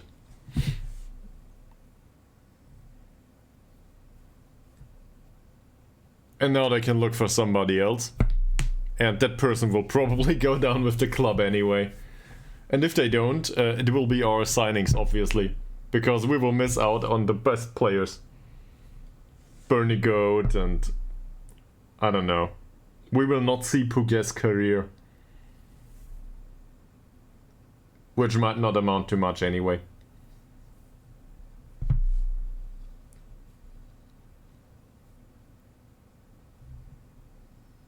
It's a sad story.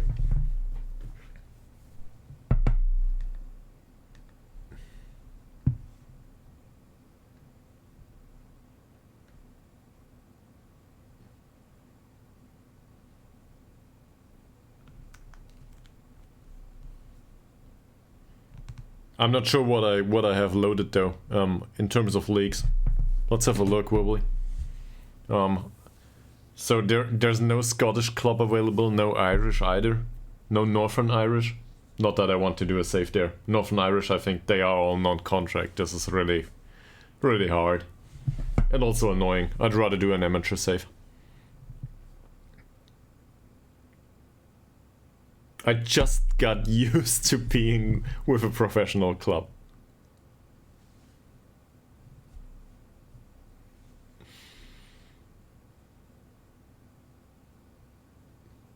So, yeah, we need a new one. This will take a while. Tell me about your thoughts or whatever. What's going on with you?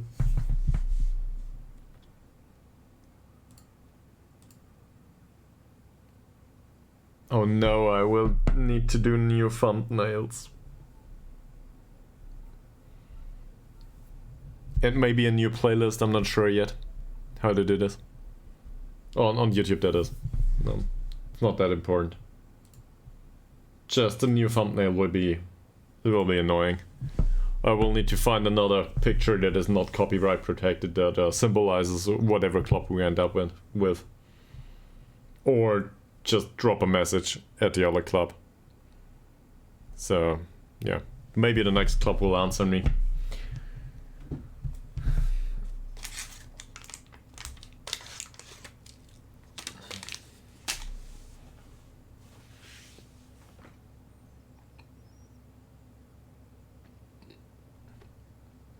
We can also go to Ukraine. In game, there's no war, I think. So.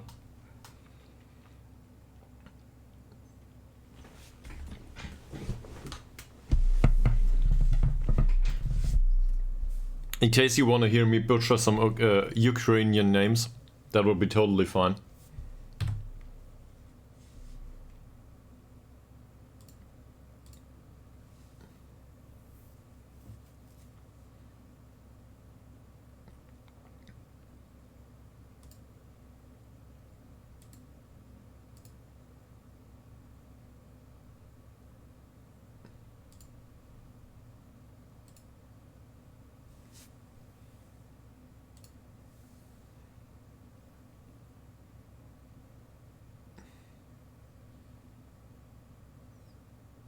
What? What kind of club is this? In France, apparently. Alright.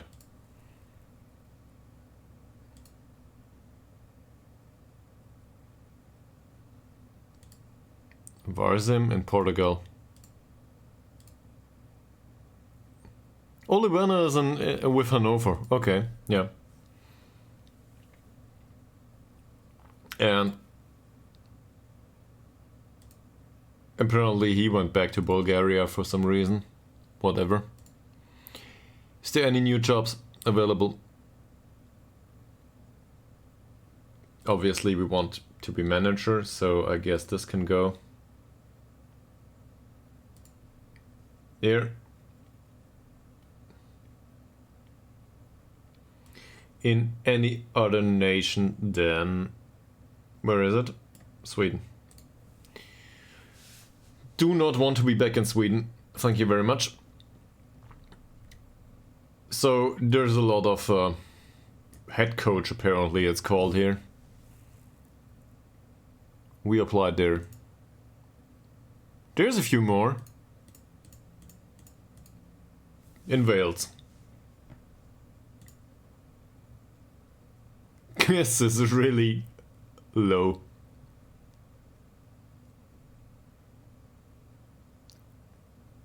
Fantastic.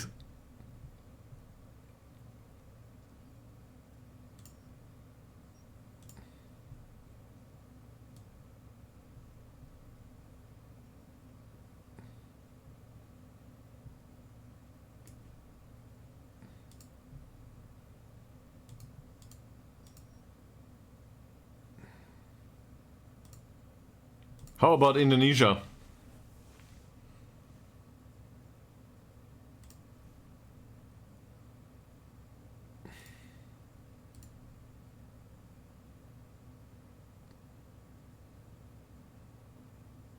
I don't think I can apply. Why is that? Maybe the league isn't loaded.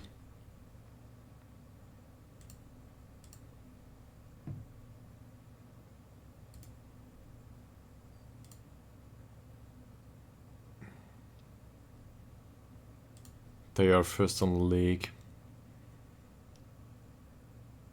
Does this mean that the league is loaded? Give me a second. Where is it? Here. Great. Thank you very much. Apparently I have a few leagues loaded here. Where's Indonesia? Yeah, Indonesia League 1 and League 2 are loaded. India is view only. There's a lot of leagues that are view only though.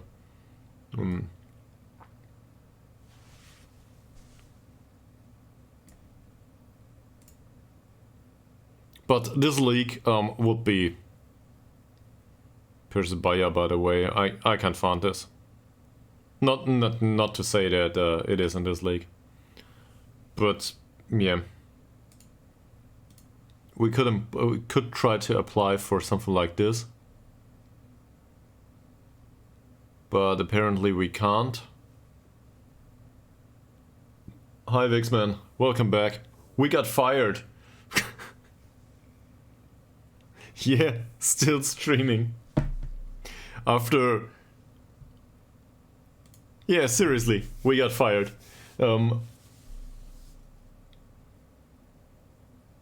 Well, yeah, now we're looking for a new job. And I did this for such a long time. I think I did Ytterhogdals IK for 6 years in-game. So this is kind of weird to me. Usually at this point I stopped playing Football Manager, but we determined that it was fine to go on with the save. In case I do something else, then, you know, not managing England and not managing another Swedish club. So, just somewhere else. And now I'm trying to find out where that is. Indonesia sounds interesting. I don't know why I can't apply for this though.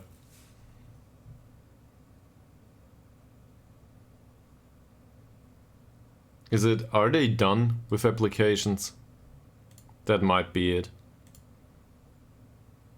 That orange is as horrible as the one in Ytterhogdals. Yeah, I have. The Indonesian leagues are loaded. That's why I'm confused. I just looked for that. Oh. You think my reputation is so bad that... Yeah, that might be an idea. Yeah, now it will load for another 5 minutes. Sorry. There it is. My reputation is... I don't know. 35%. So I'm not sure what this means. But we might not have a reputation that's alright for Indonesia, sure. That might be a problem. Can we filter this, by the way? No, we can't. So what about the leagues in Wales, though? How does this work? In Serbia? Where is it? Well, there's a first league. There's first league jobs here in Serbia.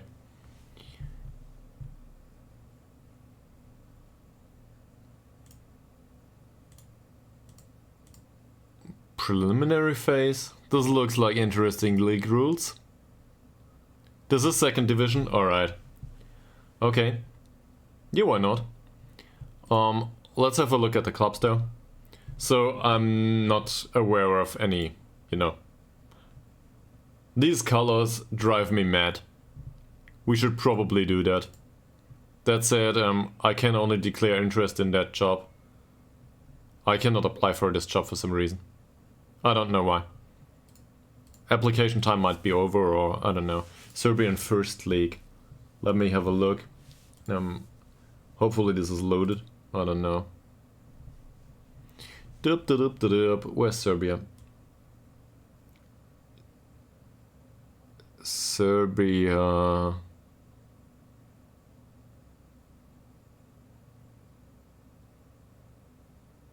There it is. Yeah, it's loaded as playable. Yeah, it's in. So that shouldn't be a problem. Oh, I had a look at Kolumbara. And whatever the P implies here, I will not be able to pronounce that. I'm very sorry. Budochnost Popovac? I'm not sure. I need Google Translate for this. Popovac? Oh, okay, thank you very much. Well, in any case, I cannot apply for this either. So, I guess that will not happen.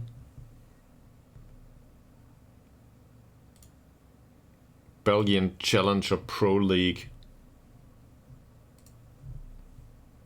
I'm interested in the Welsh leagues though. I never managed in Wales.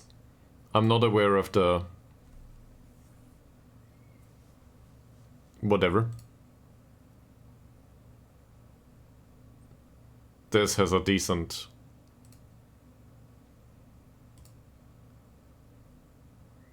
This is a really crappy club. This is wonderful. I like that.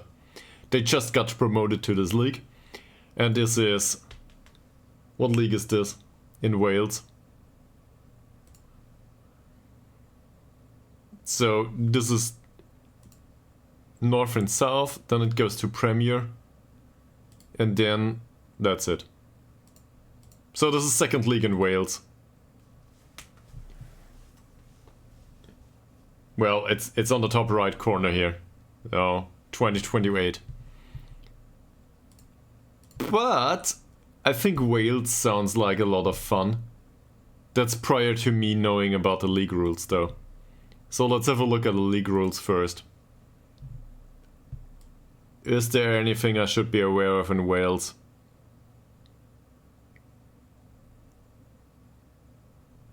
I don't know. How does the league work? Bottom 3 get relegated, top 1 gets promoted, that's it.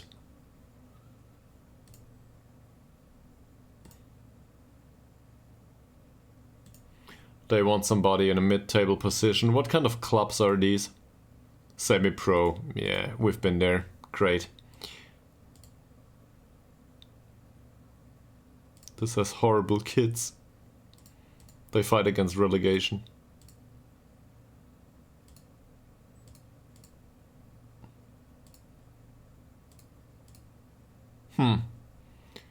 None of these are really sympathetic at first glance.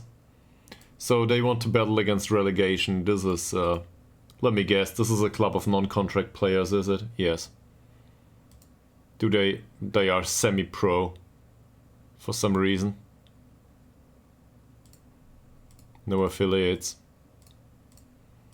Anyone's got any affiliation with any of the Welsh clubs? This looks like Dortmund, right? So I guess this is a plus. At least to one of us. And by the way, Lewis Jamieson, welcome to the stream. Sorry, I'm kind of kind of all over the place in my head. No. I have no idea. Oh, that one. Yeah. I guess it rings a bell. But that one's not available. So they do not want to get relegated, that's it. This is a compromise, right? This is like a Dortmund style for the home kit, and for the away kit it is like Schalke style. So I guess this is a way to please you and try to annoy you at the same time. I think I like this. Me personally, up until recently, Ytterhogdals IK. But I guess that time's over now. In real life, though, I'm less of a supporter of specific clubs. I like good management, and this is always a weird answer, I think, to most people. I very much respect performances under difficult circumstances. So, I don't know. I'm not one to wave a flag around that much. Sorry.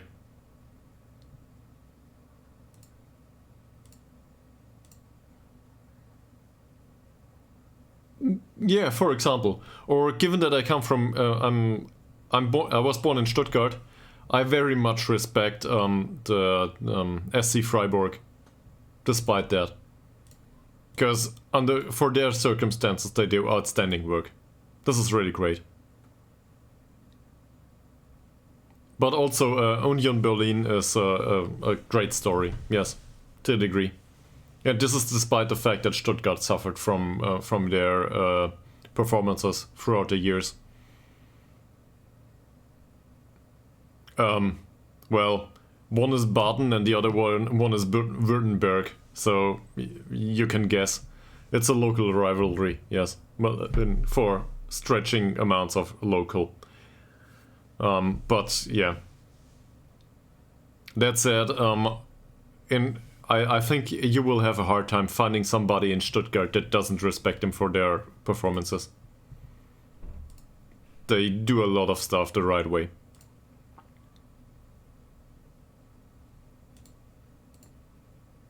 I think we can have any one of these clubs.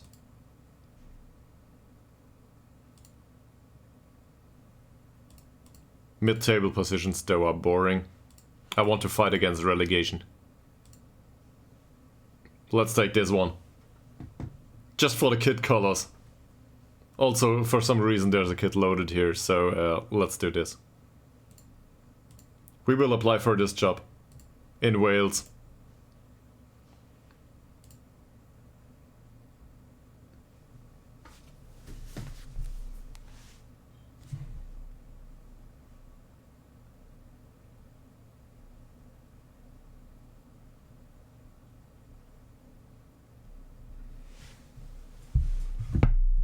I hear noises outside. I think she's awake. Well, then we do semi-pro until we get to the Premier League, and then we will get them pro, in case we can help it. Well, Wales doesn't count as England, right? So this is fine. Wales is something that's, well, I don't know. Hi, welcome to the stream. So hopefully that counts, and hopefully it's fun. I don't know. We'll see. We might as well go to Greece. We're not decided yet, right?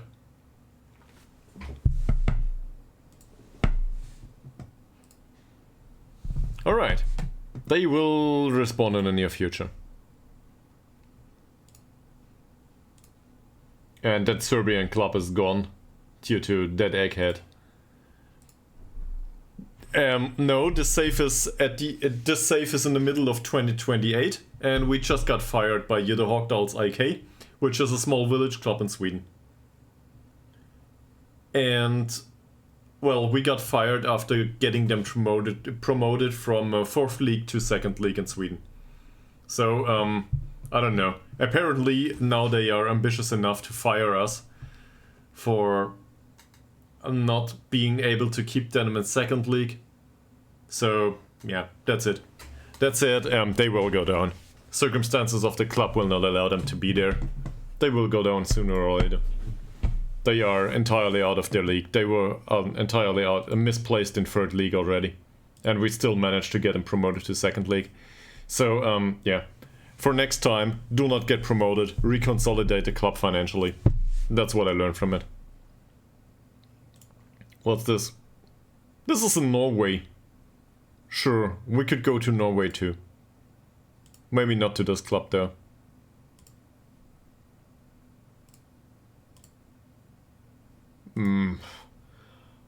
I so this is the perfect time to go with an understatement, right, or an overstatement, depending on your perspective. I would say about 10 years, like in real life.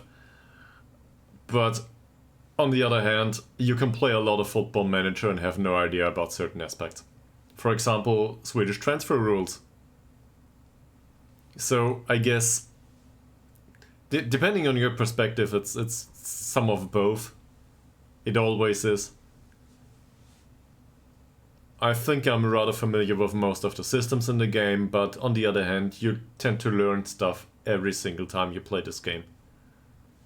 So, yeah. Somewhere in between, I guess.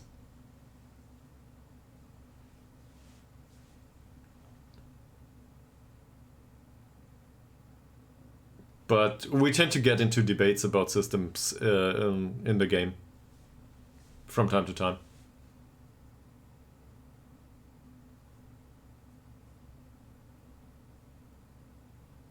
So, whatever happens in the future, we will have a new save. Or not a new save. We will have a new club. And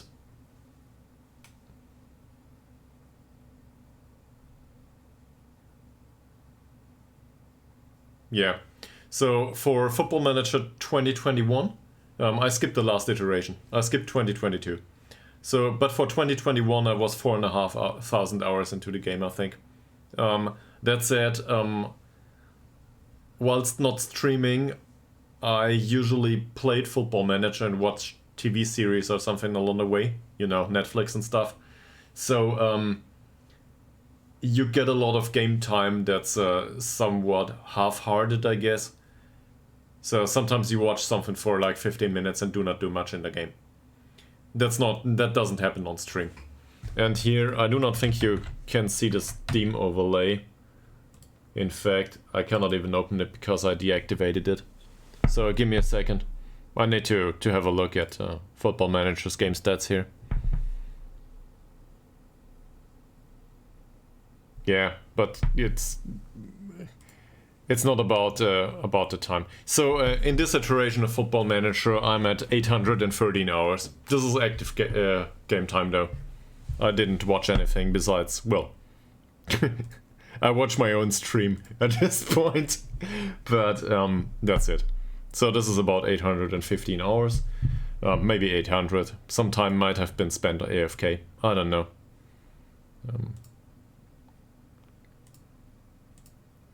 But it doesn't matter much, really. There's... Okay. That's none of the clubs that we applied though. Or applied for though. Does the job center include some new clubs?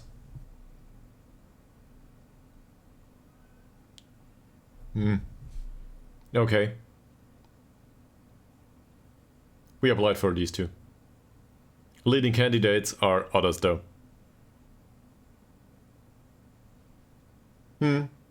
Yeah. Also, you get a lot of playing times if you just don't do stuff in detail. Give me a second. I think the food calls. Okay. Yeah. So we've got a few hours. That said, so I'm not gonna go back for, you know, follows and so on, but I will probably wrap up this stream pretty soon. In case you want to follow along for the next save, I would be happy to oblige. But yeah. We will not do this for yet another hour. We might find a club though. I don't know. Depends. But Greek food definitely has priority.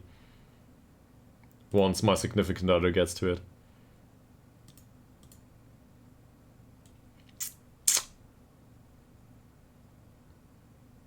I don't know. These are all forbidden. Otherwise, I would probably try one of these two. Is there one that's pretty?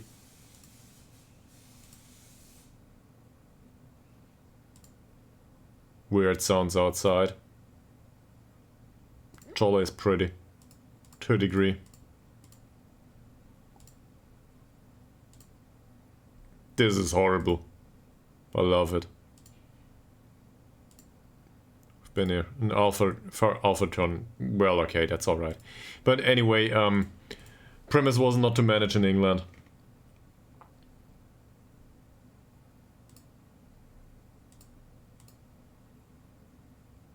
I guess we can try Belarussia, right? Why not? There's no politics in Football Manager. Oh, we cannot apply there. Why?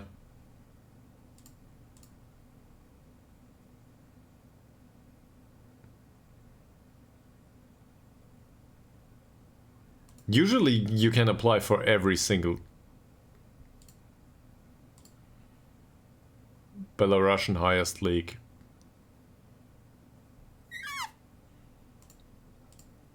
Yeah, I don't know what's going on.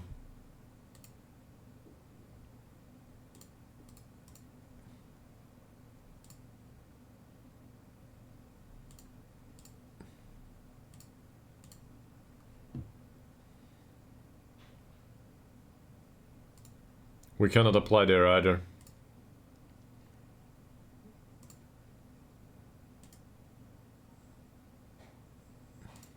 Do we want to achieve a top half finish with Spartak Pleven? They have an affiliate club in the third league, that doesn't matter. Because the league's not loaded. Croatian second league sounds horrible too. This is, color-wise, this is fantastic.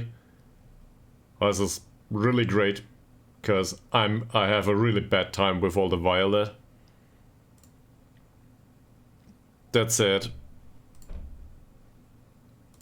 apparently we cannot apply. For some reasons.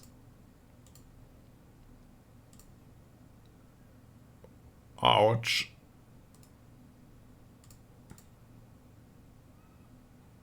This one's available. And we have no idea about these colors, man.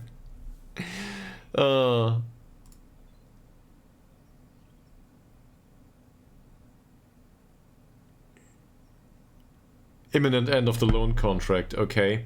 Wage-wise, this looks familiar. That's alright. I can deal with this.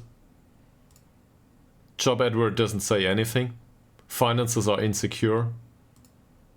They have affiliated clubs in the first division, whilst being in the second division themselves, so they are a feeder club, I think. We might bring in some loan players here. The senior squad is barely existing after getting rid of all the loan players. Is there league rules? Are there league rules? Yeah, maybe.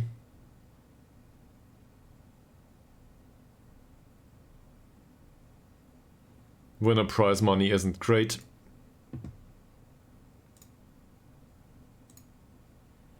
Season preview says...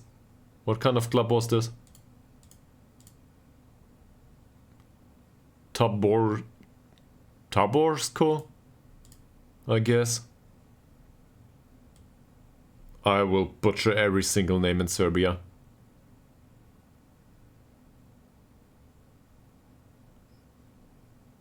So, what season preview I said?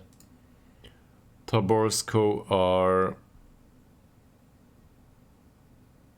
Oh, they get What?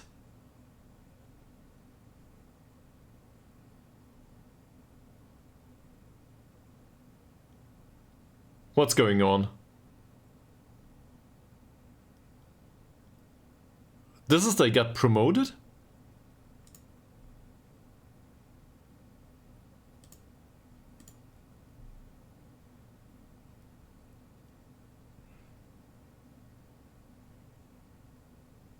Oh, this was at the start of this season. So they got promoted into this league and now they managed to retain their spot in this league.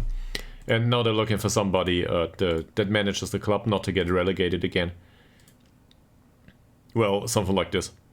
There's a really high wage bill and the finances are insecure, so they will probably they will need to save some money. And these are horrible kit colors. I want to have a look at the real kill colors. Let me give me a second. Tabos Boris Co. Fantastic. I want to see an image. Okay. Black pants apparently. At least in real life. I can live with that. If they had red pants, I would probably not be able to stand that. I will apply for this job. Czech Republic it is. This is a professional club, by the way. I feel capable to handle this kind of stuff. Oh, there's also...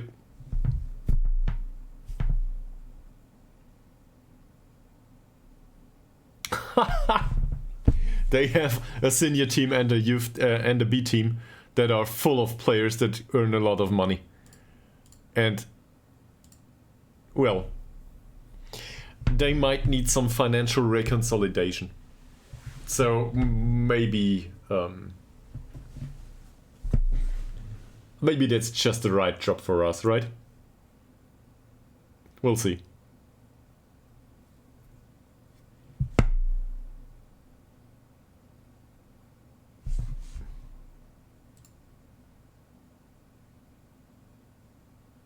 Okay. That's not us. That's in Sweden, so this is forbidden. We've been there. We don't want to go back to Sweden. It will probably take 10 hours and then Ytterhogdals IK will come crawling. No, they will not. They will not. We will be out of job at Ytterhogdals IK forever. And I will cry once I see Bernie go take off at Ytterhogdals IK. Probably the best signing we ever made. And we will not witness him being around the club. So annoying. So whatever happens with the next clubs, do not do transfers. Dear Chris, do not do transfers prior to the transfer window being clear. That said, the next club probably will not be in Sweden, so transfer rules will not be all over the place. On the other hand, Swedish transfer window is not that hard to understand once you get to it. But, yeah, well, there's snow and stuff. And they determine the transfer window later on. That's the way it is.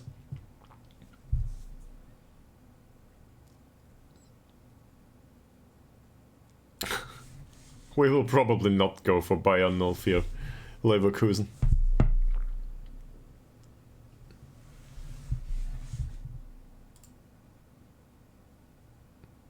Alright, we will not go to Greece. I'm very sorry to break this to you.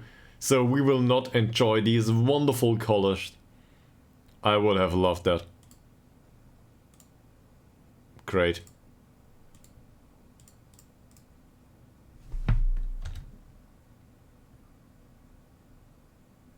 Where the hell is Hermannstadt? In Romania? Okay. Interesting.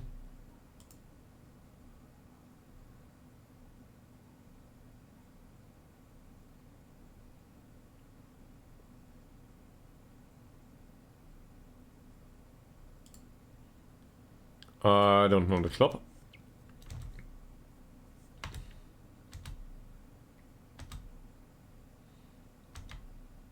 It doesn't look like we get a job though. This is just like in real life. You apply for jobs and nobody wants you. Well, or in case somebody wants you, they do not call you back. And then later on they forget about it or something, I don't know.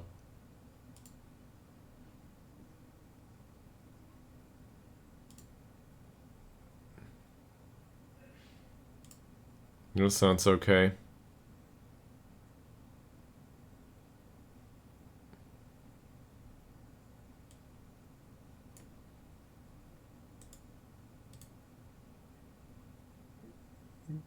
I do not think I can stand these colors.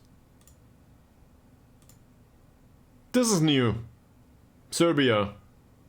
Semi-pro. First league. They want to be guided to a mid-table position. The wage budget looks familiar. There's barely a player left that can play there. Is there any weird league rules? There's a preliminary phase and afterwards there's... I don't know what there is.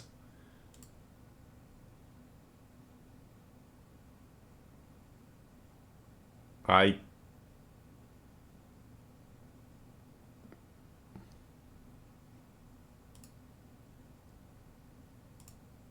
guess some of these go down. I don't understand this. What about the Indonesian guys? Still no way to... I cannot apply for this for some reason.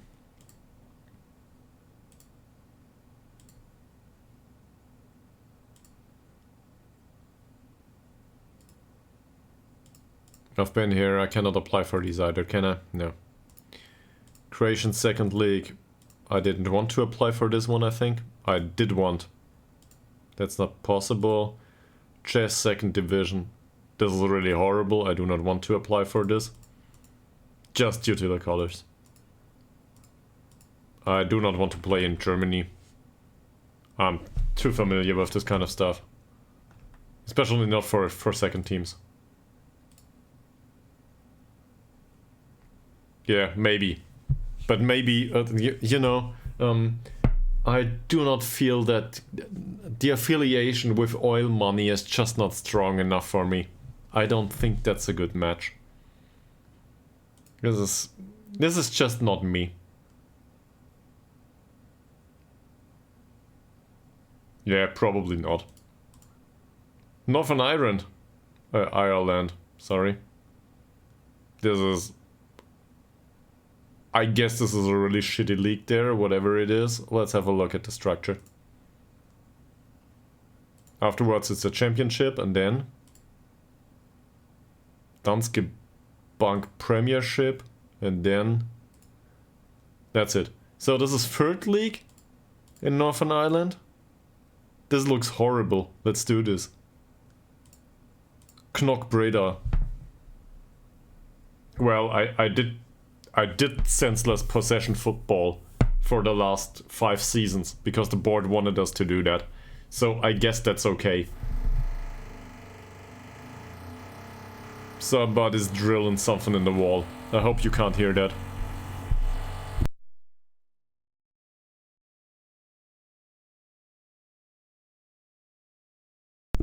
Okay. Well, then this will go to YouTube later on. Sorry, but this is part of it. I'm trying to mute myself whilst this happens. That said, yeah, probably time to wrap up the stream anyway. I will look into this club and then we will. They just got promoted to this league. This is wonderful. This is a squad entirely composed of non-contract players. Fantastic. Non-contract players and youth players. Oh, we will have such a bad time. Limited roof recruiting, fairly basic academy coaching, basic youth, basic training, nothing. This is better than what we have at Ytterhogdals IK though. This is horrible, I like this. We cannot apply for it. Oh, come on, seriously.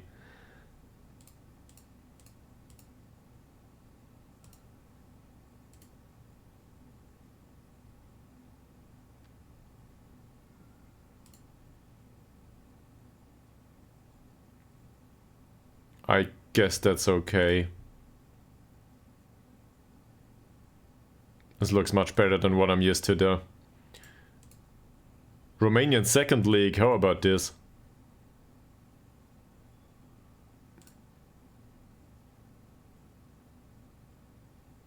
Wow.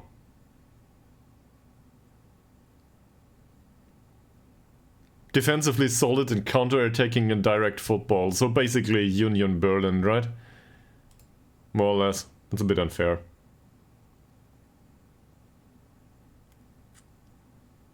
Yeah, I don't know.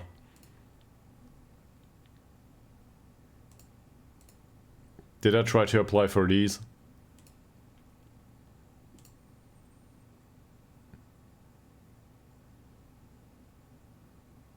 Okay. This is decent. Professional club.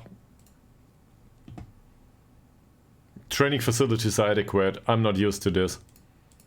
This is Slovak 2nd division. This is somewhere we don't know about. They were at 50 points last season. They are really up high. Why not? Let's apply for this job. They will probably sort us out anyway. And obviously, Manchester City will come calling at some point. My advice. I just got fired. I'm really bad, obviously, at this. Yeah, sure.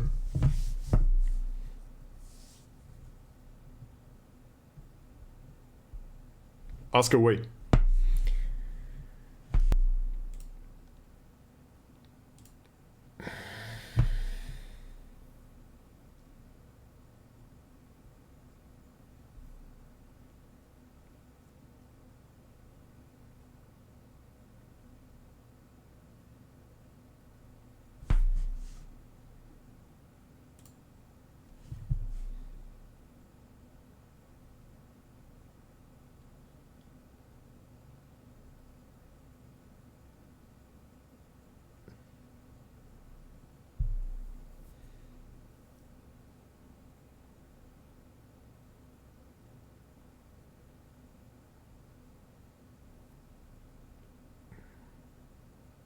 Depends. What sounds more fun to you? That's really, there's no right answer to this, right? So you're doing a journeyman, correct? I guess Augsburg are really interesting. In general, there's not that much of an infrastructure in Augsburg, if I'm not mistaken. In comparison to the rest of the league, obviously. Augsburg is always, I wouldn't say it's a hot seat in particular, but Augsburg is difficult circumstances. If that sounds fun to you, do it. On the other hand, Bournemouth being, well, you know, Europa League and so on, if you want to achieve something, that's probably better. I guess I would pick Augsburg, but this is me. Like, I do enjoy small village clubs and trashy environments and so on. You might argue that I'm fearful of big saves. So do that. Hopefully it's fun to you. I don't know though. That said, Augsburg is a nice club. Overall, it's interesting. There's clubs around that are you know, bigger. Augsburg is somewhat of an everlasting underdog, if you want to put it that way. And that will not change anytime soon. Just like with, I guess, Mainz or Freiburg or something. These are clubs in Germany that are in cities that are just too small, to a degree. They reached where they can go, and yeah, if they ever make it to be big, it would be a big surprise. Alright, this is for Taborsko in Czech 2nd division.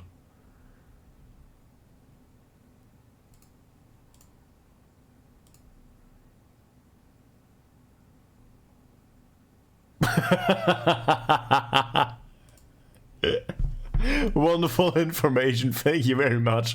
I wasn't aware.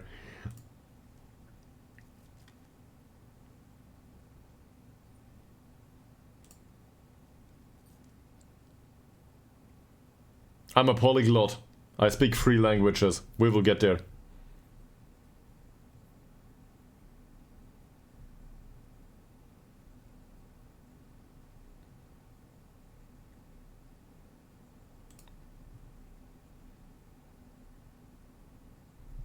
Well...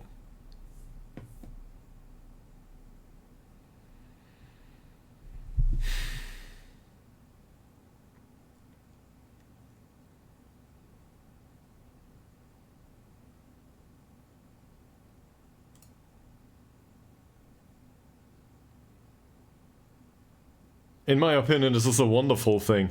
Seriously. If you've been for 6 years with one club, that says loyalty.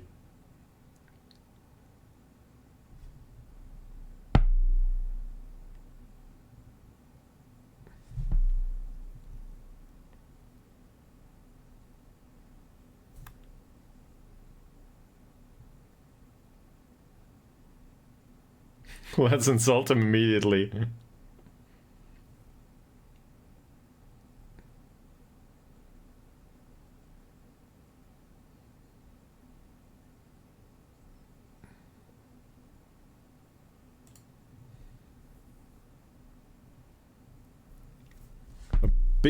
Big step up. I managed second league in Sweden. I think second league in Sweden is more than second league in Czechia, I guess. Or at least it's similar.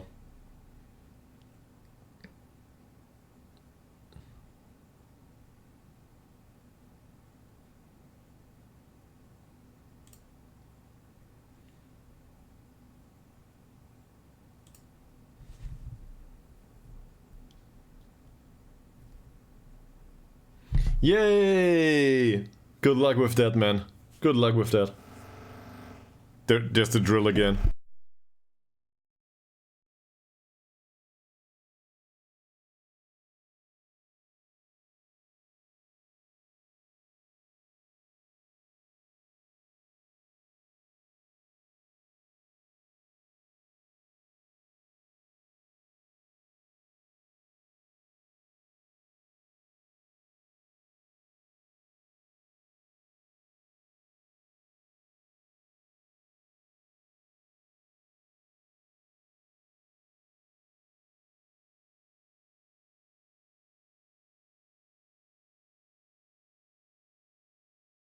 So hopefully they're done now. Yeah, we shall grow the club's reputation. Alright. So I will finish this talk and then I will wrap up the stream for today. So apparently there's no space here to display the entire menu. This is fantastic. Repair the club's financial damage. Yeah.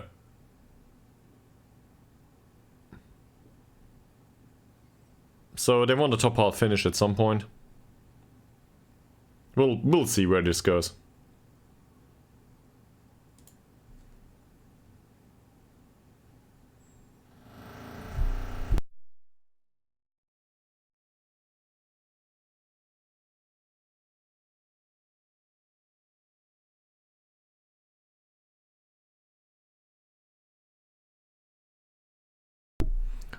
No requests. That sounds a lot of fun. It's quite the opposite to Sweden, where the break is like 4 months. Well, there's cup games in there, but yeah, you might not be there. That's it. I think that's it for today. The stream has been going on for 9 hours. So 56 league games. That's not too shabby. Maybe I should do Colombia too. Alright. But I'll do I'll finish up the save now. Yeah, once that is finished anyway. So thank you very much for watching and being around whilst I get fired. This is fantastic. Make sure to follow along in case this is something you're interested in. So I should do that, obviously. I guess, given the circumstance that I managed a 250 person village club in Sweden, most of the time, live on stream, just to get fired in second league. So I guess I should do something like this, yes. This sounds fun. So I will have a look if Colombia is loaded later on, but I think I excluded the entirety of South America, because it's just too far away, in case you manage in Europe. I think that's what happens. I need new hardware, seriously. If we want to do stuff like that, I need new hardware. And, well, you know, streaming doesn't pay. So, there's that. Or if it pays cents. Alright, anyway, thank you very much for watching. And I will see you all, I don't know when, next time. So, you know, make sure to follow and so on. And have a good Sunday. I will get some Greek food now, given that I didn't get the Greek job. See you soon.